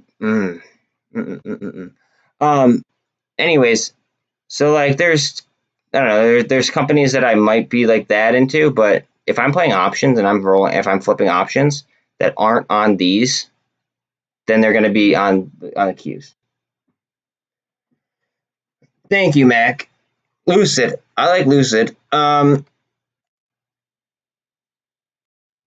Oops. I like Lucid long. I don't know about in the short term. This looks really, really gamma-y. Like this looks like. Hold on, I'll show you what this looks like.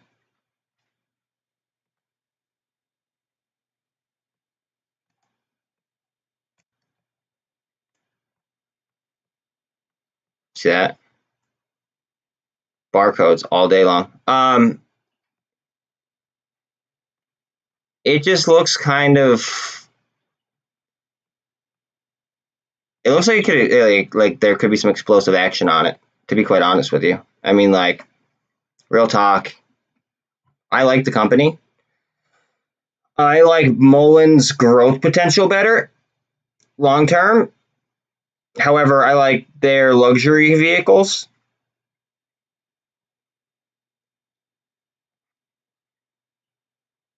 I think Mullen gets bought out long term. I think they do.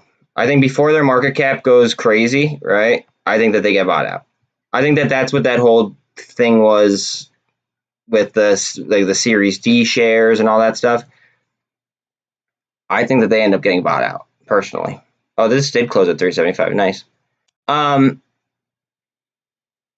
But yeah, thank you, Greg. God,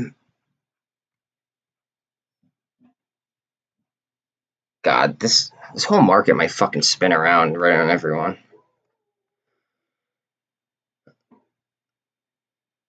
Always, dude. Thanks for always coming to chill.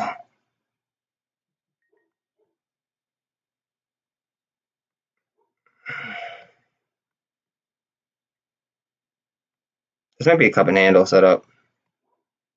Look at that. Like, if you like, imagine a bull flag from here to here, we'd be pretty close to hitting it. It wouldn't be on it, but it'd be damn close. This kind of looks like a cup, maybe another little cup. We're R over the MACD. But now this is SPY too, so I mean, like this would control fucking basically the entire fucking market.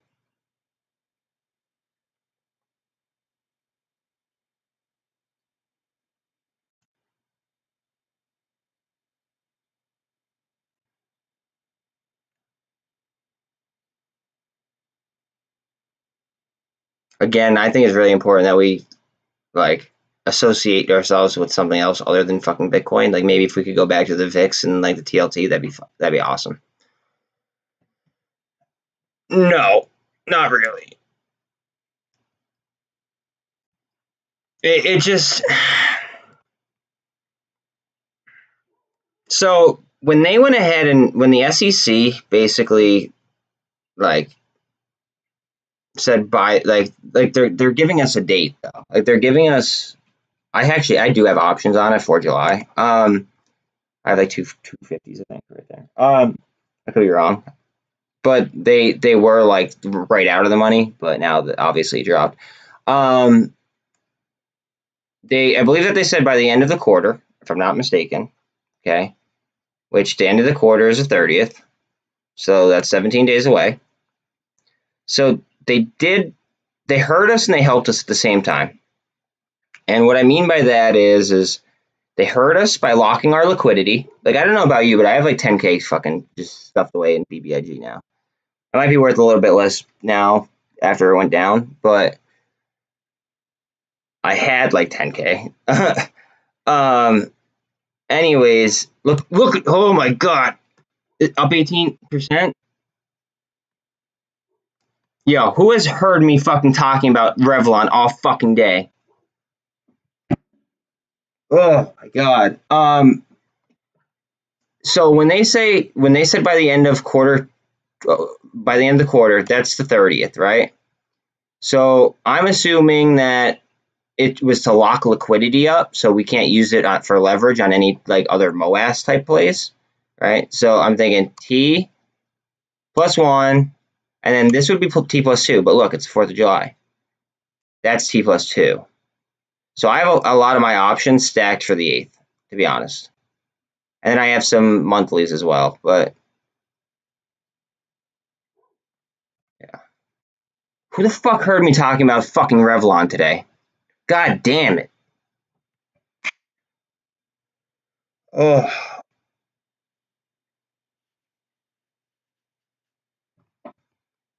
My titties are jacked. Look at the inflow versus the outflow. More, less. Oh wait, you guys can't see the inflow versus the outflow. Sorry, I forgot my face is there.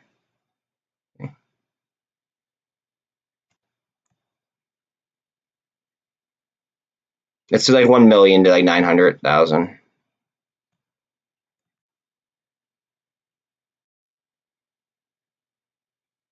God damn it, yeah. Ugh.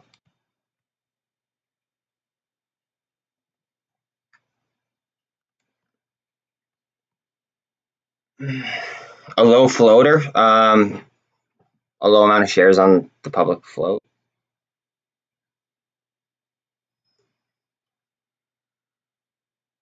I just did. You don't need to throw me a question mark. I see it. Look at this fucker go. Look at her go, guys. What's my average on it? It just means that, like,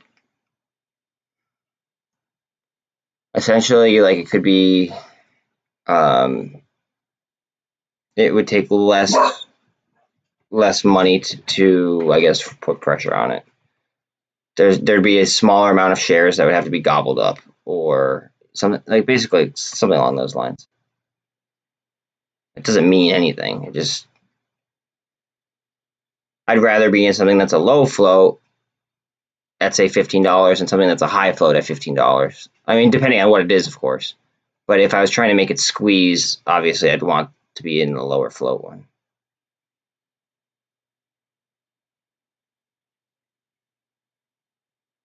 Yeah, but for every 10 that you own, you also get one of those. And I have a lot of them.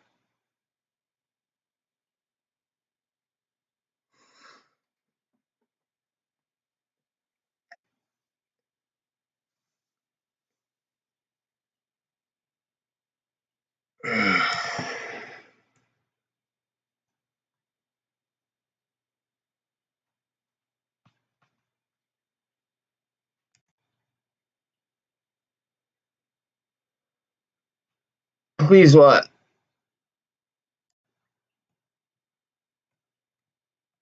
If you say anything about my fucking, like, anything below my knees or something along those lines, like, any tips? I can't give tips. I'm not a financial advisor. Know your trade, maybe. That's the best I could do. Know your trade. Know what you're trading. Know the situation. Know what decisions you're making. Know the results of your decisions. Know literally everything inside and out. It doesn't get much deeper than that. Who cares, Haley? Who cares? I don't even know who Joey Gumball is. Nor do I care.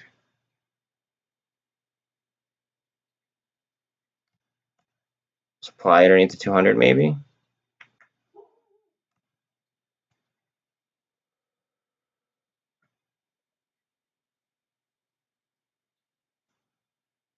Yeah, I don't care.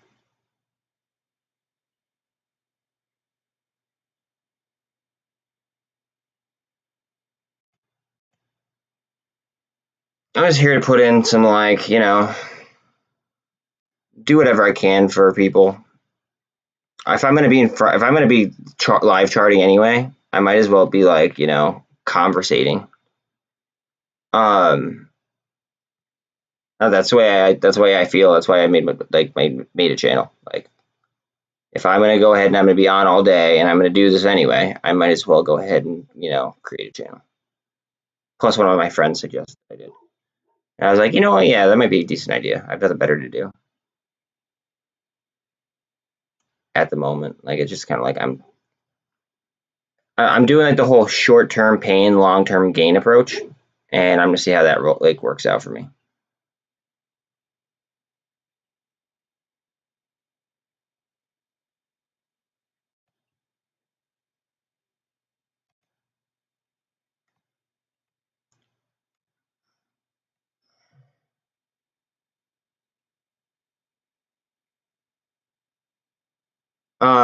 I can't tell you what to buy or what not to buy.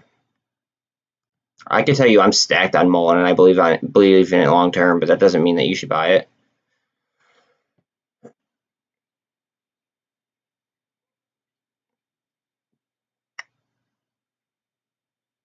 Like, they're doing a what's it called? Like, there's probably gonna be FUD released about, like, like an offering, right? Like, there already was FUD regarding an offering, but there's probably gonna be more FUD regarding this one. I think it's for the best of the company. I think it makes it more of an investment versus more of a short trade. Now, could it create a potential short trade? Yes, absolutely. Right? Because, like, fundamentally, if they use the money in order to go ahead, like the money raised, if they use it to, start mass producing batteries, then fundamentally it would become a better position or a better company, and then it would make the shorts position less viable. However, simultaneously, you might get people that panic sell it and then have the bottom drop out from underneath it. So it's kind of like a rough spot to be in. But if they start mass producing, like here, look, let me show you this. This is down a lot. Like, hold on a second. Let me show you how much this is down lately. All right, up here it was like what, $16 twice the price tag. The market cap right now is under 4 billion. This was just up here. It was a $5 billion company. Okay, these people make batteries, right? Our batteries are better than theirs.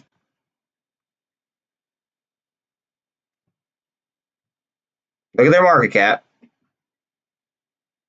Now look at Mullen.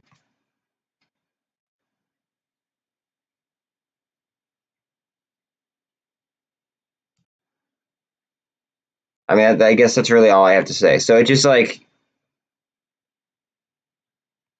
it's gonna shake out a lot of people probably that that didn't read the full document, or I guess aren't in it for the long trade.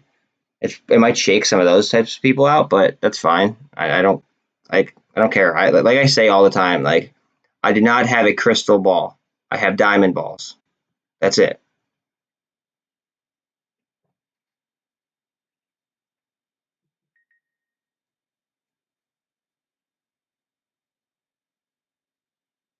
I'm just gonna ignore you, Dean, if you're gonna keep with that shit. Seriously.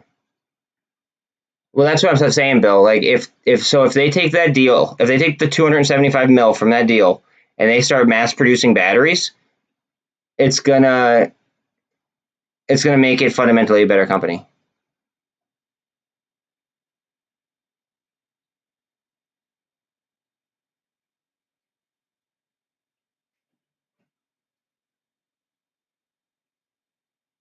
I mean, at least chances are it will. Let me grab the dog.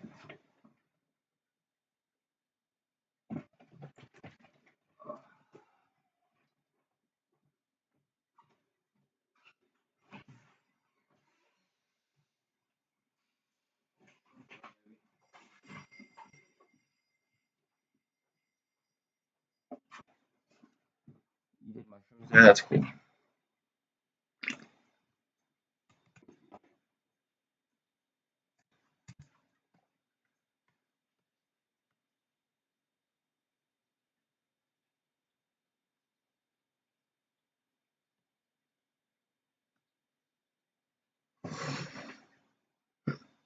I don't want to talk conspiracies right this second. Let's talk about how all of this could have been avoided. I can see your messages. You want to talk about how all of this could have been avoided?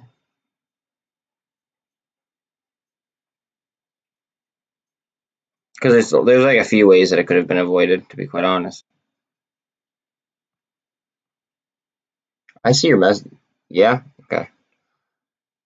Why don't you go first? Why don't you tell me how you think it could have been avoided, and then I'll go ahead and I'll respond on how I think it could have been avoided.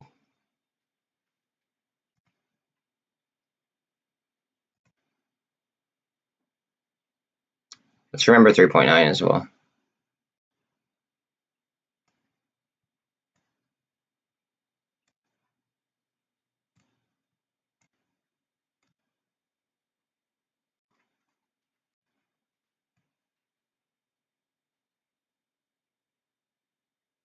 Okay, so you want to talk about something, but then you don't want to answer why you think about something. Okay, interesting.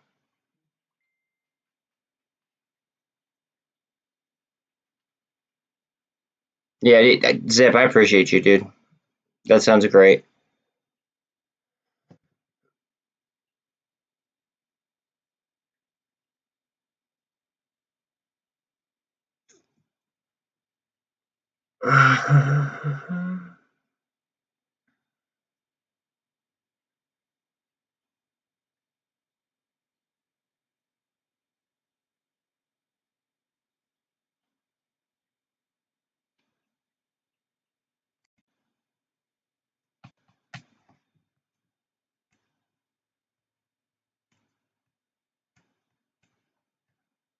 Yeah, is anyone else in Revlon or no?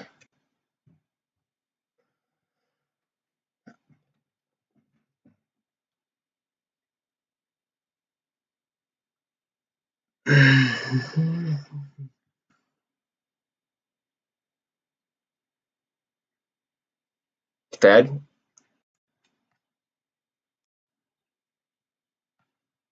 Oh, Fed is always at 2:30. Well, the minutes come out at 2, and then he speaks at 2:30.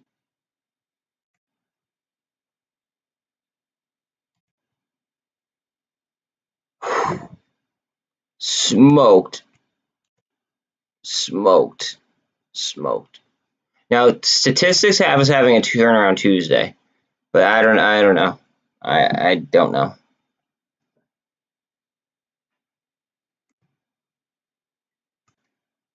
I don't know. Ask the person who said it.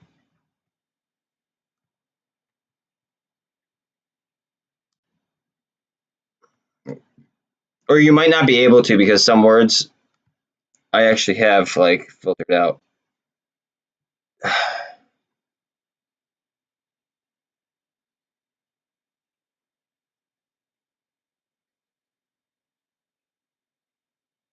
That sucks, dude. I'm sorry.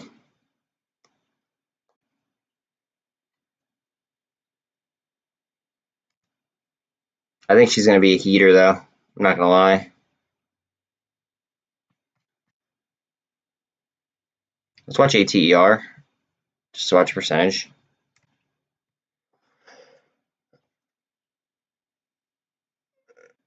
No, I'm not going to Lake Scranton. There's no reason for me to go to Lake Scranton.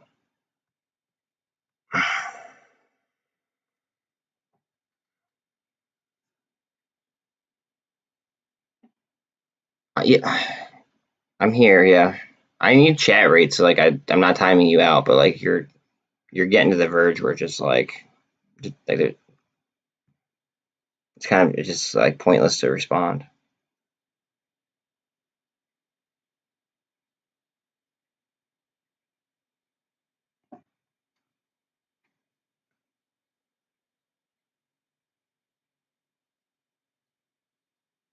Fuck, I wish I put more money in fucking Revlon.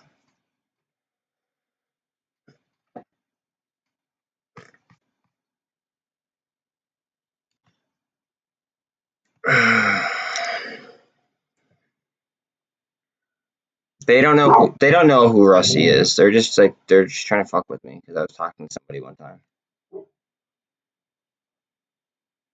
And if you want to claim that you do, then tell me what his last name begins with.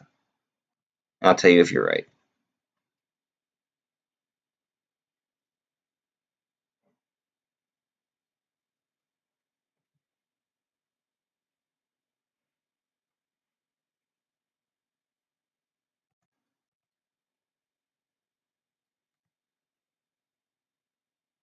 No.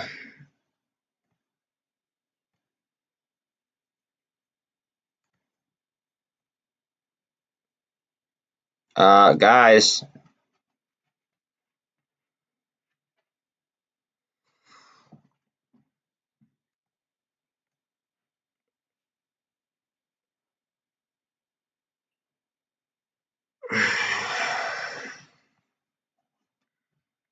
It's kind of interesting. No, you can't be a mod. Greg, don't do that. Don't permanently mute anybody. Just because I do need chat rate, unfortunately. Like it's aggravating, yes I know, but I do need chat rate because the YouTube algorithms fucking hate me, apparently. You can't be a mod ever.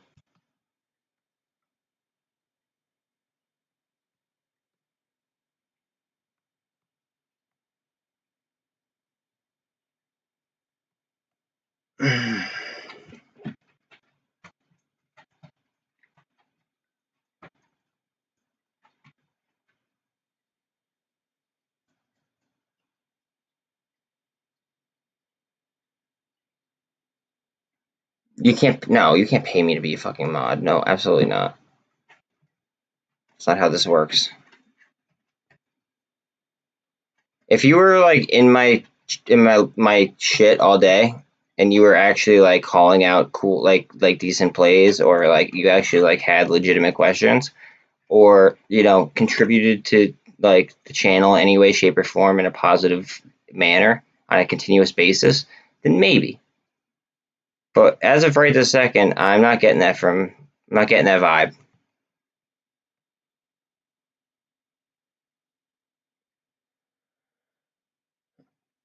Yeah, that's what I'm saying. That's why that's a don't don't permaban anybody. Like there's might as well just have that continuous chat rate. You can put your own accounts. Zip, I don't know what it bothers you more than it bothers me. I think I don't I seriously don't care. Like when I am sitting in front of my computer, look at this fucker go. When I'm sitting in front of the computer, right? I pick up my feelings or emotions, I put them in a fucking box, and I say goodbye. Like they don't exist anymore. Like I do not have any emotions. The only emotion that I may get is I might get annoyed by the same question over and over and over again. That's about it though.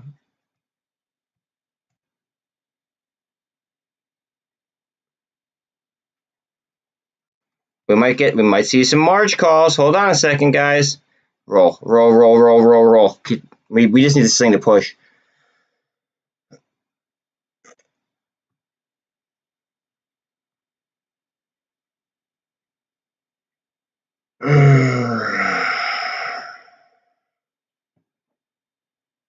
We're 90 on the RSI. We just need to just ignore the fucking RSI. Just go ballistic. Okay, Jared, chill.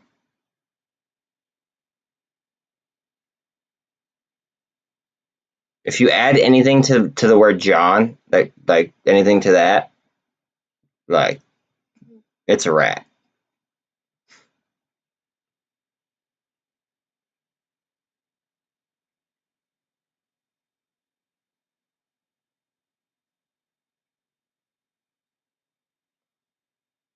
All right, yo, Zip, chill out. Okay, cool. All right, last chance, bud. Last chance.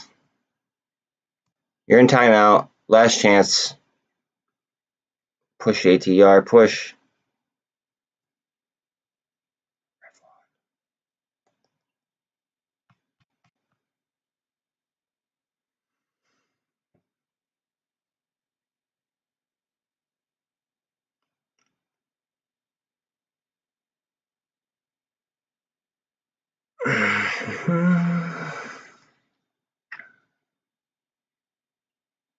Let's see this gets a pressure.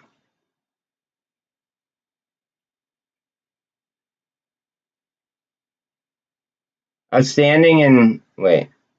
We both putting for. Outstanding is different.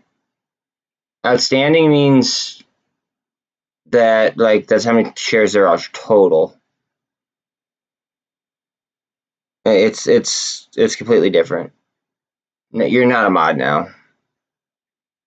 Only I could grant that, and you're not getting. Sorry.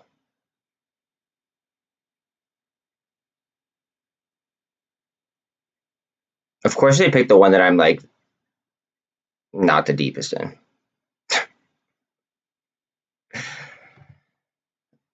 Okay, stop calling me Johnny as well. That's gotta go.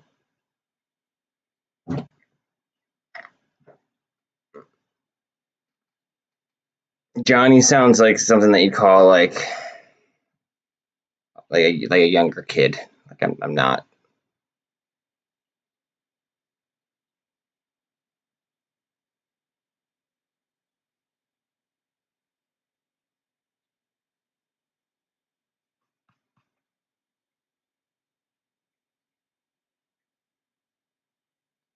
Yeah, you can call me Buzz. That's fine. Buzzo. I don't care. That's fine. Just literally, don't fucking I don't know. Like, put some respect on it, basically. Like, you're just like Johnny Meatball or Johnny fucking, like, I don't even know. Like, just Johnny Lightning. Like, no. I'm not here for your entertainment. Like some people's YouTubes might be like that, and I have no creator hate towards those people. But like, that's not my goal here. My goal is not to be fucking like, I don't know, not like that. Like, my goal is to fucking seriously like put in work, do the best that I can, and if I could somehow positively also like simultaneously affect somebody's life in a positive manner, awesome, great. I'm happy I'm like able to do both at the same time. My goal is to do the best for me, and if I could positively impact somebody else, also that's even better because I like to help people. I like people's like I like people to like have their questions answered, not like, I don't know, like not have to like pay for this or pay for that. Now, if I get to a point where my channel is that size, like that'd be awesome. I'd be so happy. And you know what? Unfortunately, I might not be able to get to every single chat, and like it is what it is. But I'll always do my best to answer every single one. Okay, so Dean, you got to stop spamming my thing, or else you're gonna go in timeout too. It was.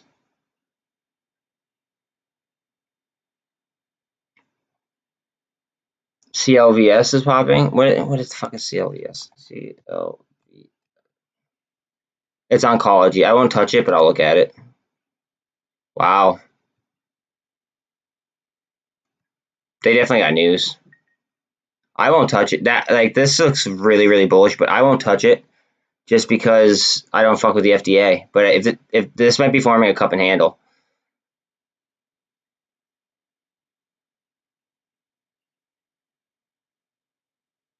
Watch her to form a cup and handle right there at a $1.03. I just you know how I am about FDA, please. That's just not it's not my gig. It does look like a really strong chart, and they had to have caught news.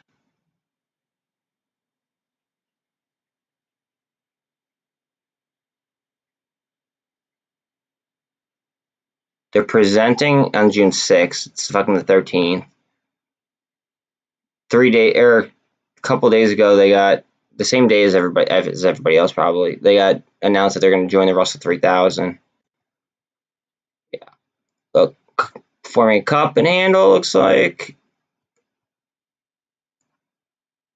I mean, I feel as if I'm too late to it. 105. She's a beaut. See, I don't like this gap right here though. I think I might have to fill that at some point. That's a good call out though. Good call out, Bill.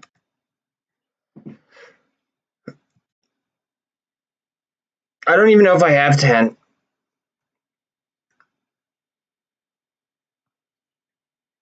I'm sure that there's way more than 10.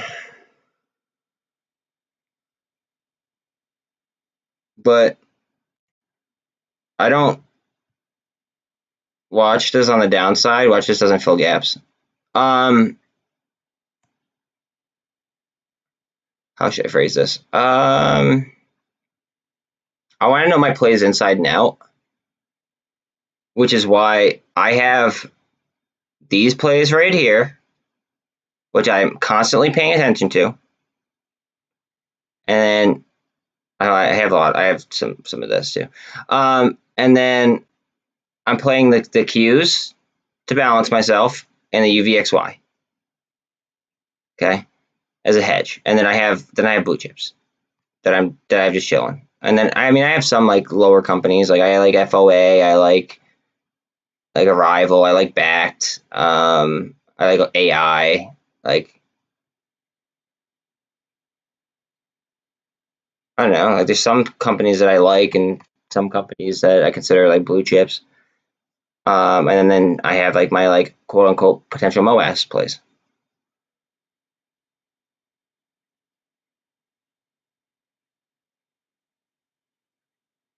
Later, Pop.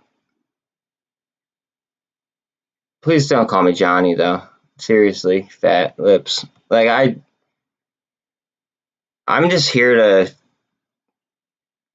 I guess, get the shit done. Like, I'm here to try to do my best to get shit done.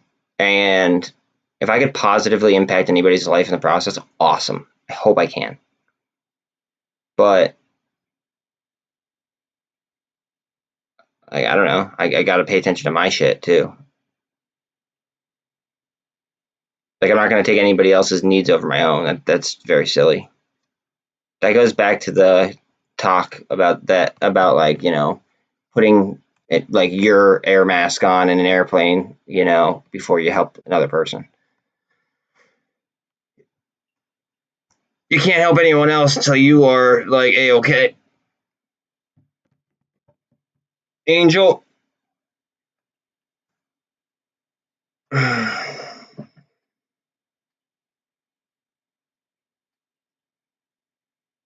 Chill with it, please. I'm really, really, like, I'm not doing that. I don't have time to do that.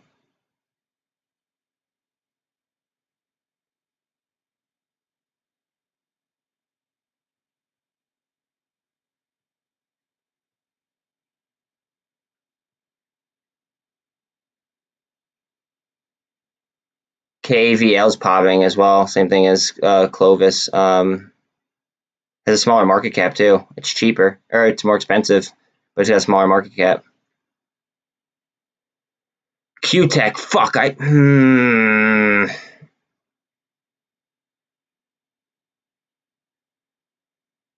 were on my one watch list.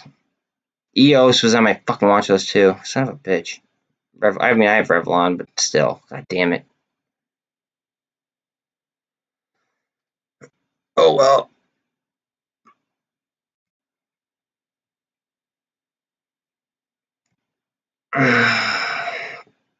I'm not here for anyone's anxiety. I have anxiety on my own. Like, I'm good. I don't need to. If this market makes you anxious, then you should just not do anything. Then you shouldn't be in it if it's bad for your health. Like, if it negatively impacts your health and you can't handle it, then I think that you should ask your doctor if it makes sense. I'm not a professional. I'm not a doctor. I can't give you like a medical opinion. I can tell you that I have anxiety, and I don't go to people's channels and say that I'm anxious. I just lock my shit up, throw it in a box, and fucking, like, throw it away. I pretend like it doesn't exist, and that's what works for me. No, we're not going to Lake Scranton today. Can you stop asking me that, please? Because, like, it's over and over and over and over again.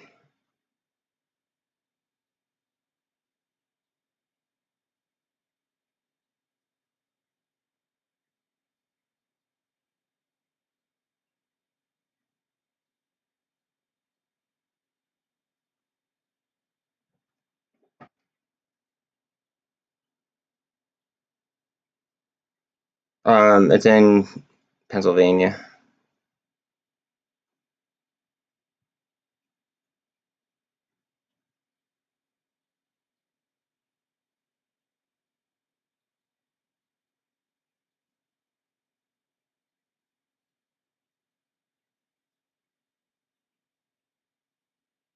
I don't know how UBS is up after, like, losing so much money to, like, that fucking guy. That was down a lot, actually, pre-market. Or maybe it was in the market. Now it's up after hours. Never mind. I feel like they lost a lot of money to that Archegos bullshit. Surprised they're not kind of, like, feeling some flack from that shit. I'm not giving you my fucking address, dude. There's one person that's gotten my address, and it's because he's sending me, like, some, like, sponsorship shit to hang up behind me. That way I don't sound like an idiot when I yell fucking, like, power flex. Ugh.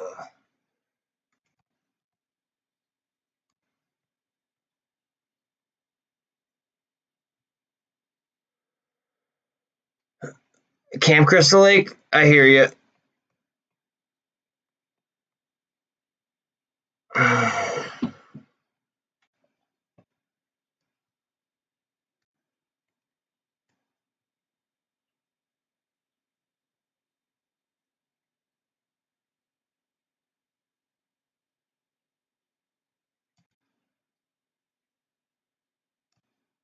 I want to see volume in this pickup.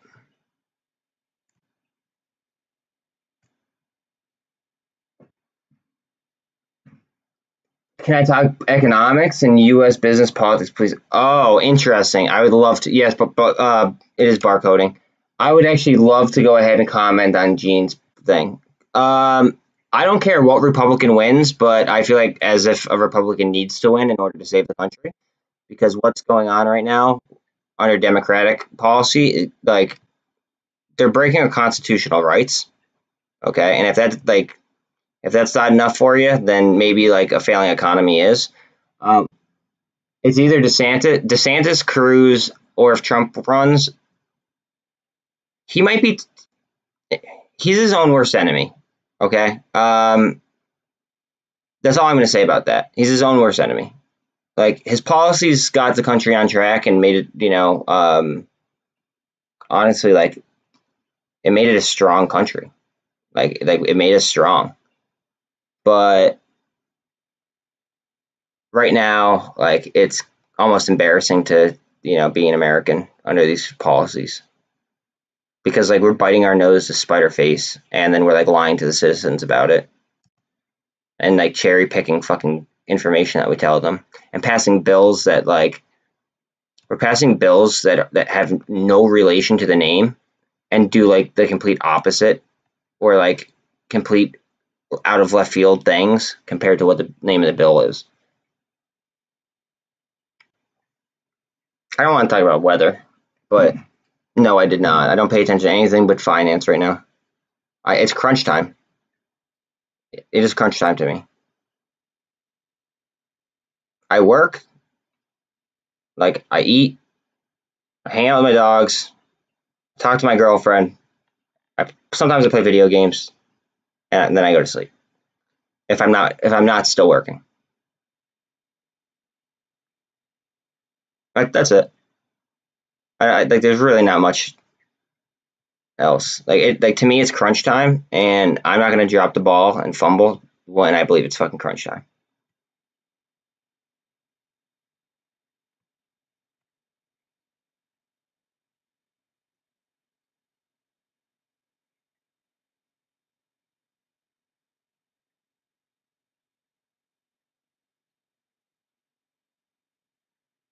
I is Matt Gaetz the guy from Missouri? Because the guy from Missouri he's been killing it lately. We just need somebody with fucking decent policies. That's it. And like we should be using open source accounting. There's no reason why the taxpayer shouldn't know where their money is spent or how their money is spent. And we should fucking like instead of like saying that like oh well the land is tapped there, they could go ahead and drill there. It's like okay well then give them the drilling rights paperwork that they need so then it could be legal. But no, they're going to sit there and pretend like they could drill no matter what, but they're still holding up the paperwork that they need in order to legally do it. It makes no sense.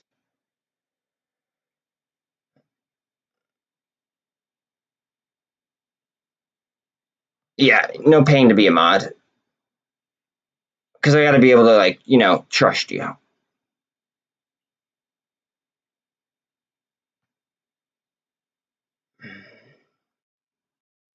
No, not make great call outs. Ziptic made terrible call outs. No offense, Zip. He made terrible call outs. He was just I don't know. He was just consistently here, consistently like asking legitimate questions, and I could tell he wasn't like a bot or like a shill or like he he genuinely wanted to, I guess, like know more about a certain like certain topic or topics, and I've become able to trust him. So you do that, maybe I could go ahead and I could mod you, but I mean, like that's about it. Like there's no buying a mod. Like a spot is mod. That's just not happening.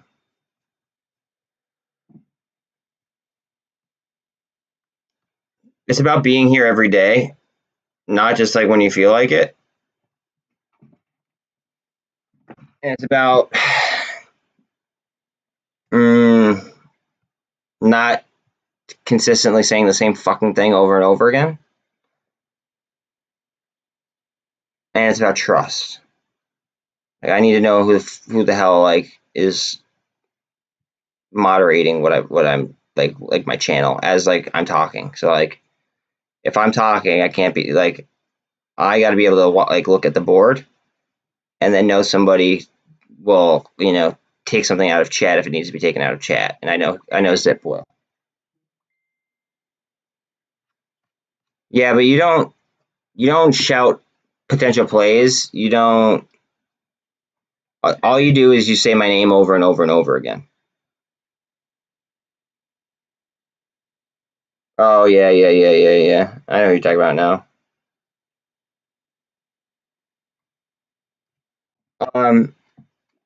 Honestly, like I just don't know if the economy could take 2 more years of this.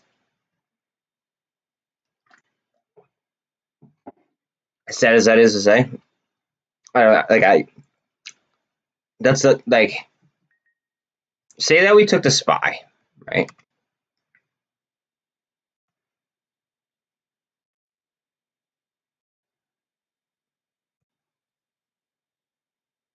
Now this is a monthly chart. Monthly. Okay. Okay, so this is what, June, May, April, March, February, January. Okay. Since January 4th, the market has been down. Consistent downtrend. Okay. I think to myself, okay, if we were to pack this all into 1 month, right, I would then consider that a crash. I'm not considering, a 6-month downtrend a crash. Like it's just a downtrend. So I'm thinking to myself, like, okay, like I'm gonna put this all in like 1 month, right? So from there to like fucking here, right? Like imagine if that was just one big red candle. That would look like a crash, right? Or am I fucking nuts? Am I crazy? So my thought is maybe we might rip out of this. Maybe we might turn it around. But I think that we would need cryptocurrency's help, big time.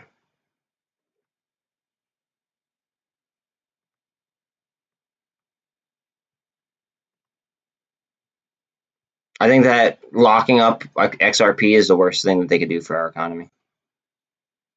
If not the worst, one of the worst. Write to each other like once a month. What do you mean? No, I show up day in and day out.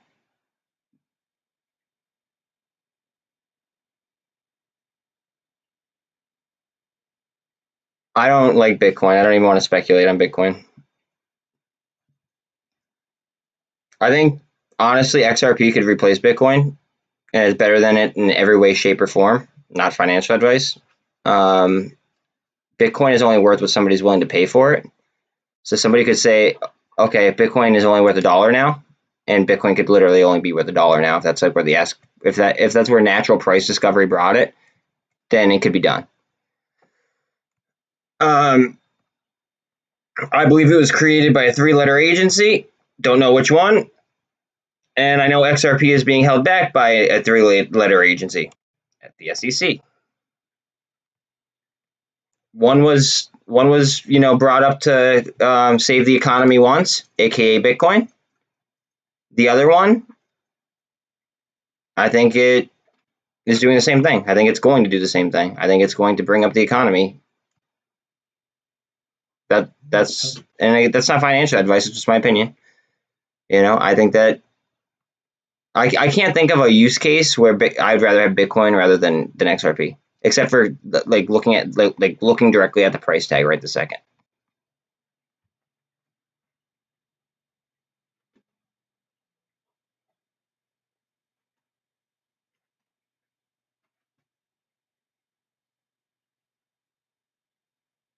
Nah, Zip. There's a few of them that are actually saying shit. Like other than the guys that you sent me, like that guy from Missouri. He's I don't know like what council he's on, but he's like maybe he's an energy council or something. He's been ripping into them. So like I like him, and Cruz has absolutely been tearing them apart as well. I just want people that will stand up for our constitutional rights.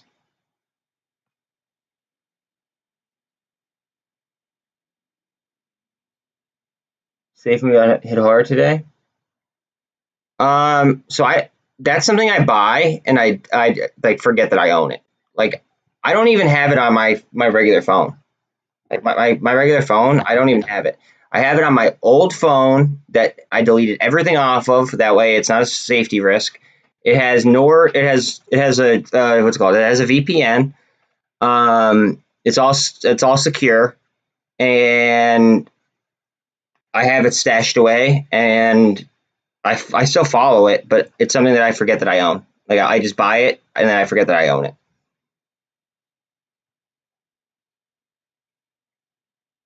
and it's just because I believe in it. I believe cryptocurrency right now is going to be like wait 5 years and then look type of deal. At least for me. I'm gonna keep my like doing research on it. You know what I mean, and keep doing things like that. But like for like projects that I've done research on that I feel highly convicted in, I'm gonna set it and forget it, and then in 5 years I'll look. But I think that could be a potentially, and this is not financial advice. I think that it could be like a 5 year retirement plan. No joke. I've read documents going back into the Paris Accord. Like it's disgusting how much research I've done on that company or that business. Like it just one person should not do that much research into a company. Have a great night, Gerald. Any new MOASS stocks? I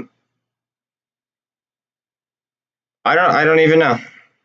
I don't even know how to respond to that because there's so many that there's like this could be one out of nowhere, and we wouldn't, and half the people wouldn't even know about it unless you were watching my fucking channel today when I was calling it out all fucking day. My dog's crying. 1 second. What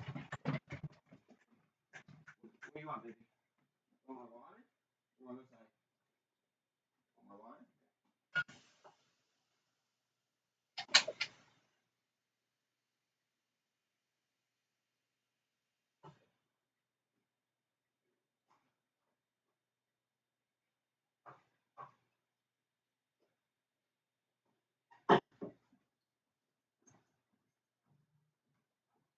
Oh man. Do you have any new stocks that you consider like diamond handers or what? Is that why you're bringing it up?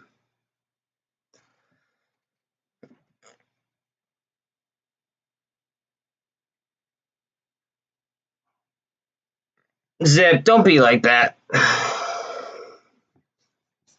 You don't like. Instead, ask them the question, the same question. That's what I would do. Like it's just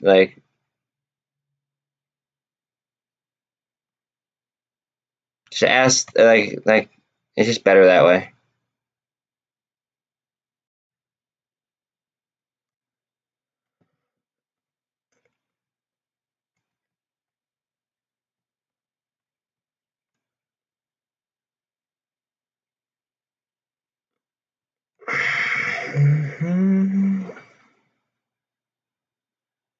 Oh, we need to take out this high after hours. believe that was a high after hours. I know, maybe not, because that.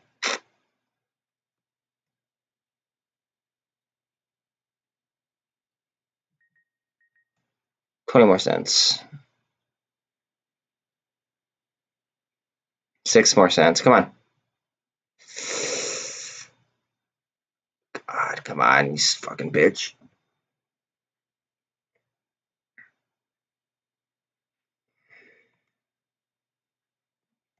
This is barcoding like a son of a gun.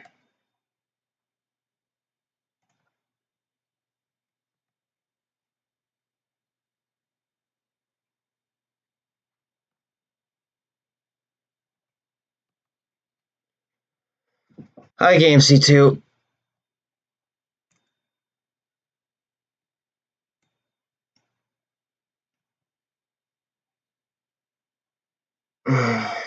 It certainly could. Any short squeeze theoretically has no cap to how high it could go. Just so you are aware. There's literally, like, if you Google it, the definition of a short squeeze means that basically, like, it depends on the amount, like, of the holder, like that the holder is willing to settle for. So realistically, it just has to actually happen and come to fruition, and not like last time where it was like only like a portion of the shorts. Like, in order to get what we really want, I believe, I think people would have to, like, have no emotion, and I feel like too many people have way too much emotion. I tend to agree, Zip.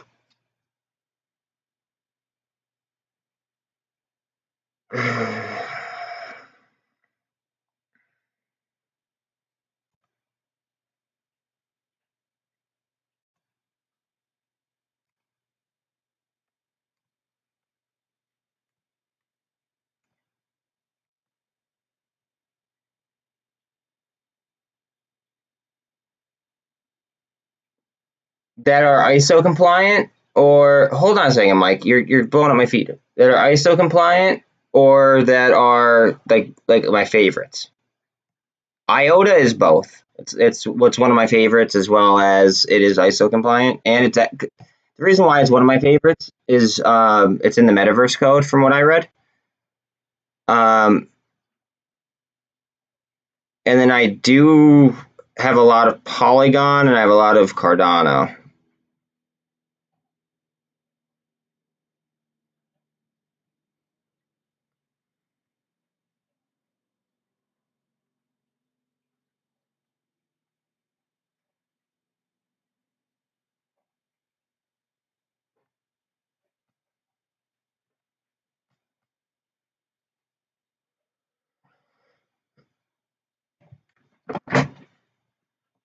ADA, no.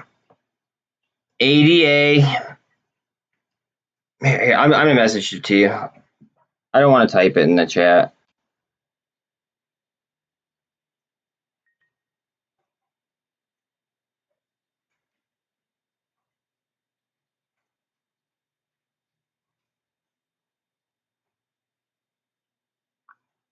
There you go. I'm not going to text you, Haley. I don't know if my girlfriend would really like that all that much. Plus, I think that you're probably a bot from the way you talk.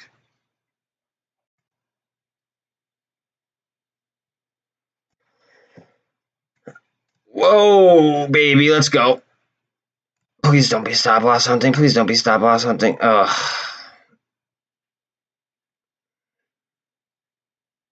Nope.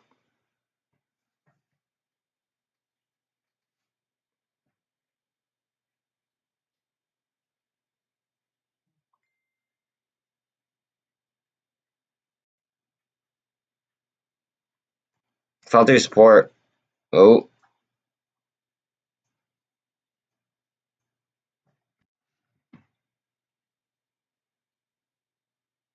If you do it the right way, anything's possible.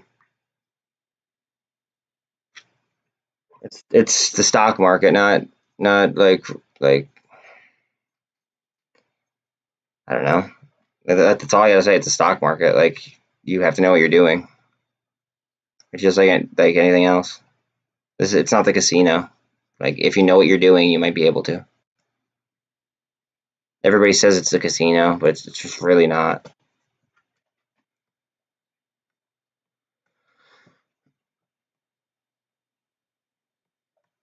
Okay, then if you lost so much money, then maybe it's not for you. I mean, you got to ask yourself that. You got to like say, hey, do I really want to keep doing this if I'm losing so much money?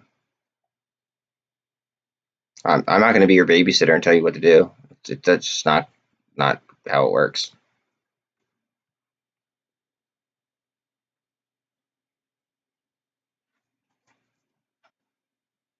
Like, I've lost a lot of fucking money.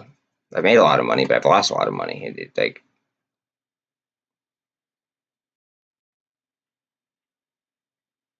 I've already gone over this, and it's fucking painful to even talk about. But like, it just the amount of money I've lost is like it's not it's nothing to be proud of. Like, I have learned to put my feelings in like I said, in a box and throw it the fuck away. Like, I think that that's the best that I do. That yeah, that's exactly. I stopped. Like, I don't chase anything. No, like, notice how I catch reversals. That's how I trade. I catch reversals, and I know I know how I make money. It's catching reversals. Sometimes I lose a lot of money by trying to like by playing like I do, but like, look what I said today. It was at what, like 110. I said, watch guys, watch Revlon. It's at 131. Like, I can't say to invest in anything at all. That'd be wrong. I'm not a financial advisor, but like, I could say when to like look, put something on your chart, or like something might be worth watching or something along those lines. Like, I threw money on Revlon. I think that they got a hit piece written on them by the Wall Street Journal, which is held by or has influence from Citadel. And with that being said, I think Citadel is very, very fucked with their position. It's a low float, and I think it could easily be squeezed.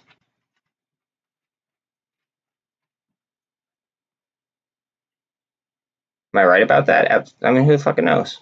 I could be absolutely like inaccurate with that. I could be way off the wall. We don't know. I don't care about this Joey Gumball kid.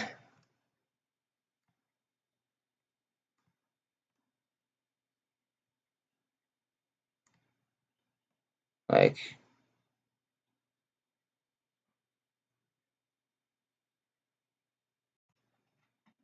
I don't even know. Like, it's like you guys think I care, which is the funny part.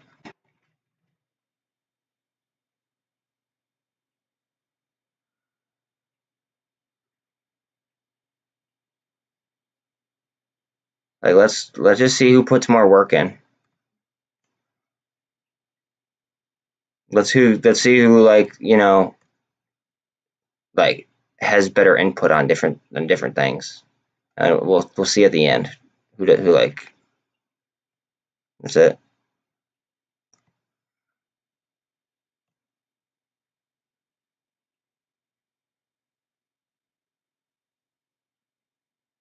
And like, it'll just be like it wouldn't even be for like money, because like I don't know the kid, or I don't talk to the kid to trust him to pay me. It'd be more of like you guys judging who you guys should watch every day. That's it. If I do or say something and you make more money as you watch me every day than you make watching him, then so be it. Like, I'm not a financial advisor. I don't know if he is or not. You know what I mean? So both of us, we can't tell you what to do. So like, you're kind of stuck on making your own decisions. But like, I'll answer like legitimate questions to the best of my like ability. I called out what you guys notice. I called out BlackRock under $600 today, right? Watch what they're at, and like, just remember this right now. Watch what they might like go up to in like a year. Or Tesla under what, 650, right? Six. Now, if SPY comes down, Tesla could absolutely follow it. Same thing. Blackstone under $100 today, right? Just watch what some of these fuckers like. Some of them are capable of some crazy shit. Not financial advice, but just saying, like, that might be worth a watch list. That's, yeah. I did call out red. No, wait. You could. What's it called? You could leave his one where he called. He might have called me. I don't even fucking. Never mind. Yeah. Johnny Meatball called out Redbox and Revlon Friday. I did.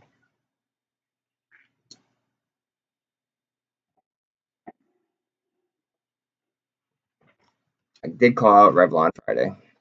So watch out. It fell like a fucking rock today. It found its bottom, I think. Hopefully. Now, hopefully, we see a jet back. Because that would be fucking lit.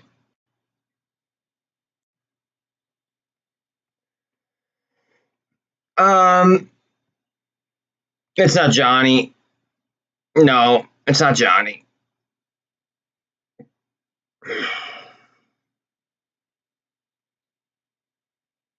What hood play? Wait, what hood play? Thank you, Ariana. I appreciate that. Happy to have you. As long as you're not a bot. I don't like bots. Bots are rough.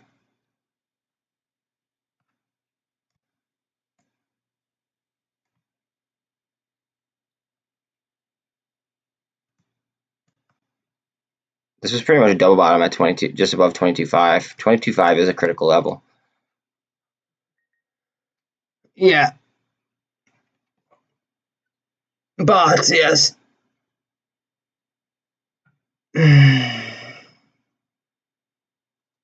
Hold on a second. I gotta click on my account to keep it logged in. Okay. I look familiar. I definitely don't look familiar. Maybe to you. Maybe I have a familiar face or something. I don't know, but I don't think I know you.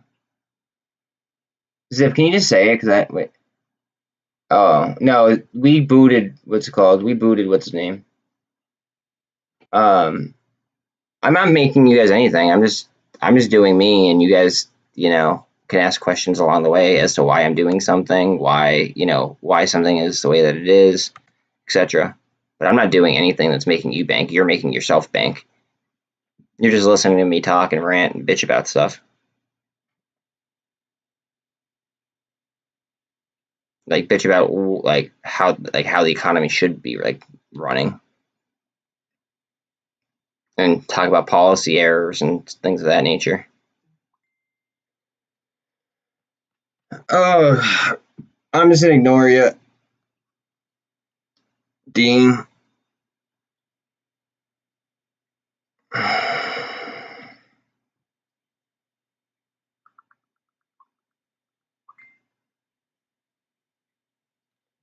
Zip, no, no, no, no, no, no, no, no, no, no, no, no, no, no, no, no. It's funny, yes, but don't be saying that. I don't care if it is just to screw with somebody.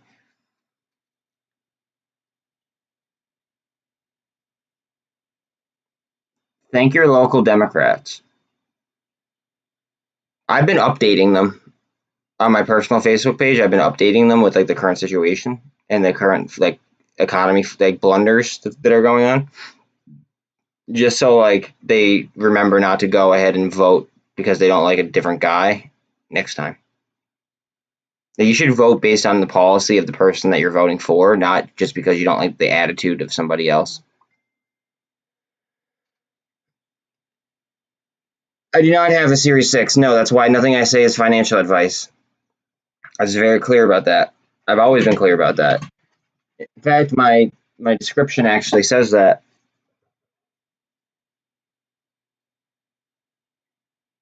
My screen did not freeze.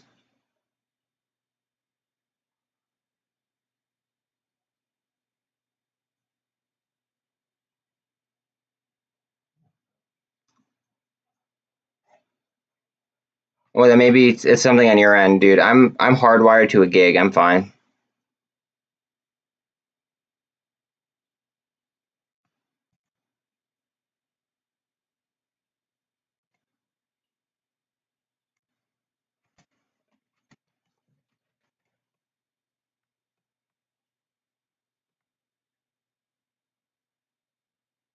I'm gonna have to see what my dog wants in a second.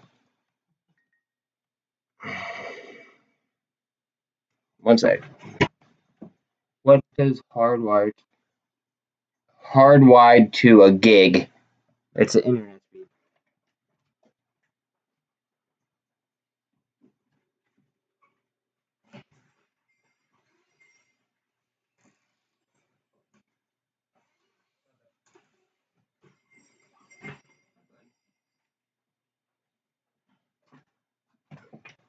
Oh. All right, Mac. That's enough with like dumb stuff. It just, I don't know, it's a waste of time. What's up, Look? What's up, buddy? Yeah, definitely like very, very stupid. This is getting really, really tight. Really tight. Like like the whole like meatball fucking thing. It's just over and over and over and over. It's just really repetitive. I'm working hard. I don't stop working actually. I work until it's time to go to sleep, essentially.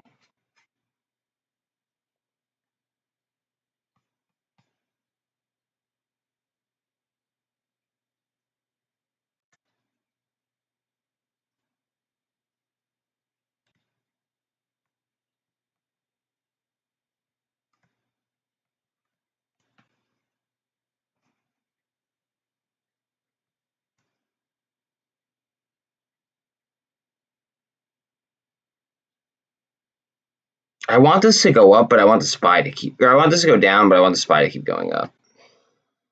So then they get like less, like, or something like become like less attached.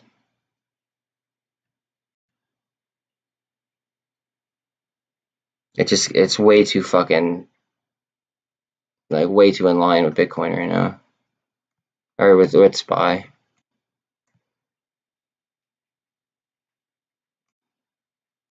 I don't know, but they're gone. There's no nicknames.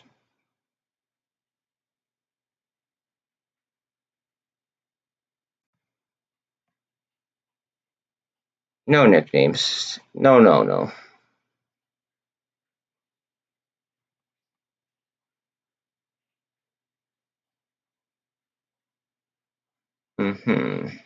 Interesting.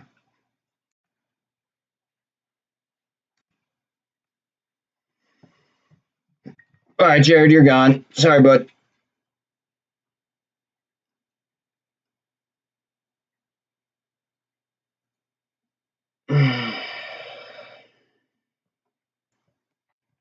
He is now hidden.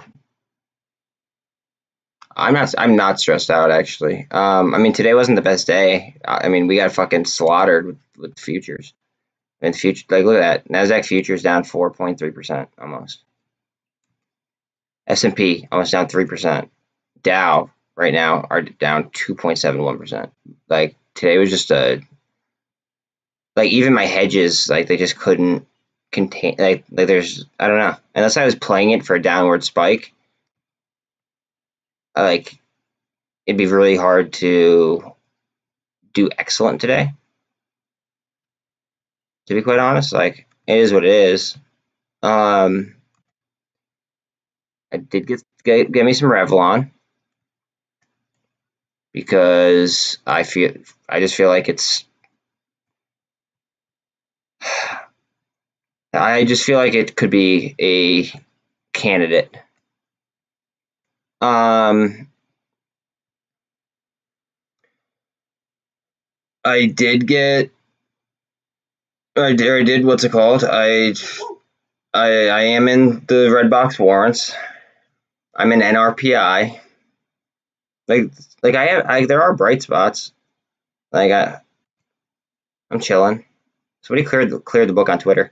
This could be really interesting because apparently they were actually like doing something with the bots and letting Elon like go I guess do that. So he might actually have to buy the company at $50 some.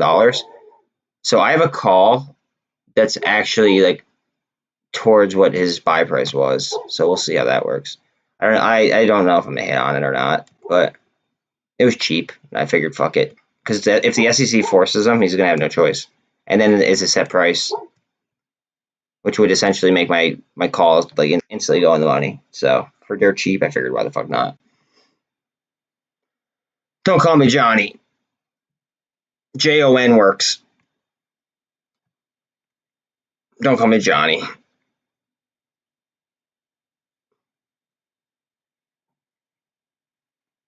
I'm not engaged either. I don't know what it. I don't like. I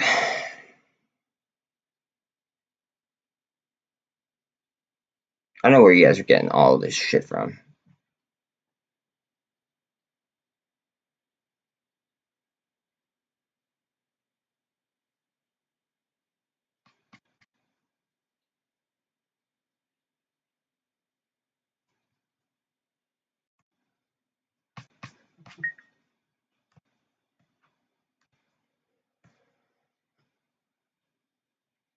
Ugh.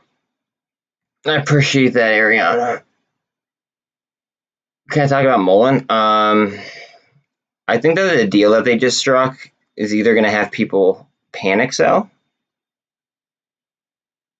or it's going to be an accelerant, because I think that it has the ability to make the company make itself fundamentally better by mass producing batteries. Basically, they're issuing Class D shares.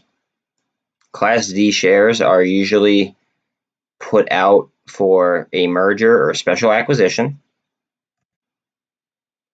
With that being said, I think that what makes sense to me is that like they were to be acquired because of their battery technology. Look at their price tag. Look at their market cap. Somebody with a gigantic market, like someone with a large cap or like a mega cap or hell, even a mid cap, could buy them out with ease.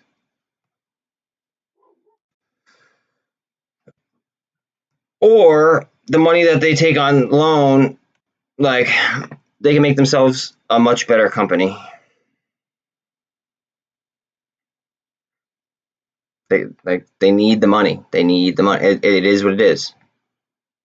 Like a lot of people aren't going to like that, but like they need the money. How can you expect something to become fundamentally better?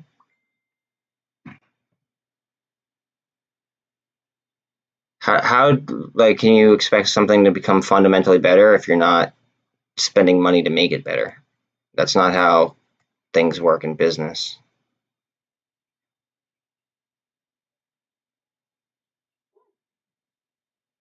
No, Chris.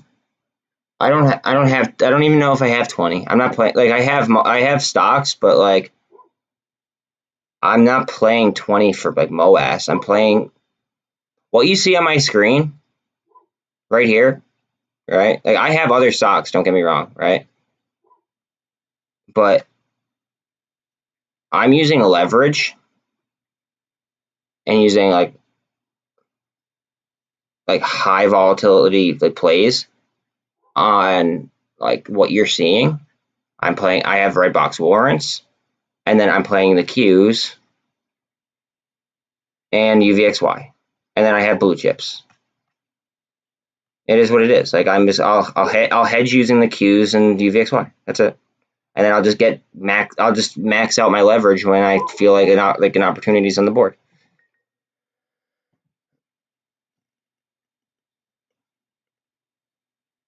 I hope to be a MOASS champ. I hope my here comes my dog. Hold on a second. I know about Pizzagate and it's fucked up. Let's not talk about that on my channel. I'll stop it.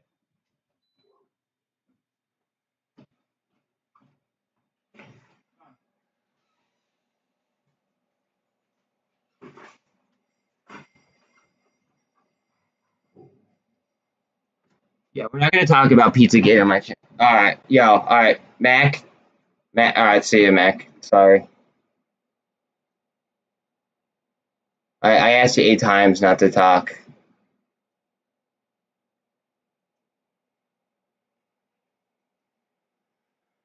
All right, hedge fund ran red box up so they can cover.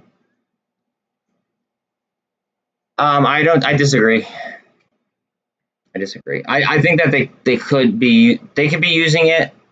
I think that Revlon is going to be a tool to use it too. I think that they're so far gone, Dilly. I think that they're so far gone with a lot of their positions that they need more than one scalping tool, right? And if you look at, hold on, so let me get it going. Let me see.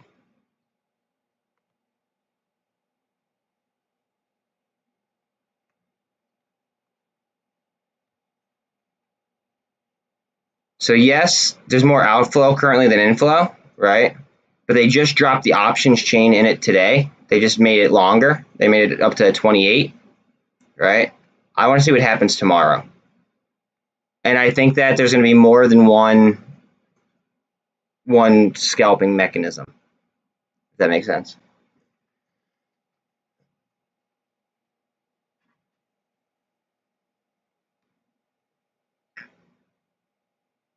I try to keep things interesting, Ariana, rather than boring. I just don't like constantly being called like the wrong name. That shit's frustrating.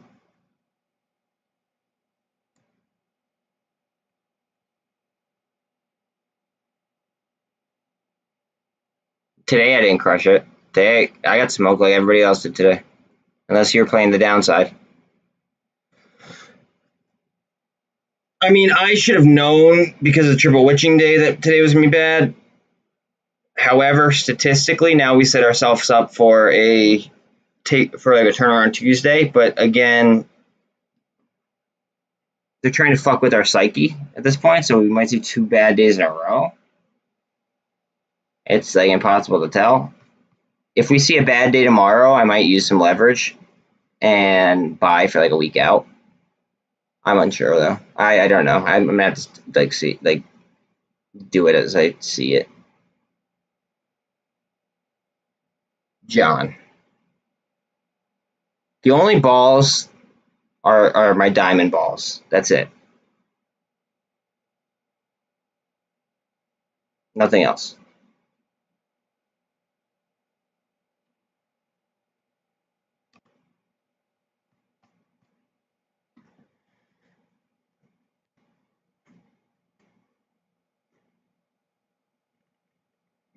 Yes. I actually own AMC in an account that I don't even fucking remember the password to. So like, I couldn't even sell it if I wanted to. I mean, I could probably go on my email and find my SoFi thing, and like, I also own AMC on like Cash App, but like that's just because I had like extra money laying around, so I just fucking bought it, and it was just like a different way for me to own it. But I also have a fuck ton of options. I don't, as far as straight stock goes, I probably it's either one or two. I don't know which one I have more of, to be honest. I have a lot of BBIG and I have a lot of MULN. I probably have more MULN because of the price tag. Yeah, I have more MULN right now.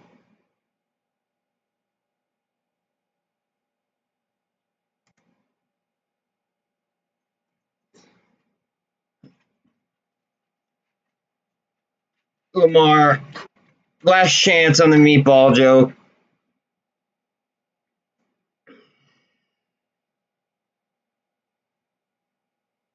All right, but fat lips by calling me by telling them now what to call, like they get it. I've been saying it this whole fucking time.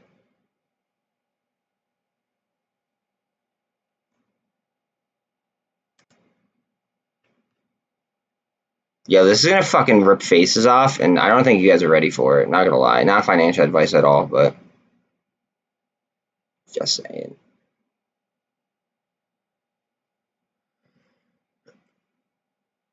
Ugh.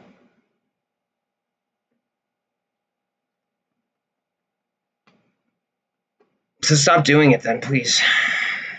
Oh, look at the Warrens taking a shit. Ouch. Oh, look at this. Hold on a second. Let's see how funny this goes. I wonder if we're gonna get a slide down and then a rip up, or if it's actually gonna be like a slide down. I think it's gonna be like a slide into a rip. Just my 2 cents. With calling me, with associating my name with a food over and over and over again.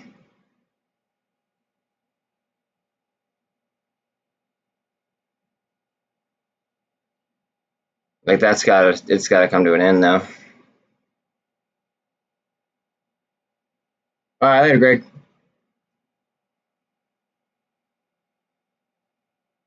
Take your time, dude. I'll message mod chat if shit gets out of hand. Like if you should look at your like charts or something. Like I will. I mean, we'll be talking in mod chat, I'm sure.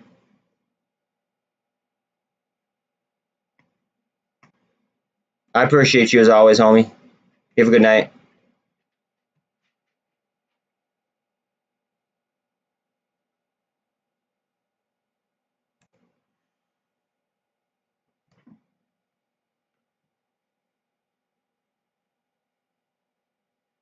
No, Chris, you're not allowed.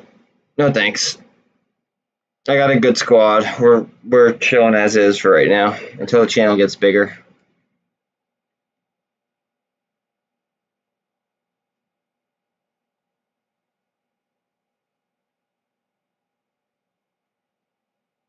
I don't charge anybody to be a mod. It just I like the cost is like my trust, and I guess showing up day in and day out, like that's the fucking cost.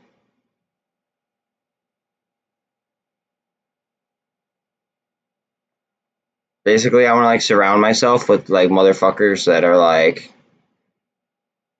as hardworking as I am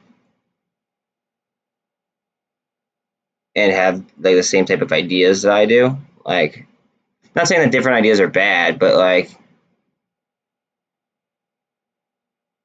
I have a very, very high risk profile.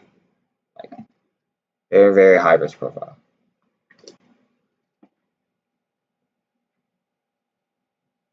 And I need like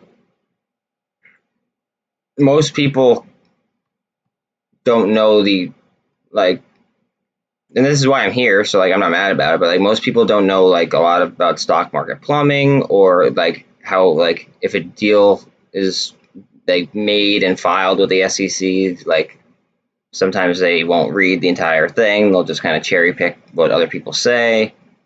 I actually like need people that can understand what like a deal says, like that will get down and dirty and read that paperwork like I do. Um, there's no, despite what the current like situation in the Oval Office might be, there's no fucking participation trophies in life. It is what it is. So yes, and being mature, you have to be mature. Like don't like blow my chat up like with like random shit. Like if you want me to pull something up because you think it's going vertical, let me know.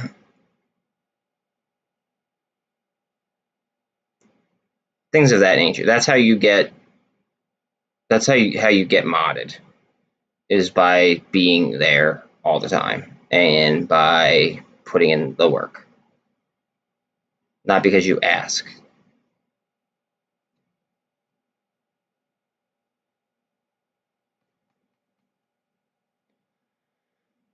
Is what my thing.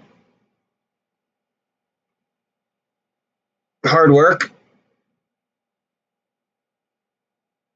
Yes, I would say hard work is my thing.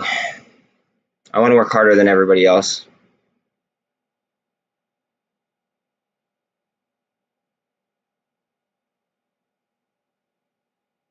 If that's what your question is. I don't know what your question is.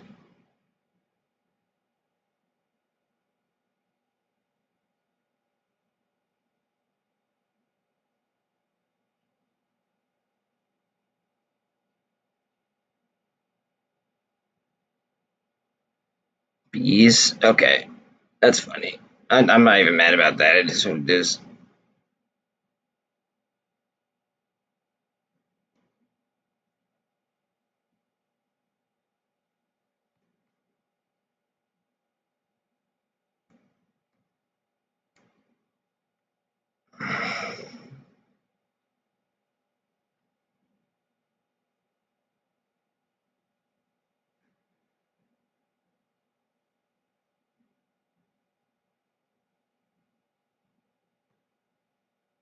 Are you a beekeeper?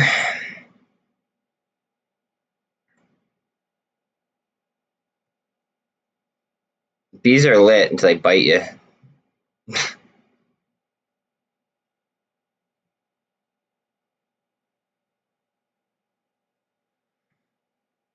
That's dope. People don't realize how fucked we'd be without bees.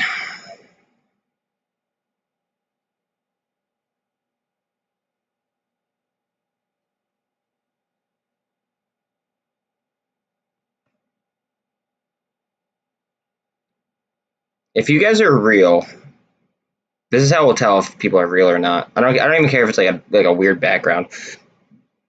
If you guys are real, you guys should make some kind of a background and put it as your profile picture. That way you don't look like a random empty profile.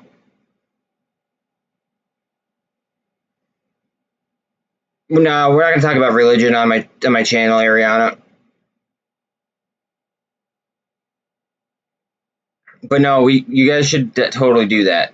Put like, I don't even care if it's like something random, but just like, I don't know, make a background. That way I don't think that I'm talking like your profile is blank, because like half you guys, I mean, one is Trump. You know what I mean? Like, obviously, I'm not sitting here talking to Trump, so like that could be a bot as well. Like, I don't care if it's a picture of you. I don't care if it's a picture of something, but should like have some kind of background, just so I'm not talking to like, I guess bots, just to help me confirm who's real, who's not.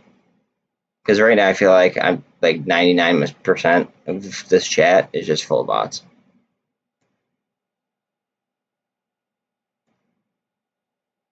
But I gotta have the 48 crossover the 200.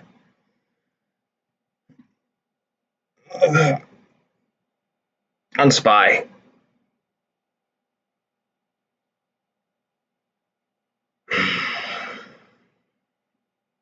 Which, I mean, I don't have to tell you how big that is.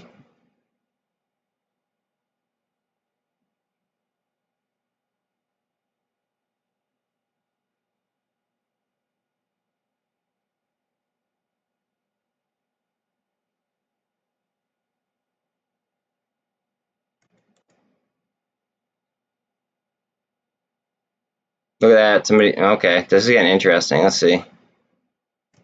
So that's like is that the third time that happened to AMC? No, second time.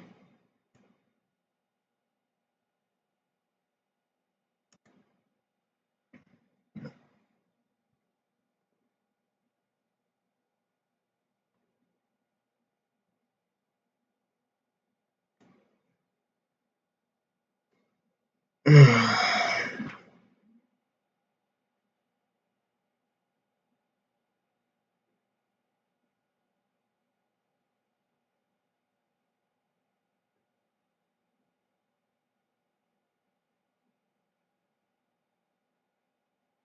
appreciate the love.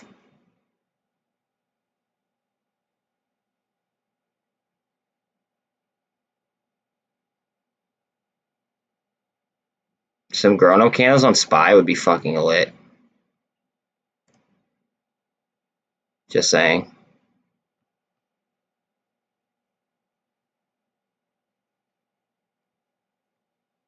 Okay, we just got a gold cross. Oh, wow, we actually got a gold cross down here. I didn't even notice it. So this is a technical gold cross with the 50 and the 200. And then we just got an EMA gold cross up here.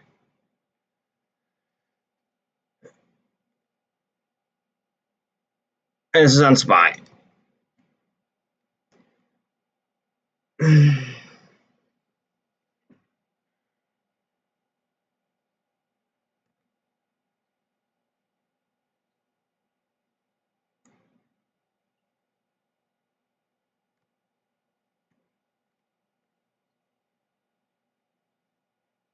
Push, push, push, push, push, push, push.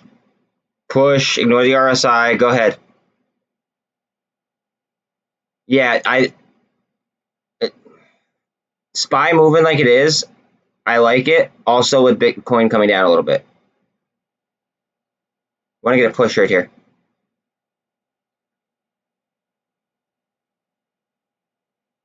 I don't know. I can't answer that question.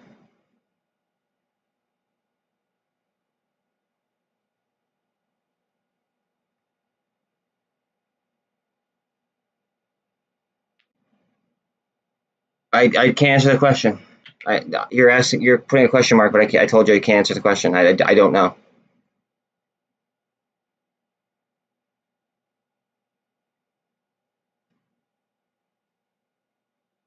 Like each one has its own catalyst, so it makes it like different. So I don't know. That's well, I just answered your question without even looking.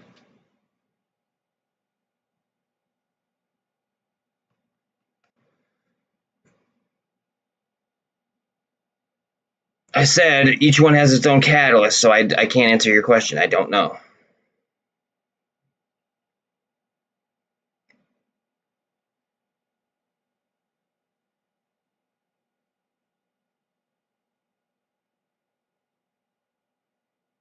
Okay, so AMC has a very, very large community, and it has a lot of gamma potential. Also, I do believe that it has been maliciously naked shorted. I cannot prove that, so don't take my word on that. However, I think that in a gamma squeeze situation, they could end up delta hedging themselves right into a full-on short squeeze. Okay, GameStop. I like, and also Adam Aarons. He's been doing. He did a good job, except for the fact the only thing that I don't like that he did was he did not like demand for a like a third party to like confirm naked shorts, like the ATR CEO did. GameStop I like because they're doing a stock split dividend, which it's going to count the amount of shares that there are. It's just going to count the amount of shares that there actually are, and then obviously the market maker would have to make up for that. And there's a DOJ investigation into it. BBIG, I like how they did the dividend, or they're doing the Cryptide dividend that requires counting of each individual shareholders. All right. I think that even if he didn't, what's it called? Even if he didn't get like I guess the backing to do the third party report, he could have done like a reverse split, and I bet you some of retail would be all for it because they would know that then that means that the shares would have to be counted. I'm sure he wouldn't want to dilute the company more and make it like even cheaper, but I'm like if he did a reverse split, like a 2-to-1 reverse split, and is double the price, that would still require him to count the amount of shares. That's the only downside that I'm not a fan of.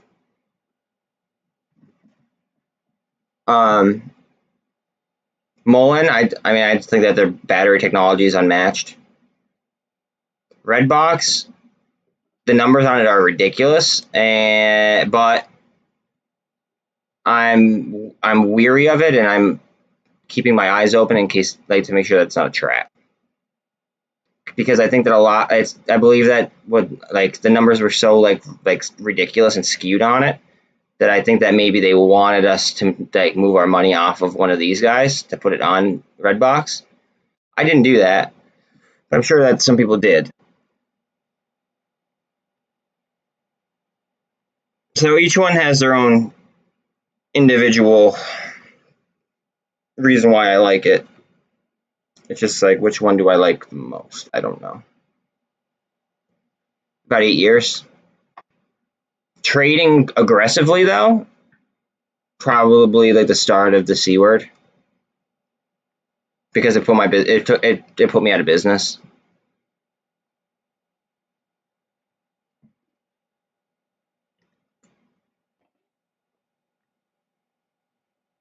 Thank you. I'd like to think I am.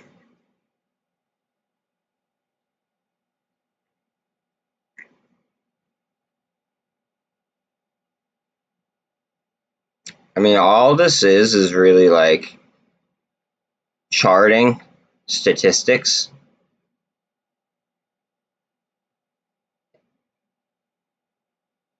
It's kind of it. Charting statistics, and just like knowing like how the market functions. That's it. All it takes is hard work. That's why I say, like, I will not let anybody outwork me. If you want to try, that's fine. I actually welcome fucking, like, I welcome competition. It'll actually make me work harder because I will then want to win.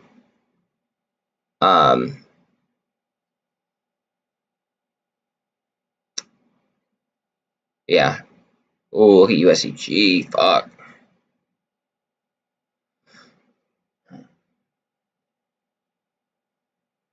I'm glad you found it too, Ariana. Glad you found it too.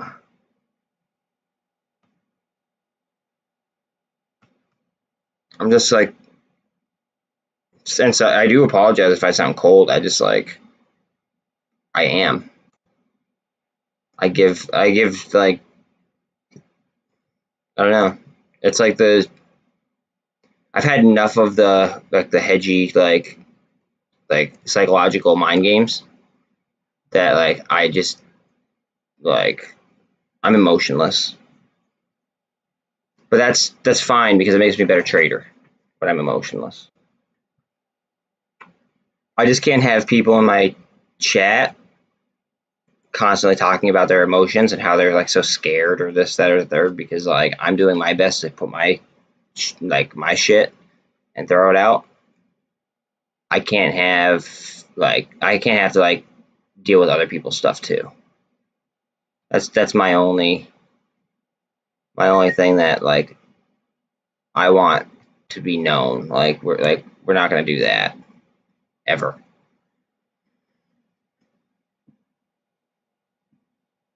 That's the goal, dude. Like I said before, if you could be like an average trader, right? If you outwork somebody time in, time out, and you're doing it on a consistent basis, right? Chances are you're going to execute better than that person that you're, comparing yourself to. If you are as good as them, like if you're like, say you guys are as good as each other, the person who puts in the most work statistically has a better chance of outperforming the person who doesn't put in as much work.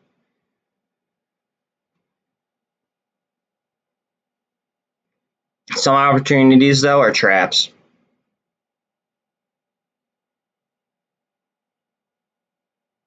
I mean, I I have like a fear of missing out. That's FOMO, actually. It's fear of missing out. Like you would say that I guess I have fear of missing out sometimes, but sometimes it'll come back to you and you'll be like, oh, you know what? There's a good reason why I went ahead and I didn't take that, and that's why like here let's pull up a trade. Hold on a second. Someone called out to me. Whoa, whoa, whoa, whoa, whoa. Hold on a second. My dog just knocked out my ox board. Hold on a second. Lucky, what'd you do that for, Buck?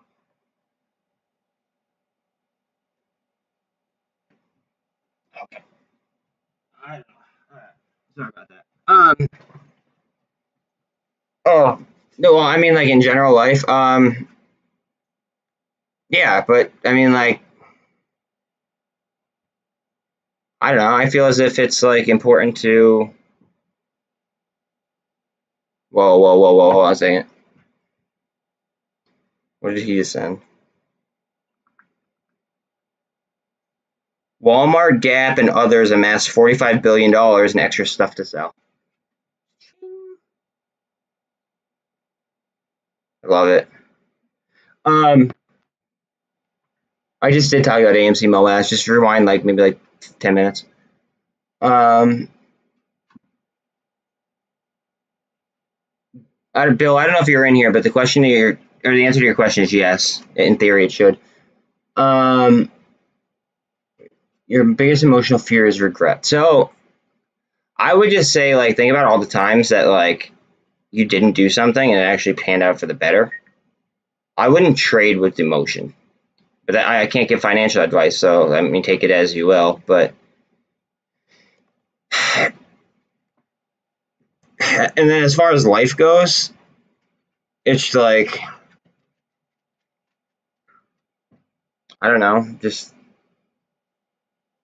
I fear, I guess I fear regretting things too, to a certain extent. Like I fear, like, I don't know, like I'll fear something every now and then. But at the end of the day, I want to know that I did my best. Like I tried my fucking hardest, and that's all I could have done. That's why, like you see my. That's what I'm saying, Bill. That's why I'm using leverage too. Like, um, yeah, that's not financial advice, but I agree with Bill.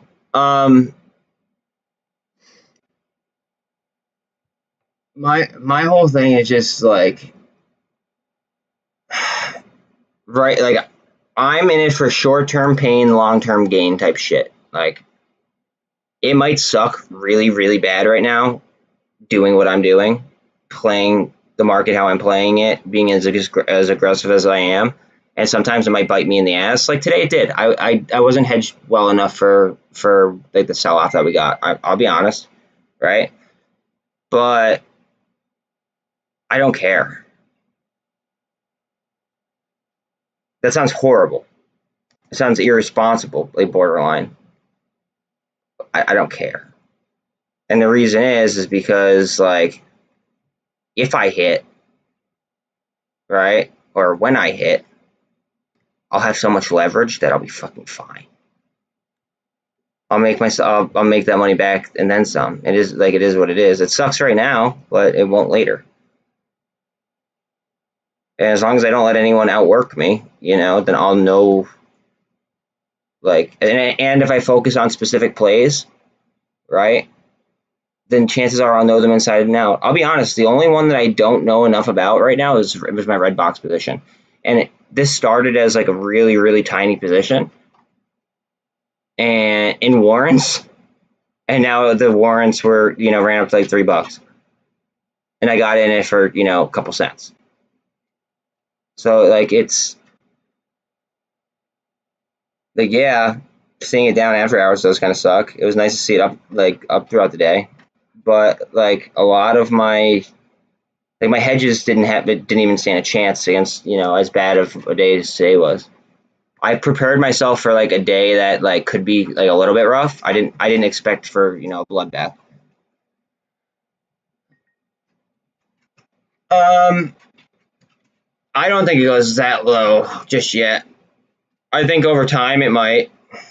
I think that over time, ETH will take market dominance away. Get down, Bubba. Oh, I gotta let him out.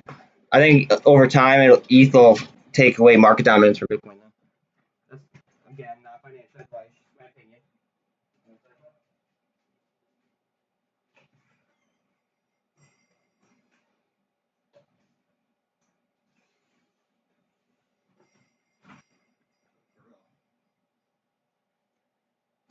Ugh.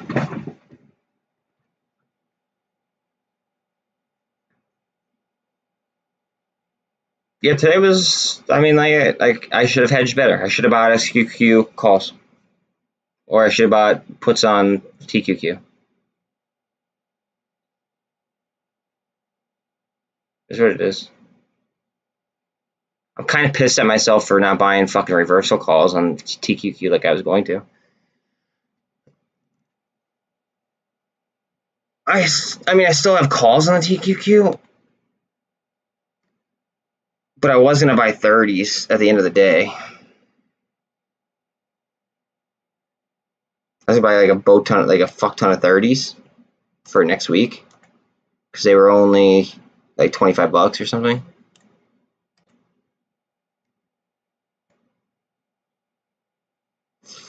Let's see, we got a gold cross, and we got we have a gold cross on both the EMA and the MA.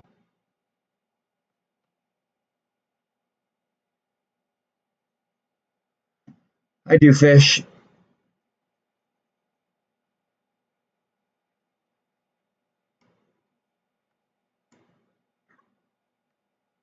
See, Bill, I don't know. You may be very, very right, but I'm under the impression, and this is why. I'll do this. I'll show you why again. All right. So this is a monthly chart.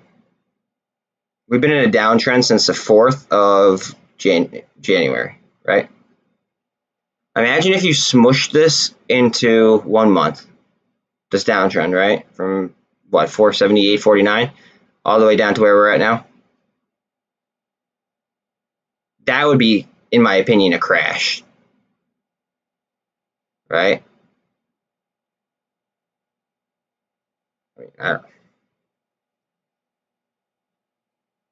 I don't think that they want to drag this out. I don't know. I just don't think that they want to drag this out. I guess that's my only reason. If they drag it out, then they're gonna teach people, like people are gonna learn how to play it. More people are gonna learn how to play it, I should say, and then it'll become like less profitable for them.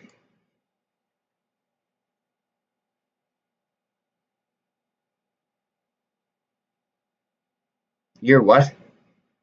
I see. I'm Omizo. I don't know what that means. Oh, I agree, Bill. That's why I'm saying, like, I don't think it could go any further. I mean, it could, but at that point in time, I think that they would like figure something out with crypto.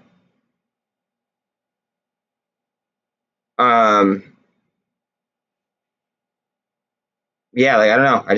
I feel like something would budge. And that thing that you posted, yeah, there is. If they, I gotta let my dog in. Hold on. Let me get back to that 1 second.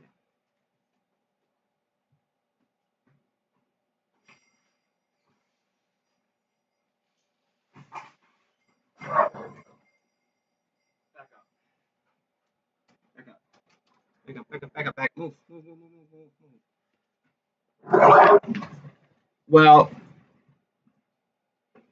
I think you disagree with this, but like I already know that you disagree with this, but they could literally fucking just um let XRP go, and then create a solid onboarding process if they're really gonna go ahead and like make crypto like make this deal about like or make this big of a deal about like every crypto.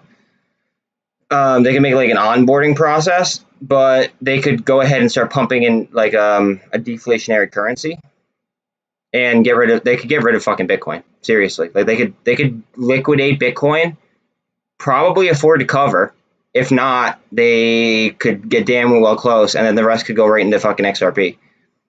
And then they could actually stick a lot of the C word debt onto the XRP ledger. And that would be like, so they saved this, they saved the C word crash, right? They saved the market with this. They could do the same thing, but like V2 style with XRP.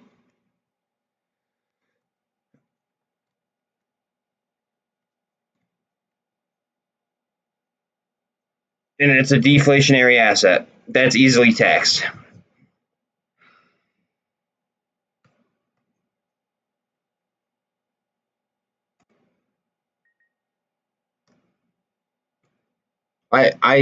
Dude, you're asking me my 5 favorites, and I have five things that are like considered like MOASS type stocks, like right on my screen, all in the same spot. Like I watch the same charts almost every day, and then I do hop in for other opportunities elsewhere on occasion. But like generally speaking, let's be honest. Usually I'm down here like waiting to see something move. You know what I'm saying? So like I just feel like that's like a very, very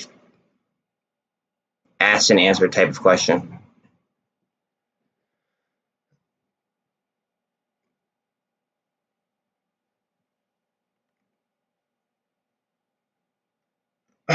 Yeah, I'm live all day, every day, buddy. All fucking day, every day. Like I said, my goal is just to outwork everyone. That's it. But like I want retail to smoke apes or smoke retail or hedge funds, right? But let the best ape win. Like let's just I want to be the hardest working person, and I could be an average or maybe above average type trader, and as long as I'm average and I'm putting in this type of work, I should be okay. In theory. Unless I'm just not working as hard as I think I'm working. But I'm doing heavy research, I'm, putting the grind time in. Like I don't know. I'm just gonna like let it fly, and if I do well, I do well. But I think that I'm pretty set up to do well. No, I'm not gonna be. I'm not gonna. I gotta sleep at some point.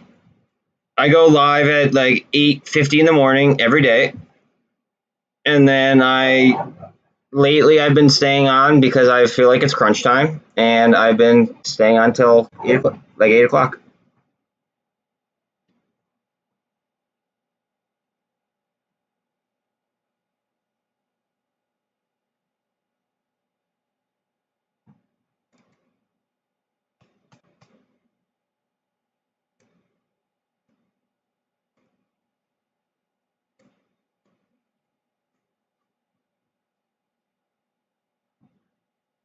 Who is that? Who's what? Pee Wee Herman?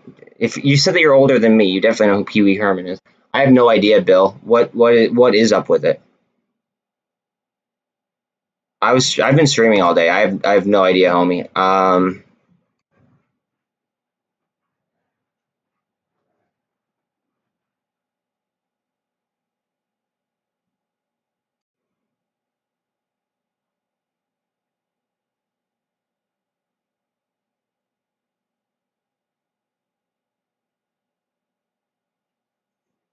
I don't think it would happen. I don't think it goes through. I mean, like it might, but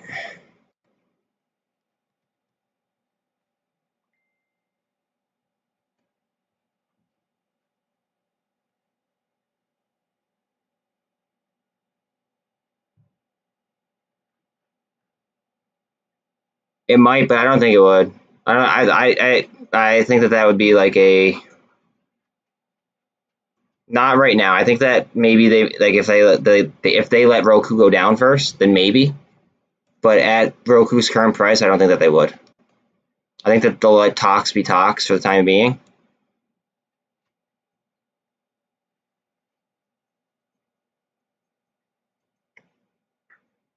I mean, I can't say for certain. I don't think that they. I mean, I guess it would make sense for Netflix to do it, but not at these prices. I don't think. That's a tough one. That I would want to know the terms of the deal as well. Like, would it be like a stock buyout? Like, does Netflix have cash on, like, enough cash on hand to do it? Would it be like cash and stock? What, like, I would want to know the terms basically.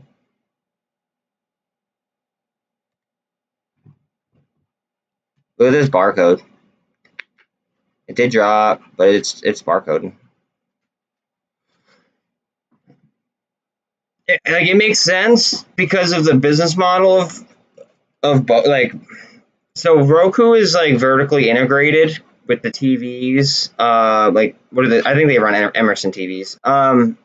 They're vertically integrated with the TVs, and things of that nature. It would make sense, and it would actually support the TV thesis if they got like free Netflix for life or something like that. And it might drive sales actually. But then they lose the, what's it called? Then they lose the monthly pay, like the monthly subscriber fee. I don't know. I have no idea. I think Roku would be a good, like, a good target for them to acquire, but it depends at what cost. And it depends how, like, I would have to, like, really know the business, like the numbers, like I'd have to run the business model and run statistics on that. Like, it'd be heavy math basically to find out where, like, if it would be profitable for them to do it.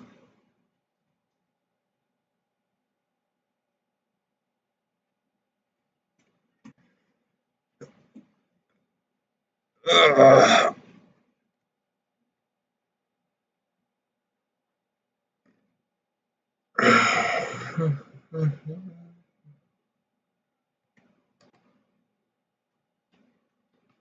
It's just not moving much.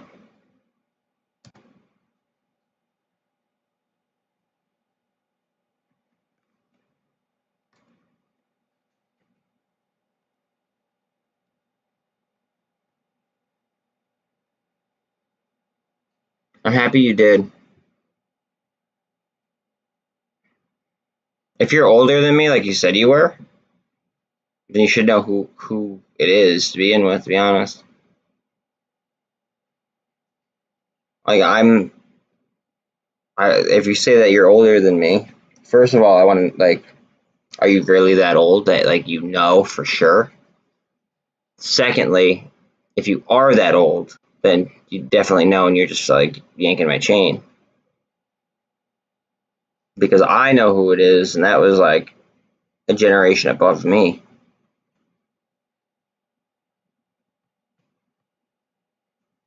Pee Wee Herman isn't a stock related thing.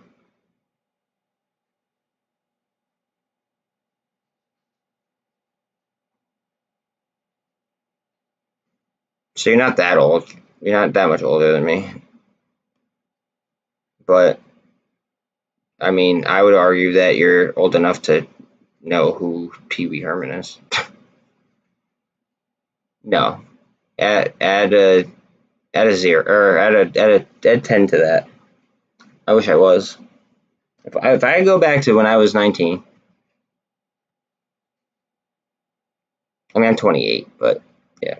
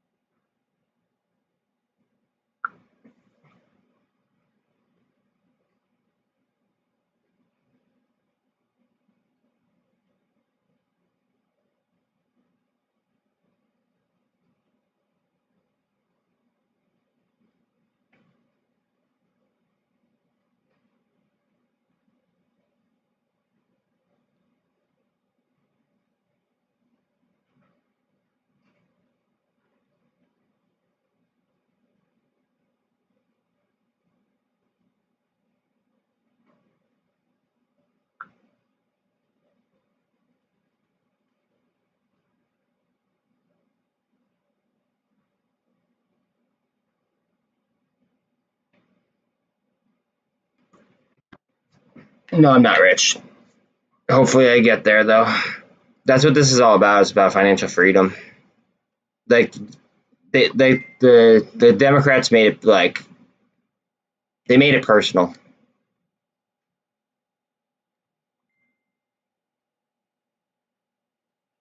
Like they made it personal.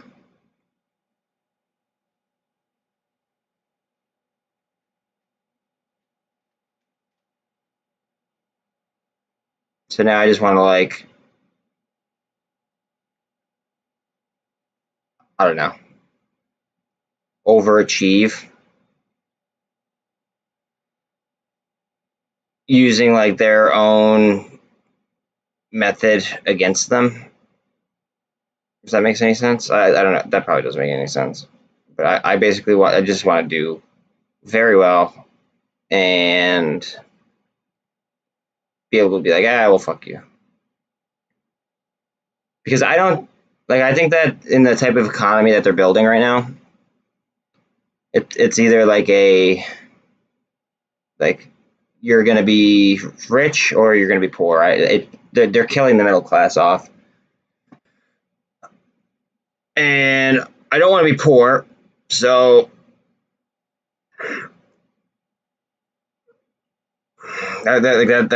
that's how I see it. I think that they're killing off the middle class, and I don't want to be poor.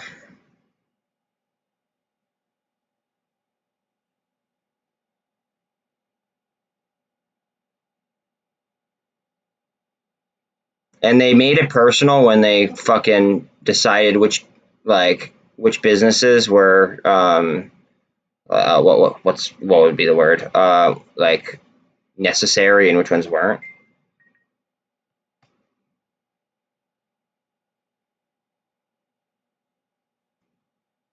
That was the dumbest fucking thing that I've ever heard of in my entire life. So, with that being said, now I want to be able to retire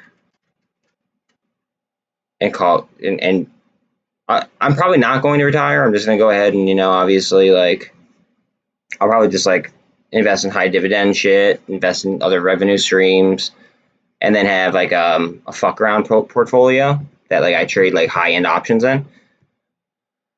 Um,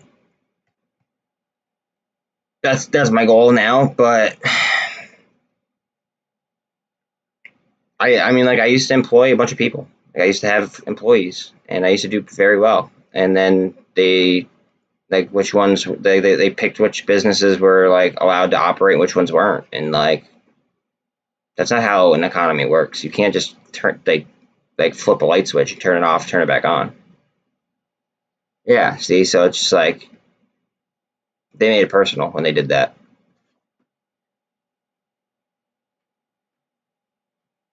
Like I lost like a 6-figure income, and like I was like, how like what do I do now? I come from a sales background, and with no consumer confidence, and with the market that I have in such a bubble, there was no need for me. So then it was just like, okay, then what is this? So then it was just like, how do I make money now? And then I just came to finance, and then I studied the shit out of it. Studied. Learned by my mistakes. I invested before that as well, like passively, but then I made it like my sole thing that I did.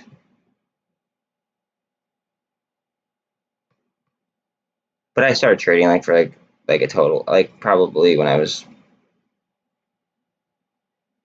maybe like 10 years ago now. Jesus, I pretty much started like when I became an adult. I was like, okay, I think I should like do this. But I'll be honest, I didn't do so hot. Like I invested in some like MJ plays. Like it is what it is. Um, However, I started complex trading, I'd say probably like 2 years ago-ish. No, my sponsor is in Connecticut. I mean, it's more of like a one hand washes the other type of agreement. It's not like I'm getting paid cash. Like my first package is actually coming in the mail right now, so I don't even know what I'm gonna get a background, I think. That way I don't sound like an idiot when I'm yelling power flex. And then I don't know, he said sending like multiple things or your things are in the mail, and I thought I was only getting just like a background. So I don't know what else I'm getting. But either way, I'm grateful. Dude's the man. Happy to hopefully I'm in the gym now. What up? Hopefully I'm on in the gym right now. But yeah.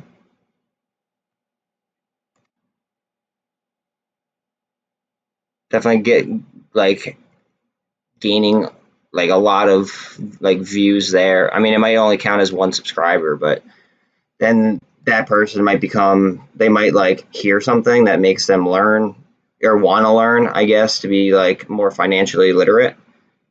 Because I just feel like a lot of people are gonna go ahead and no, I don't rap. I feel like a lot of people are gonna make all this money and then just blow half of it.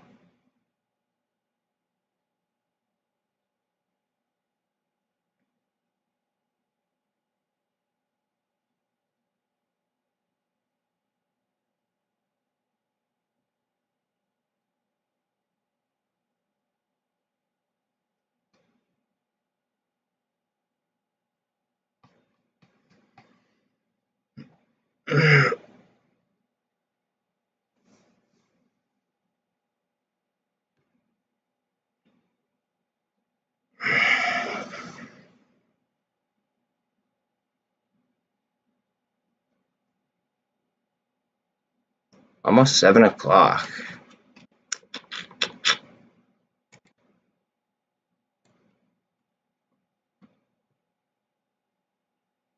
Do we see any life out of it? What do we think?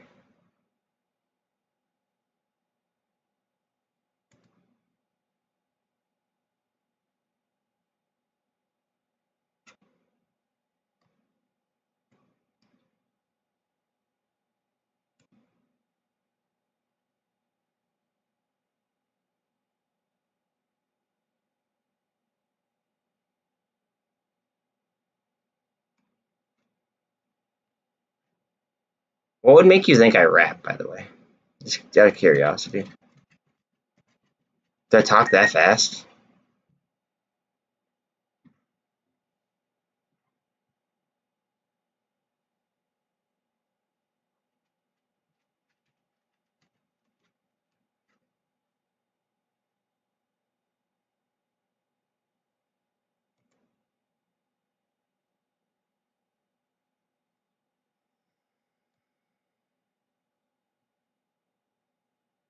Is the EMAs on top of each other when you get that 13 back above the 48?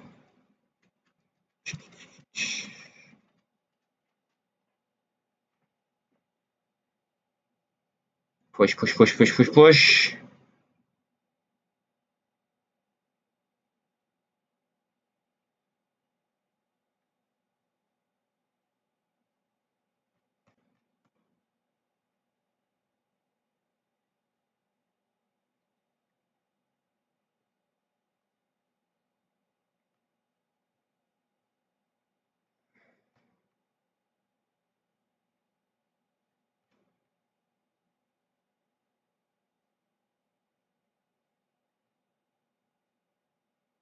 You get above that 48 and hold it.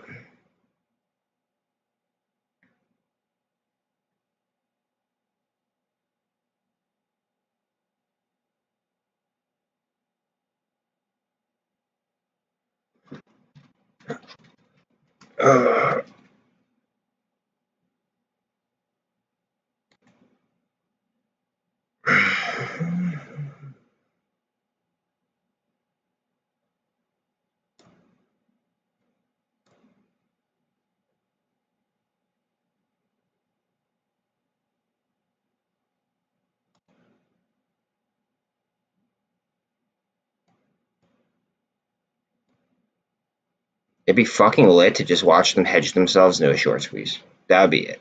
Like that would be the epitome. It's just them doing it to themselves. Like if even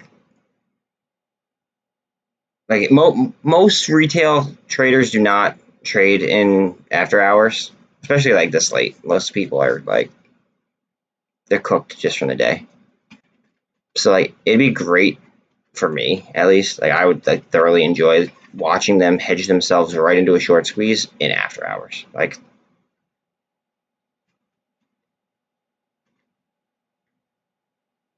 be fucking marvelous. Pardon my French. I take the dog outside real quick. One sec.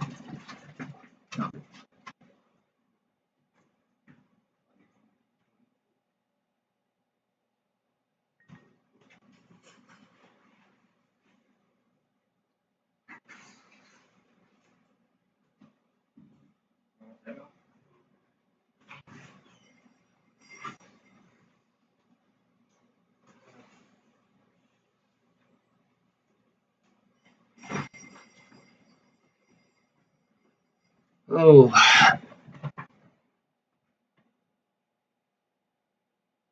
Wait. Can you rephrase that, Bill?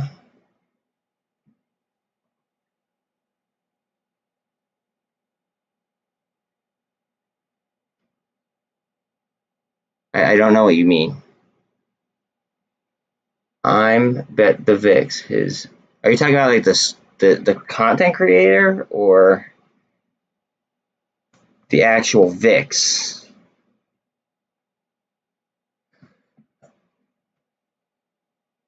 Well, fuck. That makes me want to buy some UVXY calls. Look at that gap up right now in BBIG. What just happened? Not much. Okay. Yeah, you got me confused there for a sec. At this point, I wouldn't be surprised at anything.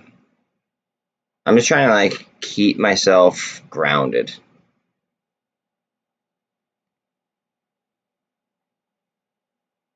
I just want to keep myself grounded and just kind of like, I don't know, stay focused on what I feel like I need to be focused on.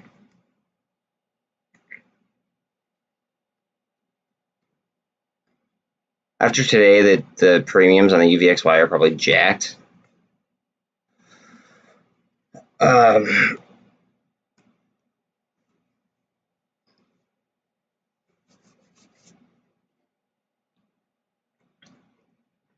So maybe I'll like wait. Hopefully, if I maybe see a little bit of relief and then hop in to some calls. I don't know. Or I might just throw like throw more puts on the TQQ. I like it all depends on what like how the Greeks look on something. Like it really does. I like there might be a lot more downside. There might not be though. You know what I mean? So it's just like I think it's an important like thing to have like an insurance policy because mine clearly wasn't enough today. Like I'm fair game to admit that. Like I could have hedged better today. I could have hedged more to the downside.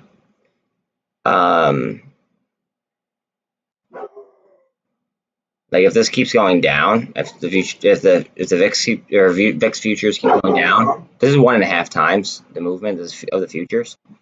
If this keeps going down, I might buy calls to the upside. Like after the premium is a little bit burned up on them, but I mean we shall see. I'm intrigued by what you said about Netflix.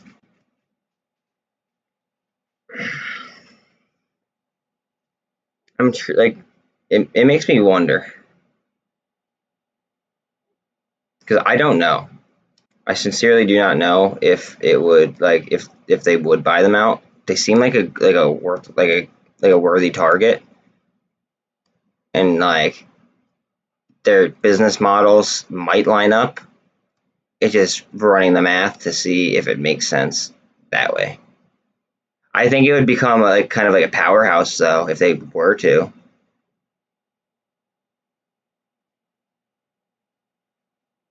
I think that they would need to like clinch up a deal with like Amazon as far as TVs sold through. Like, can you imagine if they made a deal with Amazon where they got not free Amazon like Prime like with delivery, but they got like Amazon Prime like the TV part at least, right? If they bought it through Amazon directly, can you imagine how much like money they would make if they clinched a deal like that? So Roku would then have like Amazon and Netflix already preloaded onto it. Like that would be some shit.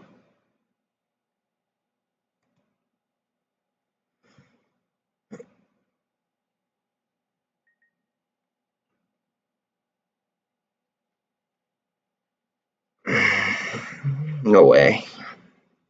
No way. Get out of it. Go up. Go ahead. Push, push, push, push, push. You won't. We're gonna gap fill back down.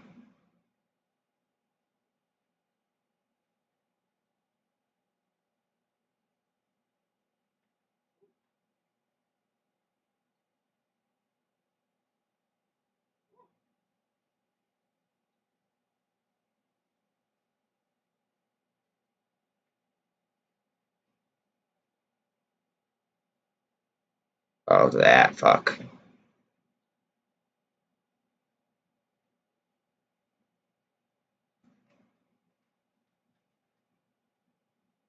Trying to hold its own.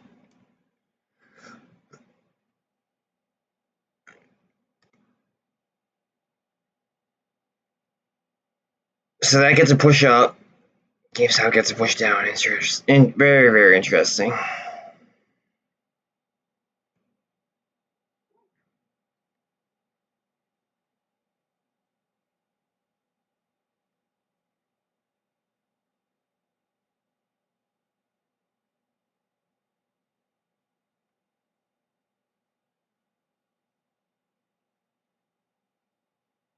Double bottom.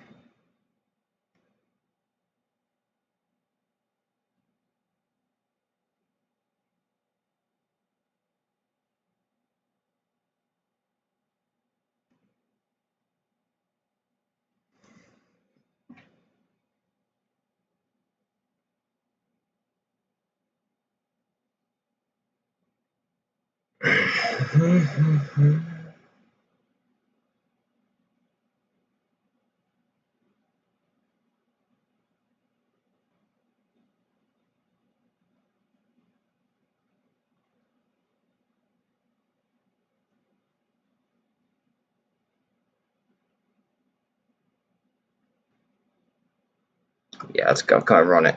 Run it, run it, run it, run it, run it. Their margins have to be so fucking tight. They did just lose 22.5 on Bitcoin as well.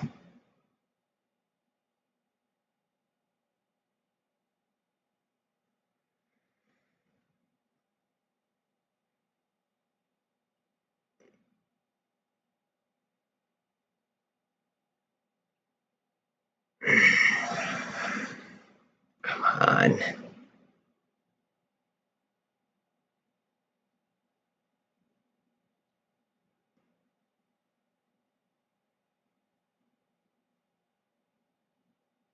Alright, 1 second. I gotta let me down.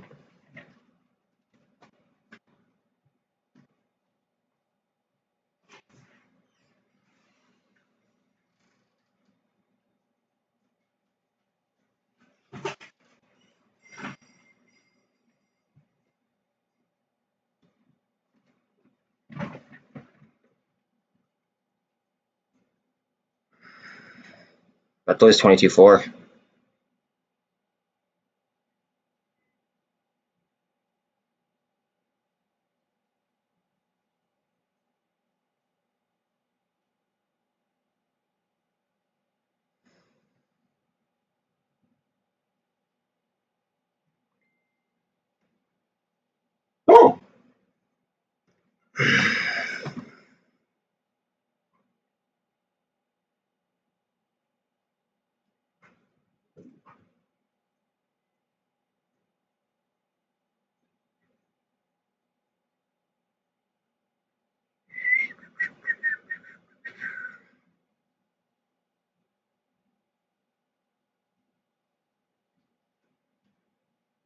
Do you like seeing the Qs up even though Bitcoin's headed down?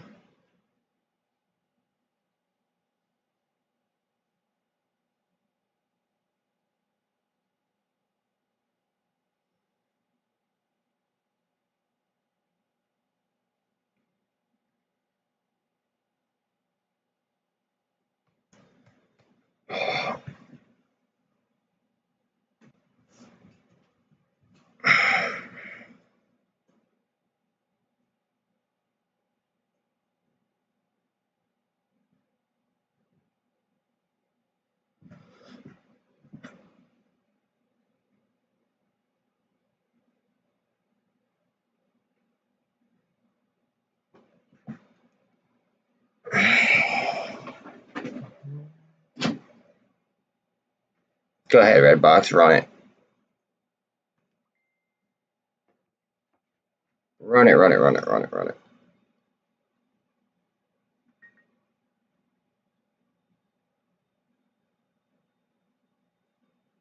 Push, push, push, push, push. Come on, you son of a bitch. Go ahead.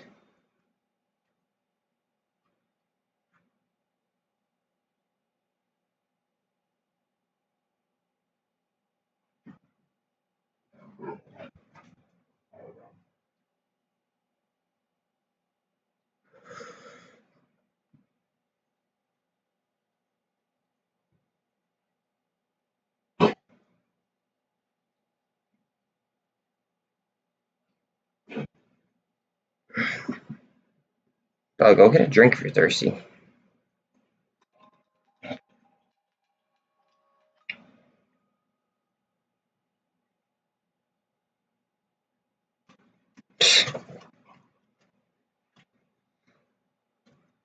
Push, push, push, push, push, push. Come on.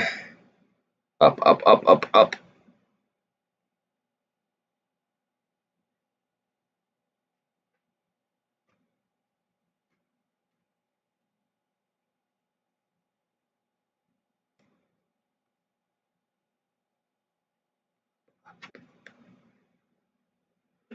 I want to pump.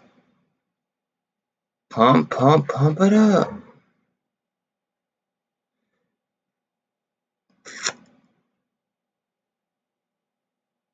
I like how we're getting this type of movement while this is going down.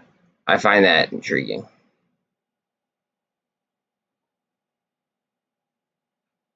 I like how the Qs are staying up as well.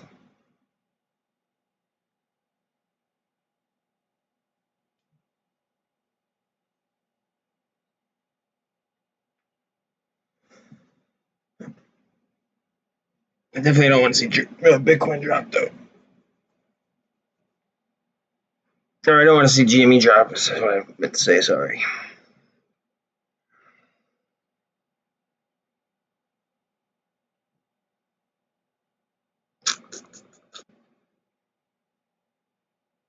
I want to buy a yacht and like fish on it.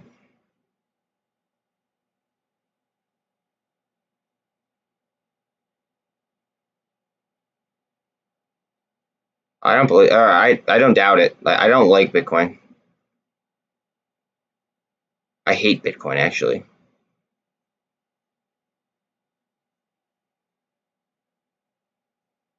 I just hope that the SPY doesn't follow it, because then we could be in, like for like a world of hurt. If they drop Bitcoin that hard, the SPY could follow it.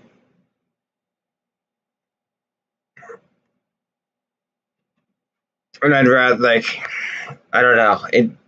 I'd prefer that they detach themselves.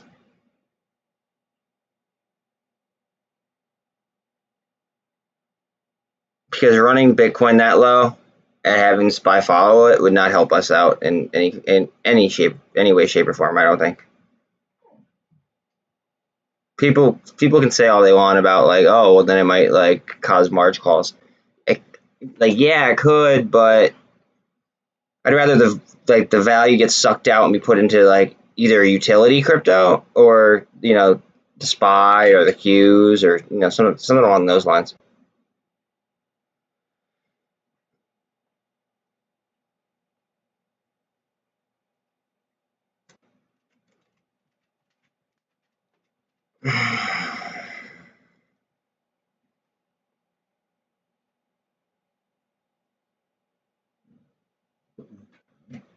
Well, you're just outside, you have food, you have water. I know you probably want me to play with you, but I gotta work right now. I'm almost done.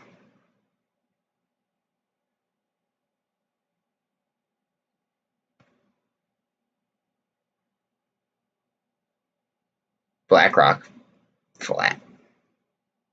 Love it. Just lost 22-3. Let's go. Come on. See, SPY, it's not like disjointing itself fully.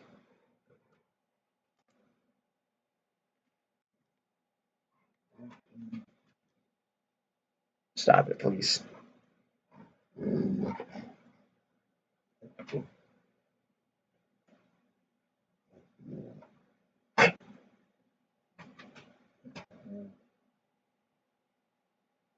We're gonna need to push up.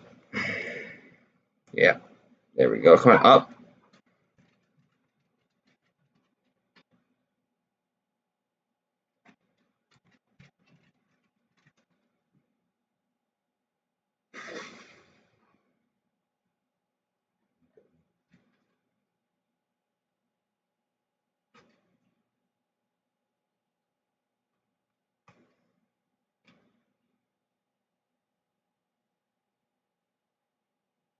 SPY's losing little by little.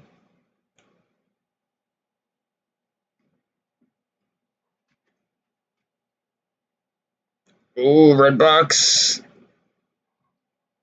Couldn't hold it.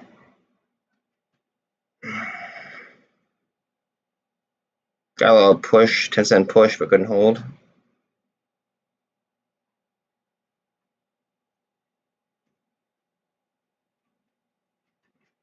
GME is now down 1%. BBIG is down 1.5%.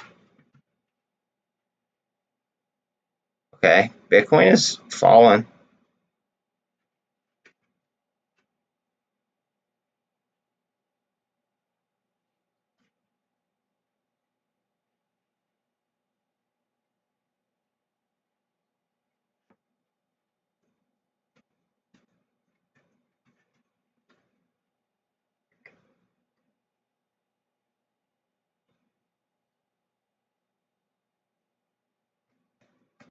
Started a new candle, so I guess it held. Let's see, we're still at 1460.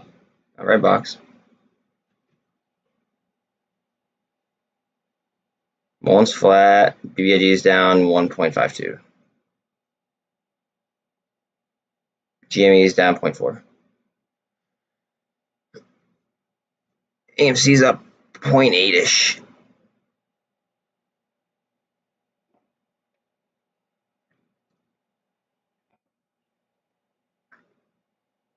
Bitcoin is dropping. Whoo! Selly, selly.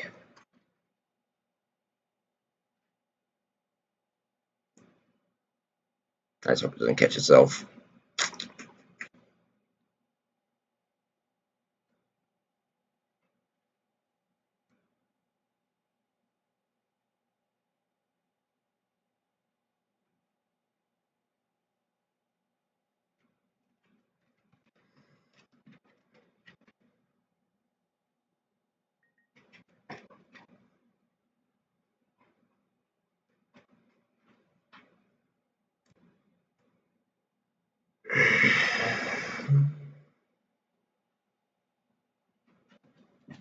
GME is slightly down, MULN down 1%, BBIG down like half or 0.75%, AMC up 0.75%.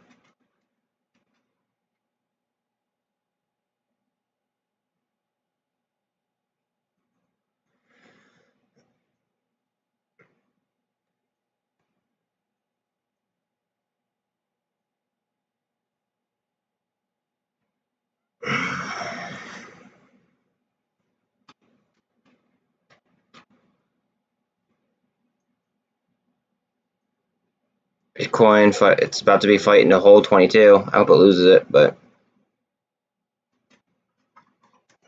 okay, now I let my other dog out. Give me a second.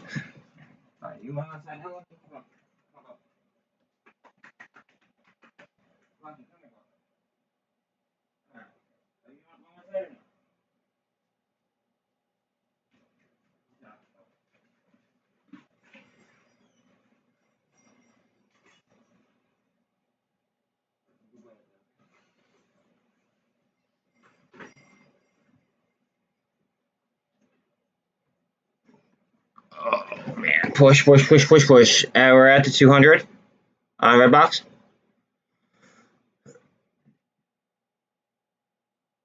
It's probably gonna come down in gap fill. Yep. I hope it loses it. I hope we take over the 200s here. We need a lot of fucking demand. Pardon my French, but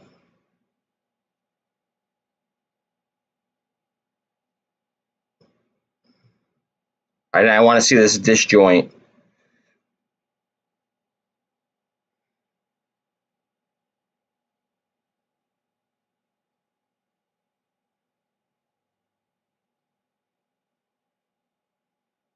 I want to see these disjoint as well.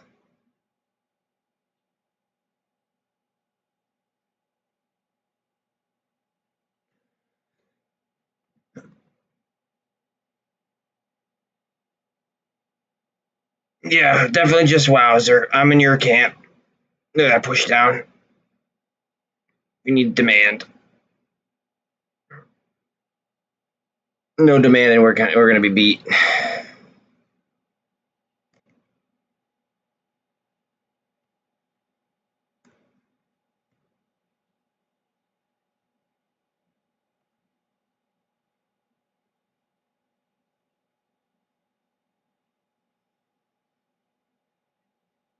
Insane that this lost fucking $4,350 in a day.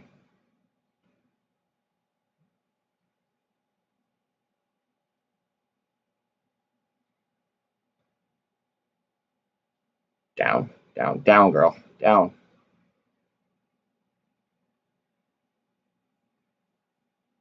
Get down.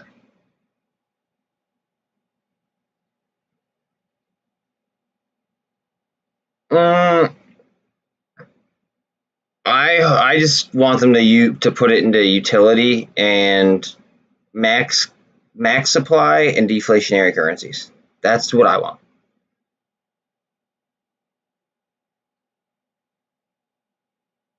That's where I think the money should go.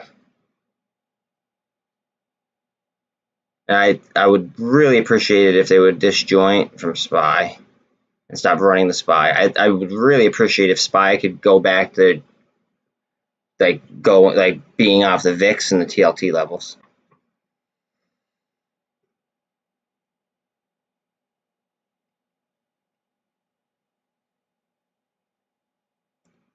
See, I better pump one. Why Wednesday? Why? What do you have, like, puts on it for tomorrow or something? CEI has a patent for carbon capture. Think about that. Now, if you want to clean the environment, you have to capture carbon. If they have the carbon capture environment or patent, think about that.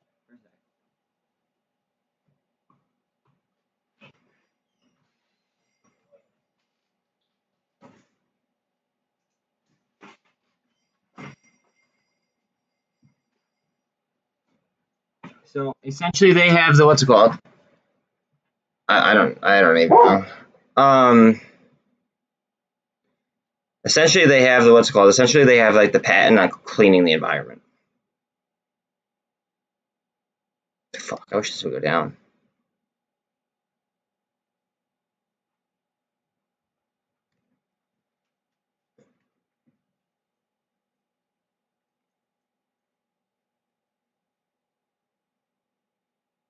Yeah, I have no idea what my record likes and views are. I don't even know what my likes and views are now. I'm not even looking at it. I'm literally just looking at the chart. I'll probably just like give it a glance when I close my window. Probably not until then.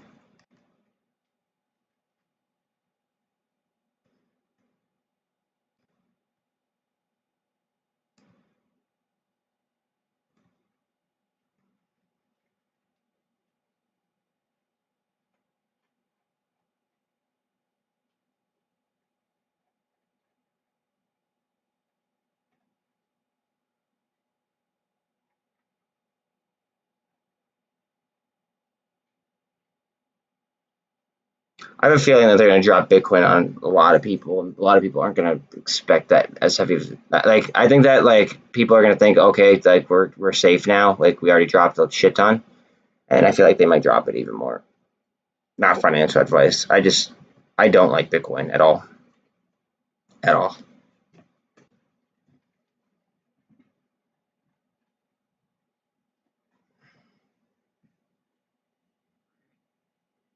Yeah, but then we sue. Then they get tied up in a lawsuit. They get a cease and desist. And at least in the U.S., you know that, like, people are going to trade on that info. Just how well they implement it, or if they catch a government contract, or, I mean, there's so many variables, you know. Bitcoin could go back to $5. Like, think about it. A store of value with no utility is as valuable as somebody is willing to pay for it. That's it. Nothing more, nothing less. A store of value is only worth what someone's willing to pay.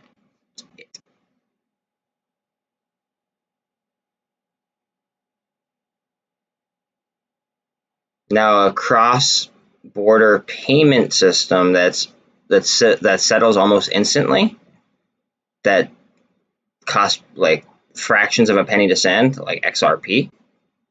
Again, deflationary, so it's not going to inflate at, the 1.77% that Bitcoin does. That's at 31. That's at like what, like less than 32 cents right now.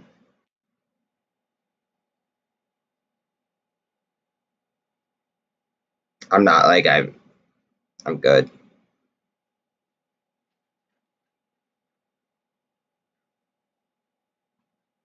Arrival up almost 5, 4.5. Ooh, heavy crack.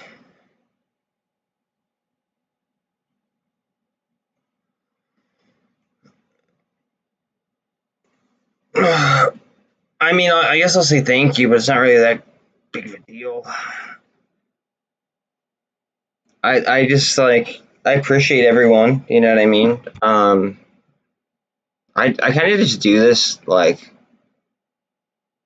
So my issue is that, like, a lot of my friends and family, like, I've been posting about this for like a while, right? Like that, like I believed that this was going to happen for like basically since the last election, and I've been warning people, and I've been pretty damn accurate, and I've been warning people, and I've been like saying, hey, watch out, just in case, watch out. Like, I don't want to be right about this, but I think I'm going to be. I don't know which manner. Like, usually I'm off like a little, like I'm off by like this or that. Like, there's like something I'm off by, but usually I'm pretty damn close.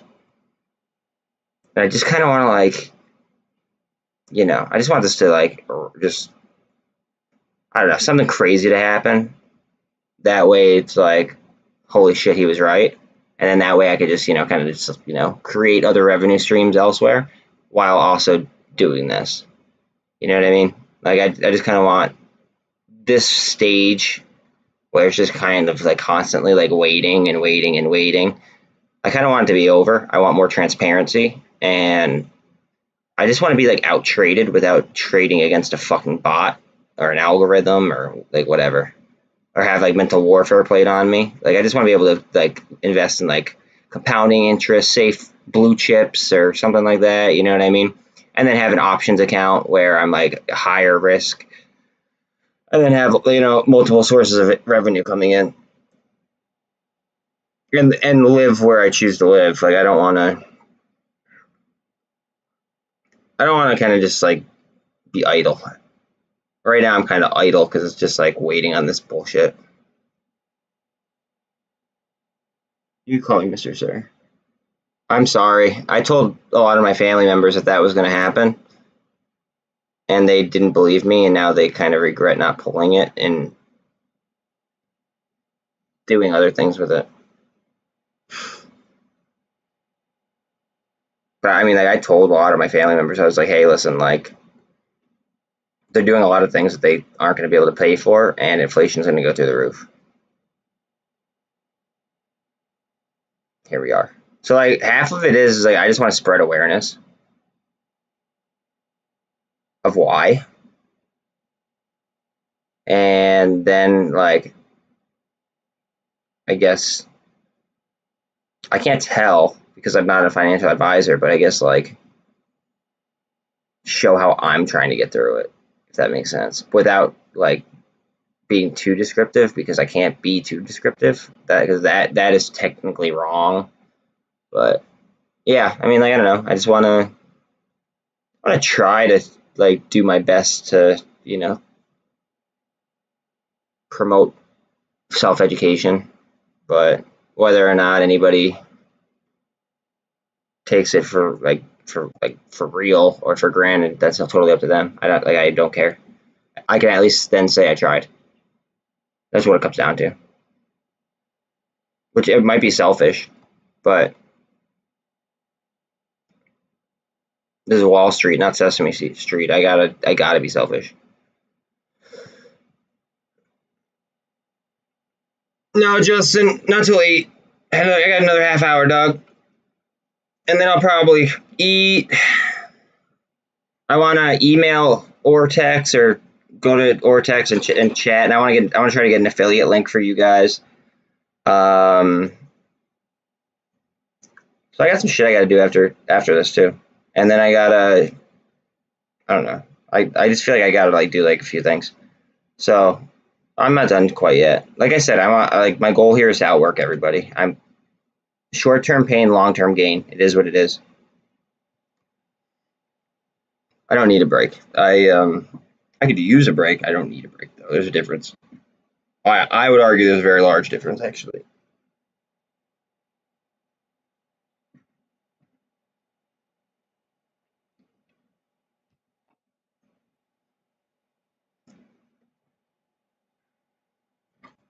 What's up, Bill? What's up, baby? What do you want? All right, buddy. Like, look at XRP right now. XRP is literally better than Bitcoin in every single shape, like, way, shape, or form. It's trading just above 30 cents right now. That's insane. Like, it does everything that Bitcoin does, only better, and it's trading at 30 cents.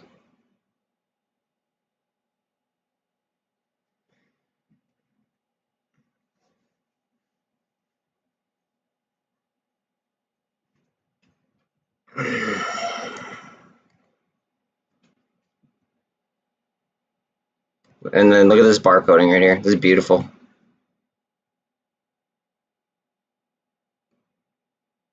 This just screams fucking that it's tight, and, like, that they're tight.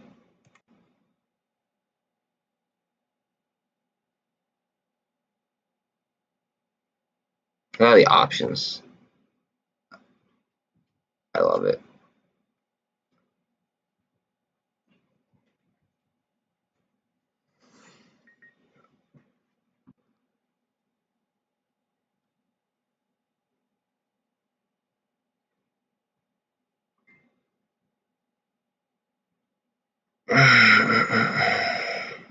Binance, wait, what is this?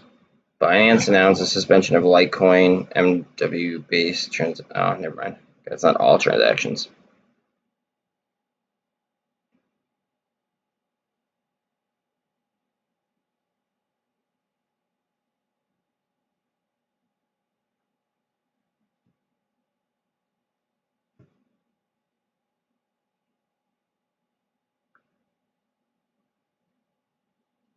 So Russia's going to ban cryptocurrency, apparently. I think it's a great idea for their currency. As far as Bitcoin's not going to help Bitcoin.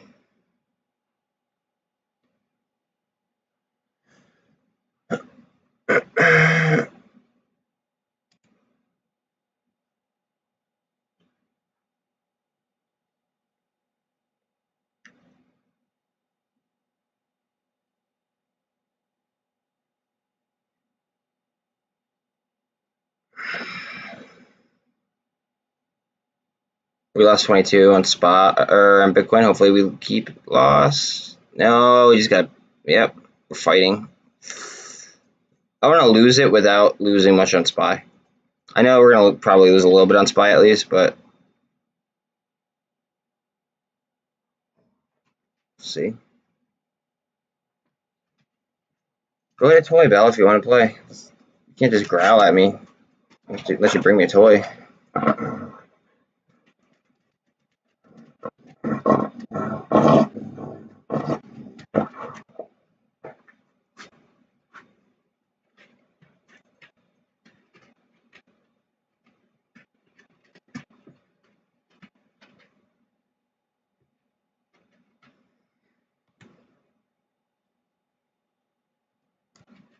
What's SPY doing at the 200 here? Says a 200 standard. MA.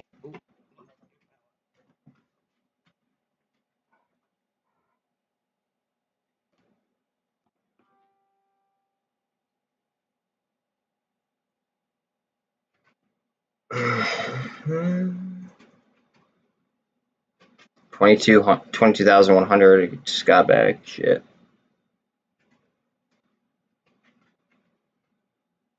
Ooh, SPY just took a little hit too. I don't like that.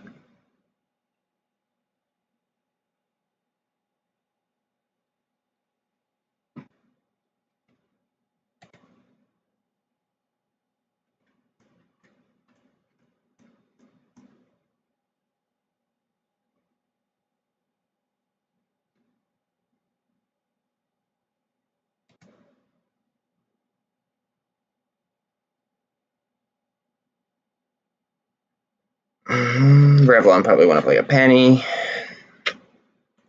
Watch GME off of its low right there. Gain 50 cents. Nothing crazy.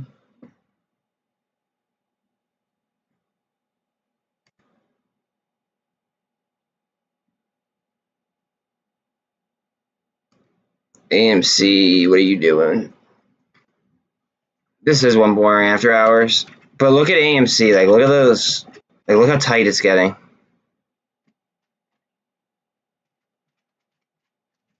I'm looking at like a potential springboard here. Like how you were talking earlier about like springs.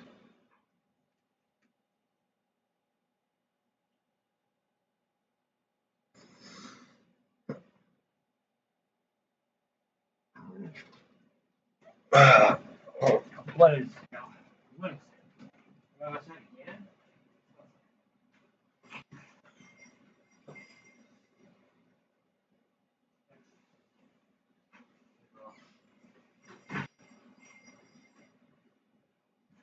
Ooh.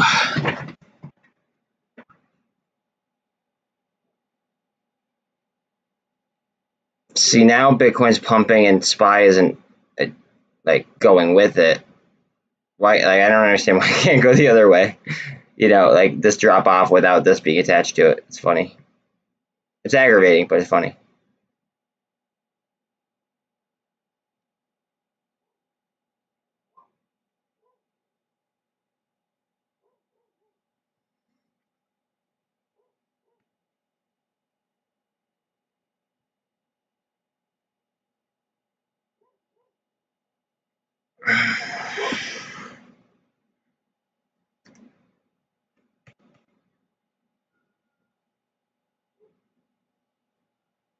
This is just so tight.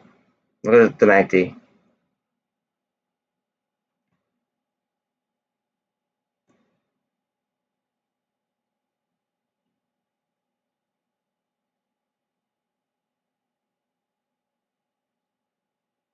I don't even think it'll take that much demand.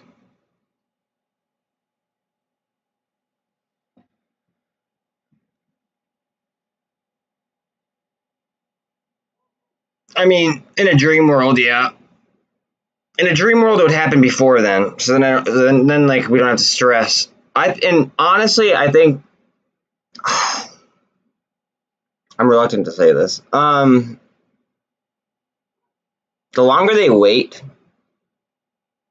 the more leverage that can be applied. That's the way I think. So the longer they wait, the more leverage I'm probably going to apply. Because they gave us a date at BBIG, essentially. They said by the end of Q2.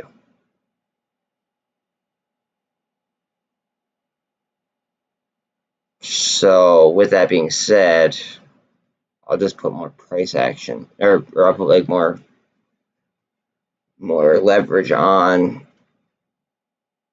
probably say like GME or MULN, or I don't know what I would do, but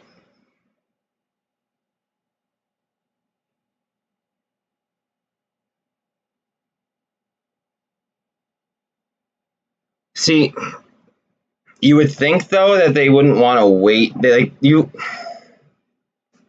The early bird gets the worm, right? So my thought is that the first, if they know like how many shorts there are, they have at least a fucking like any clue. Chances are they want to get in with as much leverage, kind of like what we want to do. In theory, quote unquote, like they would want to get in with as much like leverage as humanly possible, and then like let's try to time it perfectly. It's the same concept. It's just on a larger scale for them.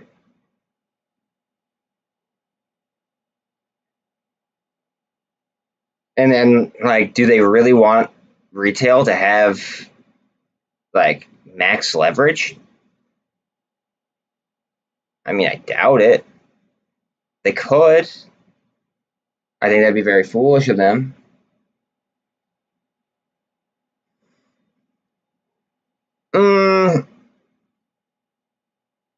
Maybe.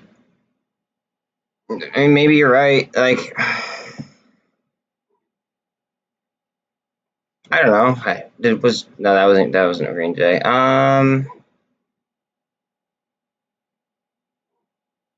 God, this could fucking springboard. I want to try to find like unch. I bet you they did like. There really wasn't too much green in the market today, except for like literally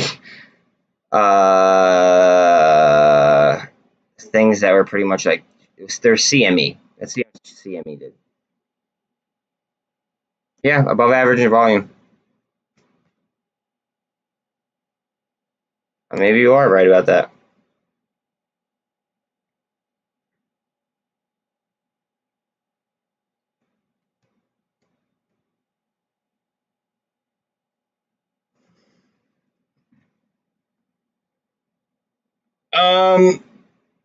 I'm not. I might be worried for that day, but my theory on it is if people are pulling, chances are they're gonna go ahead. Think about retail, right? They're gonna want to they're probably gonna want to take their money and then go ahead and throw it in the casino. It's not a casino. They're probably gonna want to go throw it back in on a different MOASS play, right? And then maybe that will go up. So that's why I'm thinking that the distribution of BBIG could be a potential catalyst for other things as well. I could be wrong, but I'm not.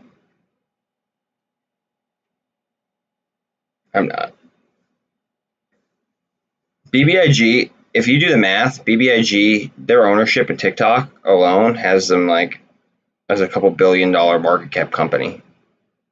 Not doing that personally. I mean, you do you, but the only thing I would sell it for would probably be like GameStop or Mullen if Mullen got cheap enough.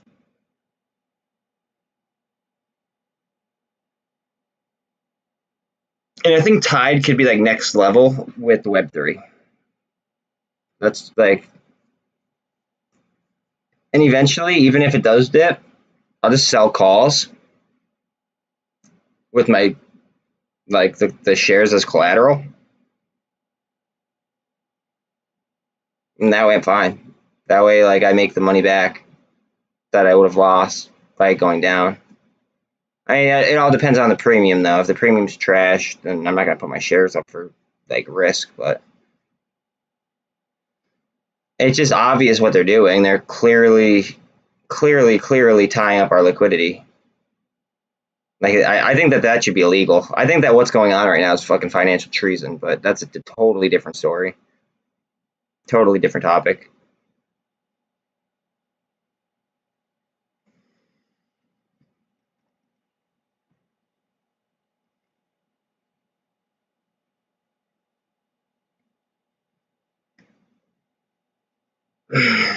If the price drops on BBIG, like after distribution, right? Look where we're at right now. Where's CEI? What's Viking Energy at?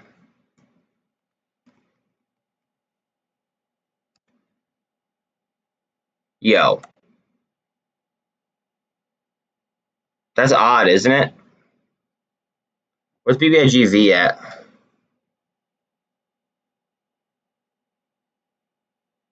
Okay, 130.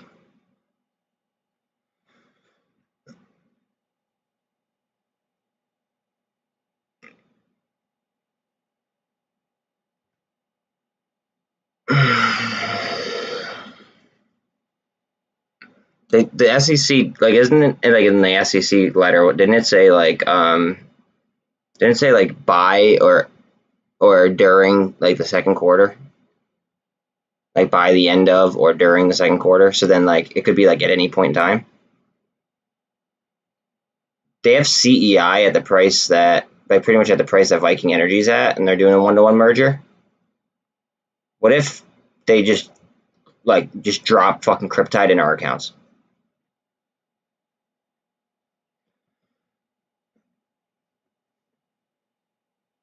I feel like that would be like an immediate fucking catalyst.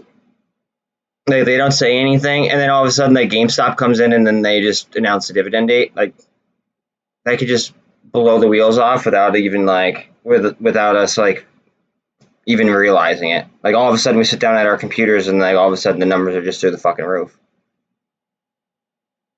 And it would probably like be super early in the morning, as like Asia might be like finishing trade or trading, and Europe is about to trade.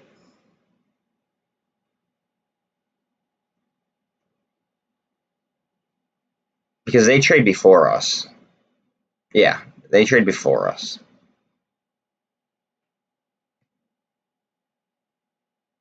I don't know. I'm just trying to fucking think outside the box, I guess. Just makes sense to me. Yeah, just drop Tide in, don't say anything, and then no, it wouldn't be. It would be. It would. I feel like it would be like right before the market, like, or as we open our accounts in the morning, like we just get blessed with Tide, and then like I feel like if Ryan Cohen was the one in control, I don't know if Ryan Cohen's in control or if the DOJ is in control, but if Ryan Cohen's in control, I feel like then he would be like, okay, guys, we're gonna do the dividend on this day. But if the DOJ is in control, then really nobody has control of it but them. So then we're liable to get fucked.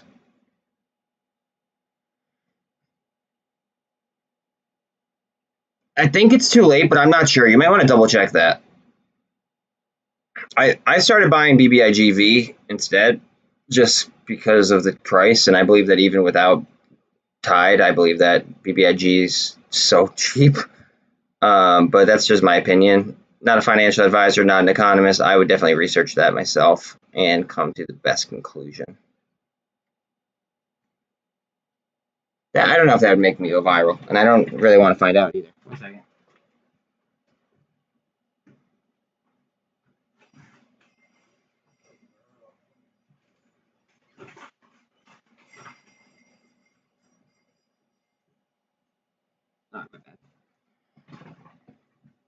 NNDM. Oh, fuck, I did. Hold on. Somebody asked me about that. What the fuck was that? There's a reason I didn't take that play. I'll look it up. Hold on a second. There was a reason I didn't take this. I forget what it was.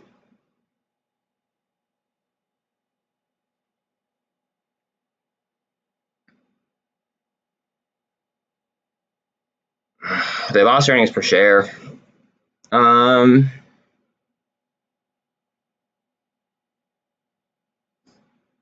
I think it was just because I could have used my money in a better place.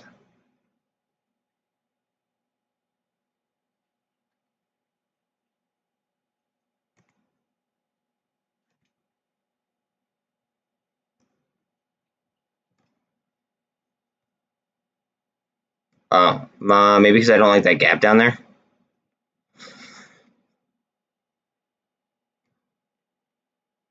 Yeah, that gap looks kind of scary. A little bit intimidating. Maybe after a gap fills and comes out like down, then I'd probably play it up.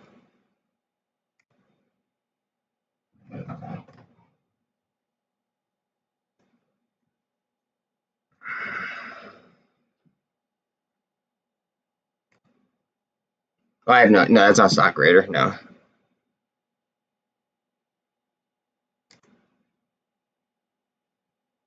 That dude's popular. Everybody keeps asking about him. Probably for the wrong reasons, but they keep asking about him.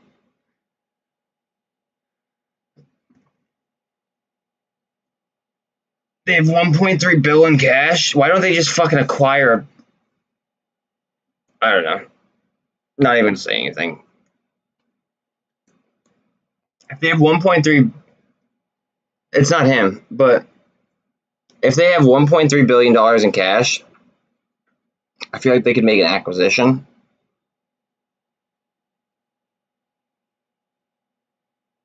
And kind of like what was their market cap?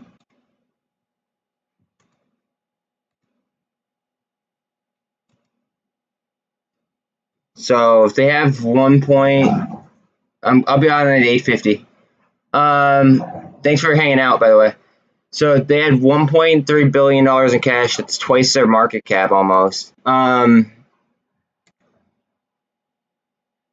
mean, if I were them, I would do an acquisition. I'd acquire somebody that would make me a better company overall.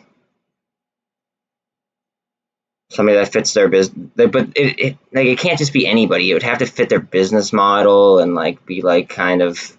I mean, they could buy out competition. They could like, and then they would have a bigger share of the whatever business it is.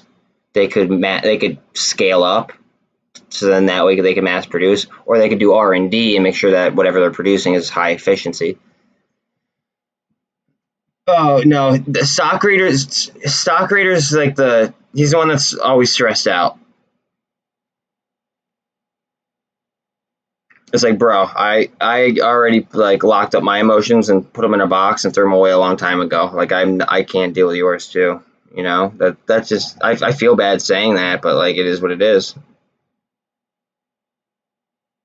I'm sure he means well. I can't handle it. Not like I don't know. Again, Wall Street, not Sesame Street. King, it's just weird, dude. Stop that. Stop.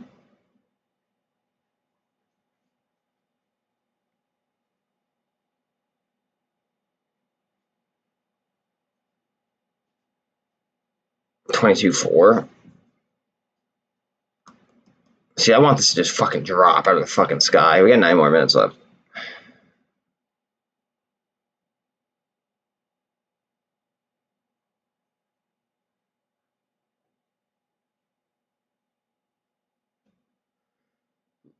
Later, Haley. I'll see you tomorrow. I will see you tomorrow. I think you slipped up by calling me Sugar Plum, though, because that's what the Irish lady used to call me all the time, and she doesn't go anywhere. And I think she was a bot.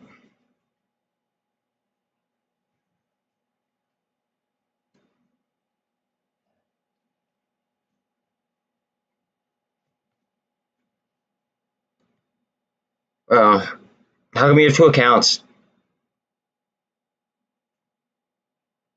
I mean, I appreciate the double sub. Don't get me wrong. But I don't think you do. You can't. I asked you last time what his middle name was, or no, what his last name was, like what it began with, and you couldn't tell me. So I don't think you do. You just got 1200. Randy, he's in my what's called. He's in my like my group ish. He's one of my mods. Why?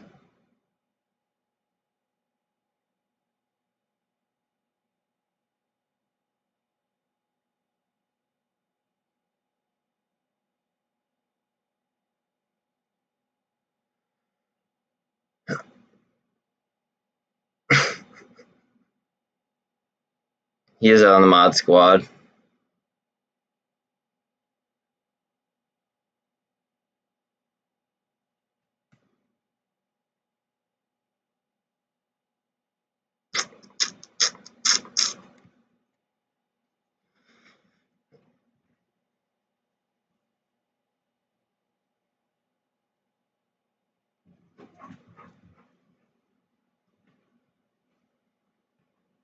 Bill's on the mod squad.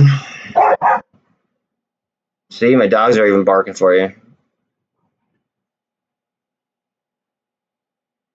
Don't tell Bill that. He likes Shiba. I'm not a fan of Shiba personally. I think a lot of crypto is gonna get whacked right now.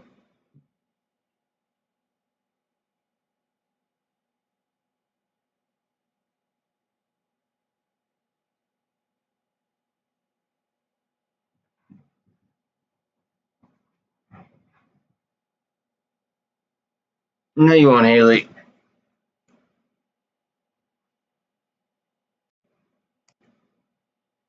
Revlon, 18% after hours.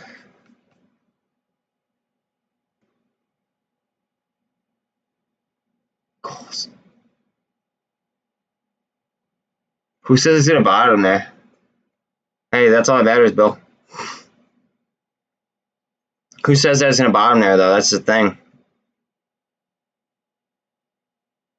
I mean, I'll be honest, like,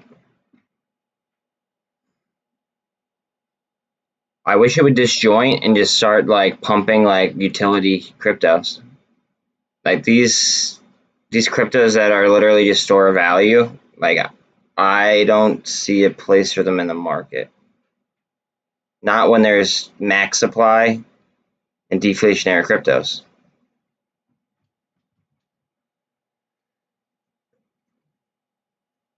That's just my opinion, though. No, I mean, like, I know Shiba likes to pop like that. And I've made money off pops like that from Shiba, but, like, long term, like longevity, it's not my. It's not even on my, like, my altcoin of choice. But everyone's entitled to their own opinion. It is what it is. That's why I like my channel. It's nice and diverse. We all have different opinions. It's okay to have different opinions. Ugh. Down 8% on Redbox. Wow. Well, stablecoins are just dumb, in my opinion.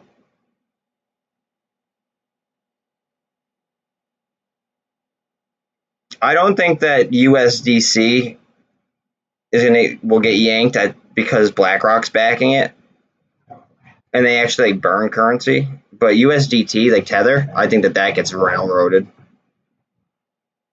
If I were to guess, I mean, who knows?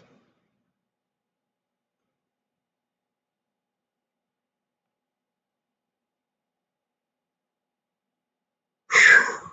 Destroyed.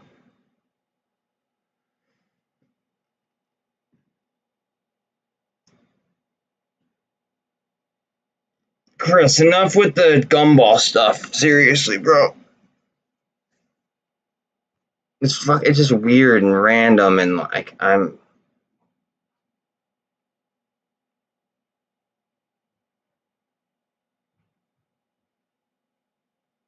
It's not. I don't know. It gets very repetitive.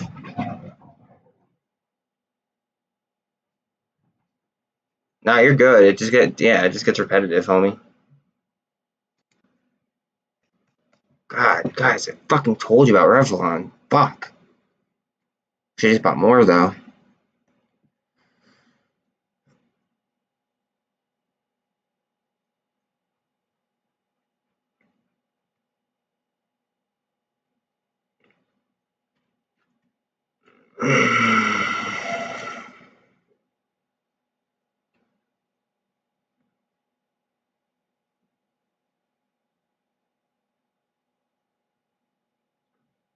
Yeah, there are. That's what I was just looking at. The closest strike is 250 though.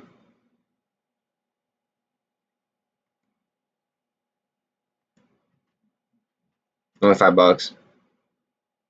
I probably wouldn't get this month though. I'd probably spend the extra money, be safer, I guess. But honestly, it's probably gonna have such a high premium because they're probably gonna get juiced tomorrow.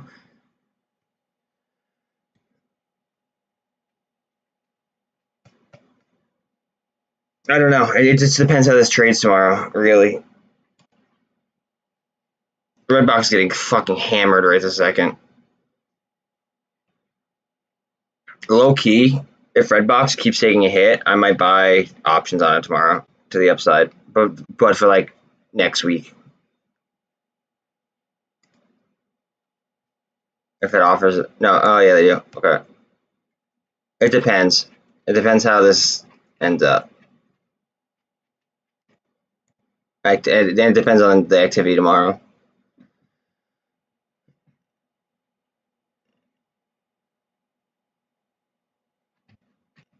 Look at you, Justin. You're like doing some like mod duties right now. I appreciate that. I'm out on like Instagram right now. I doubt it. Oh, 8 o'clock. All right, so what did we start off at? 22.5, pretty much flat. I think tomorrow's gonna be a ripper.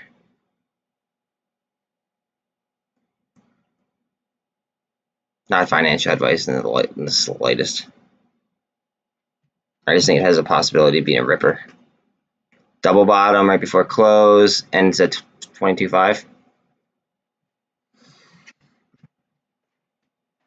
I guess it really depends on how the night treats us. Let's see. Revlon ended 20.5% up. XRP getting smoked.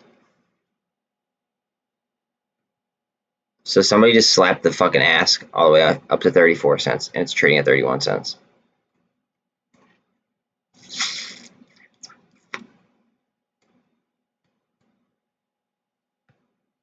Genius went down.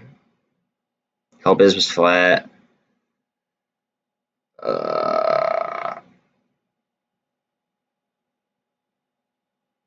Q's and RPI.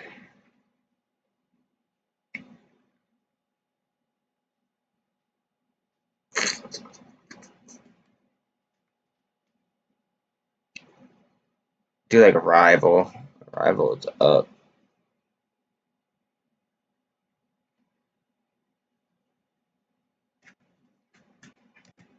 Redbox got fucking slaughtered though. Look at that though. It looks like it wants a curl. Alright. Yeah, no problem, dude. I will see y'all tomorrow. Hope you guys have a good night. I'm gonna try to get my shit straightened out with what's it called? With Vortex. I'm either gonna have to buy a new one or I'm gonna have to just I'm trying to get an affiliate link though, so then that way you guys could I get like a free month out of it. But yeah. Anyways, you guys have a good one. And try to like, I don't know, I guess spread the word. That way like your friends and family don't get like fucked. But yeah. Have a good one, guys. I'll catch you tomorrow.